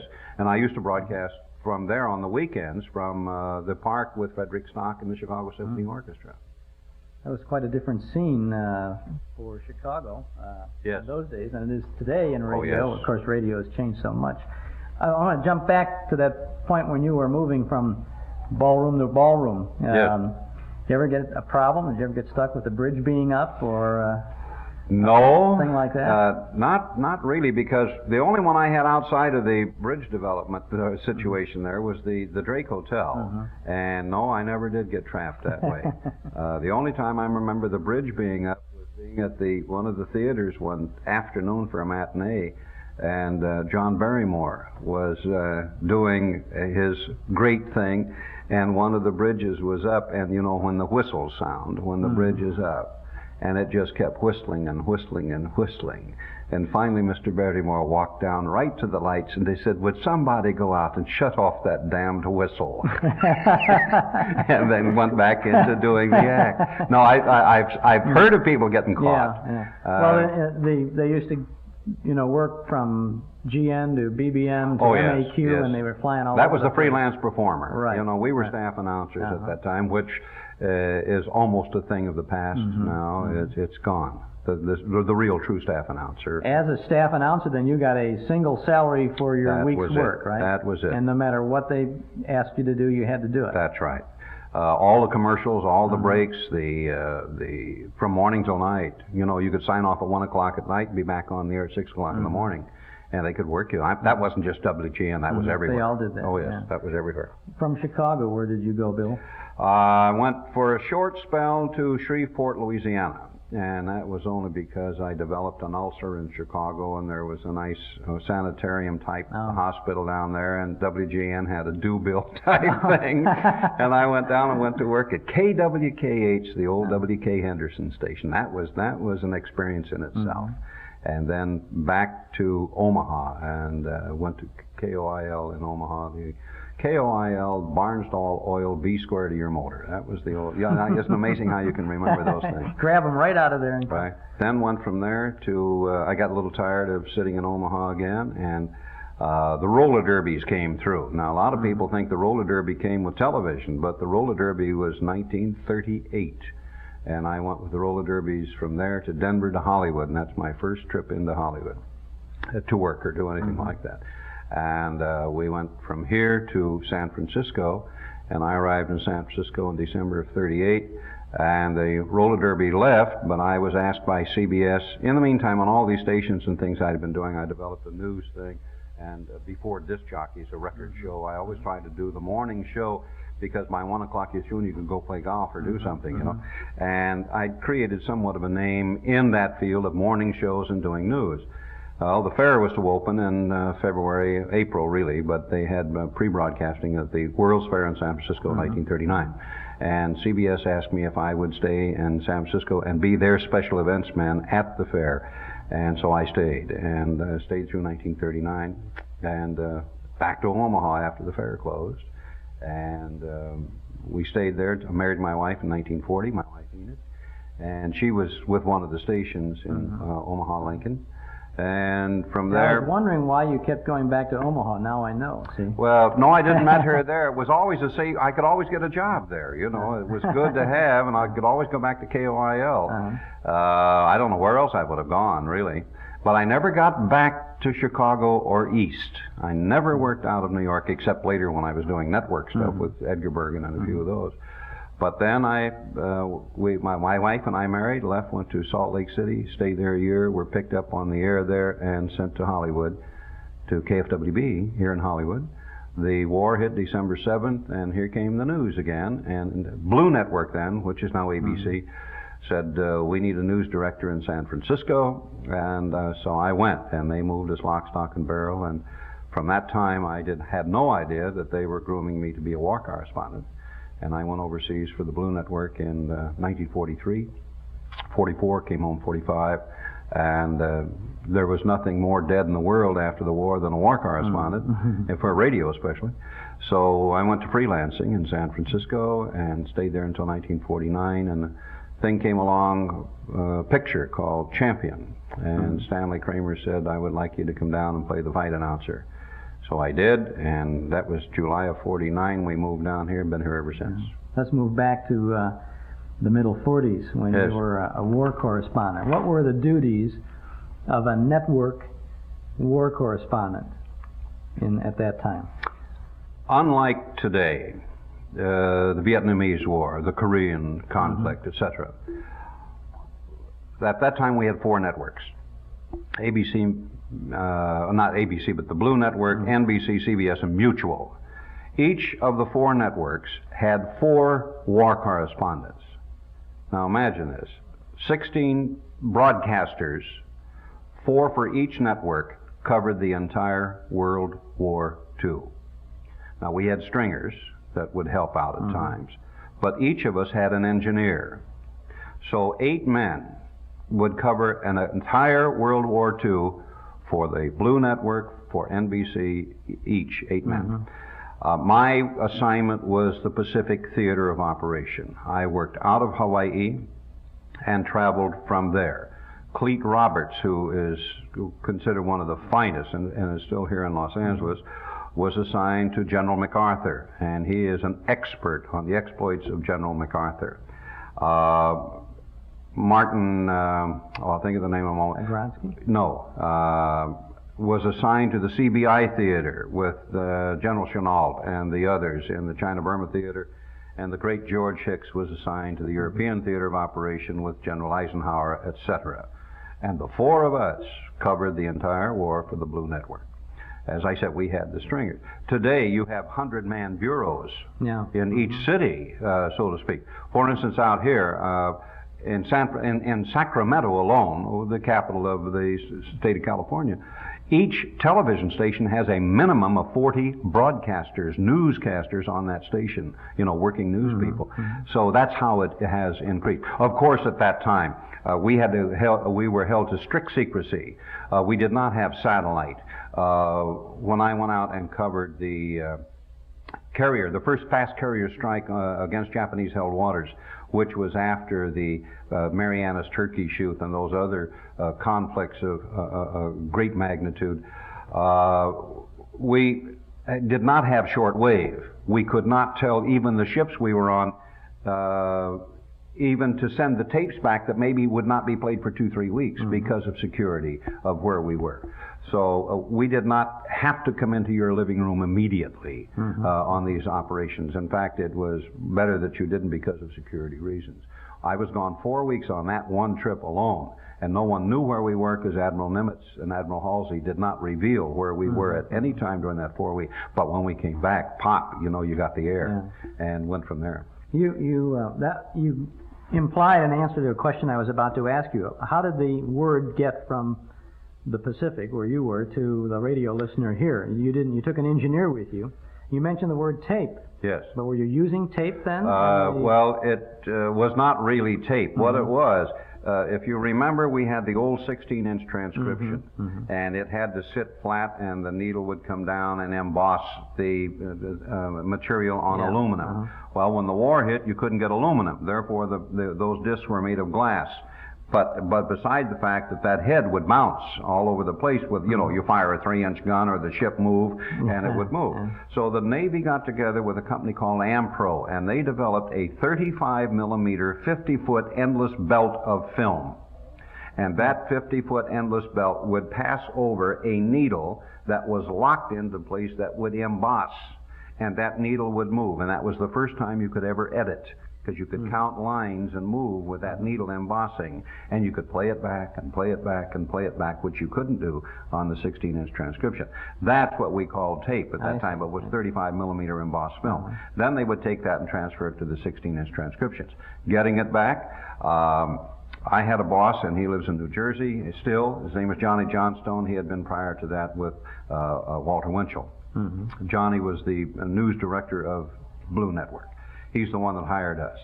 And he had the smarts, and he, at that time, you couldn't get good booze, you know, good drinking material. You were, well, we won't go into craft names, but that was bad. But there was some to be had, and he would send it out to Red Sanders, was my engineer. We covered the world.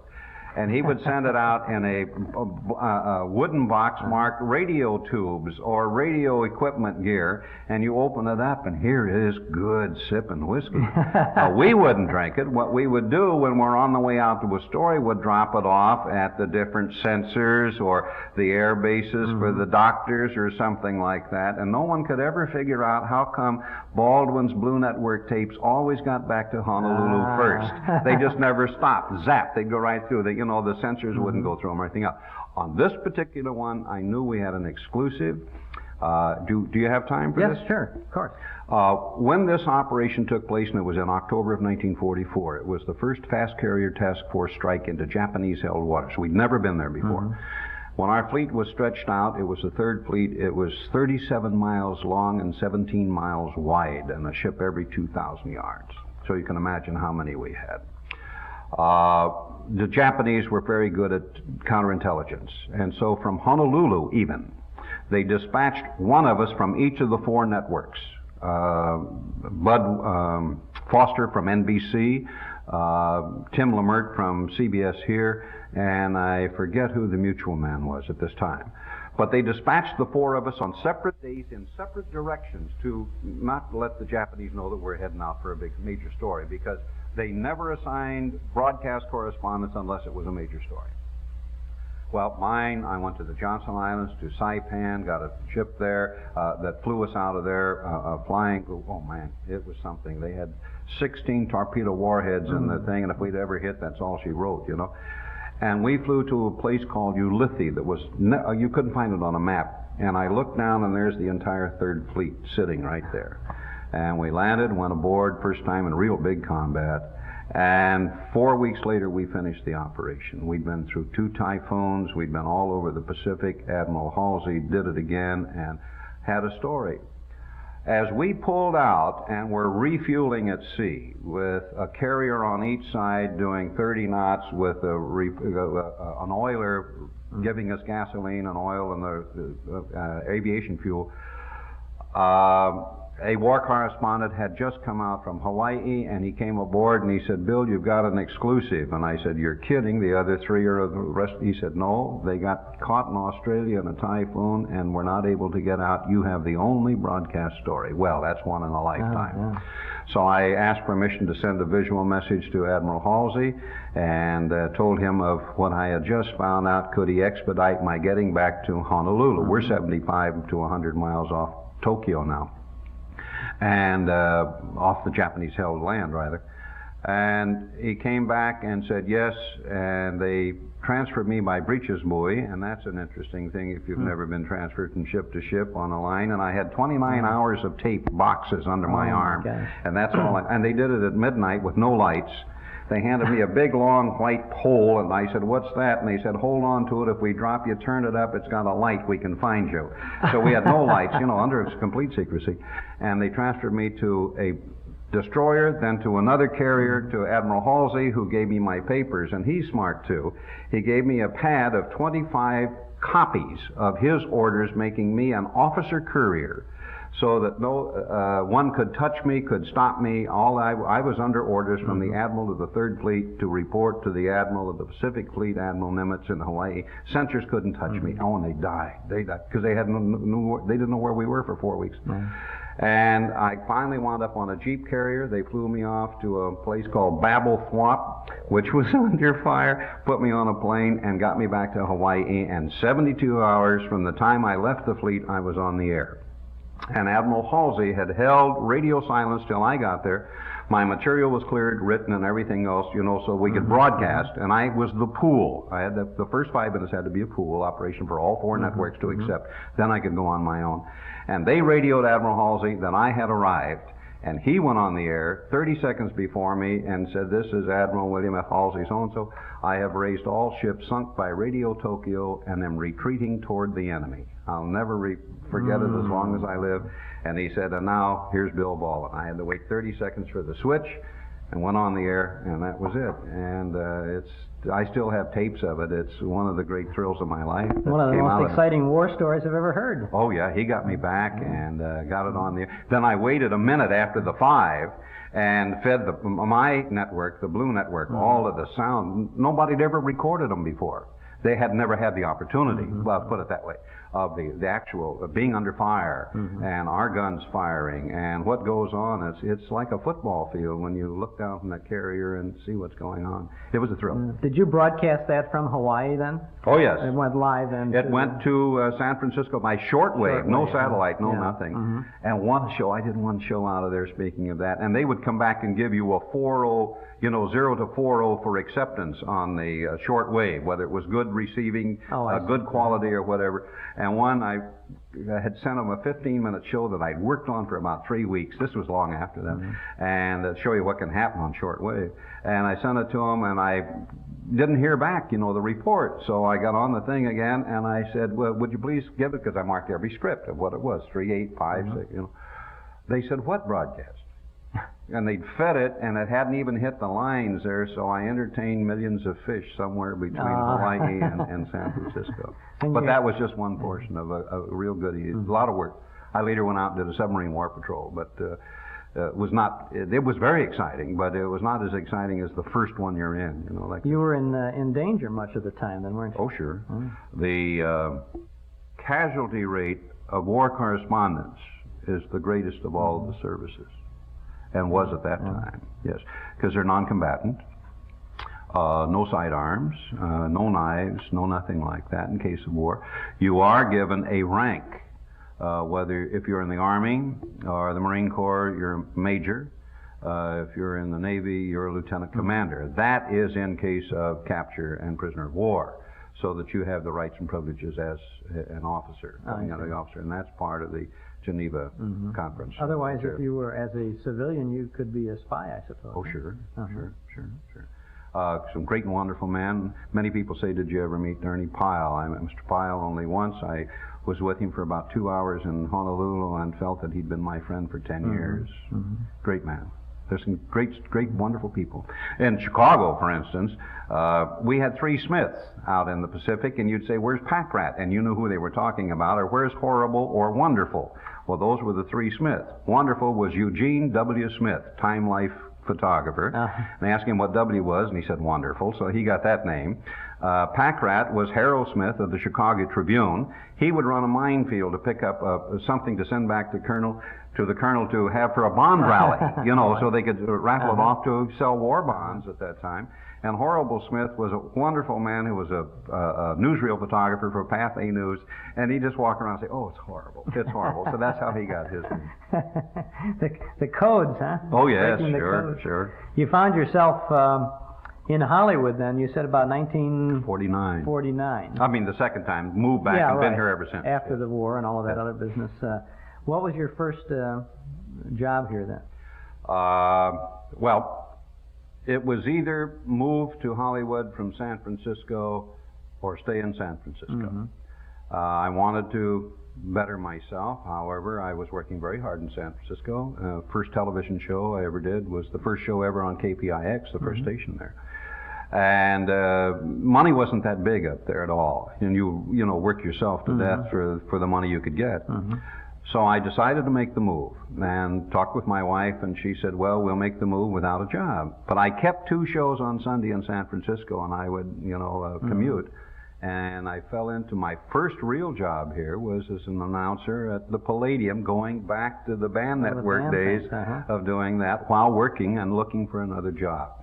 On a plane running from San Francisco to Los Angeles on one of those Sundays, I met a gentleman named Paul Lewis sitting next to me on the plane, and I said, what do you do? He said, I'm with the Darcy Advertising Agency. I said, what do you do? He said, well, we handle the Coca-Cola account. I said, what are you going to Hollywood for? He said, to find an announcer for the Edgar Bergen show. Well, you know, 2 and 2 make 4. And I said, I'm an announcer, and I'm going back to Hollywood. He said, no. He said, we've auditioned 26 announcers already, and they won't do what we want. We don't want them to sell Coca-Cola. We want them just to suggest Coca-Cola after the show is over. So I said, well, look, can I get in on the audition? He said, we're going to audition actors. I said, I'm an actor. I just finished Champion. So, so he said, all right. And by golly, he called me, and I walked in, and I knew that this fine actor, Theodore Von Elst, had won the show, because when he came out of the control room, he had a smile that wide, you know, 2 feet wide. So they called me in, and I look in the booth, and you've been through this, and there must have been 20 people in that booth listening to that audition. I think at WGN they had the best idea. When you were auditioning, they had a big curtain that went down over that glass, and you could see nobody, and they couldn't see you. They bought your voice. But here there were 20 people. So they handed me the thing, and it was the benediction. At that time, Coca-Cola had only 15 seconds on the opening of the show and 15 seconds on the close, and that was their commercial. It was Sunday afternoon with Edgar Bergen and Mario Lanza, which I did later. And it was, and remember, whoever you are, whatever you do, wherever you may be, when you think of refreshment, think of Coca-Cola, for ice cold Coca-Cola is everywhere. I read it, put the thing down, walked out. They said, you wouldn't mind reading it again, you know, half miffed at me. And I said, no. I read it, and the door opened, and Edgar Bergen walked out and said, welcome to the club. Oh. And that was it. And 7 years with Edgar, and then we went into television for a little bit. And now Edgar is chairman of the board of the Pacific Pioneer Broadcasters, and I'm the president of PPB. We've been on Tom Snyder's show a couple of times out of New York. Well, you got on the radio scene with Edgar Bergen then after he had completed his long association with Chase and Sanborn. Yes, Edgar had remembered to divide so you know, everybody said, we associate you with. So Edgar went off the air for 1 whole year. It wasn't on the air at all. That's when he left Chase and Sanborn and went with the Coca-Cola Company. And we were with Coca-Cola, and then we went with cosmetics outfit too later.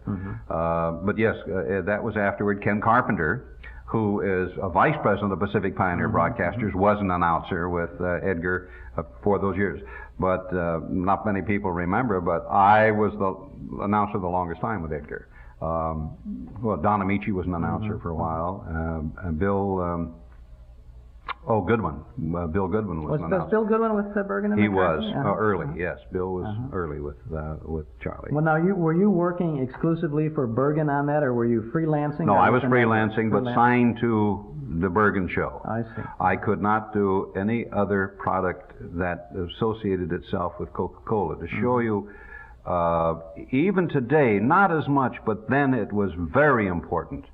I was asked to audition for the Burns and Allen television show. And I hope Von Zell's listening, because I remind him of this all the time. And I went over and I auditioned for it and had it. And I went to Coca-Cola, and I don't know why, and I just said, look, I'm going to be doing the Burns and Allen show. I've been asked to do the Burns and Allen show for Carnation. And they said, oh. And I said, is that all right with you? They said, it's fine with us, but if you do that show, you can't do Coca-Cola. You can't do the Bergen show, nor Mario Lanza. And I had them both. And I was doing all of their spots at that time, too, and their early television commercials. And I said, why? They said, look, if you drink a glass of milk, and they pitch orange juice, or you eat ice cream, you won't drink a Coca-Cola. And when you stop and think about it, it makes sense. Well, it's true, yeah.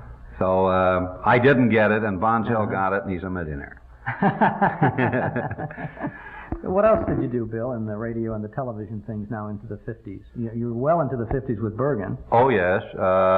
Radio-wise, well, as I said, the Mario Lanza show, which was a great education. He was a wonderful man. He was wonderful to me. It's a shame what happened to his life, because he was such a talent.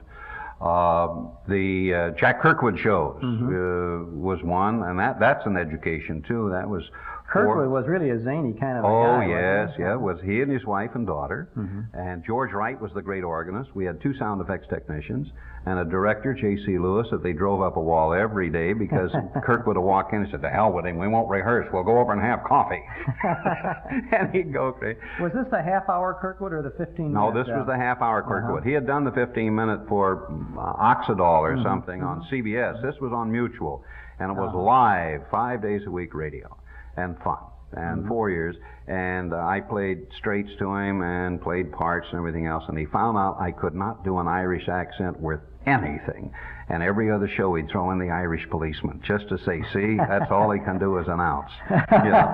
But he was a great and wonderful man. You worked with Walter O'Keefe for a while, Yes, too, didn't you? yes. Beat the Odds was the name of the show on CBS. Beat the Odds. Yes, this was long after his Double or Nothing and the famous breakup. But let's see, from there to, oh goodness sakes, other radio shows. Well, played a lot of parts in shows. And then went back into a little bit of special eventing around, and now television started to sneak in. And that's when we were doing the billboards on shows. Then I went with, in 1956, with Robert Cummings, who was with Bob for 6 years on the show when he was the photographer. And Paul Henning, God bless him, the writer and producer of those shows. Paul did for me what very few performers got the right to do, and that was use your own name. And so I was always the announcer, Bill Baldwin, on the show.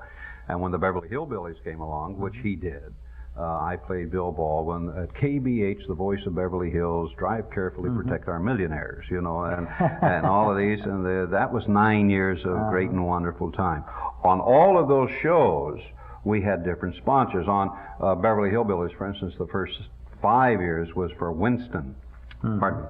And the same with the Bob Cummings show. So they just stayed right with that announcer. Like Hal Sims, he has certain shows. Ken Roberts had certain shows. Ken Carpenter had certain shows. And you stayed with those sponsors and were identified with them.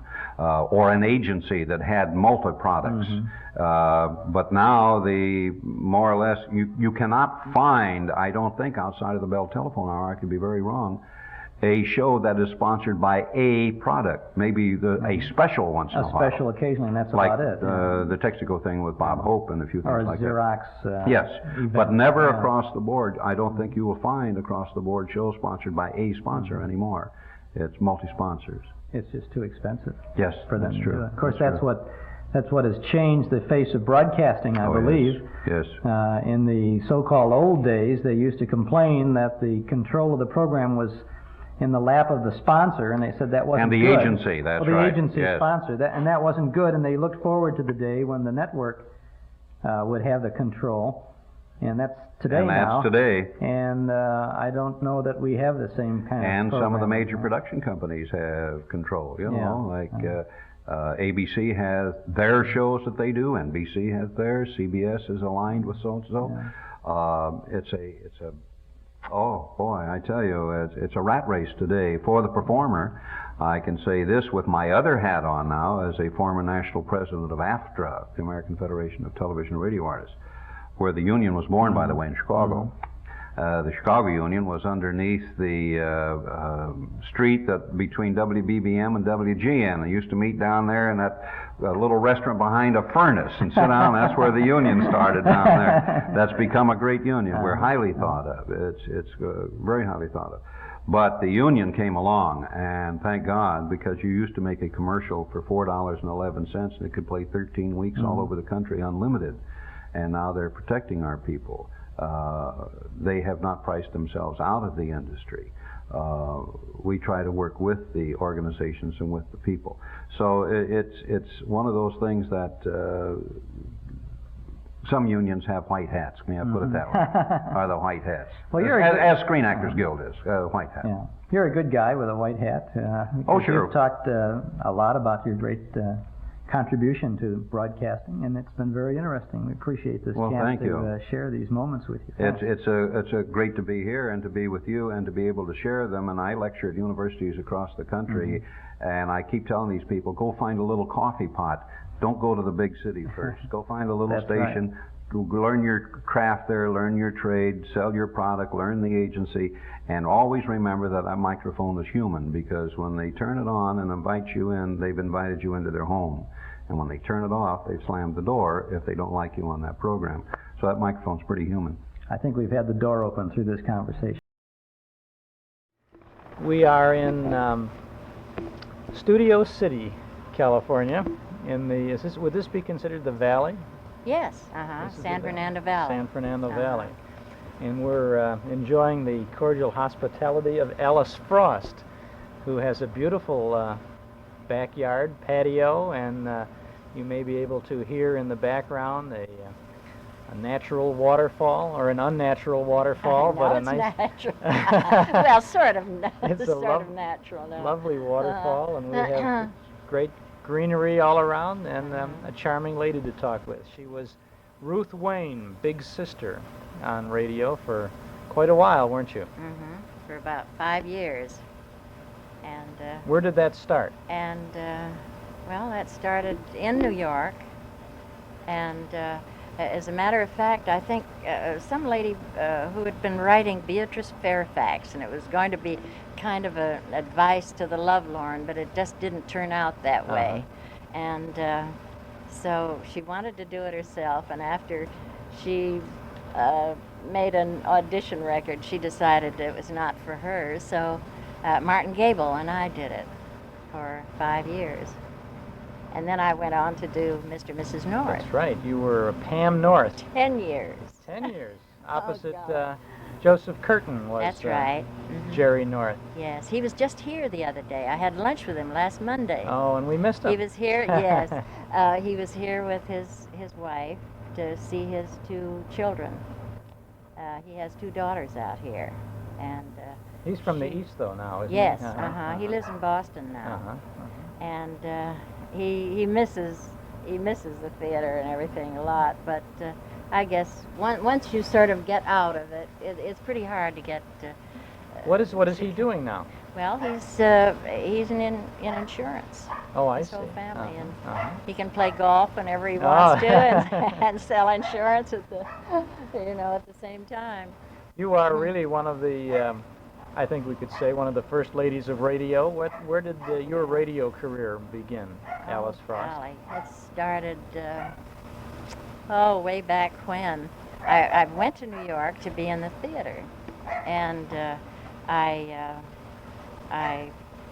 got a couple jobs in the theater, but then while I was waiting for it, I began, they said, come on and audition for some radio programs. So I did, and I started to work in radio, and I just loved it, as we all did, because it was such, not only fun, but you had a chance to, I'm sure everybody has told you the same thing, you have a chance to do a great many things that you can't do in the theater. Did you start with a variety of small parts on radio, or did you move into a major role right away? I was very fortunate. That's my dog that you hear. I was very fortunate in that in auditioning, and I've always been a character woman from the time I was little, I guess, and so that I could do different characters. So that way I began to work and worked right along. I worked with Bob Benchley, and I did comedy. I was the comedian with Walter O'Keefe. I don't know whether you probably don't. You're too young to remember. We know Walter O'Keefe. Do you know Walter? I don't know him, but I know of him. And it was the Glenn Gray's orchestra at that time. And we did comedy routines, and I did a cigarette girl in the beginning called Camilla, and with a New York accent. And but I loved doing both the comedy things. And did you work with Stoopnagel and Bud for a while? Yes, I worked with Stoop and Bud for 2 years. What did you do with that? And all kinds of crazy things. As a matter of fact, I used to do some crazy singing, because I started out thinking I was going to sing, and And when I came to New York, I realized that it's different when you study voice and try to sing that way than to come in and sell a song. So I decided I was not ready to sell a song, but I did use it a great deal. And I remember one crazy song we had called "Murder on Hog Street, I Love You," and Harry Von Zell was the announcer. Oh, and I was just thinking about it the other day because Max Baer's son has just been producing. Yes. And I wanted to tell him what a nice man his father was. I did a program with him when he was training in New Jersey, and he was such a awfully nice person. And apparently, he and his father had a great rapport. Mm-hmm. So. I found a note someplace that said you were involved in a radio show called Mrs. Wiggs of the Cabbage Patch. Yes. Now, my goodness, what kind of a show was that? Well, it was a dramatization of the part. You think I ought to bring the dog out here? She'll stop barking then. Come out, sure. Come on, Shara. Come here. Come on, baby. Come on. This really is a lovely garden here as Alice Frost goes to get the dog out of the house. It's a beautiful place. It's secluded. It's at the end of a lovely street here in Studio City. And there's the dog. Hi, you want to say a few words to our listening audience? She thinks she's people, and she gets so annoyed if I leave her out of any gathering. Well, we want to include her in on this. She's just spoiled rotten, that's all. Oh, dear, Oh, no. Who are those? Those are little ones, huh? But, yes, we did Mrs. Wiggs, which was a lot of fun. I did that with Betty Gard, who played Mrs. Wiggs, and I played Miss Hazy. And that was great fun. These were all happening out in New York. These were all out of New York. We used to do, I used to go from, and most of us did, we'd go from one studio to the other. This was before I had a regular show, because then it was, they didn't always like to have you do it. It all depended on the sponsor.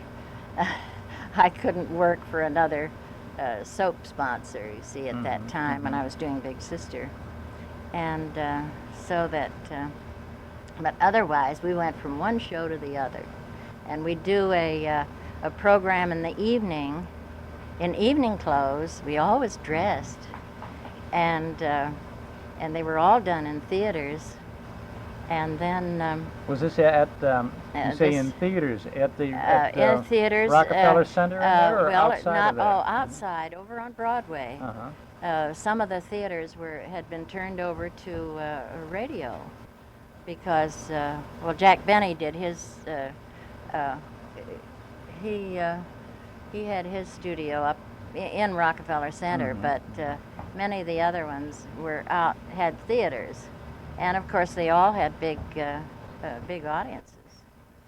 And at that time, then I don't know whether you know, I was with Orson Welles. You were in the Mercury Theater. I was in the Mercury Theater, and then we also did Mercury Theater of the Air.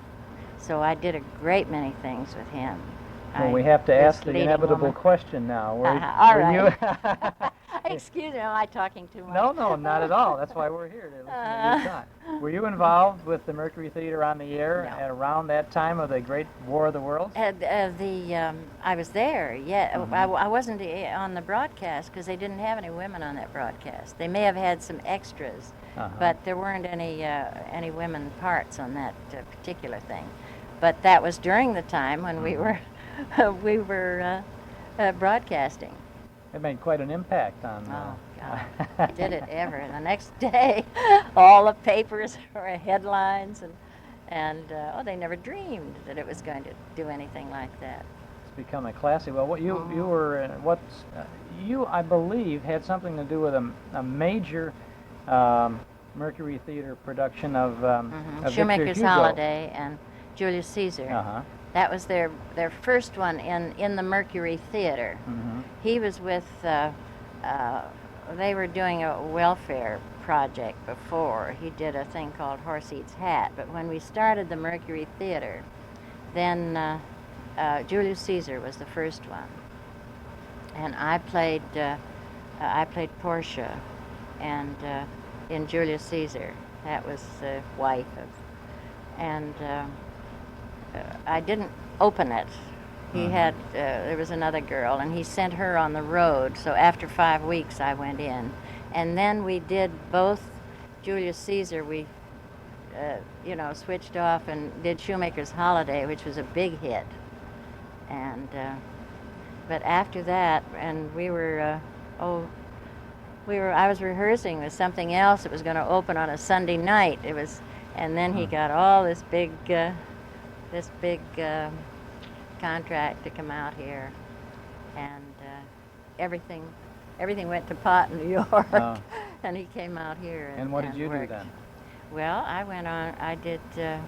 I went into Mr. and Mrs. North, and I was still doing. I was still doing Big Sister at that time. Now, how did you get the role of Ruth Wayne as Big Sister, in Big Sister? Well, as I said, it was. I just auditioned for it. Oh, just simple as that. I just auditioned for it. I thought you were the best. That's not so simple, really, but. and I think, I'm not sure whether, it seemed to me I was involved in the very beginning, because the writer, as I said, she started, she kind of wanted to do this herself, and then she realized right away, so that I really did the first audition for it, and. There was for radio in those days, kind of an unusual thing. There was what today we would call a spin-off from Big Sister. Yes. And it was a series called Bright Horizon. Didn't that some of the characters from Big Sister move into that? Yes, the characters went on to do that. And that was running then concurrently with Big Sister, I though not think consecutively. so. I'm not not too. at the Yes, same time. I'm not too familiar with what happened there. But we had some. Dorothy McGuire was our first little sister, and then Hala Stoddard came on and played my sister. And Rinso was Rinso White. R-I-N-S. Rinso White. Yes. Wasn't Jim Amici The what? one of the announcers on the show for yes. a long time? Well, Jim Amici was announcing. No, Fred Utel was the announcer. Oh, I see. Jim Amici announced Aunt Jenny, which followed it. And I think maybe that's where some of it. I think he announced it part of the time. But, it's, when I start thinking about it, I think, I can't possibly, Well, you have to put it, through, yes. you stop and you think, and it's hard to get all the facts together as you reminisce a little bit. When the... Did you see Betty Gard? Have not had a chance to meet her yet. Oh, we might be able to. Well, she did, as I said, she did Mrs. Wiggs. And we had great fun together, because the writer at that time, as a matter of fact, I think he's still living and writing somewhere out here, and he never finished a sentence. And you always picked up, in the whole script, there was never a finished sentence, and we... One would start and someone would interrupt and keep going that way. Does he still do that, possibly? What? He still does that? Probably. I don't know. No, I think he's become a more serious writer now. Was it a matter of auditioning again for the role of... I think you audition for everything. And then when Big Sister ended, or when Mr. and Mrs. North ended, I did Second Mrs. Burton. And that was a kind of a fun part, because I was doing kind of a mean mean girl. They're always the most fun to do. They always have the best time. They don't last as long, though, do they? No, but they always have the best dialogue usually, and the meatiest scenes to do. Did you work for a while on the Buck Rogers series? I don't really remember. I think I probably did a couple parts in the very beginning, but I did not do that. That was Adele Ronson who played the lead in that. And you may have been involved in a couple of episodes. I may have done a couple. Oh, there are so darn many people. I did a series of historical women. I always called them hysterical women. Was that Women of Courage? Was What? that the series No, Women that of wasn't Courage? the That was Woman another of one. Courage. But I was on Woman of Courage too Uh-huh. for a while. And I replaced somebody who left town, and but an awful lot of musical shows. I worked with Ripley. As Did a you? matter of fact, Uh-huh. I had a cat at that time, and my cat got in the paper, and so yeah, I hope. And Cat got in the paper. yes, this crazy cat we found out in Fire Island. This poor little kitty was sitting in the middle of one of the big restaurants. I don't know whether it's still there now. And everybody had been feeding it lobster and everything else. And this little cat sat there, and it looked so tired. And we took it home, and it turned out to be a great big cat eventually. His name was, we named him Henry, because we thought that was not like a cat. So, and he really was a crazy cat. I used to dress him up, and Ripley put him in the paper that he played the piano. And I used to pose him at the piano, and he'd bang sort of, down. And, well, anyway, he made the papers.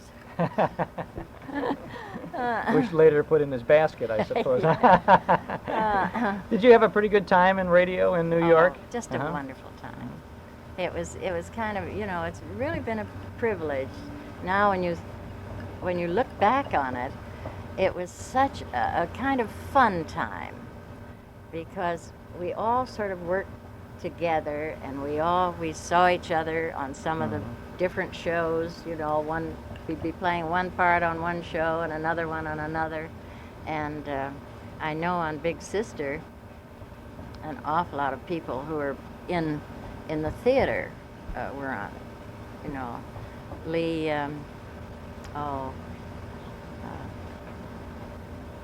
Joe Ferrer, almost all of people who were, and It was radio was a very convenient it was means, a very along with being in the theater, to make because a little money. work at to- night in the theater yes, and during the day at but the not radio. only that, because people were all young and getting started, and they needed money to keep going. And it was a much nicer way of making money than it would be to, wait on tables, as some of them evidently did. And I know one of the first things that I did was a little stock company with Garson Kanan and Martin Gable, Sammy Levine, and we did a thing called the News Parade. Charlie Martin would get he was the writer and director, and he would get the evening papers at 5 o'clock, and he would write these, and we'd go on the air at 7, and they would all be news things. It was kind of a forerunner of the March of Time, I think. And with just this little stock company, and we would do we would play all the parts. We never knew, half the time, we never got a rehearsal. And it was marvelous training. You were just there, that's all, and they would mark your parts, and you would do it. And you would impersonate people, or do, impersonate Mae West or something. Well, that's the mark of a good actor. I know to be it. able to take something like that and go right into it. Yes, I know it. I did, as a matter of fact, I did a program with Bob Crosby in which I did impersonations. And I don't know, girl behind the drug counter or something, selling Roger and Galley. Should I mention anything? Sure. Roger and Galley soap. I never see it anymore, so I guess nobody's if selling it. If anybody can find it, nobody's then selling it's a plug yes. for it. And she would fall asleep and dream that she was somebody else, and that was. But that was what made it fun. And you hardly had time to think, and you didn't have time to get nervous.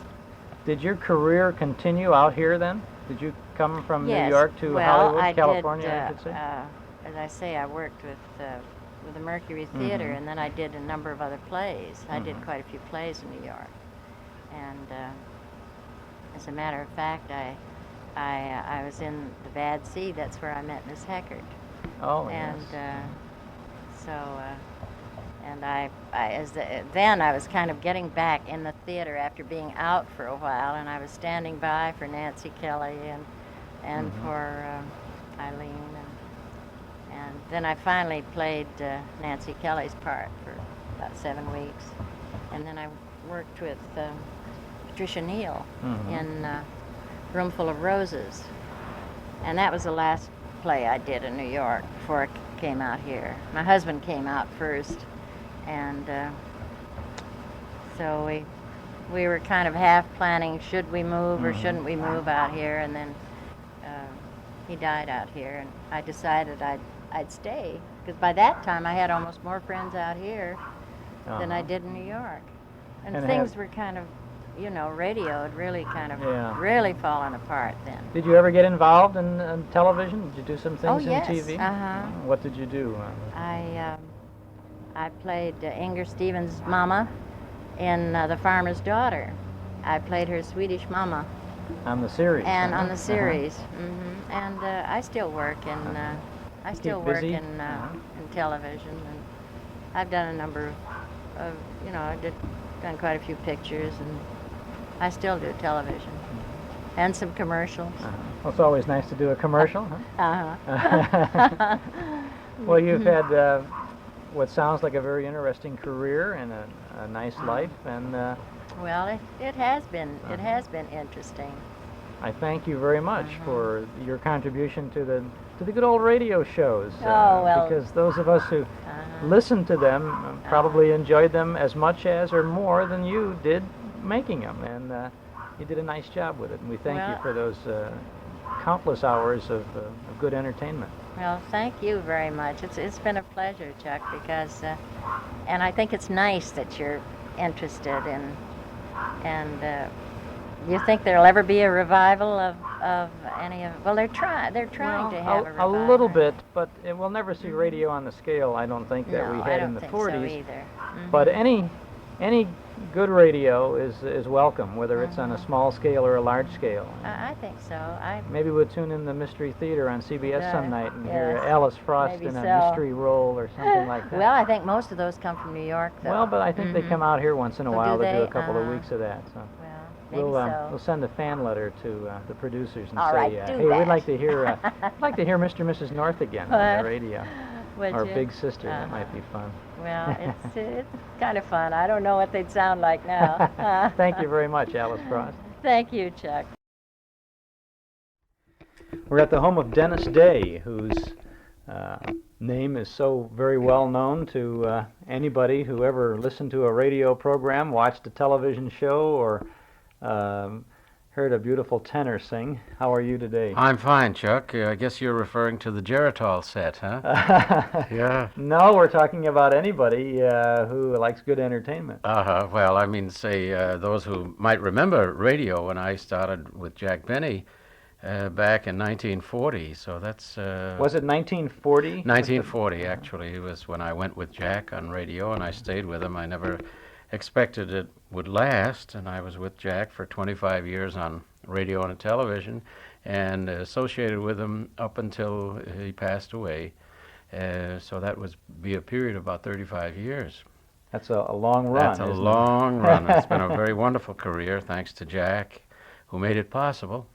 And, you know, I actually was out of college when I started with Jack. I was only out of college a short while. And I really started at the top, which was quite a challenge to me. But Jack was the one who took the chance. And, well, what had you been doing before you started working? Well, I graduated from Manhattan College, and I'd always loved singing. I was president of the Manhattan College Glee Club, and I had done several appearances on a local radio show with Larry Clinton and his orchestra. I was one of those picked from about 6 or 7 metropolitan colleges and universities to represent Manhattan College, where I went to school. And I was on this program for about 3 times. Now, after I graduated from college, I intended to go into law school because I thought I'd make law a vocation and singing an avocation. I never expected I'd be able to make a living at it. But I was prevented from going into law school because I had an operation. And while I was recuperating, I started singing around local radio shows in New York City. And Kenny Baker left the Jack Benny show, and someone suggested I send over an acetate of a couple of songs I'd done on some of the local radio stations on WHN and CBS. So I did, and by good fortune, Mary Livingston happened to hear the record, and she liked the record. She saw my picture and all, and brought it to Chicago to Jack. He came in and auditioned me, and that was the start of the whole thing. They gave me a round-trip ticket to come out to California and audition out here, which I did. And then about 2 weeks before the program went back on the air, after the summer hiatus, Jack signed me to a contract. It was a 5-year contract with a 2-week option. If I didn't make good in 2 weeks, he had the option to drop me. Then in the first year, it was for every 13 weeks, so they would pick me up after the first 2 weeks for the next 11. Then it was every 13 weeks. And I stayed with him, as I say, for the full 5 years. And then I went into the Navy in World War II, spent 2 years in the Navy. And then when I got out of the Navy, I went back with Jack, and I had my own radio show at the same time for Colgate, in A Day in the Life of Dennis Day. That went on for 5 years. And then I crossed over into television. I had my own TV show for about 3 years. Weren't you working with Cliff Arquette? Yes, on we that had show? Cliff Arquette, Charlie Weaver. Yes, that's my boy Dennis. Yeah. Yeah, we used to have a lot of fun, and I was sorry to see Cliff pass away here last year. But I guess that, as the old saying, a good friend of mine says, he's never seen anyone go out of this life alive. So I guess it has to happen to all of us sooner or later. Jack was a great loss when he passed away because, you never thought of him as an older man. He always looked so good. He thought so young. He was always full of ideas of what he was going to do, where he was going. 6 months before he passed away, my daughter Eileen was married, and we sent him an invitation. My daughter sent him an invitation to the wedding. He wasn't able to make the wedding, the church wedding, but he did come out to the reception here at my home. He said, "I'll be there," and sure enough, he was out here and spent about 2 hours visiting, and then he had to go to another wedding reception. He was leaving that night to go up to Portland to do a concert, and then on to Seattle to do another concert, and then over to Spokane. But this man was a very thoughtful, very kind, and very generous man, contrary to the character that he was portrayed as. It was a great loss because nobody thought of him getting ill. There was some talk about him not feeling well, and everyone thought, well, because Jack always took excellent care of himself. He had a physical twice a year, and then he was doing a concert in Houston, I believe it was, or Dallas rather, and just before going out on the stage, he got a seizure, cramps in the stomach, and his arm went dead. So they thought it might be a slight stroke, but they examined him, and there was no such thing. But actually, as a few months went on, they finally found what it was, and of course, it's very insidious. He had cancer of the pancreas, and fortunately, he didn't suffer very much. He went very fast. But I think the whole nation and the world was shocked when it happened because nobody expected him. Yes, you think a man like that is immortal. And yes, goes on yeah. forever. Well, he was a national institution. I never heard anyone have a bad word to say about Jack Benny. Everyone always loved him. And he was a very kind and very gentle man. This is what's on his tomb. Here lies a gentle man, which epitomizes really what Jack Benny was, a very kind and gentle man. Did you find him that way on that first Jack Benny show Oh, that you yes, did? yeah, because, I was scared stiff. After all, I'd had no great experience as far as singing is concerned with orchestras or appearing on here is the top radio show in the whole country, and everyone was listening, so I was just very nervous and very scared, and I think that's why they brought in Verna Felton, who played the part of my mother, was a buffer between myself and Jack until I got more confidence myself on the show. So they used her in the first year, I would say, about probably 16 shows. And then finally I started to get a little more confidence in myself. She was on that quite a bit over the years, though. Yes, well, as they your referred mother, to her. huh? Many times she wasn't Uh-huh. even on the show, but Mhm. Jack would refer to her, oh, your mother, you know, and I might say something about she wants me to get a raise, or she was always you know, either a plumber's helper Mhm. or a carpenter. She was a woman who could do anything. And he would refer to her many times, or I would. And it felt like a living presence was on the show. He was partial to tenors before you came in. Oh, yes, he had Kenny Baker, and before that he had, well, actually, between Kenny Baker and myself, he tried Michael Bartlett for a few shows. Wasn't Frank Parker And with Frank him Parker at one was point? on for Uh-huh. about 5 years when Mhm. Jack first started in radio, back in the Canada Dry ginger Uh-huh. ale, were his sponsor at the time. Why the So- tenor? Why not a Well, a I guess baritone? he liked Yeah. tenors, and it was good for him. I think for the characters too that he Mhm. created. See, Kenny Baker took over Mary Livingston's character, the kind of silly, naive type Mhm. of thing, and then I had to perpetuate that same thing after Kenny Baker left the show. So I would talk, yes, Mr. Benny, who, me? Oh, yes, please, and you know the silly, naive kid. You know, it's like when I went in Chicago, I went swimming in Lake Michigan, and when I came out, everybody on the beach was laughing. And he says, well, what were they laughing at? Your trunks? And I said, oh, trunks! And we used to have these running things, you know, oh, whatever it would be, all through the years. And that was the fun part of it. Of course, it was a character that I played, and I guess I was, even though I was born and raised in New York City, I think I'd never been west of the Hudson. And been to Ireland with my aunt, who took me over when I got out of high school, and but I'd never been out west, so I was pretty green, and you know, behind the ears, I didn't know very much, and I think I was more or less a part of the character that really I portrayed on the Jack Benny show. Well, it was a great character, and Oh yes, everybody and then enjoyed. They started taking advantage of after a while, and when I got more confidence of. I used to do dialects during World War II. I used to do Rommel popping out of a tank and, so, you know, Japanese, arigatou gozaimasu, do itashimashite. Oh, you bet you.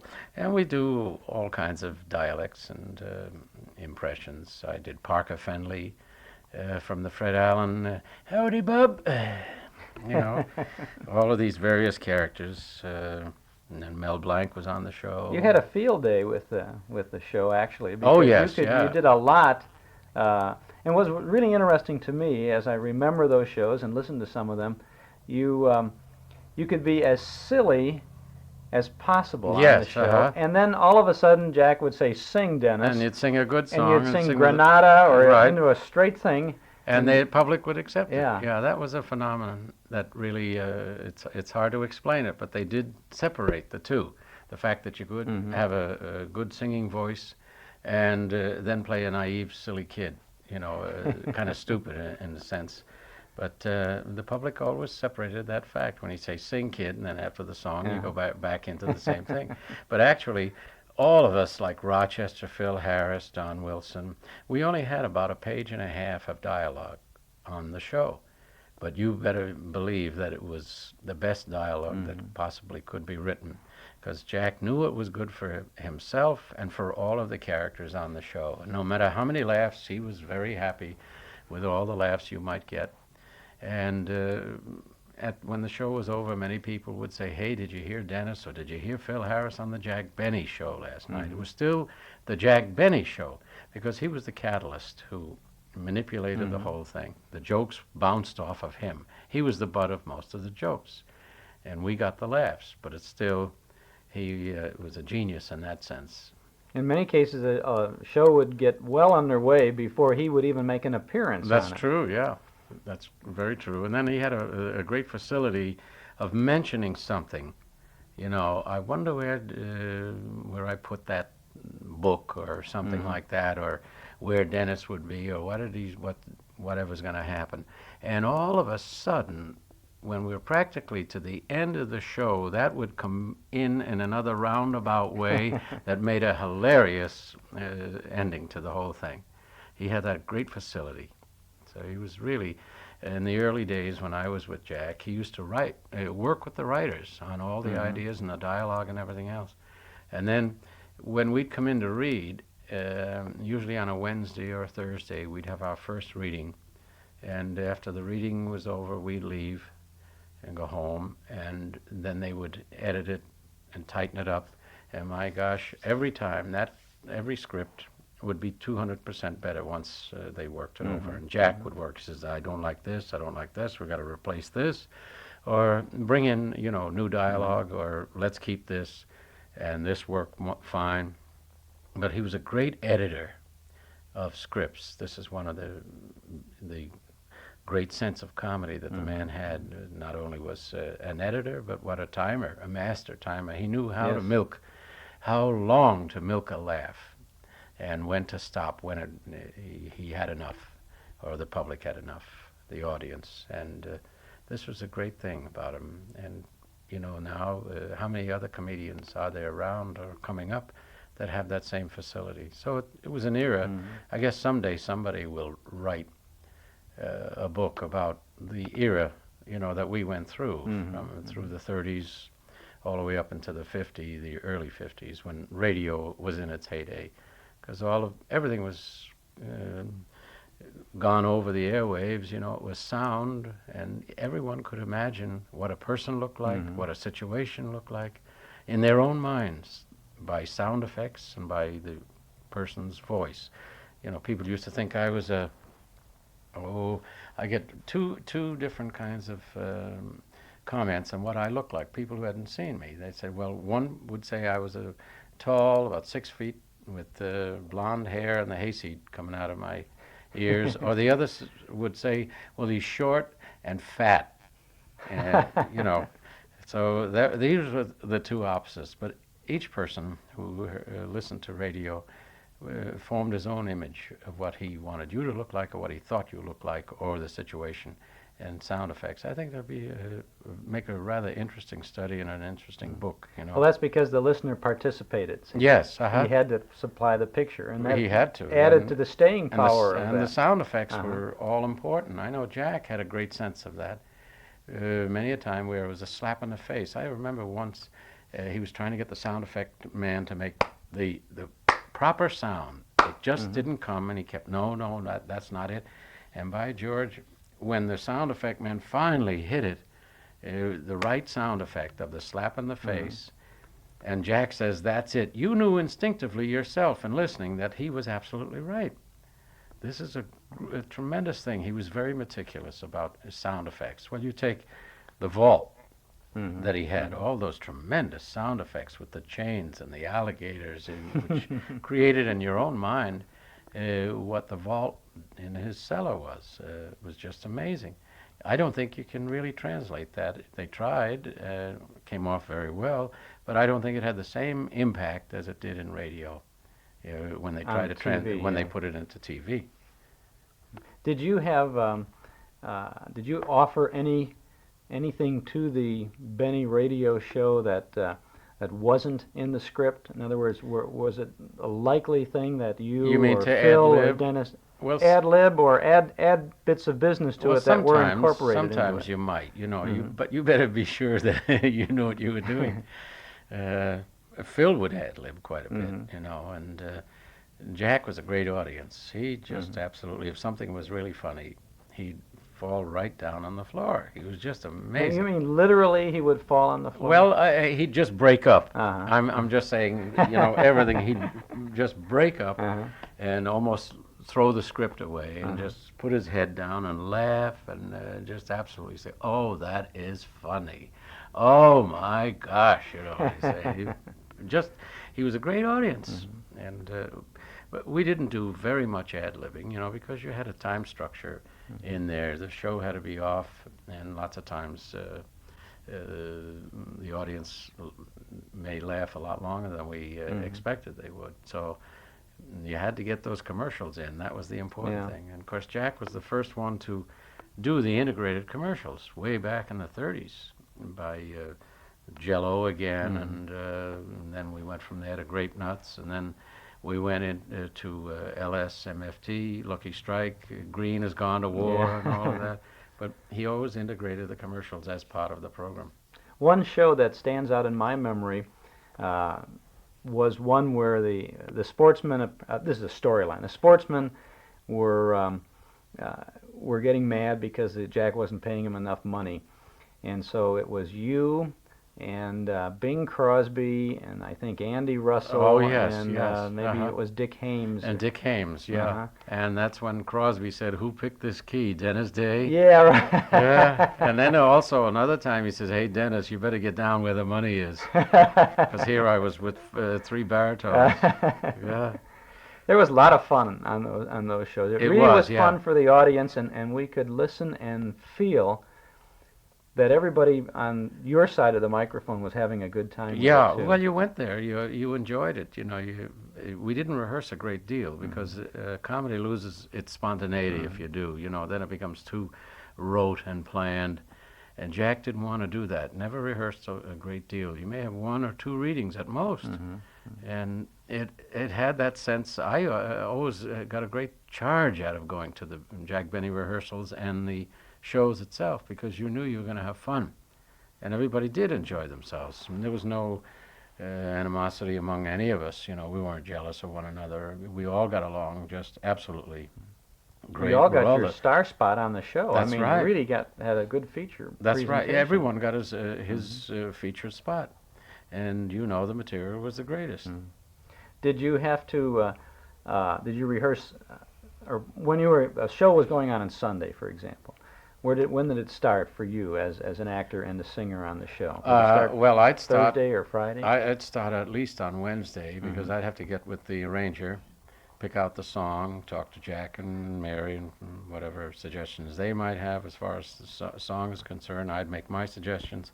Then we'd have to get with the arranger as far as key and the routine, and then he'd have to make the arrangement. Then the next time I came in for a rehearsal with the orchestra was on a Sunday morning, usually around 10 o'clock. I got there, and the cast would probably arrive around 11:30, 12 o'clock. But I would rehearse with the orchestra in my period of time, usually then, on Sunday morning. And that's after I'd rehearsed once or twice, and that was all. Because he'd send the orchestra home. Out. Jack would never let the orchestra sit there to hear the rehearsal of the comedy. Really? No, because he wanted them to hear it for the first time, as well as the audience sitting in the audience and the people at home listening to their radios. That's why he loved, Frank Remley. They always put a microphone under Frank Remley because Frank was a great audience and he had an infectious laugh. And he'd break up at anything that Jack or any of us would say. So you see, they kept the spontaneity there by dismissing the orchestra. And the first time they heard what was going on as far as the show is concerned, they'd rehearse their cues for the bridges and things like that. But they didn't hear any of the comedy at all.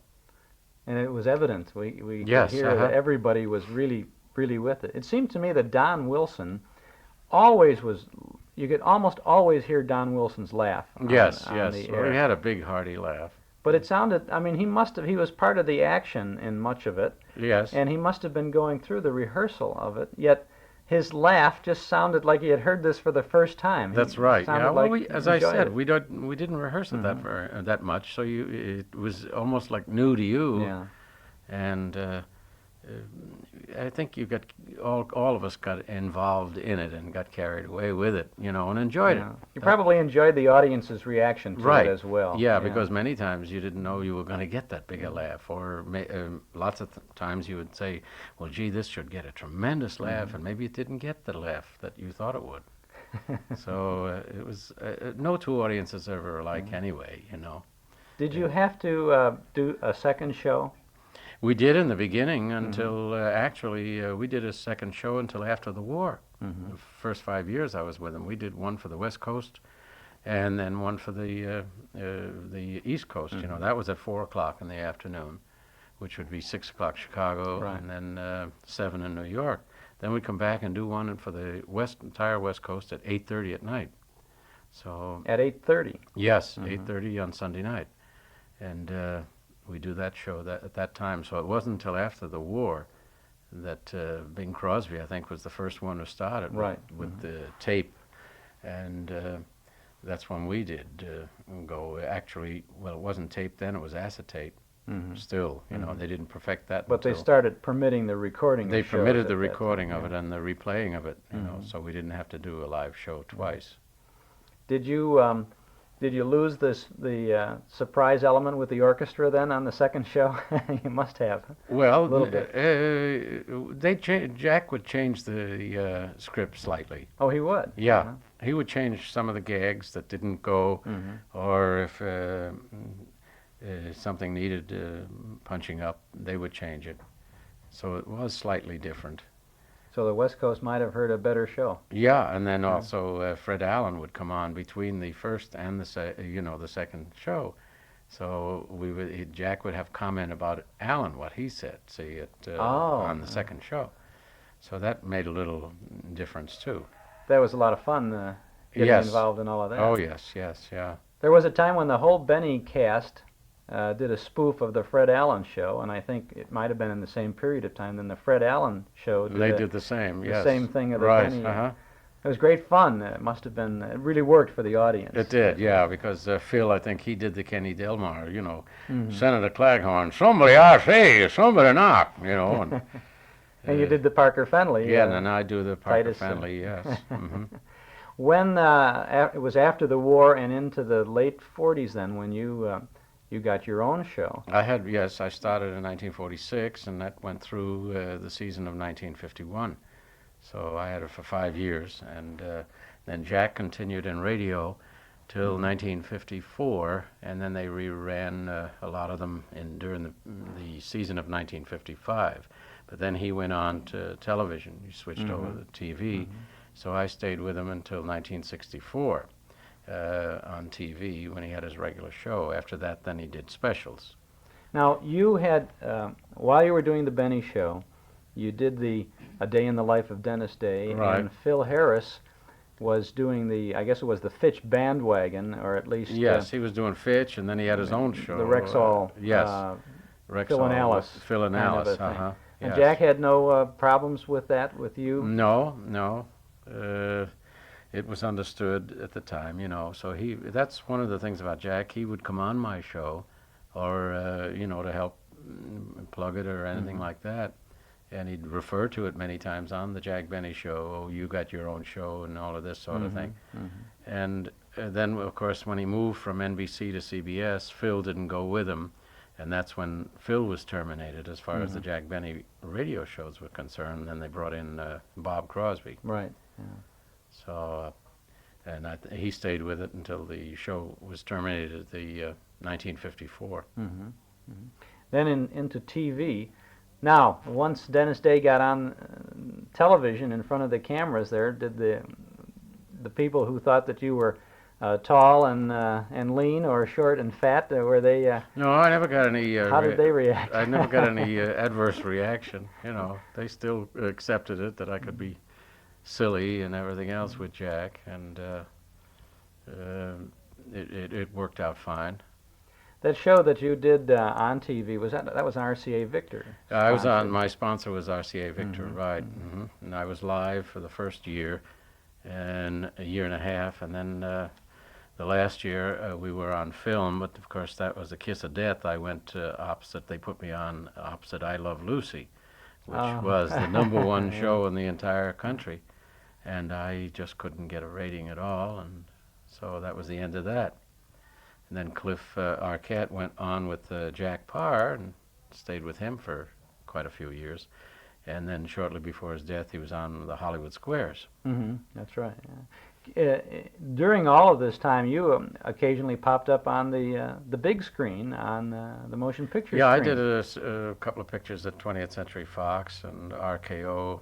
Weren't you with the, was there a Buck Benny movie? Yeah, that was the first one I was on when I first came out here, as a matter of fact, to join Jack Benny, and that was the first picture I was in, was Buck Benny Rides Again. So I've had a very varied and wonderful career.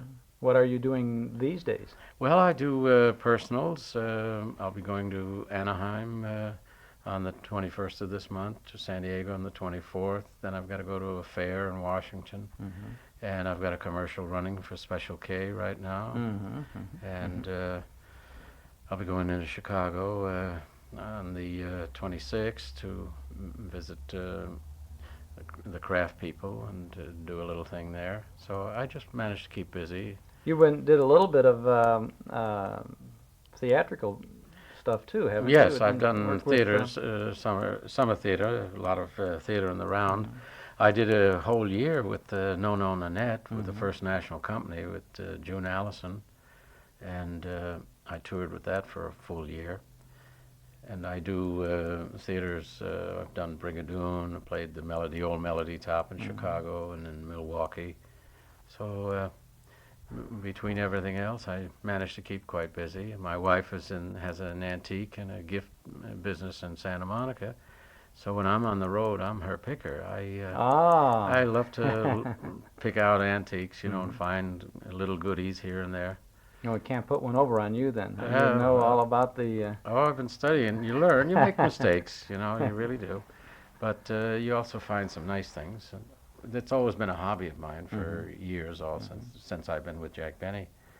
But now we're kind of making it a business as well. So it's a lot of fun. You've had a lot of fun all through the years, haven't you? Yes, yeah. Keep busy. And of course, I have to when you have 10 kids, 10 kids. I got 5 married and 5 at home. I'm a grandfather 5 times. So.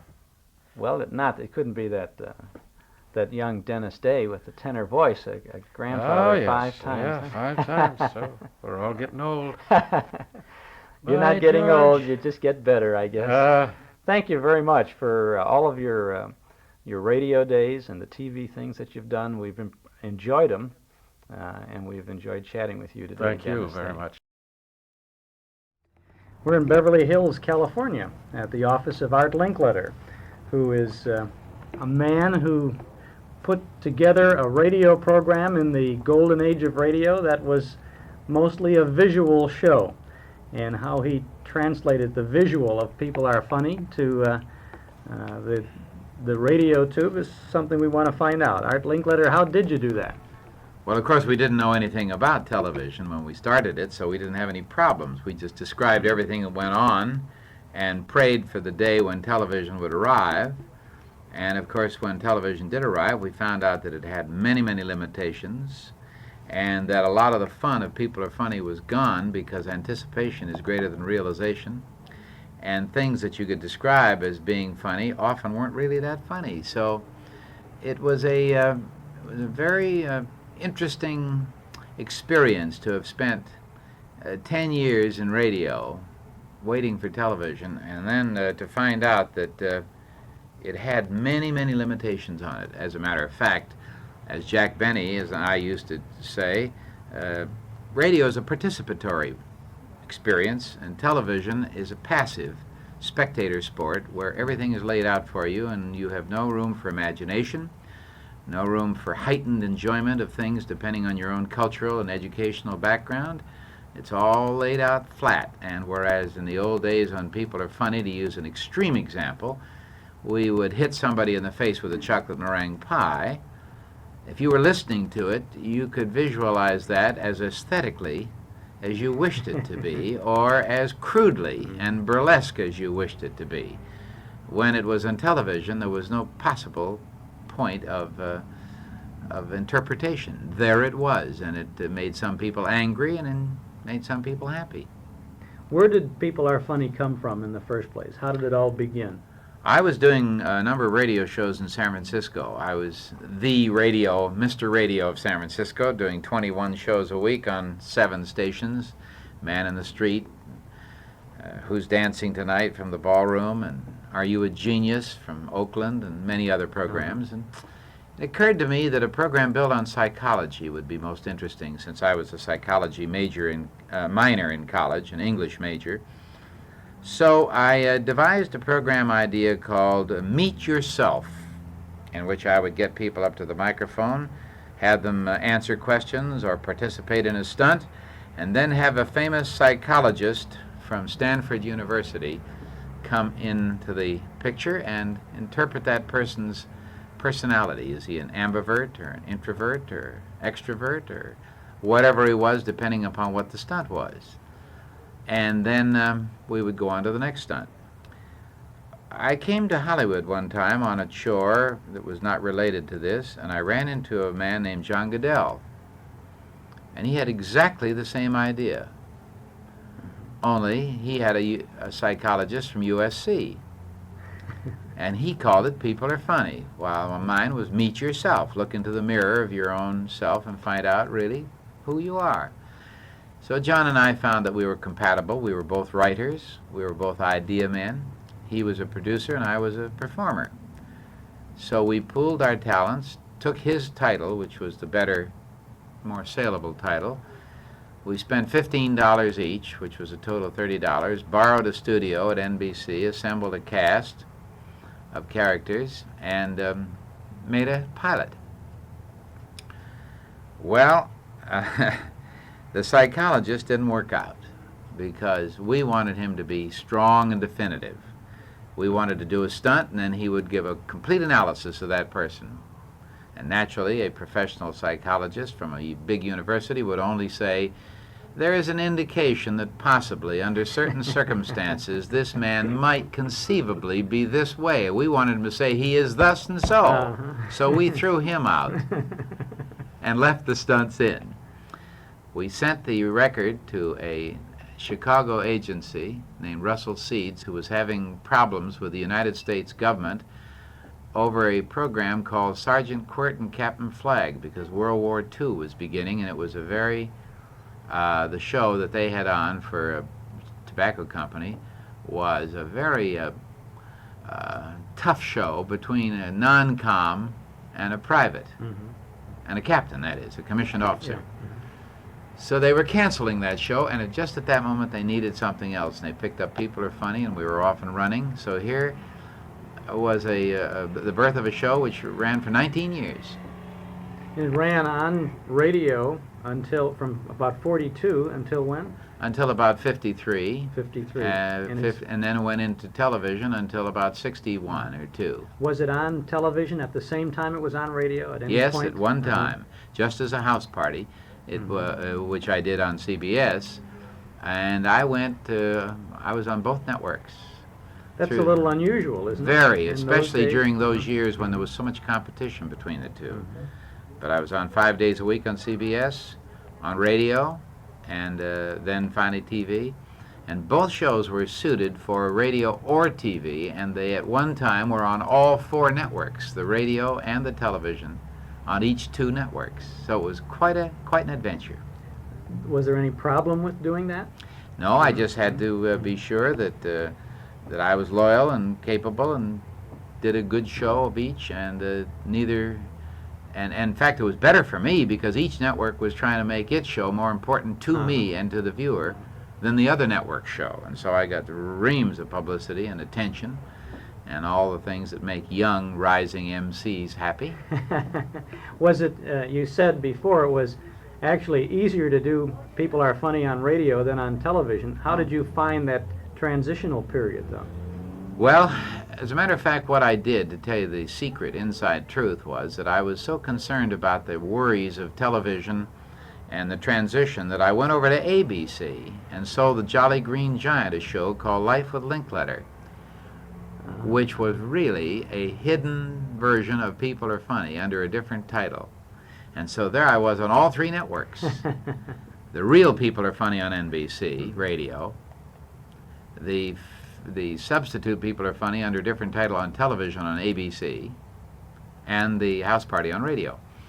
And there it was that we first found on the Life with Linkletter show, which ran for a year and a half before NBC decided that People Are Funny had the priority and wanted it on the air on television.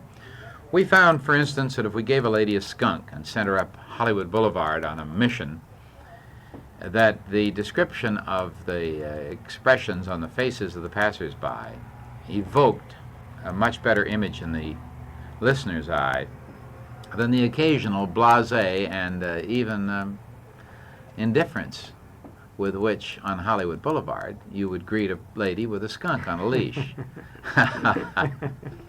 Was People Are Funny live on television, or was it on film? It was live at first, and then it was filmed.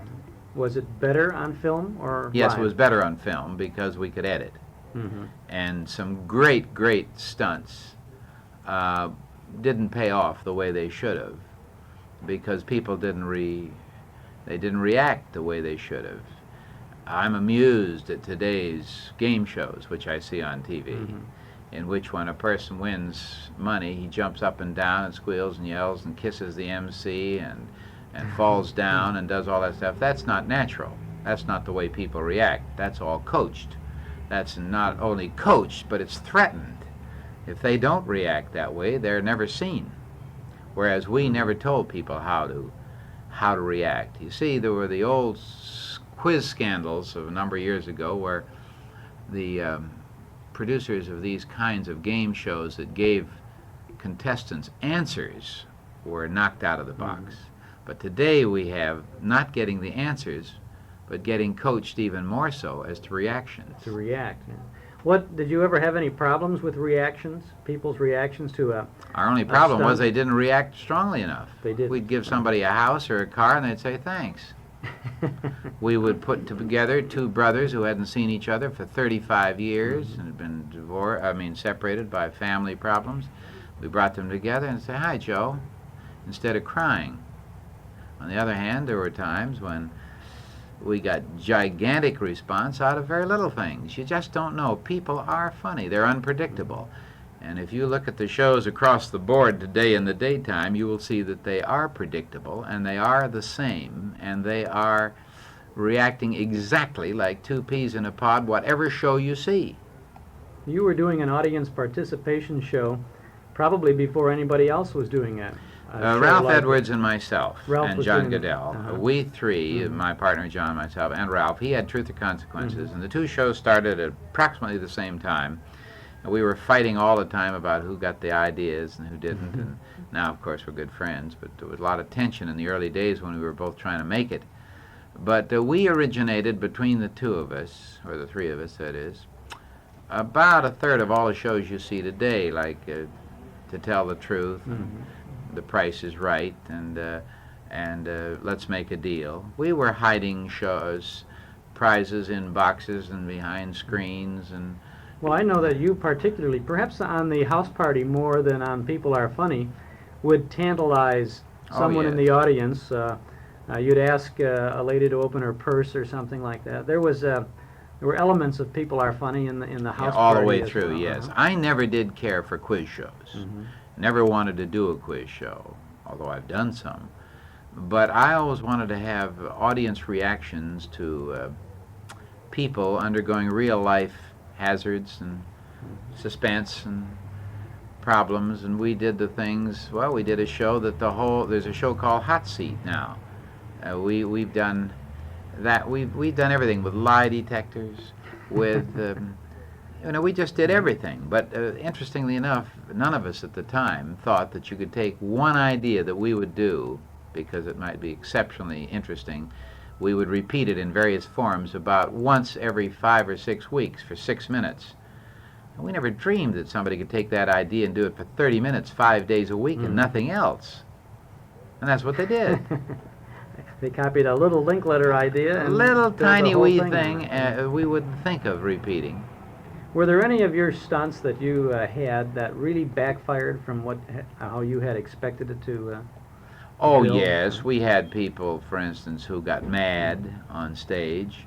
We got two neighbors together one time. Neither one of them knew they were going to be on the program, and we had researched and discovered that they had a problem in the neighborhood, and they feuded. And we thought if we got them on the air in front of a live, coast-to-coast audience and confronted them with the childishness of a simple argument over a dog, that the neighborhood, which was really split 50-50, would get back together again, and we'd give them a wonderful prize of a trip to Europe together. Well, they would have nothing of this. When they found that the other one was on the stage, fireworks ensued, and they wouldn't talk to each other, and they wouldn't accept a prize, and they made it even worse than it was before, because now it was out in the open nationally. That was a surprise, because they were both nice ladies and both reasonable separately, but it demonstrated to me very forcibly how Hatfield and McCoy feuds began almost from something they couldn't remember, but at the end were killing each other over the growth of an animosity. On the other hand, was there a stunt or an event on the program that turned out so much better than you had expected? Something that had extra benefits to it? Oh yes, that often happened. Everything happened on the show. In 19 years, there was nothing you can mention that didn't happen, because we had people who, as a result of some stunt, changed their whole lives. For instance, we did a thing where we took a sealed plastic case with a telephone number and an address inside of it, and we dropped 12 of these into the Pacific Ocean. And they said the first person who phones us with the number and breaks this open and phones us will get, let's say, $10,000 reward. Mm-hmm. And months went by, and then one day we got a shortwave message from Kwajalein Atoll in the South Pacific, and a native boy had found this on a beach in an uninhabited, not an uninhabited, but a incommunicable type atoll. And they waited for a month to get favoring winds so they could bring it to the naval base in a twin-hulled canoe.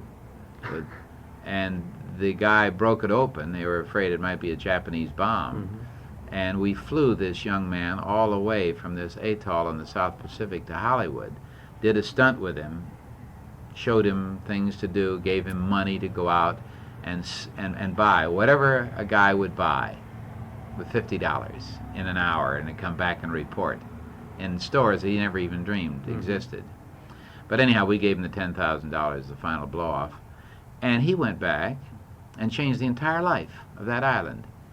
For instance, they had never had water supplies that were dependable, and with that money they built a reservoir to catch the rain that came at intervals, and they set up a medical center. Well, this $10,000 just changed the whole life of those people forever on that little island. It's amazing what a radio show can do. Really is. What did you, where did the idea come from for the house party? I was in San Francisco, flying up and back every week to do People Are Funny, because I still was doing my shows in San Francisco. You're still doing those 20-some shows every week? Yeah, I cut them down to about 4 or 5, but I like to live in San Francisco. So I stayed up there, and I'd be doing a man-in-the-street show for, for a couple $100 on Market Street one night. The next night I'd be in Hollywood emceeing a coast-to-coast radio show. It seemed a little incongruous, but I enjoyed both lives. So I started interviewing kids up in San Francisco as a part of a show called What's Doing Ladies for Safeway stores, and John Goodell and I had an idea. Why don't we sell a show called Under 21? 5 a week, daytime, where we take kids from 3 to 21 and vary all of the things that they do, from accomplishments to little malaprops. So we cut a record, and John took it back, and Young and Rubicam liked it and submitted it to General Electric, and they liked it, but they said, we want a 5 a week half-hour show, but we only want kids for about 8 or 10 minutes.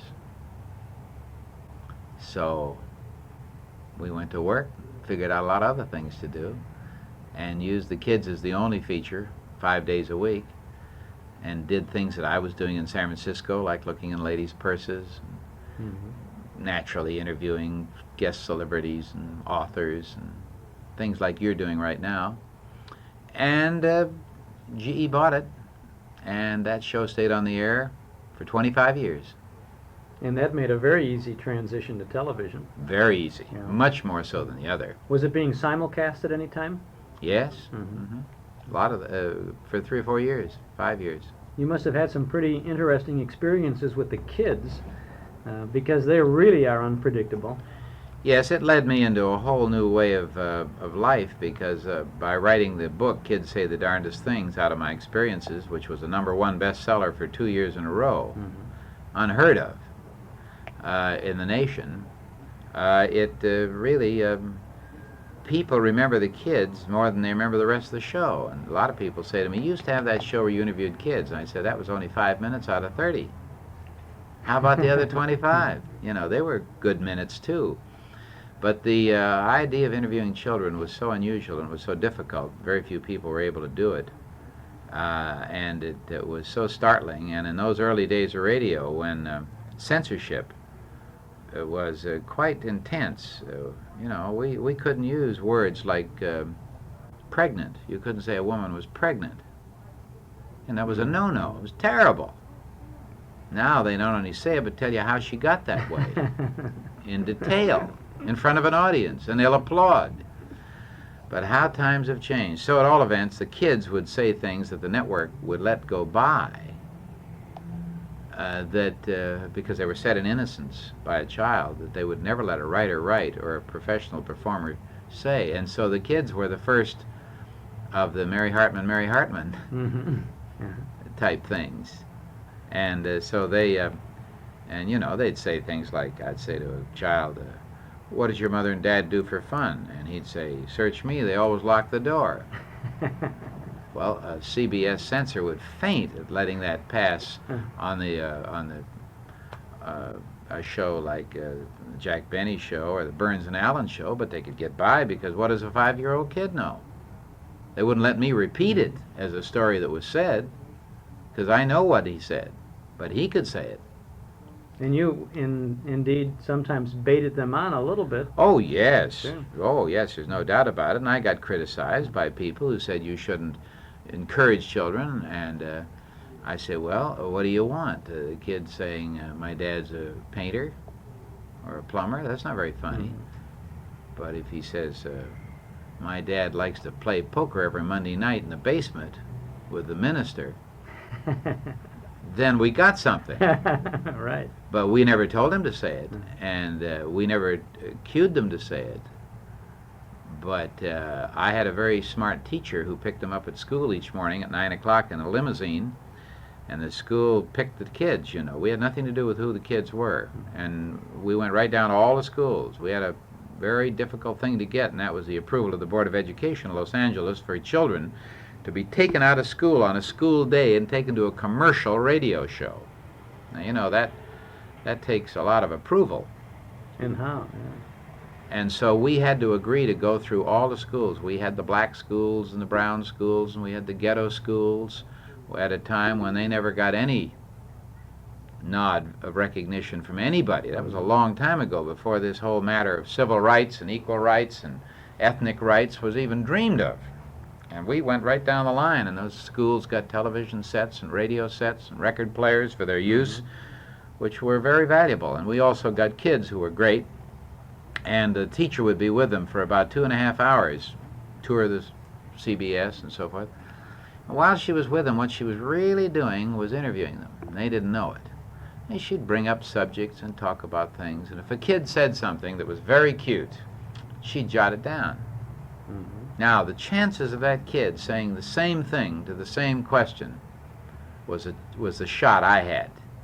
And quite often they never said the same thing twice because they weren't told to, and they may not have really believed it, or they may not have thought about it again.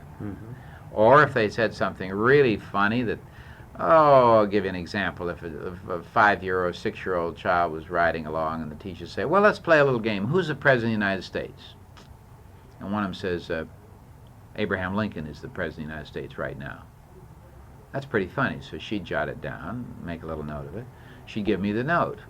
In the meantime, in the bathroom, one of the other kids says, you're an idiot. Abraham Lincoln or George Washington isn't the president. And they'd say the real president is Lyndon Johnson or Kennedy or Truman or whoever really was. And so when I'd ask the kid the question, I'd get an answer that had been corrected. On the other hand, I got answers that were corrected wrong. They told him Abraham Lincoln is not the President of the United States, it's George Washington. because they didn't know either. Or one time a little boy, I had a note that he had a dog. He had a pet turtle named Ozzie Nelson. I thought that was kind of cute. So I said to the boy, "Do you have a pet?" And he says, "Yeah." I said, "Well, what is it?" He says, "It's a dog." And I said, "What's its name?" He says, "Rover," or something other like that, dull. And I said, "Well, didn't you ever have any other kind of a pet?" You know. He said, "Oh," he says, "we used to have a turtle, but my dad flushed that down the toilet." So you see, I got a better one. I also got disappointments where I had great answers from the children that I knew they'd said, and I never could get it back. Never could get it back. But that's the way it worked, and that's the way it worked, and so good. It was fun for me. Yeah. And I got a lot of things, of course, that the teacher never heard of because I had a way with children, and the secret of my success with children was really quite simple. Number one, I'm a good communicator anyway with anybody.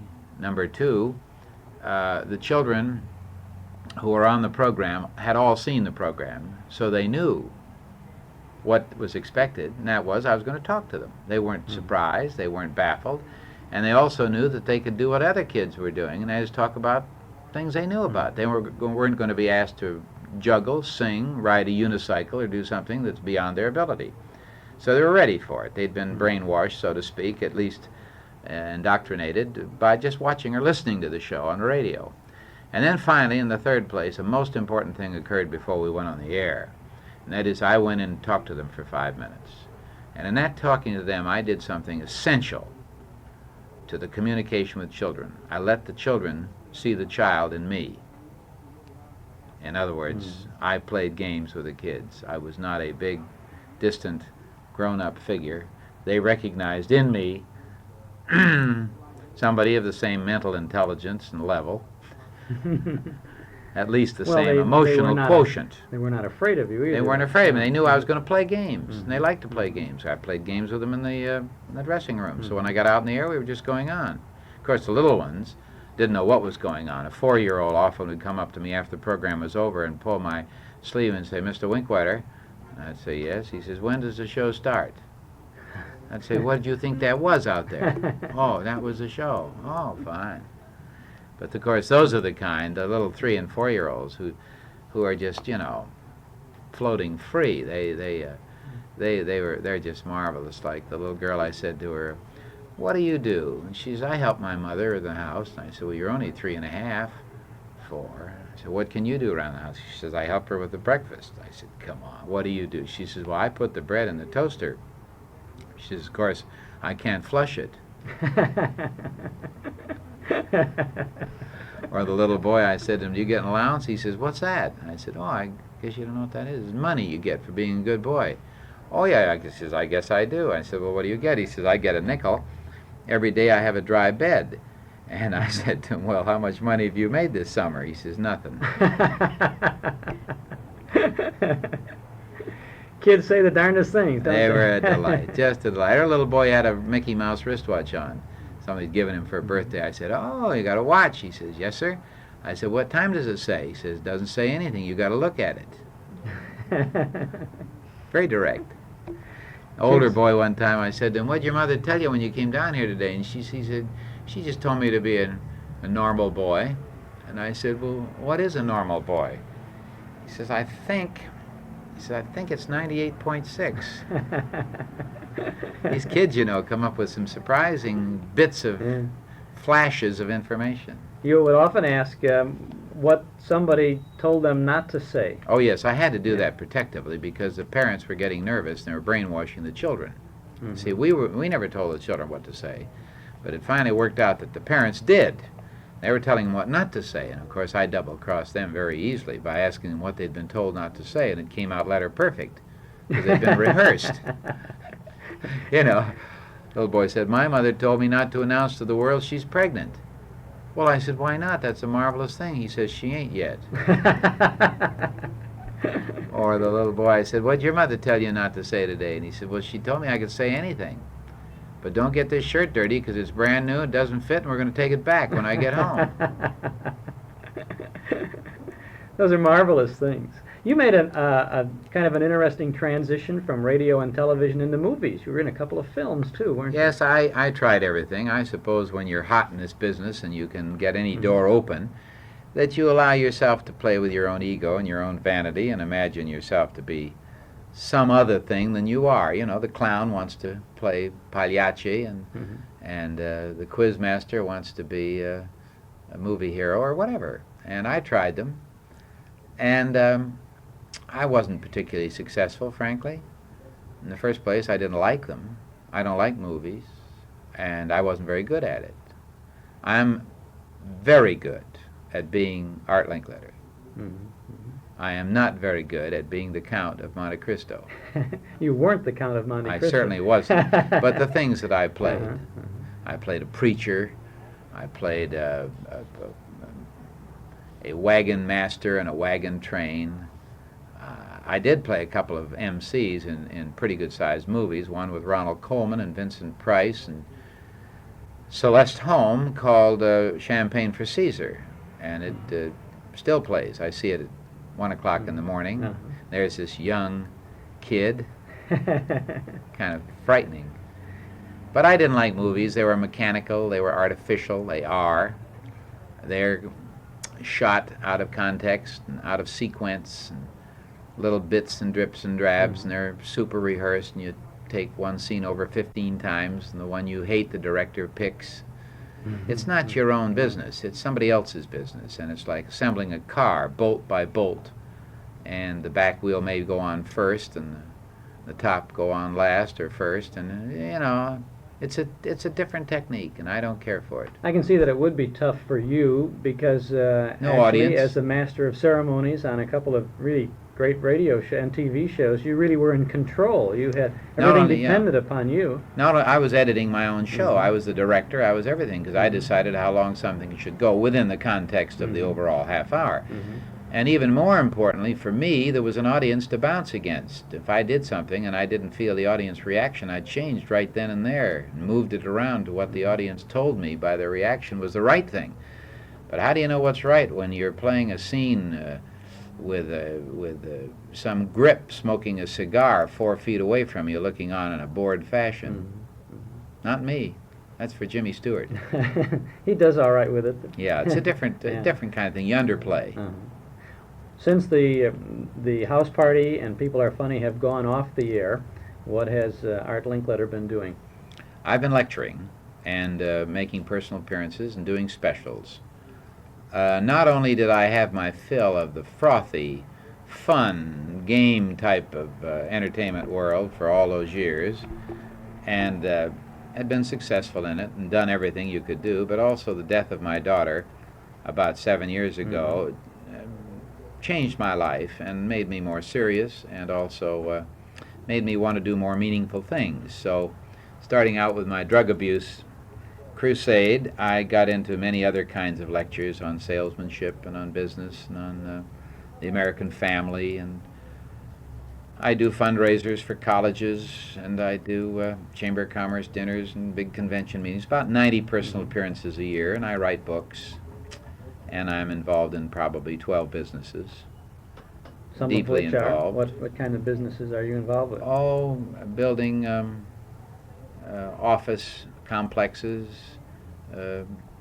publishing books, packaging toys and games, oil and gas business, sheep and cattle, real estate development, manufacturing, all kinds of things. Very much out of the showbiz very much, scene. very much. Is I'm that- very much at home in business, hard business, and I serve on the boards of directors of a number of major companies like MGM, Western Airlines, National Liberty, so forth. I want to thank you very much for spending some time with us. And Delighted also to do it. want to thank you for all the entertainment you provided for all of us over the years. Yes, you look like about the age that could have been one of the kids on my show. I could have, but my mother told me never to go on. Thanks very much, Artling.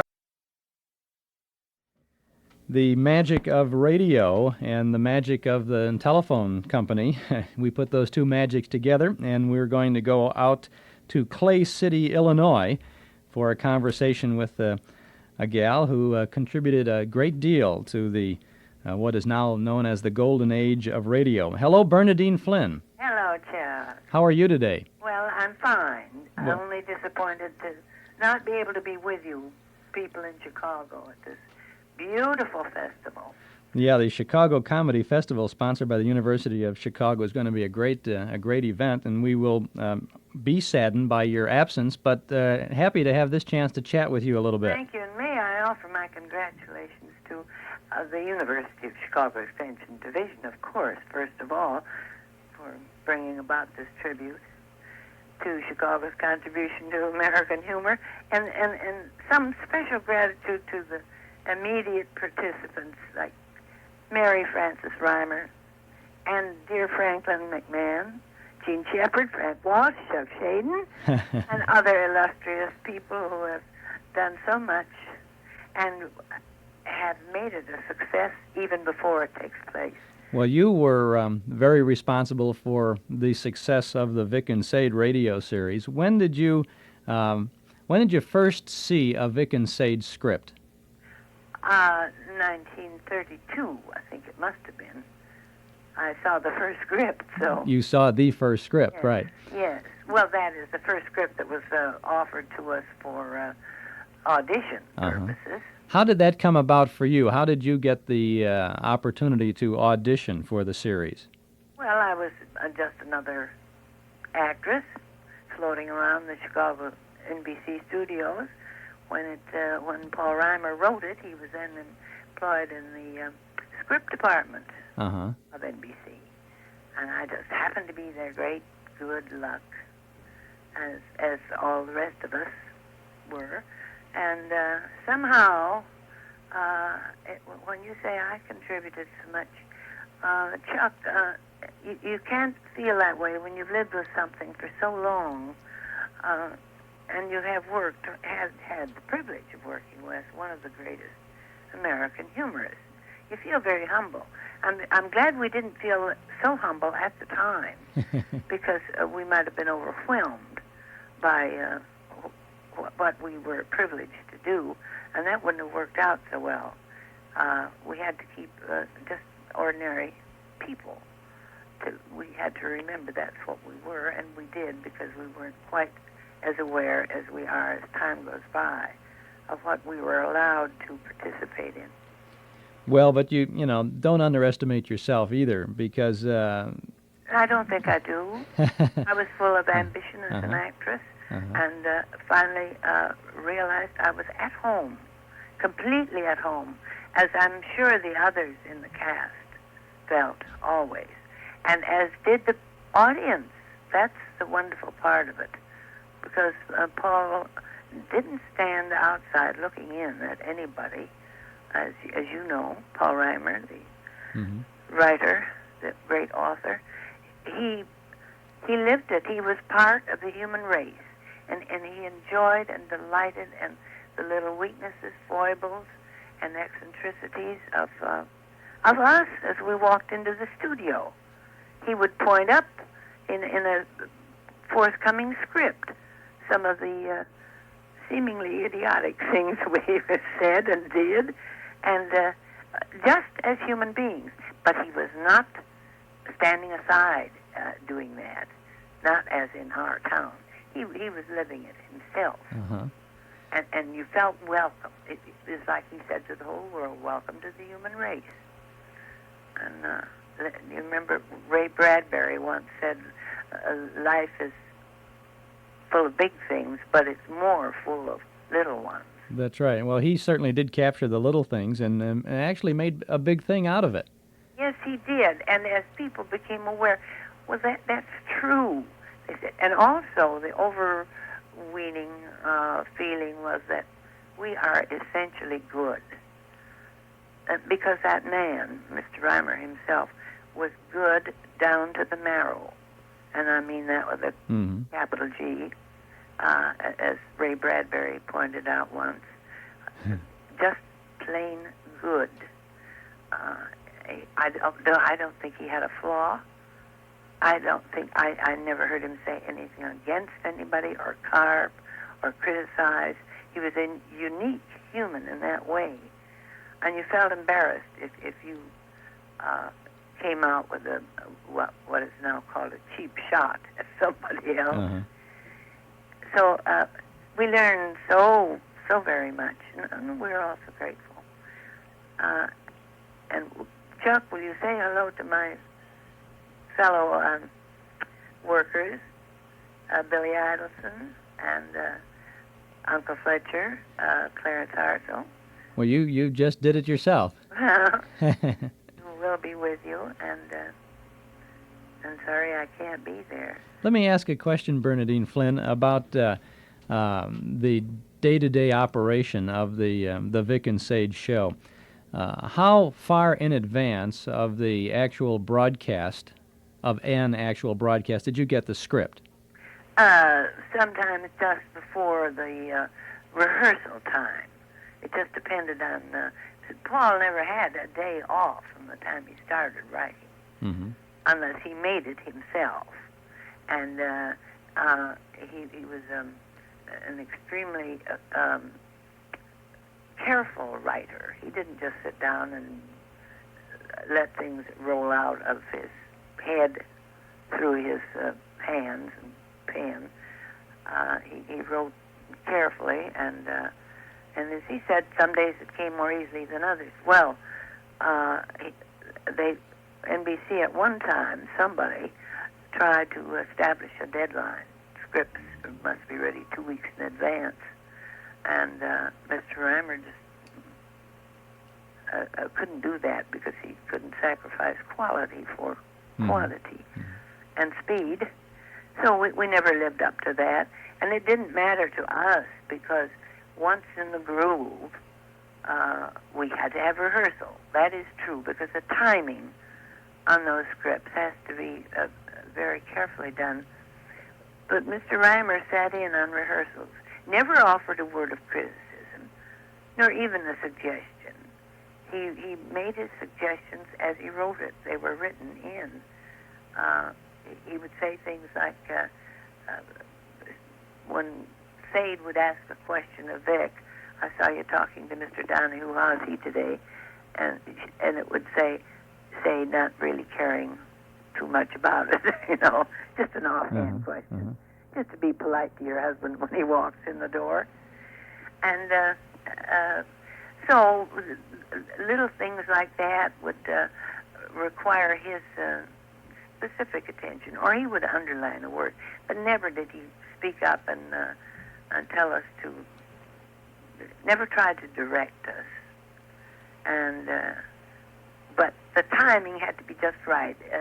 If you look at the scripts and you see that it's interrupted conversation. People don't speak in long sentences in any conversation, really. If there are 2 or 3 people gathered together, or even 2, they're constantly interrupting each other. Thoughts flow so fast and freely. And in his careful writing, that had to take place at the right time, at the right word. So it required rehearsal. Let me say that, which we thoroughly enjoyed. And but with the scripts, no, we didn't get them in advance. So you got the script just before the rehearsal for the program that was Not actually always. being rebroadcast. Huh? Sometimes, oh no, the day before. The day The before. rehearsal was the day before. Mhm. We'd have a working rehearsal. And then, no. I don't remember ever getting a script on the day of the broadcast. That probably did happen when somebody was ill for a day or something like that. Paul had to produce a script writing out one character and leaving in the others. You were involved in a number of broadcasts there where there maybe only was one character, just to say it on the air. Well, we all, that happened to all of the characters, yes. And people weren't aware of it. Because Vic and Sage was alive with so many characters being talked about or on the other end of the telephone wire that it scarcely made any difference. I'd talk to people after a broadcast. I did one day, Sadie on the telephone. Nobody else was present. And I asked, in fact, sister of mine who listened every day. And I said, "What show was that today?" Pretending that I couldn't remember because we'd already rehearsed the next day's show. And she listed the people who were on it. And I said, "Well, you're wrong. I was alone in the studio." So they weren't aware. And that would happen. Vic and Rush would have nice talks, and they'd talk about Sade or Uncle Fletch or something, and you weren't aware that they weren't right on the spot. Well, you figure they were just in the other room. Yeah, that's right. Of course. Huh. What kind of reaction did you get from listeners? Oh, that was exciting because some of the great humorists of the day either wrote directly to Paul or got in touch with him or wrote about him in articles. James Thurber in the New Yorker, and Hendrik Willem Van Loon, Julius Williams, just countless people like that. But the regular sustaining audience, we got an elation of joyous delight. They felt, I think, as we did, the actors, they were at home. Some may not know or didn't know, or to this day, just why they felt so at home. Because, as again, thinking of Ray Bradbury's descriptions of ants at a universal picnic, we're all there. It's our picnic, and there we are. And it's a wonderful feeling. Did you ever receive gifts from the audience, listeners? Did they ever send things to you? They send you some wash rags from their local department store? Oh, yes, yes, countless items like that. But we didn't encourage that. Unfortunately, we were gifted with many food gifts, and after going through the mails and everything, they weren't always too palatable. So we tried in writing to them to discourage any such contributions. How did you handle the fan mail? Did you answer much of it yourself? Some. And some, Mr. Vanbershot, Art Van Harvey, who played Vic, was better at that than I was. I was raising children, family, and I just didn't get around to do much fan mail. But the press department at NBC was very good about, and they would consult us about certain letters and our feelings about it or what to say. They sat in every day at one member of the press at the show, watched the show and followed it carefully, and they were great in that department. Did you do the show standing before microphones, or were you seated around the table? Both. Both. It depended upon the script and so on, so forth. And when I was heavy with child, I remember sitting most of the time. And Mr. Van Harvey had a heart attack. Was for about 6 months we did it from his bedroom in his apartment because he had to be in bed. So Vic, I'm sorry. Yeah. I was going to say Vic and Say was actually a remote for a while, huh? Yes. Kind of a bedside network broadcast.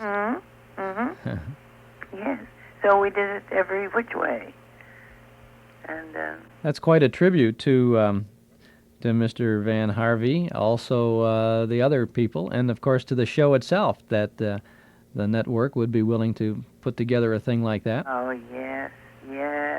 They were all set up to broadcast from the hospital when I had my children, but then decided that was unnecessary. Paul wrote so well without me or without some other character, they could afford to be sick or incarcerated in a hospital for a week or so without taxing Mr. Reimer too much. You folks would have to take separate vacations then, wouldn't you? Yes. But we had many trips together, joining like Paul Whiteman in New York. One time we were all invited there for a special radio celebration, which Mr. Whiteman's show hosted. Uh-huh. And various places like that, Cleveland, Cincinnati. And so we did make it over the weekend. Usually, those things occurred, and so we did a bit of old-time troop traveling. Uh-huh. It must have been very interesting. Here, you folks, the four of you in that show were major radio stars. And yet you could walk up and down the street and people would not recognize you at all. That was a wonderful part of it. We were just exactly what we were, just ordinary people with, walking around, and that's the way we felt. And if we had felt otherwise, we'd have been no good for that show. Uh-huh. You couldn't be around Mr. Reimer very long and think you were terribly special. Because he didn't think he was. Uh-huh. Well, he was, and so were all of you. Did anybody ever recognize a voice in a store or a restaurant or someplace and say, "What? I know you"? No, I don't recall that ever happening. No. Except when I might be in the company, a large company of let's say radio artists or something like that. Mm-hmm. They would be apt to recognize the voice. Otherwise, no. Uh-huh.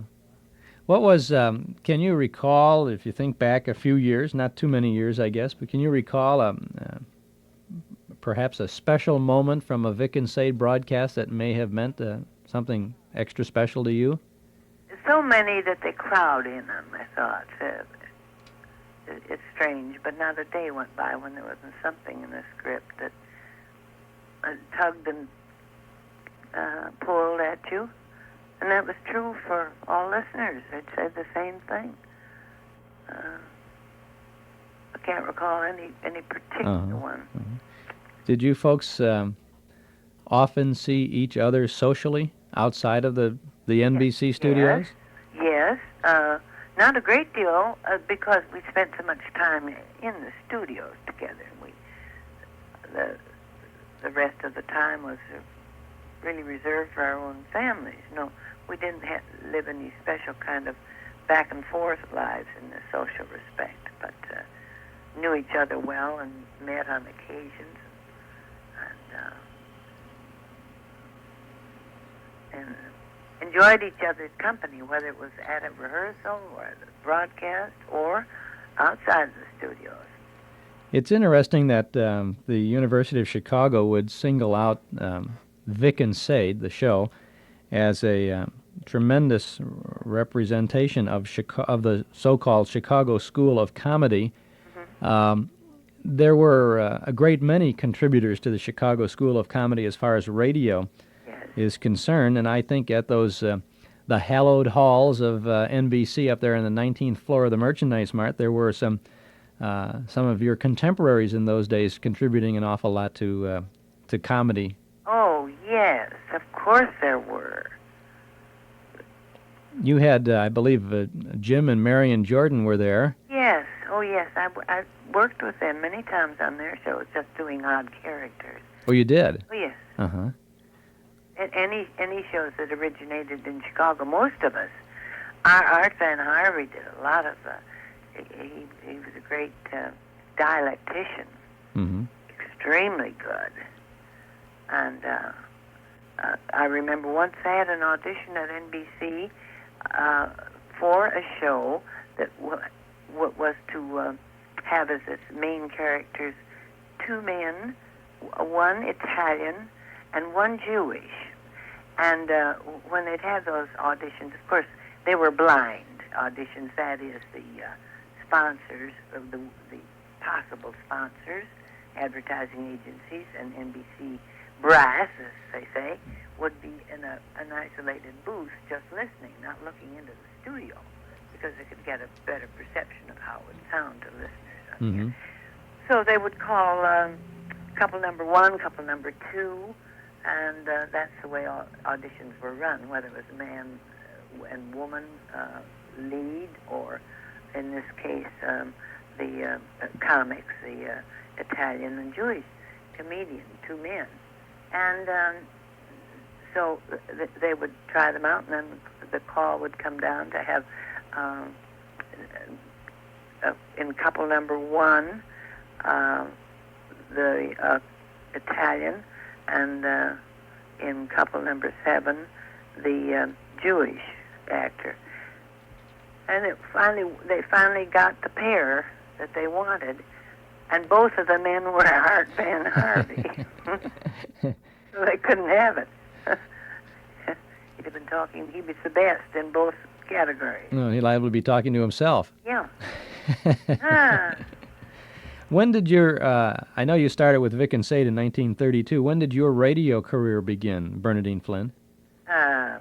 About 30, the spring of 31 or the fall of 30. And what were you doing? How did you first get into the radio scene? Oh, well, I was in New York. I had, after college, I went directly to New York full of ambition for the theater, and did some theater work. I was able to get in, did a little work for the Guild, and worked for some good directors. But it was the year of the stock market crash, and shows opened and closed. It was good training ground, but nothing lasted very long.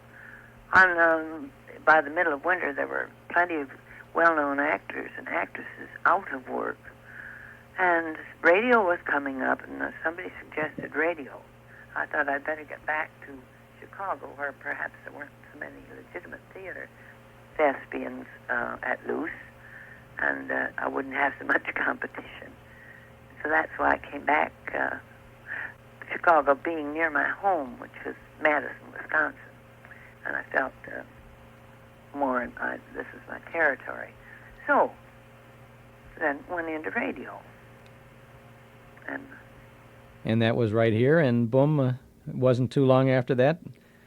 That's right. You found yourself in really the premier radio show. Right. Mm-hmm. Lucky from the start. Talented from the start. Yeah. Oh no. Well, I don't know. A professor wrote me years later from Wisconsin, my dramatic coach, and said some people, they're born great, and some achieve greatness. Some have it thrust upon them, and underlined was thrust. And it was a letter of congratulations when I was receiving some small honor from the University of Wisconsin. And I realized how accurate she was. It had been not greatness exactly, but what renown I was reaping had been thrust upon me, and she was aware of it. I quite aware, and that. Oh, people keep you straight, through the years. Uh-huh. You keep your checks and balances. Somebody does it for you. Well, you did a great job for us, and for all of those of us who enjoyed tuning in to you and the others, part of the Vic and Sage series. I'd like to say thank you very much for your contribution to that show and to radio and to the lives of so many people. Well, I'd like to thank you, Chuck, for what you're doing. Also convey my thanks to Marcia Cassidy, who is doing a wonderful job with the Extension Division. This beautiful thing that's being done, and I don't understand how it became so beautifully coordinated, except because of you wonderful people. And I'm sorry, but I'll be with you, thinking of you every minute. Well, I understand there's going to be a tape made of the evening, and we'll see that you get a copy of it. Oh, thank you. I can't wait. Okay. Thank you very much, Bernadine Flynn. It's been a great pleasure chatting with you today. Been fun, Chuck. Thank you. You're welcome. We're at the beautiful Drury Lane South, talking with the star of the comedy show here, Miss Mercedes McCambridge. You're a Chicago gal, aren't you? Mm-hmm. You were born here? No, I was born in Joliet, but I grew up here, and all of my schooling was here through college, and it was the first place I earned an honest dollar. And it's home. You went to Mundelein College? Yes, indeed. Mm-hmm. I was on scholarship there for drama. And when I was a sophomore, I was in a play, and some people from NBC saw it and came backstage afterwards. And as a result of that, I signed a 5-year contract with NBC, and that was the beginning. And that was your first professional job, and you got a 5-year contract with NBC? Mm-hmm. And were you on the staff here in Chicago then? I don't know what you mean, staff. I mean, were you a staff actress? Were you working I was an on... NBC actress. They had contract actresses in those days, and actors. A great many people were. It was the hub of all of radio drama and soap opera, and the great comedies all came out of here too then. Amos and Andy and Fibber McGee and Molly, and a great many others, Vic and Sade, which was my favorite. But all of the soap operas and Lights Out, good heavens, we, First Nighter, so many were there. Can you recall what your first radio job was? Your first role on a show? I can't really. Some people say it was a poetry reading on the Chicago Symphonic Hour with the Mundelein First Speaking Choir, which was signed to a year's contract at NBC. And other people tell me, no, it was on a show called Pretty Kitty Kelly. I think it was on Guiding Light, but I don't know. Those were the dim, dark ages. You were Rose on Abie's Irish Rose. Oh, yes, but that was out of later, New York. Later then. That was later. Yeah, I played Rosemary on that. And, but that was in New York, after my contract here had expired. So that was when I was an old-timer in radio. 5 years later. Did you work exclusively for NBC here after the 5 years? Then you went to New York? After the 5 years, I went to New York. You see, I signed the contract when I was 17, a sophomore in school, so I had to continue in school until I graduated, and then that left about 2 years left on the contract, and then I went in to conquer New York. And I think you did, too. Well, everybody thinks that New York is conquerable, but it proves to be a very formidable foe, or friend, depending. You terrorized a great many radio listeners over the years in your career as a lady who would scream at the drop of a hat, or whimper, or frighten the listener. Why did it seem that you always got involved in those kinds of radio roles? That's a gross misrepresentation. I was Big Sister. Ruth Wayne. You're darn right. I played all of the good girls, too. But people don't remember the good things in performances, even. People remember it's interesting for me now when in almost every city somebody will come up to me and say, oh, I remember I Love a Mystery. And the show that they remember most on I Love a Mystery was a sequence we did about bats in South America in a gigantic cave. And these people in places like Atlanta and St. Louis and Denver will stand on the street corner and they will depict the bats. Their arms will go up and they will get a wild look in their eyes and they will tell me all about these gigantic bats in the cave. I don't have the heart to say, listen, it was 4 actors standing around a microphone on Sunset Boulevard. That's all it was. But these are the things people remember. Those were important days, though. Those I Love a Mystery days. That was Temple of Vampires, and that was with you remember it too. Tony Randall and no, that was before Tony. It was in the first run with Jack, Doc, and Reggie when Mike Raffetto. Oh, and, well, you were in the second run of it then later, I did, weren't you? Yeah. That Carlton Morse was one of my mentors. I've really been extremely fortunate with Orson and Carlton Morse and Arch Oboler, and just today on the phone, Hy Brown, who does the CBS Mystery Playhouse now, and did Inner Sanctum, and did indeed do Big Sister. I do a lot of the CBS Mystery Playhouse. How well we know, we hear you. But also, I don't know whether it's publicized yet or not, but Hy has sold a new show on radio, a big thing, and we're all delighted because radio is still the best, of all. Of all branches, radio is the best. It's the most imaginative and the most participatory, it's the most involving, and I prefer it to all the others. As an actress who has worked on the stage and Mhm. on the screen and in radio, you have to you act visibly before the camera or before the audience on the stage or on the screen. But when you're on radio, for the most part, you work probably without an audience in the studio. Yes, yes. And there you stood with your script. That's right. Was it easier for you to do that, to emote, so to speak? No, I on don't radio? think so. On stage, there are a great many things to consider.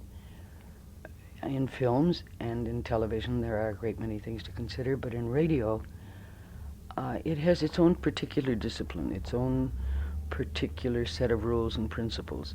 And I think they are as rigorous as any of the others, at least as rigorous. There is only one sense that you can use in order to communicate. And you have to call up all kinds of things in your own bag of tricks or experience in order to make it felt. As an example, a thing that I did, The Demon in The Exorcist, the film, is a 100% radio performance because you never see me. All you do is hear me. And yet, through the vocal apparatus, I made people throw up and pass out and faint and all that silly stuff. I keep insisting they brought that from home. I think they came with their neuroses, paid their $3 and threw up or did whatever they were going to do. But it was interesting to pull it off in a film because it was really radio. And it's, I've done this before on a microphone since the film, but I wondered how I could convey through sound an impression of the demon breathing. In the book, Bill Blatty describes very colorfully the horror of the sound that the two exorcists feel when they are outside the closed door of the room and they are still aware of the breathing going on inside of the demon inside the little girl. Well, how are you going to make that sound? Well, I finally came up with something that worked, and it's what's on the soundtrack. When I was little, I had bronchitis. I've had it all my life. And I wheezed, and do wheeze when I get into attack of it. So really what you hear with the demon, let me do it for you now. When the demon breathes, this is what you hear.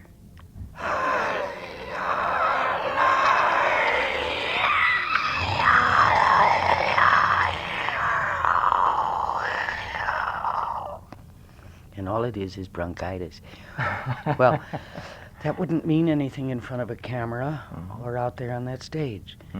But in radio, you can do so many things, so many, many things. If you risk the amount of imagination you have and trust the amount of imagination of the listener. Were you able to create the pictures that you were requested to create on radio with a minimum amount of direction from a man behind the glass booth? Well, or did you there develop much of this yourself? There were great directors in radio, and there were a lot of mediocre ones, and there were some absolutely useless ones. That's true in any branch of our profession. I worked with the greatest ones, and sometimes with the worst ones. But a director who has a keen ear is a very rare bird, and any actor who doesn't adhere to his desires, he's the boss after all, you're there to do his bidding, is a little silly. Any actor who defies that. Go along with what the man is hearing in the control room. He is hearing it, you're only projecting it. And maybe what you think is effective loses all of its effectiveness in the distance between the microphone and the control room. So you listen to the boss and you do what he wants you to do. Well, you were a part of the Mercury Theater on At the air? very end, I worked with Orson on a lot of radio programs, and I'm devoted to him. His child is my godchild, and I think Orson is probably one of the 3 or 4 great influences in my life. You said you worked with Arch Oboler. Yeah. On the Lights Out series. Mm-hmm. That was a regular job for you, wasn't it? Oh, yes. Almost? Yes, many of these things were. Inner Sanctum was, Highbrown laughs at the story that I used to depend on Inner Sanctum in New York to pay my rent. And one day I called my exchange for my call on Inner Sanctum, and the lady at the exchange said, "You didn't get a call." And I was ready to fire the exchange for their inadequacies. And she said, "The calls are out, but there's no call for you." So I called High Brown, and I said, "What is this about no call this week?" And he said, "No, I'm sorry, there aren't any women." And I said, "There's no excuse. I got to pay my rent. You know, where's the call?" And he said, "Can you play an elevator man?" And I said, "Sure, you bet I can. You bet." And I did, and paid my rent. And yeah, you would depend on these things. And sometimes you'd get so confused with the shows on your schedule that it would run it terribly close. You'd get elevators waiting for you. Buzz Meredith used to hire an ambulance to get from NBC to CBS in New York. It was 2 blocks, but if you got stuck on Fifth Avenue, you'd be dead. So he. Or you'd have shows back to back. Oh yeah, almost. many times. But there was something about the radio group. Well, the time was different, of course. But I think the people involved in radio, the performance I'm talking about now, see, nobody had to get their noses fixed, and nobody had to worry about weight, and there wasn't the terrible competition about who was more attractive. A man who physically was not what you would call Clark Gable, Everett Sloane, God rest his soul, was the most romantic actor on radio. In a truly classical sense, he was absolutely the most appealing, masculine, macho, handsome, beguiling person. Well, that couldn't happen in any of the visual branches of the medium. But that was the magic of radio. You bet. Yeah, it's the best. It truly is the best. And the kids now, do you know that with High Brown Show, the CBS Mystery Playhouse, that in the first 3 weeks they had 110,000 fan letters. The response has been phenomenal. And it's in its almost, well, I guess beginning its 4th year now. Which has to tell you something, because people can remember, well, I Love a Mystery, for example. You remember the Temple of Vampires. Tell me what happened on Kojak last week. You can't do it. You can't. You right. cannot do it, Yeah. because you're not there. You may have watched Kojak and you might have enjoyed it. I don't. But that's a matter of personal preference, I guess. I love Mary Tyler Moore. I love MASH. But if you ask me what happened on last week's show, I'd have to think about it. I'll bet you I could remember it if they were on radio, because I was there. I had created the set, the costumes, the lighting, the furniture, the people, their reactions were all going on in the camera inside my mind. Only radio allows that. Do you think that, you mentioned that High Brown is working on another phase of this. Do you think that this will spark even greater interest I hope so. in radio as there a are very few dramatic High art? Browns around, is the only thing. Very few. High is a genius. And we're all very indebted to him, and we're terribly loyal to him, and he is to us. But we go in to do High's show, for example, at 9 o'clock in the morning is the call. So for the first 20 minutes, we sit around the table and congratulate each other on how we don't look a day older, and isn't it marvelous? How come the rest of the world is so rotten when we're so wonderful? And at about 20 after 9, High says, "That's it now with the visiting, let's go to work." And he starts the stopwatch. We read the script cold, never having seen it. The sound man's at the end of the table making his notes. We get up on our feet after that. When High has made whatever cuts are necessary, we do the whole thing. We're out at 11:15, having done an hour show in no more than 2 hours. That's fantastic. That's almost the way it was in the in the heyday of radio when you were doing live shows. You would Well, have, with the live ones, the 15-minute Mhm. ones, it seems to me that Big Sister, for example, was on at 1 o'clock, 1 to 1:15, and I think we were called at 11:30. That was a 15-minute show. But Orson shows, and Inner Sanctum, I think it was on at 7:30 or 8. We were called at 2:30. So you had a few hours then. But now, since everything is accelerated, we do an hour show in 2 hours. That's wild. And I must say, in defense of all of the people connected with it, it goes without saying that the people are very good at what they do, or they couldn't pull it off. Well, that I've read a quote by High Brown, and he said that he uses the pros on that because he doesn't have to fiddle around with an amateur. He knows that he can get the job done in an economical amount of time. Yeah. And that, of course, is part of the whole thing. Yes, it But is. you people do a great job with it. Well, I think most of us would do anything for him. I would. He's a great, great guy. See, that's what I mean, the loyalties that exist in radio. I've spoken now about Orson and High, and Archibald the same way. I feel that way in Carlton Morse. I'd do anything for Carlton Morse, anything in the world. I don't know how many people in the theater or in films I could say that about. But we're fierce in our loyalty to radio, which must mean, too, that it gave back to us a good deal, or we wouldn't feel this loyalty. You worked an awful lot for Carlton E. Morse. You were on both One Man's Family and I Love a Mystery. Yeah. Now, on the One Man's Family, were you a part of the family? Beth Holly. Beth. Who was Cliff's girlfriend. Oh, I see. She wasn't a terribly...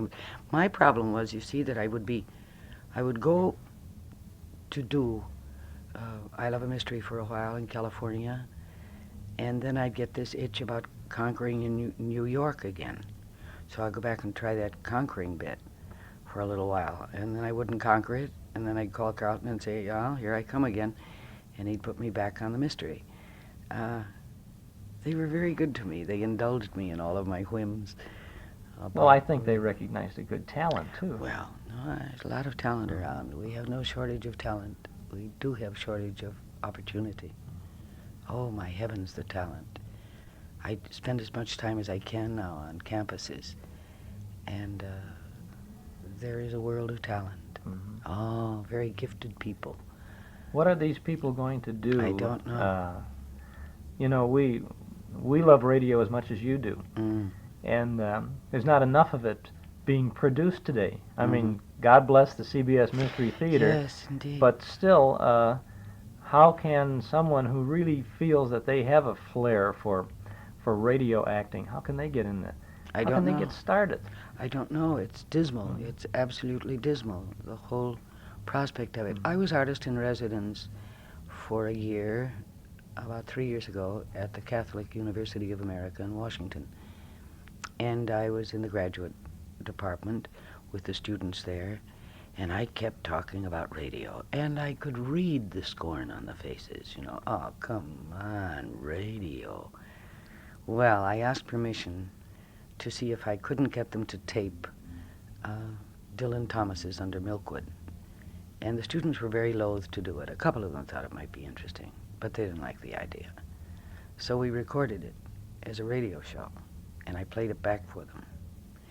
And to a man or woman, they wanted to go in a group and jump off the Washington Monument and kill themselves.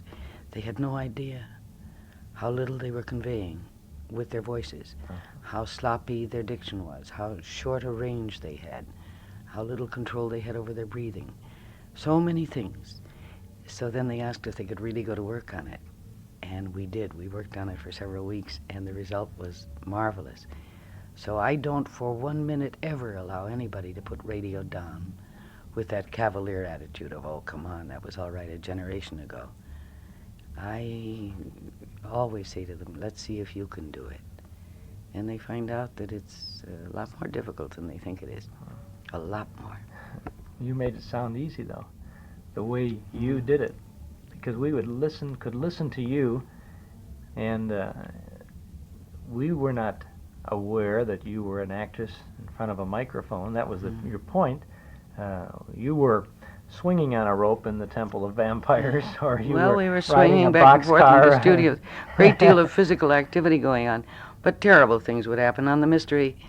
Honestly, Bart Yarborough, who played Doc, was an imp, a delightful imp, but maddening sometimes. And sometimes, right in the middle of a very dramatic speech, he would come and set fire to my script. He'd just light the bottom of the page and walk away and leave me there. And I'm trying to emote, and I'm trying to get the flame to go out in my bare hand. And he's over in the corner laughing. A lot of terrible things happened to us in studios, but they were funny. Well, did Carlton Morse buy that? Did he go along with that? Oh, or wasn't sure. he around then? Oh, sure. Carlton was in the control room laughing. He knew that he nothing. enjoyed it too. Oh, yes. Carlton loved it. Just loved it. We had fun. That was the point. And I remember a marvelous thing on the Rudy Valley SEAL Test Hour in 1941, Christmas Eve. We did the Christmas Carol, and John Barrymore and Lionel Barrymore in his wheelchair were on it, and I played Tiny Tim. Because it was a radio show, it didn't matter. And I played the little boy. The only thing is, I was very, very pregnant. And we finished the show at about, I guess it was off the air at 8:30, and everybody said good night and Merry Christmas. And everybody went home for their Christmas Eve celebration. And I went home and went immediately to the hospital, and my son was born 4 hours after I was off the air. So the next morning, I couldn't resist it because it was a great opportunity, and I called everybody connected with the show and said, my son and I would like to wish you a Merry Christmas. And they all reacted in the way I wanted them to and said, what do you mean? You just left us. You were just on the air with us 8 hours ago or something. And I said, yeah, all just the same. My son and I want to wish you a Merry Christmas. So when I called Mr. Barrymore's house, he was asleep, and his Japanese houseboy took the message, and that afternoon a wire came to the Cedars of Lebanon Hospital to me, and it said, congratulations to you and the other wise man. Imagine his surprise when he found that the star he came to see was you, John Barrymore. And somehow that's a very typical radio story, that a woman very large with child, imminent with child indeed, could be playing Tiny Tim with John Barrymore and Lionel Barrymore, and the next morning deliver her son, and then have such a lovely thing happen to her that afternoon from one of the members of the cast. I don't mean that there aren't marvelous people in films and in the theater, and I guess I'm prejudicial because radio was my beginning, but I have great regard, great love, and enormous gratitude to radio. How did you make the transition from radio to movies? I've never felt there was any kind of transition to be made. You just kept one with the other at the same time, huh? Walter Houston told me that early on, and I'm very grateful. Acting is acting is acting. It's merely a question of projection. If now I am sitting with you here, and I am trying to convey to you that it is terribly important for me to tell you that I love you. That's enough to convey it here, at this distance. If, however, I were standing medium distance from you across the room in a film studio, it demands a different kind of projection. It becomes terribly important for me to tell you that I love you.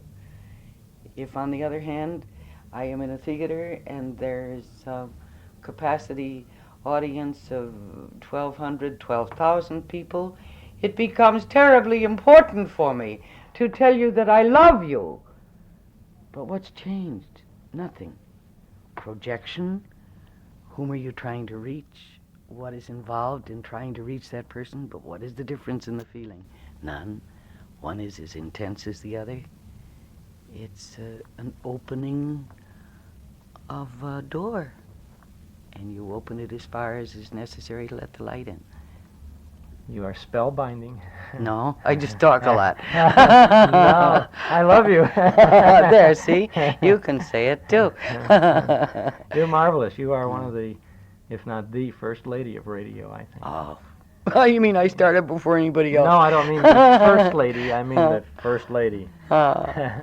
Mercedes McCambridge, your No, there were a pleasure great to many chat with you. marvelous actresses in radio. Oh, so many of them were my idols. You know, Aggie Moorehead, Ann Seymour, Elspeth Eric. Oh, there were so many. Some of them I hated. I really hated them. Why did you hate them? Oh, when they got the parts I wanted. Oh, did you ever lose a good part, a part that you thought would be good for you, and for some reason that you couldn't understand? No, I don't think so. No. I was on Irv Cupson's show with Cornelia de Skinner today, who was plugging her book, Life with Lindsay and Krauss. And they fired me from a play after 9 days of rehearsal because they said I was pregnant with warmth. And it was a tough character there, you see? I wasn't able to be as tough on stage as they thought the character needed to be. In The Hasty Heart, I was coming across too warmly as the nurse and empathizing too much with the patients, so I was too warm, and they said no. So that was it. But I've been, oh my heavens, I've been lucky. Wow, I have been so lucky. Because the slings and arrows of outrageous fortune, according to Shakespeare, the director of this play has all of the instincts of an actor, magnificent instincts, and I watched him in rehearsal. And I went to him and said, Vernon, you're such a great actor. Why aren't you an actor? And he said, because I could never take the pain. An awful lot of... Gadge Kazan told me that. Elia Kazan told me that. In the beginning, he was an actor with the group theater. But he said he read a terrible notice about himself in Brooks Atkinson's column, and said, that's it, I'll never take that. And Ted Bickel said it one night on a panel show, Theodore Bickel, when everybody was being very high-flown about the qualities most needed to be a performer. And Ted said, I think it's very simple. It's the ability to hurt over a long period of time. This is an extremely rough way to go if you have any kind of sensitivity of feeling. You get hurt a lot. Can you think of a particularly challenging role on radio that you met, a challenge that you met? Oh, dear me. Some of them with Orson, anything with Orson was. I think Tender is the Night, which Fletcher Markle did on Studio One, was one of the roughest ones. That was very hard for me. I was with Jim Daly, and I think he's brilliant, and I loved doing it. Let me see, there was one that was on, I think it was one of the mental health programs that Hyatt did, called, I think it was called The Dark Corridor is what it was called. And that was very hard for me. But it was very good. And some months ago on CBS Mystery Playhouse, I did one written by a dear friend of mine, Elspeth Eric, about a woman who attempts suicide. And it was almost a monologue. Oh, many, many, many challenges on radio. Lots of them. Doing Macbeth on radio was very hard, doing Lady Macbeth. It's very hard in classics, you know, on radio, because really in theater there's the majesty of the costumes and the glorious settings and the whole Shakespearean flair. And once again in radio you merely have the voice, so that when you see Lady Macbeth calling on the spirits to possess her in a well-lighted scene on film or on stage, and with the long flowing gowns and the rather ghostly makeup, you've got a lot going for you. Whereas on radio, all it is you know, when she says, come to my woman's breasts and take my milk for God, you murdering ministers. Very hard to sustain that with merely a voice going. But you work and you work and you work and you hope you get it across. You do? I know. It's fun. Yes, God bless radio. Thank you very much, Mercedes McCambridge. We've got to come out and see you here at the Oh, yes, please. Drury Lane South. Yeah. We're at the Hyatt Regency O'Hare, just a few floors above the glamorous Blue Max nightclub. That's right. More than a few floors. I think it's about a dozen floors up here. It's high up above. Yeah, you get a great view. Of course, beside we are now on the 11th floor, but I think you go up a floor or two and they have penthouses or something up on them. And a fantastic view of Chicago from up here and the airport and all that jazz, you know. The voice you're hearing is that of Maury Amsterdam, our guest this afternoon. And Maury is a Chicago boy. Well, I got to be honest with you. I was born in Chicago, but at the age of 2, I packed up my family and moved them to San Francisco. So that's really my home. You know, I went all through school there, and my dad was concertmaster of the San Francisco Symphony there for 35 years. So I guess it kind of makes me a San Franciscan. But I always used to say, I'm claimed by 2 cities, Chicago and San Francisco. Chicago claims I belong to San Francisco, and San Francisco claims I belong to Chicago. What was, if you moved your family when you were 2 years old, you must have moved in. Oh, I was a big kid. Are you kidding? I weighed 90 pounds when I was born. Carried my mother home from the hospital. I see just how this is all going to go now. Yeah. When did you first decide that you were old enough to get in the showbiz? Well, actually, when I was 10 years old, I was a boy soprano on radio in San Francisco. That was the early days of radio. And I had a very high voice. At school, they made me sit with the girls, and then when I began to enjoy it, why, my voice changed. So, well, how did you get on radio back in those days? Well, it was experimental in those days, and God, anybody who thought they had any kind of talent would try out, and I think if you could open your mouth and go, you know, you were on. So that was how the whole thing started, and it kind of gave me a little feeling for that kind of a business, although my folks expected me to be a professional musician. I'm a cello player, as you know. And all through high school and college, I was never in a school entertainment. I was always a kid who played cello in the orchestra. Then my brother, who was a very fine pianist, went out in vaudeville. It was one of those big acts, and he was the piano player. And by the time he came back home a year later, why, he was also the straight man for the comic in the act. So the comic got sick, and he decided to recruit me. It wasn't my idea, and evidently I must have had a latent talent for comedy because I've been in it ever since. And how old were you at that point? I was about 14. 14. And by the time I was 15, I was writing humor, writing acts. When I was about 15 and a half, I was writing for a fellow named Will Rogers. I think you may have heard of him. We know him, yeah. And Fanny Brice, Frank Morgan, Robert Benchley. Through the years, I've written for just about every top comic in the world. You mentioned Frank Morgan and Fanny Brice. Were you involved in writing for they had a radio show? That was the show. It was called The Good News Show. And the master of ceremonies, the first one was Robert Taylor. See, we used all MGM stars in those days, and it was under the auspices of MGM, although I think the show was sponsored by Maxwell Coffee. And we had Then we also had Robert Young was our MC for quite some time, Meredith Wilson's orchestra, and every big-name MGM star in those days was on the show. One of the biggest shows of those days. That was sure was. Middle to late 30s, wasn't That's where we started Baby Snooks on that show, and no, it was 1937. You're right, 1937, 38, and 39, and I was a writer on the show, and one of my co-writers was a fellow named Ed Gardner, who later did Duffy's Tavern. And we wrote for just about every big name. People like Clark Gable, Spencer Tracy, Melvin Douglas, just all the big names at MGM. Myrna Loy in those days. What did it take to be a radio writer? And how did you write for a variety show like that? What did you Well, do? I think you had to start out with a little talent. That helped. And like I wrote comedy spots for Fanny Brice and Frank Morgan. I hear 2 different comedians on the same show. So that was my first real feeling that material had to be tailored. In other words, the same kind of jokes and lines that Fanny Brice would do were not the same kind of things I wrote for Frank Morgan. And I became kind of a, I guess you'd call, in-the-skull mimic. As I sat at a typewriter, I would mentally do these people. That's what gave me their timing. And that's how I would write for them, and I've written that way ever since.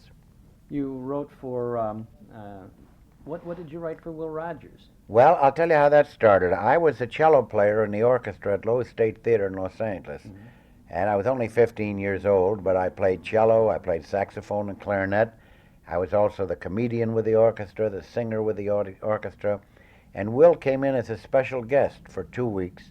And at that time, they paid him $25,000 for the 2 weeks, which was considered fantastic. It was an unheard of amount of money, which he turned over to the community chest, a charity. And he had the dressing room right next door to mine. And I would pass by there once in a while. He'd be sitting at his typewriter, and he saw me doing comedy in the show, so he'd call me in and he'd say, "Hey, kid, what do you think of this?" I was kind of like a sounding board for him. And I said, "Gee, that's great, Mr. Rogers. I like that. Maybe it would be funnier if you said this about so-and-so." And he said, "You know, you have a very good talent for this." He said, "Sit here with me." And I started first, as I say, as kind of a sounding board, and pretty soon I was writing lines for him, many of which, well, I don't know if you pick up a book in the library or any good bookstore on Will Rogers, and many of the things that he said and were quoted to him were written by me as a kid in those days. That's amazing. And we became very, very good friends. And I would never leave my cello in the theater because I was afraid it might be stolen, and who had money for insurance in those days? So he'd call me the kid with the doghouse. He'd say, "Come on, kid, get the doghouse, let's go home." And he would drive me home every night and pick me up in the morning on the way to the theater.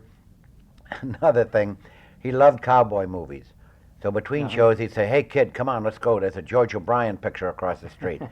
And we'd go, and he used to make comments that were absolutely hysterical about the different cowboy stars and so forth.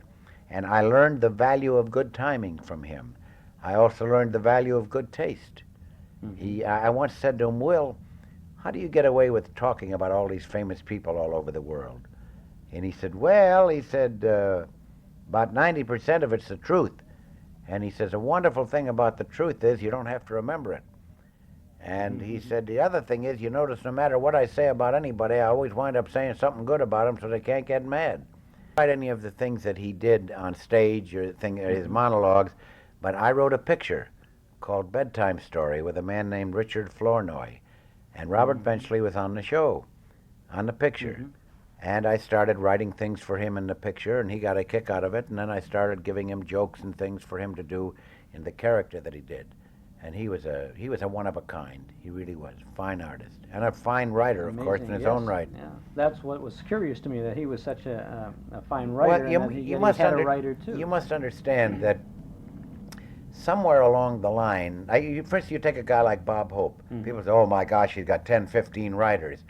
But Bob is not only a great editor for himself and a great ad-libber. Bob is fabulous. But he also knows, as I said, as an editor, he knows what's good for him, which is a marvelous talent.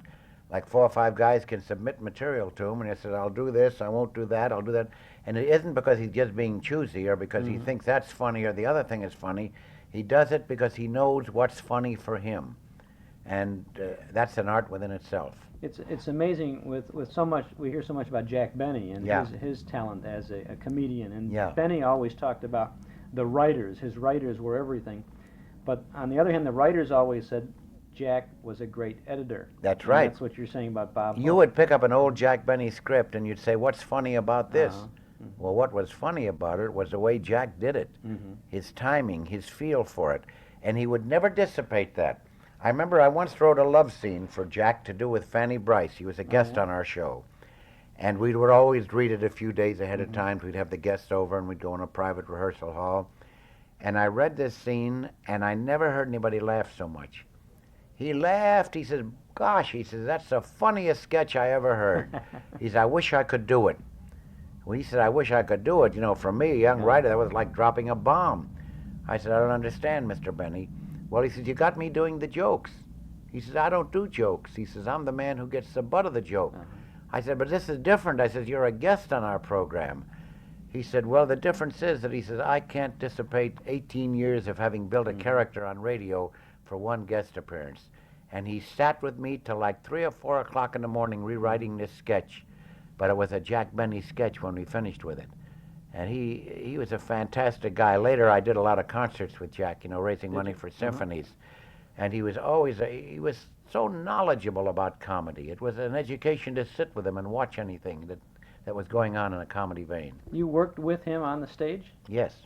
Jack Benny on the violin and Maury Amsterdam on the cello. Yeah, we also did a great show for Kraft. We did the Waukegan Music Hall, the Waukegan String Quartet. That was Jack, Henny Youngman, myself, and a wonderful violinist who passed away too soon named Michael Rabin. And I have it on videotape at home, and it's absolutely hilarious. It's a great, great comedy sketch.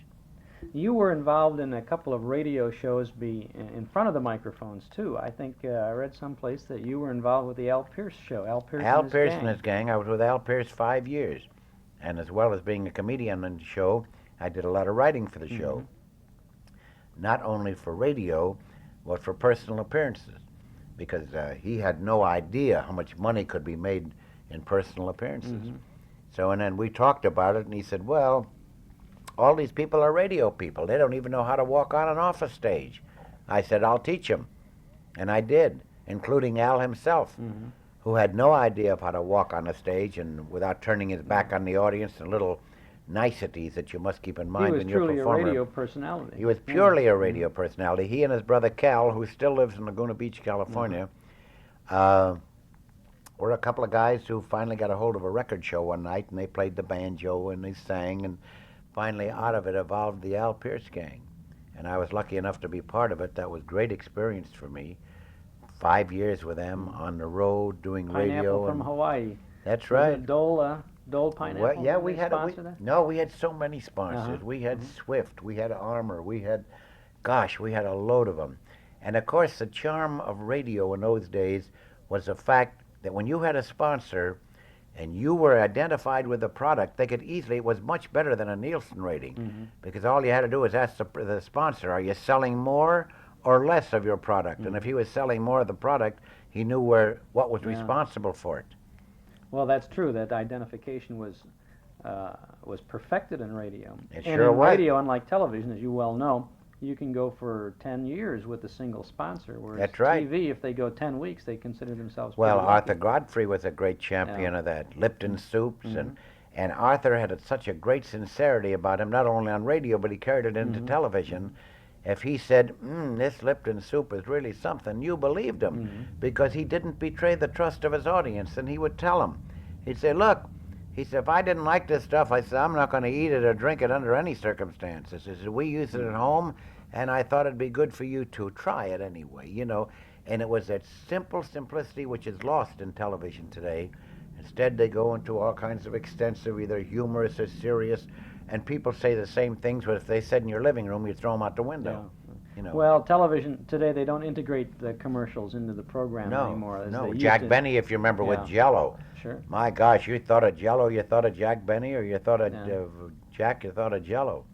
And I think that was marvelous for the sponsors. There are comparatively few shows on television today that have one sponsor. There was on radio a Maury Amsterdam show. Several. Several. What was the Maury Amsterdam show on radio? After I left Al Pierce's gang, I started a show on NBC called the Maury Amsterdam Show. Lasted for a couple of years. Then we went over to Mutual, and we did a show called the Laugh and Swing Club. And that lasted for about 3 or 4 years. And about that time, I went back to California, and I was doing radio, nightclubs, theaters, and so forth. And I got involved in television. As a matter of fact, in Los Angeles, KHJ was the first franchise television station in the world. In 1939, we started doing experimental television. And that's when I started with them. Of course, in those days, we had to wear a completely white makeup, black lips, black in the nostrils. Everybody looked like Marcel Marceau. And you couldn't stay under those lights for any more than 10 minutes because they were absolutely unbearable. And out of that evolved what we have today, and the fantastic pictures. I look at them, I see the satellite pickups from various parts of the world, and it's unbelievable. Well, radio, television, telephone is still a big mystery to me. I think it's unbelievable the stuff we have today. How did you get involved with the Dick Van Dyke Show on television? Well, through Rosemarie. I was in New York doing my own television show, a local show with Milton DeLugg, who later, of course, we did Broadway Open House, which was the first of the late nighttime shows. Well, you were the very first host of Broadway Open House. That's right. Was Jerry. that Blatt's beer? No, no, at that time? was Anchor Hocking Glass. Oh, that's And in right. every city, the beer company that used Anchor Hocking Glass for their bottles were the local sponsor. Oh, I see. And as a network, it wasn't really a network of stations as far as transmitting the show. What they saw in the rest of the country were kinescopes, which were films of the show that we did in New York. And very fuzzy. Very, Some of them very were good grainy, and very most of them fuzzy, were yeah. bad. And I've got a gang of those. And even before that, I did a show called the Maury Amsterdam Show, in which I started Art Carney and Jacqueline Suzanne on that show. Jacqueline Suzanne. Yeah, she was a cigarette girl on my show, and Art Carney was a waiter.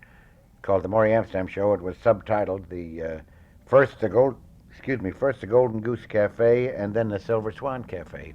Now, is that where Yaka Puck started? No, it started in radio. It did? When I did a radio show in New York called Gloom Dodgers. Well, I'll tell you about that. I have the world's record for radio shows. I did 75 shows in 1 week. Sounds in a single week? In a single week. I'll tell you about that in a minute. But I want to tell you about the television show. It was Broadway Open House. But before Broadway Open House, as I said, I did this Silver Swan Cafe, was on the Dumont Network, which is no longer in existence. And Art Carney, whom I had taken from radio, I was doing a situation comedy show on radio for CBS called the Maury Amsterdam Show. And when we moved to television, I took them all with me because Jackie Suzanne was a cigarette girl and Art Carney was the doorman, Oscar the doorman. And it was called the Golden Goose Cafe. We moved it to television, including Jackie's husband, Irving Mansfield, whom had never been in television, and we moved him in as my producer, too. I insisted on it. And then we had some problems with CBS, so we moved over to Dumont. They said, you can't use those characters on the show. You'll have to change them. So instead of Silver Swan, it became, Golden Goose, rather, became Silver Swan. Instead of Oscar the doorman, he became Newton the waiter. And that's the way it went all the way through. Wasn't he using that v-v-v-voom Yes, thing at that time? That's right. Well, I started that. That's all part of the material I wrote for the show. And Art, incidentally, that was his first comedy show. More than that, it was the first time he had done comedy, because he was a mimic with the old Horace Heidt show on the road, and then he became a dramatic actor, and he was doing heavies on a show called Gangbusters, which I'm sure you've talked about. Sure. And when he came to me, and he read the script thinking he was going to read a dramatic part, he auditioned for it. And I was sitting in a darkened theater with Irving Mansfield. I said, this guy is funny. He'd make a great waiter or doorman for us. So Mansfield said to me, well, I don't know. This isn't television. This is radio. I said, what do we got to lose? Let's hire him for a couple of weeks. If he's no good, we can always get somebody else. Well, he turned out to be Art Carney, and the guy is just great and a marvelous sense of humor and a funny, funny man and a very nice guy. I've been lucky in our business. I've worked with nothing but nice people, and it's always been a happy association. Like the Dick Van Dyke Show, it was a happy wedding of the nicest bunch of people you ever met in your life, in front of the cameras and in back of the cameras, and equally as talented. And I think that was the success of the show. Did you have much to do with any of the writing on the Van Dyke Show? Oh, I did a great deal of the writing. Carl Reiner, of course, instituted the show. Carl had 17 scripts written before we did the first one. He did? Yeah. Now, you asked me a question which I didn't complete. You asked me how I happened to get the Van Dyke Show. As I said, I was working on a local station in New York, and Rose Marie, Dick Van Dyke, John Rich, who was the director, Danny Thomas, and Sheldon Leonard, who owned the show, were sitting around talking, and they had it entirely cast except for the part of Buddy Sorrell. And Carl is sitting there. He says, we got to get a guy who's a gag writer, who's a comedian, who's been in show business a long time. And Rose Marie, whom I've known since she's 12 years old, and I've written everything she's ever done in front of an audience, said, how about Maury Amsterdam? And Carl smacked his head. He said, my gosh, he said, I've known him. He was the last guy I thought of. He's absolutely perfect. Picked up the phone and called me, and I was in Yonkers, New York, digging my car out of the snow. And he said, Maury, we're sitting here casting a show. He said, you want to come out and do the Dick Van Dyke Show with us? Next morning I was on the plane, and that was it. It was an absolutely sensational program, and you and Rose Marie were really the highlights of it, I think. Well, the I comedy, think... the lines, and without Mel Cooley, Richard Deacon, would have been... Well, we created a relationship on that had instant comedy hit. When he would walk into a room, and if I stood up and looked at him, the people would laugh because they knew it was coming. And he's a fine performer. I'm going to tell you something about Richard Deacon that you probably don't know, and is good for your memorabilia. You ever look at some of the old Boris Karloff movies? Occasionally, The yes. Frankenstein and those. Next time, look a little closer, and you'll find that the skinny, cadaverous-looking butler is Richard Deacon. Really? Yep, that's the guy. You'd never know it today. He's big as a house, you know. Yeah. But and he was pretty heavy on the Van Dyke show. But there he was, that skinny little bald-headed guy whom I think he probably was bald from the time he was born and never got any hair in his life. But that became a wonderful relationship, and to this day, of course, we're all very good and close friends. It's still running. It's going all over the country, all over the world, I guess. All over the world. Our reruns are in 48 different countries. I've seen myself in 7 different languages in different parts of the world, and it's a classic. It's something that always holds up, and it was funny then, and it's just as funny now. You did 5 seasons of that. Yeah, 5 years. We did 165 shows. I also own and produce a show called Can You Top This? Yes. Which we made 195 shows so far, 195 half hours, and plays all over the world. Now, aren't you a part of that? I'm also in the on show, but yeah. it's my show. It belongs Yeah. to me. Well, That was a big radio show, you Of know, course, yeah. for 14 years. Yeah. But it had never been done on television, and I bought the rights to it and put it on TV. That's sensational. Well, what else? You have a reputation as being the fastest man with a gag. Yeah, it's weren't you involved in a show one time on the air with where they were trying to stump you, give you a subject? And, No, that happened on almost every show I go on. Everything you do. Because I have a reputation for telling a joke about any name, subject, or article in the world. And it's gotten to be, it's a little like being the fastest draw in the West. People don't even say hello, they challenge you constantly. It gets a little tiresome, but I always come up with something. Can I challenge you once? I don't care, everybody else does. Radio. Radio is wonderful. How else can you get at so many people that can't get at you? All right. Okay. You had a story we digressed a moment or so. You were going to tell about all the radio shows you were doing, and you did 75 shows in a in that 1 week. Mm-hmm. It wasn't only radio shows. You know, I had been on radio and had a pretty good nationwide reputation, and television was in its early days. And you're always looking for some kind of a gimmick to make you a household word. And I thought to myself, what can I do? I'm going to do more shows than anybody has ever done. And I owned a nightclub in New York at the time, and I was on radio and television and playing theaters. So here's the way it worked. In the morning, I was on from 9 to 10 and 11 to 12 on a show called Gloom Dodgers, which was a pure variety show with an orchestra, and I introduced people who are all big names now. A couple of them are playing in town here, Vic Damone and Jack Carter and so forth. I started them all on that show. And now after that, then at 1:30 to 3:30, I did a record show. Then at 7:30 to 8, I did another live show. Beside that, I was doing 2 shows on television a week on a show called Stop Me If You've Heard This One on NBC. I was doing 2 shows a night in my nightclub and 5 shows a day at the Strand Theater. And at the end of the week, we totaled them up, and there were 75 shows, and I was completely exhausted. And now 1 week of that was enough. But I made it, and I think I'm somewhere in the book, Guinness Book of Records for that. I must be. You have really been entertaining people for your whole life, then, from I guess the so. age of, you said 10 years old, that's right. I have been in just about every branch of show business. I'm a professional musician. I write songs, I write books, I write scripts, and I appear in nightclubs, theaters, television, radio, and so forth. One of your big songs was a big hit in World War II.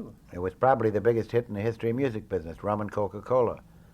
Why Did I Ever Leave Wyoming was a big cowboy hit. Can't Get Off My Horse. I did the theme of the Dick Van Dyke Show. A lot of songs for Pearl Bailey, Stan Kenton, Frankie Lane. And you said you wrote Rosemary's Act, her nightclub act from even before that, her stage shows before when I think she was about 12 years old when I first met her. She's my daughter's godmother.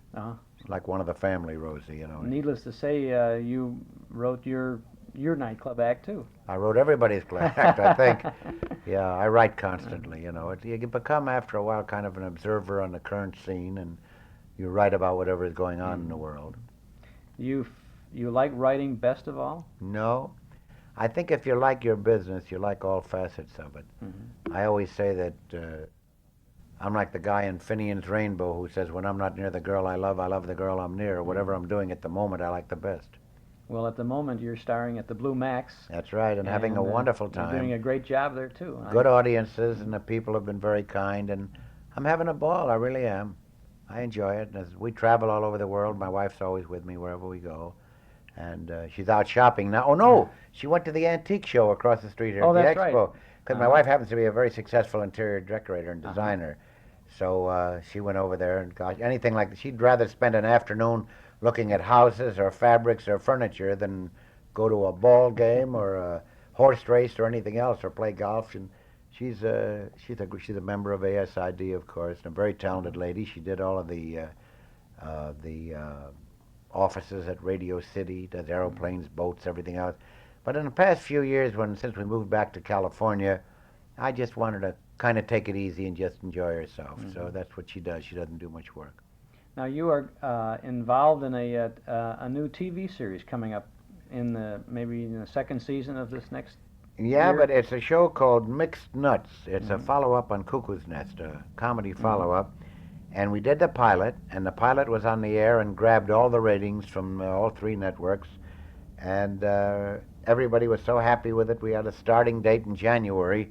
But now we're getting a little flack from the Department of Mental Health and the Psychiatrists Associations and so forth, who seem to think that we're making fun of people who are having mental problems. But we're not really, not at all. It's just good, down-to-earth fun. So meanwhile, we can't start on the date we were tried to, but ABC is fighting them, and we'll wait and see what happens. So somewhere along the line we'll be able to open up that can of mixed nuts. Yeah, I hope so. And meanwhile, they offered me the part of Ed Asner's boss in his new series, and I had to turn it down because, I thought I knew I was under contract ABC for this new show, so that went by the boards.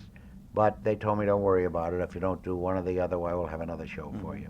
Oh, great. Well, there's always good entertainment when Maury Amsterdam is on. Well, I try. Somebody asked me last night about how I pick the things I do, and that is, I try to do the things that I would laugh at if I saw somebody else do them. And I never do anything dirty on the stage. I just think doing dirty material is like putting on dirty clothes. It's unnecessary. We've had great comics throughout the years who never said a dirty word on the stage and were funny and good. I remember when I was a kid starting in vaudeville, they used to have signs in the dressing rooms. Anyone caught using the words damn or hell will be canceled immediately. Did you know that? No. They didn't care how big a star you were. They'd throw you out of the theater if you used those words. But today, gosh, they say and do everything. And I think it's kind of taken the fun out of it. I really do. It's like teaching little kids, giving them sex education. To me, that's wrong. I call those people the dream destroyers. It's like telling them there's no Santa Claus. Give them a little chance to grow up anyway. At least wait till they're 9, 10 years old, and then explain it in a sensible way. But to take little kids 4 or 5 years, in the first place, they're not interested. They really aren't. And why shove it down their throats? It just isn't right. People forget that we had generation after generation throughout the years where people lived happily, and everything came along normally, and people did the things that were the right things to do. Well, one of the reasons I think that your late-night movies and television are so popular, pictures, my gosh, that were made 20, 30, 40 years ago, the kids all want to stay up and watch them because there's something to watch. It's fun. It's entertainment rather than just a lot of violence or sex on the screen. I think it's entirely unnecessary. It's taking the charm and the fun out of it. That's the way I feel about it. Well, I think that you'll find a lot of people would agree with you. Yeah. And we thank you very much, Maury Amsterdam, for spending some time to reminisce a little bit today. I told you about my new book. Oh, the book, right. Can't forget that. My new book I wrote a cookbook for drunks. It's called Betty Cooker's Crock Book. And it's actually about 300 great recipes, all made with liquor as part of them. And the teetotalers don't have to worry because the alcohol burns off, just the flavor is there. And you'll find that good gourmet cooks all over the world all use wines and beers and Cointreaux, those kind of things in cooking. And the funny part is I don't cook and I don't drink. I never drank in my life. As a matter of fact, Johnny Carson once said to me, "So how could you write a book about booze you don't drink?" I said, "I know a lot of guys manufacture brassieres, never wore one." But the truth of the matter is, in between I've got about 150 drunk jokes. And the recipes are very, very good. I've got them from good gourmet chefs all over the world. Matter of fact, we were at Danny Thomas's house for dinner the other night, and Rosemary, his wife, later said to us, "Did you like the dinner?" I said, "It was just great." She said, "Those were your recipes." Oh, really? Yeah. But the book is a fun book, and you'll find it in any of your bookstores. If you can't remember the whole title, just say, hey, have you got Maury Amsterdam's cookbook around? And that'll do Well, it. let's get the title again. It's Maury Amsterdam's Cookbook for Drinkers, or Betty Cooker's Crock Book. Betty Cooker's Crock Book. Yeah. Thanks, Maury. Thank you.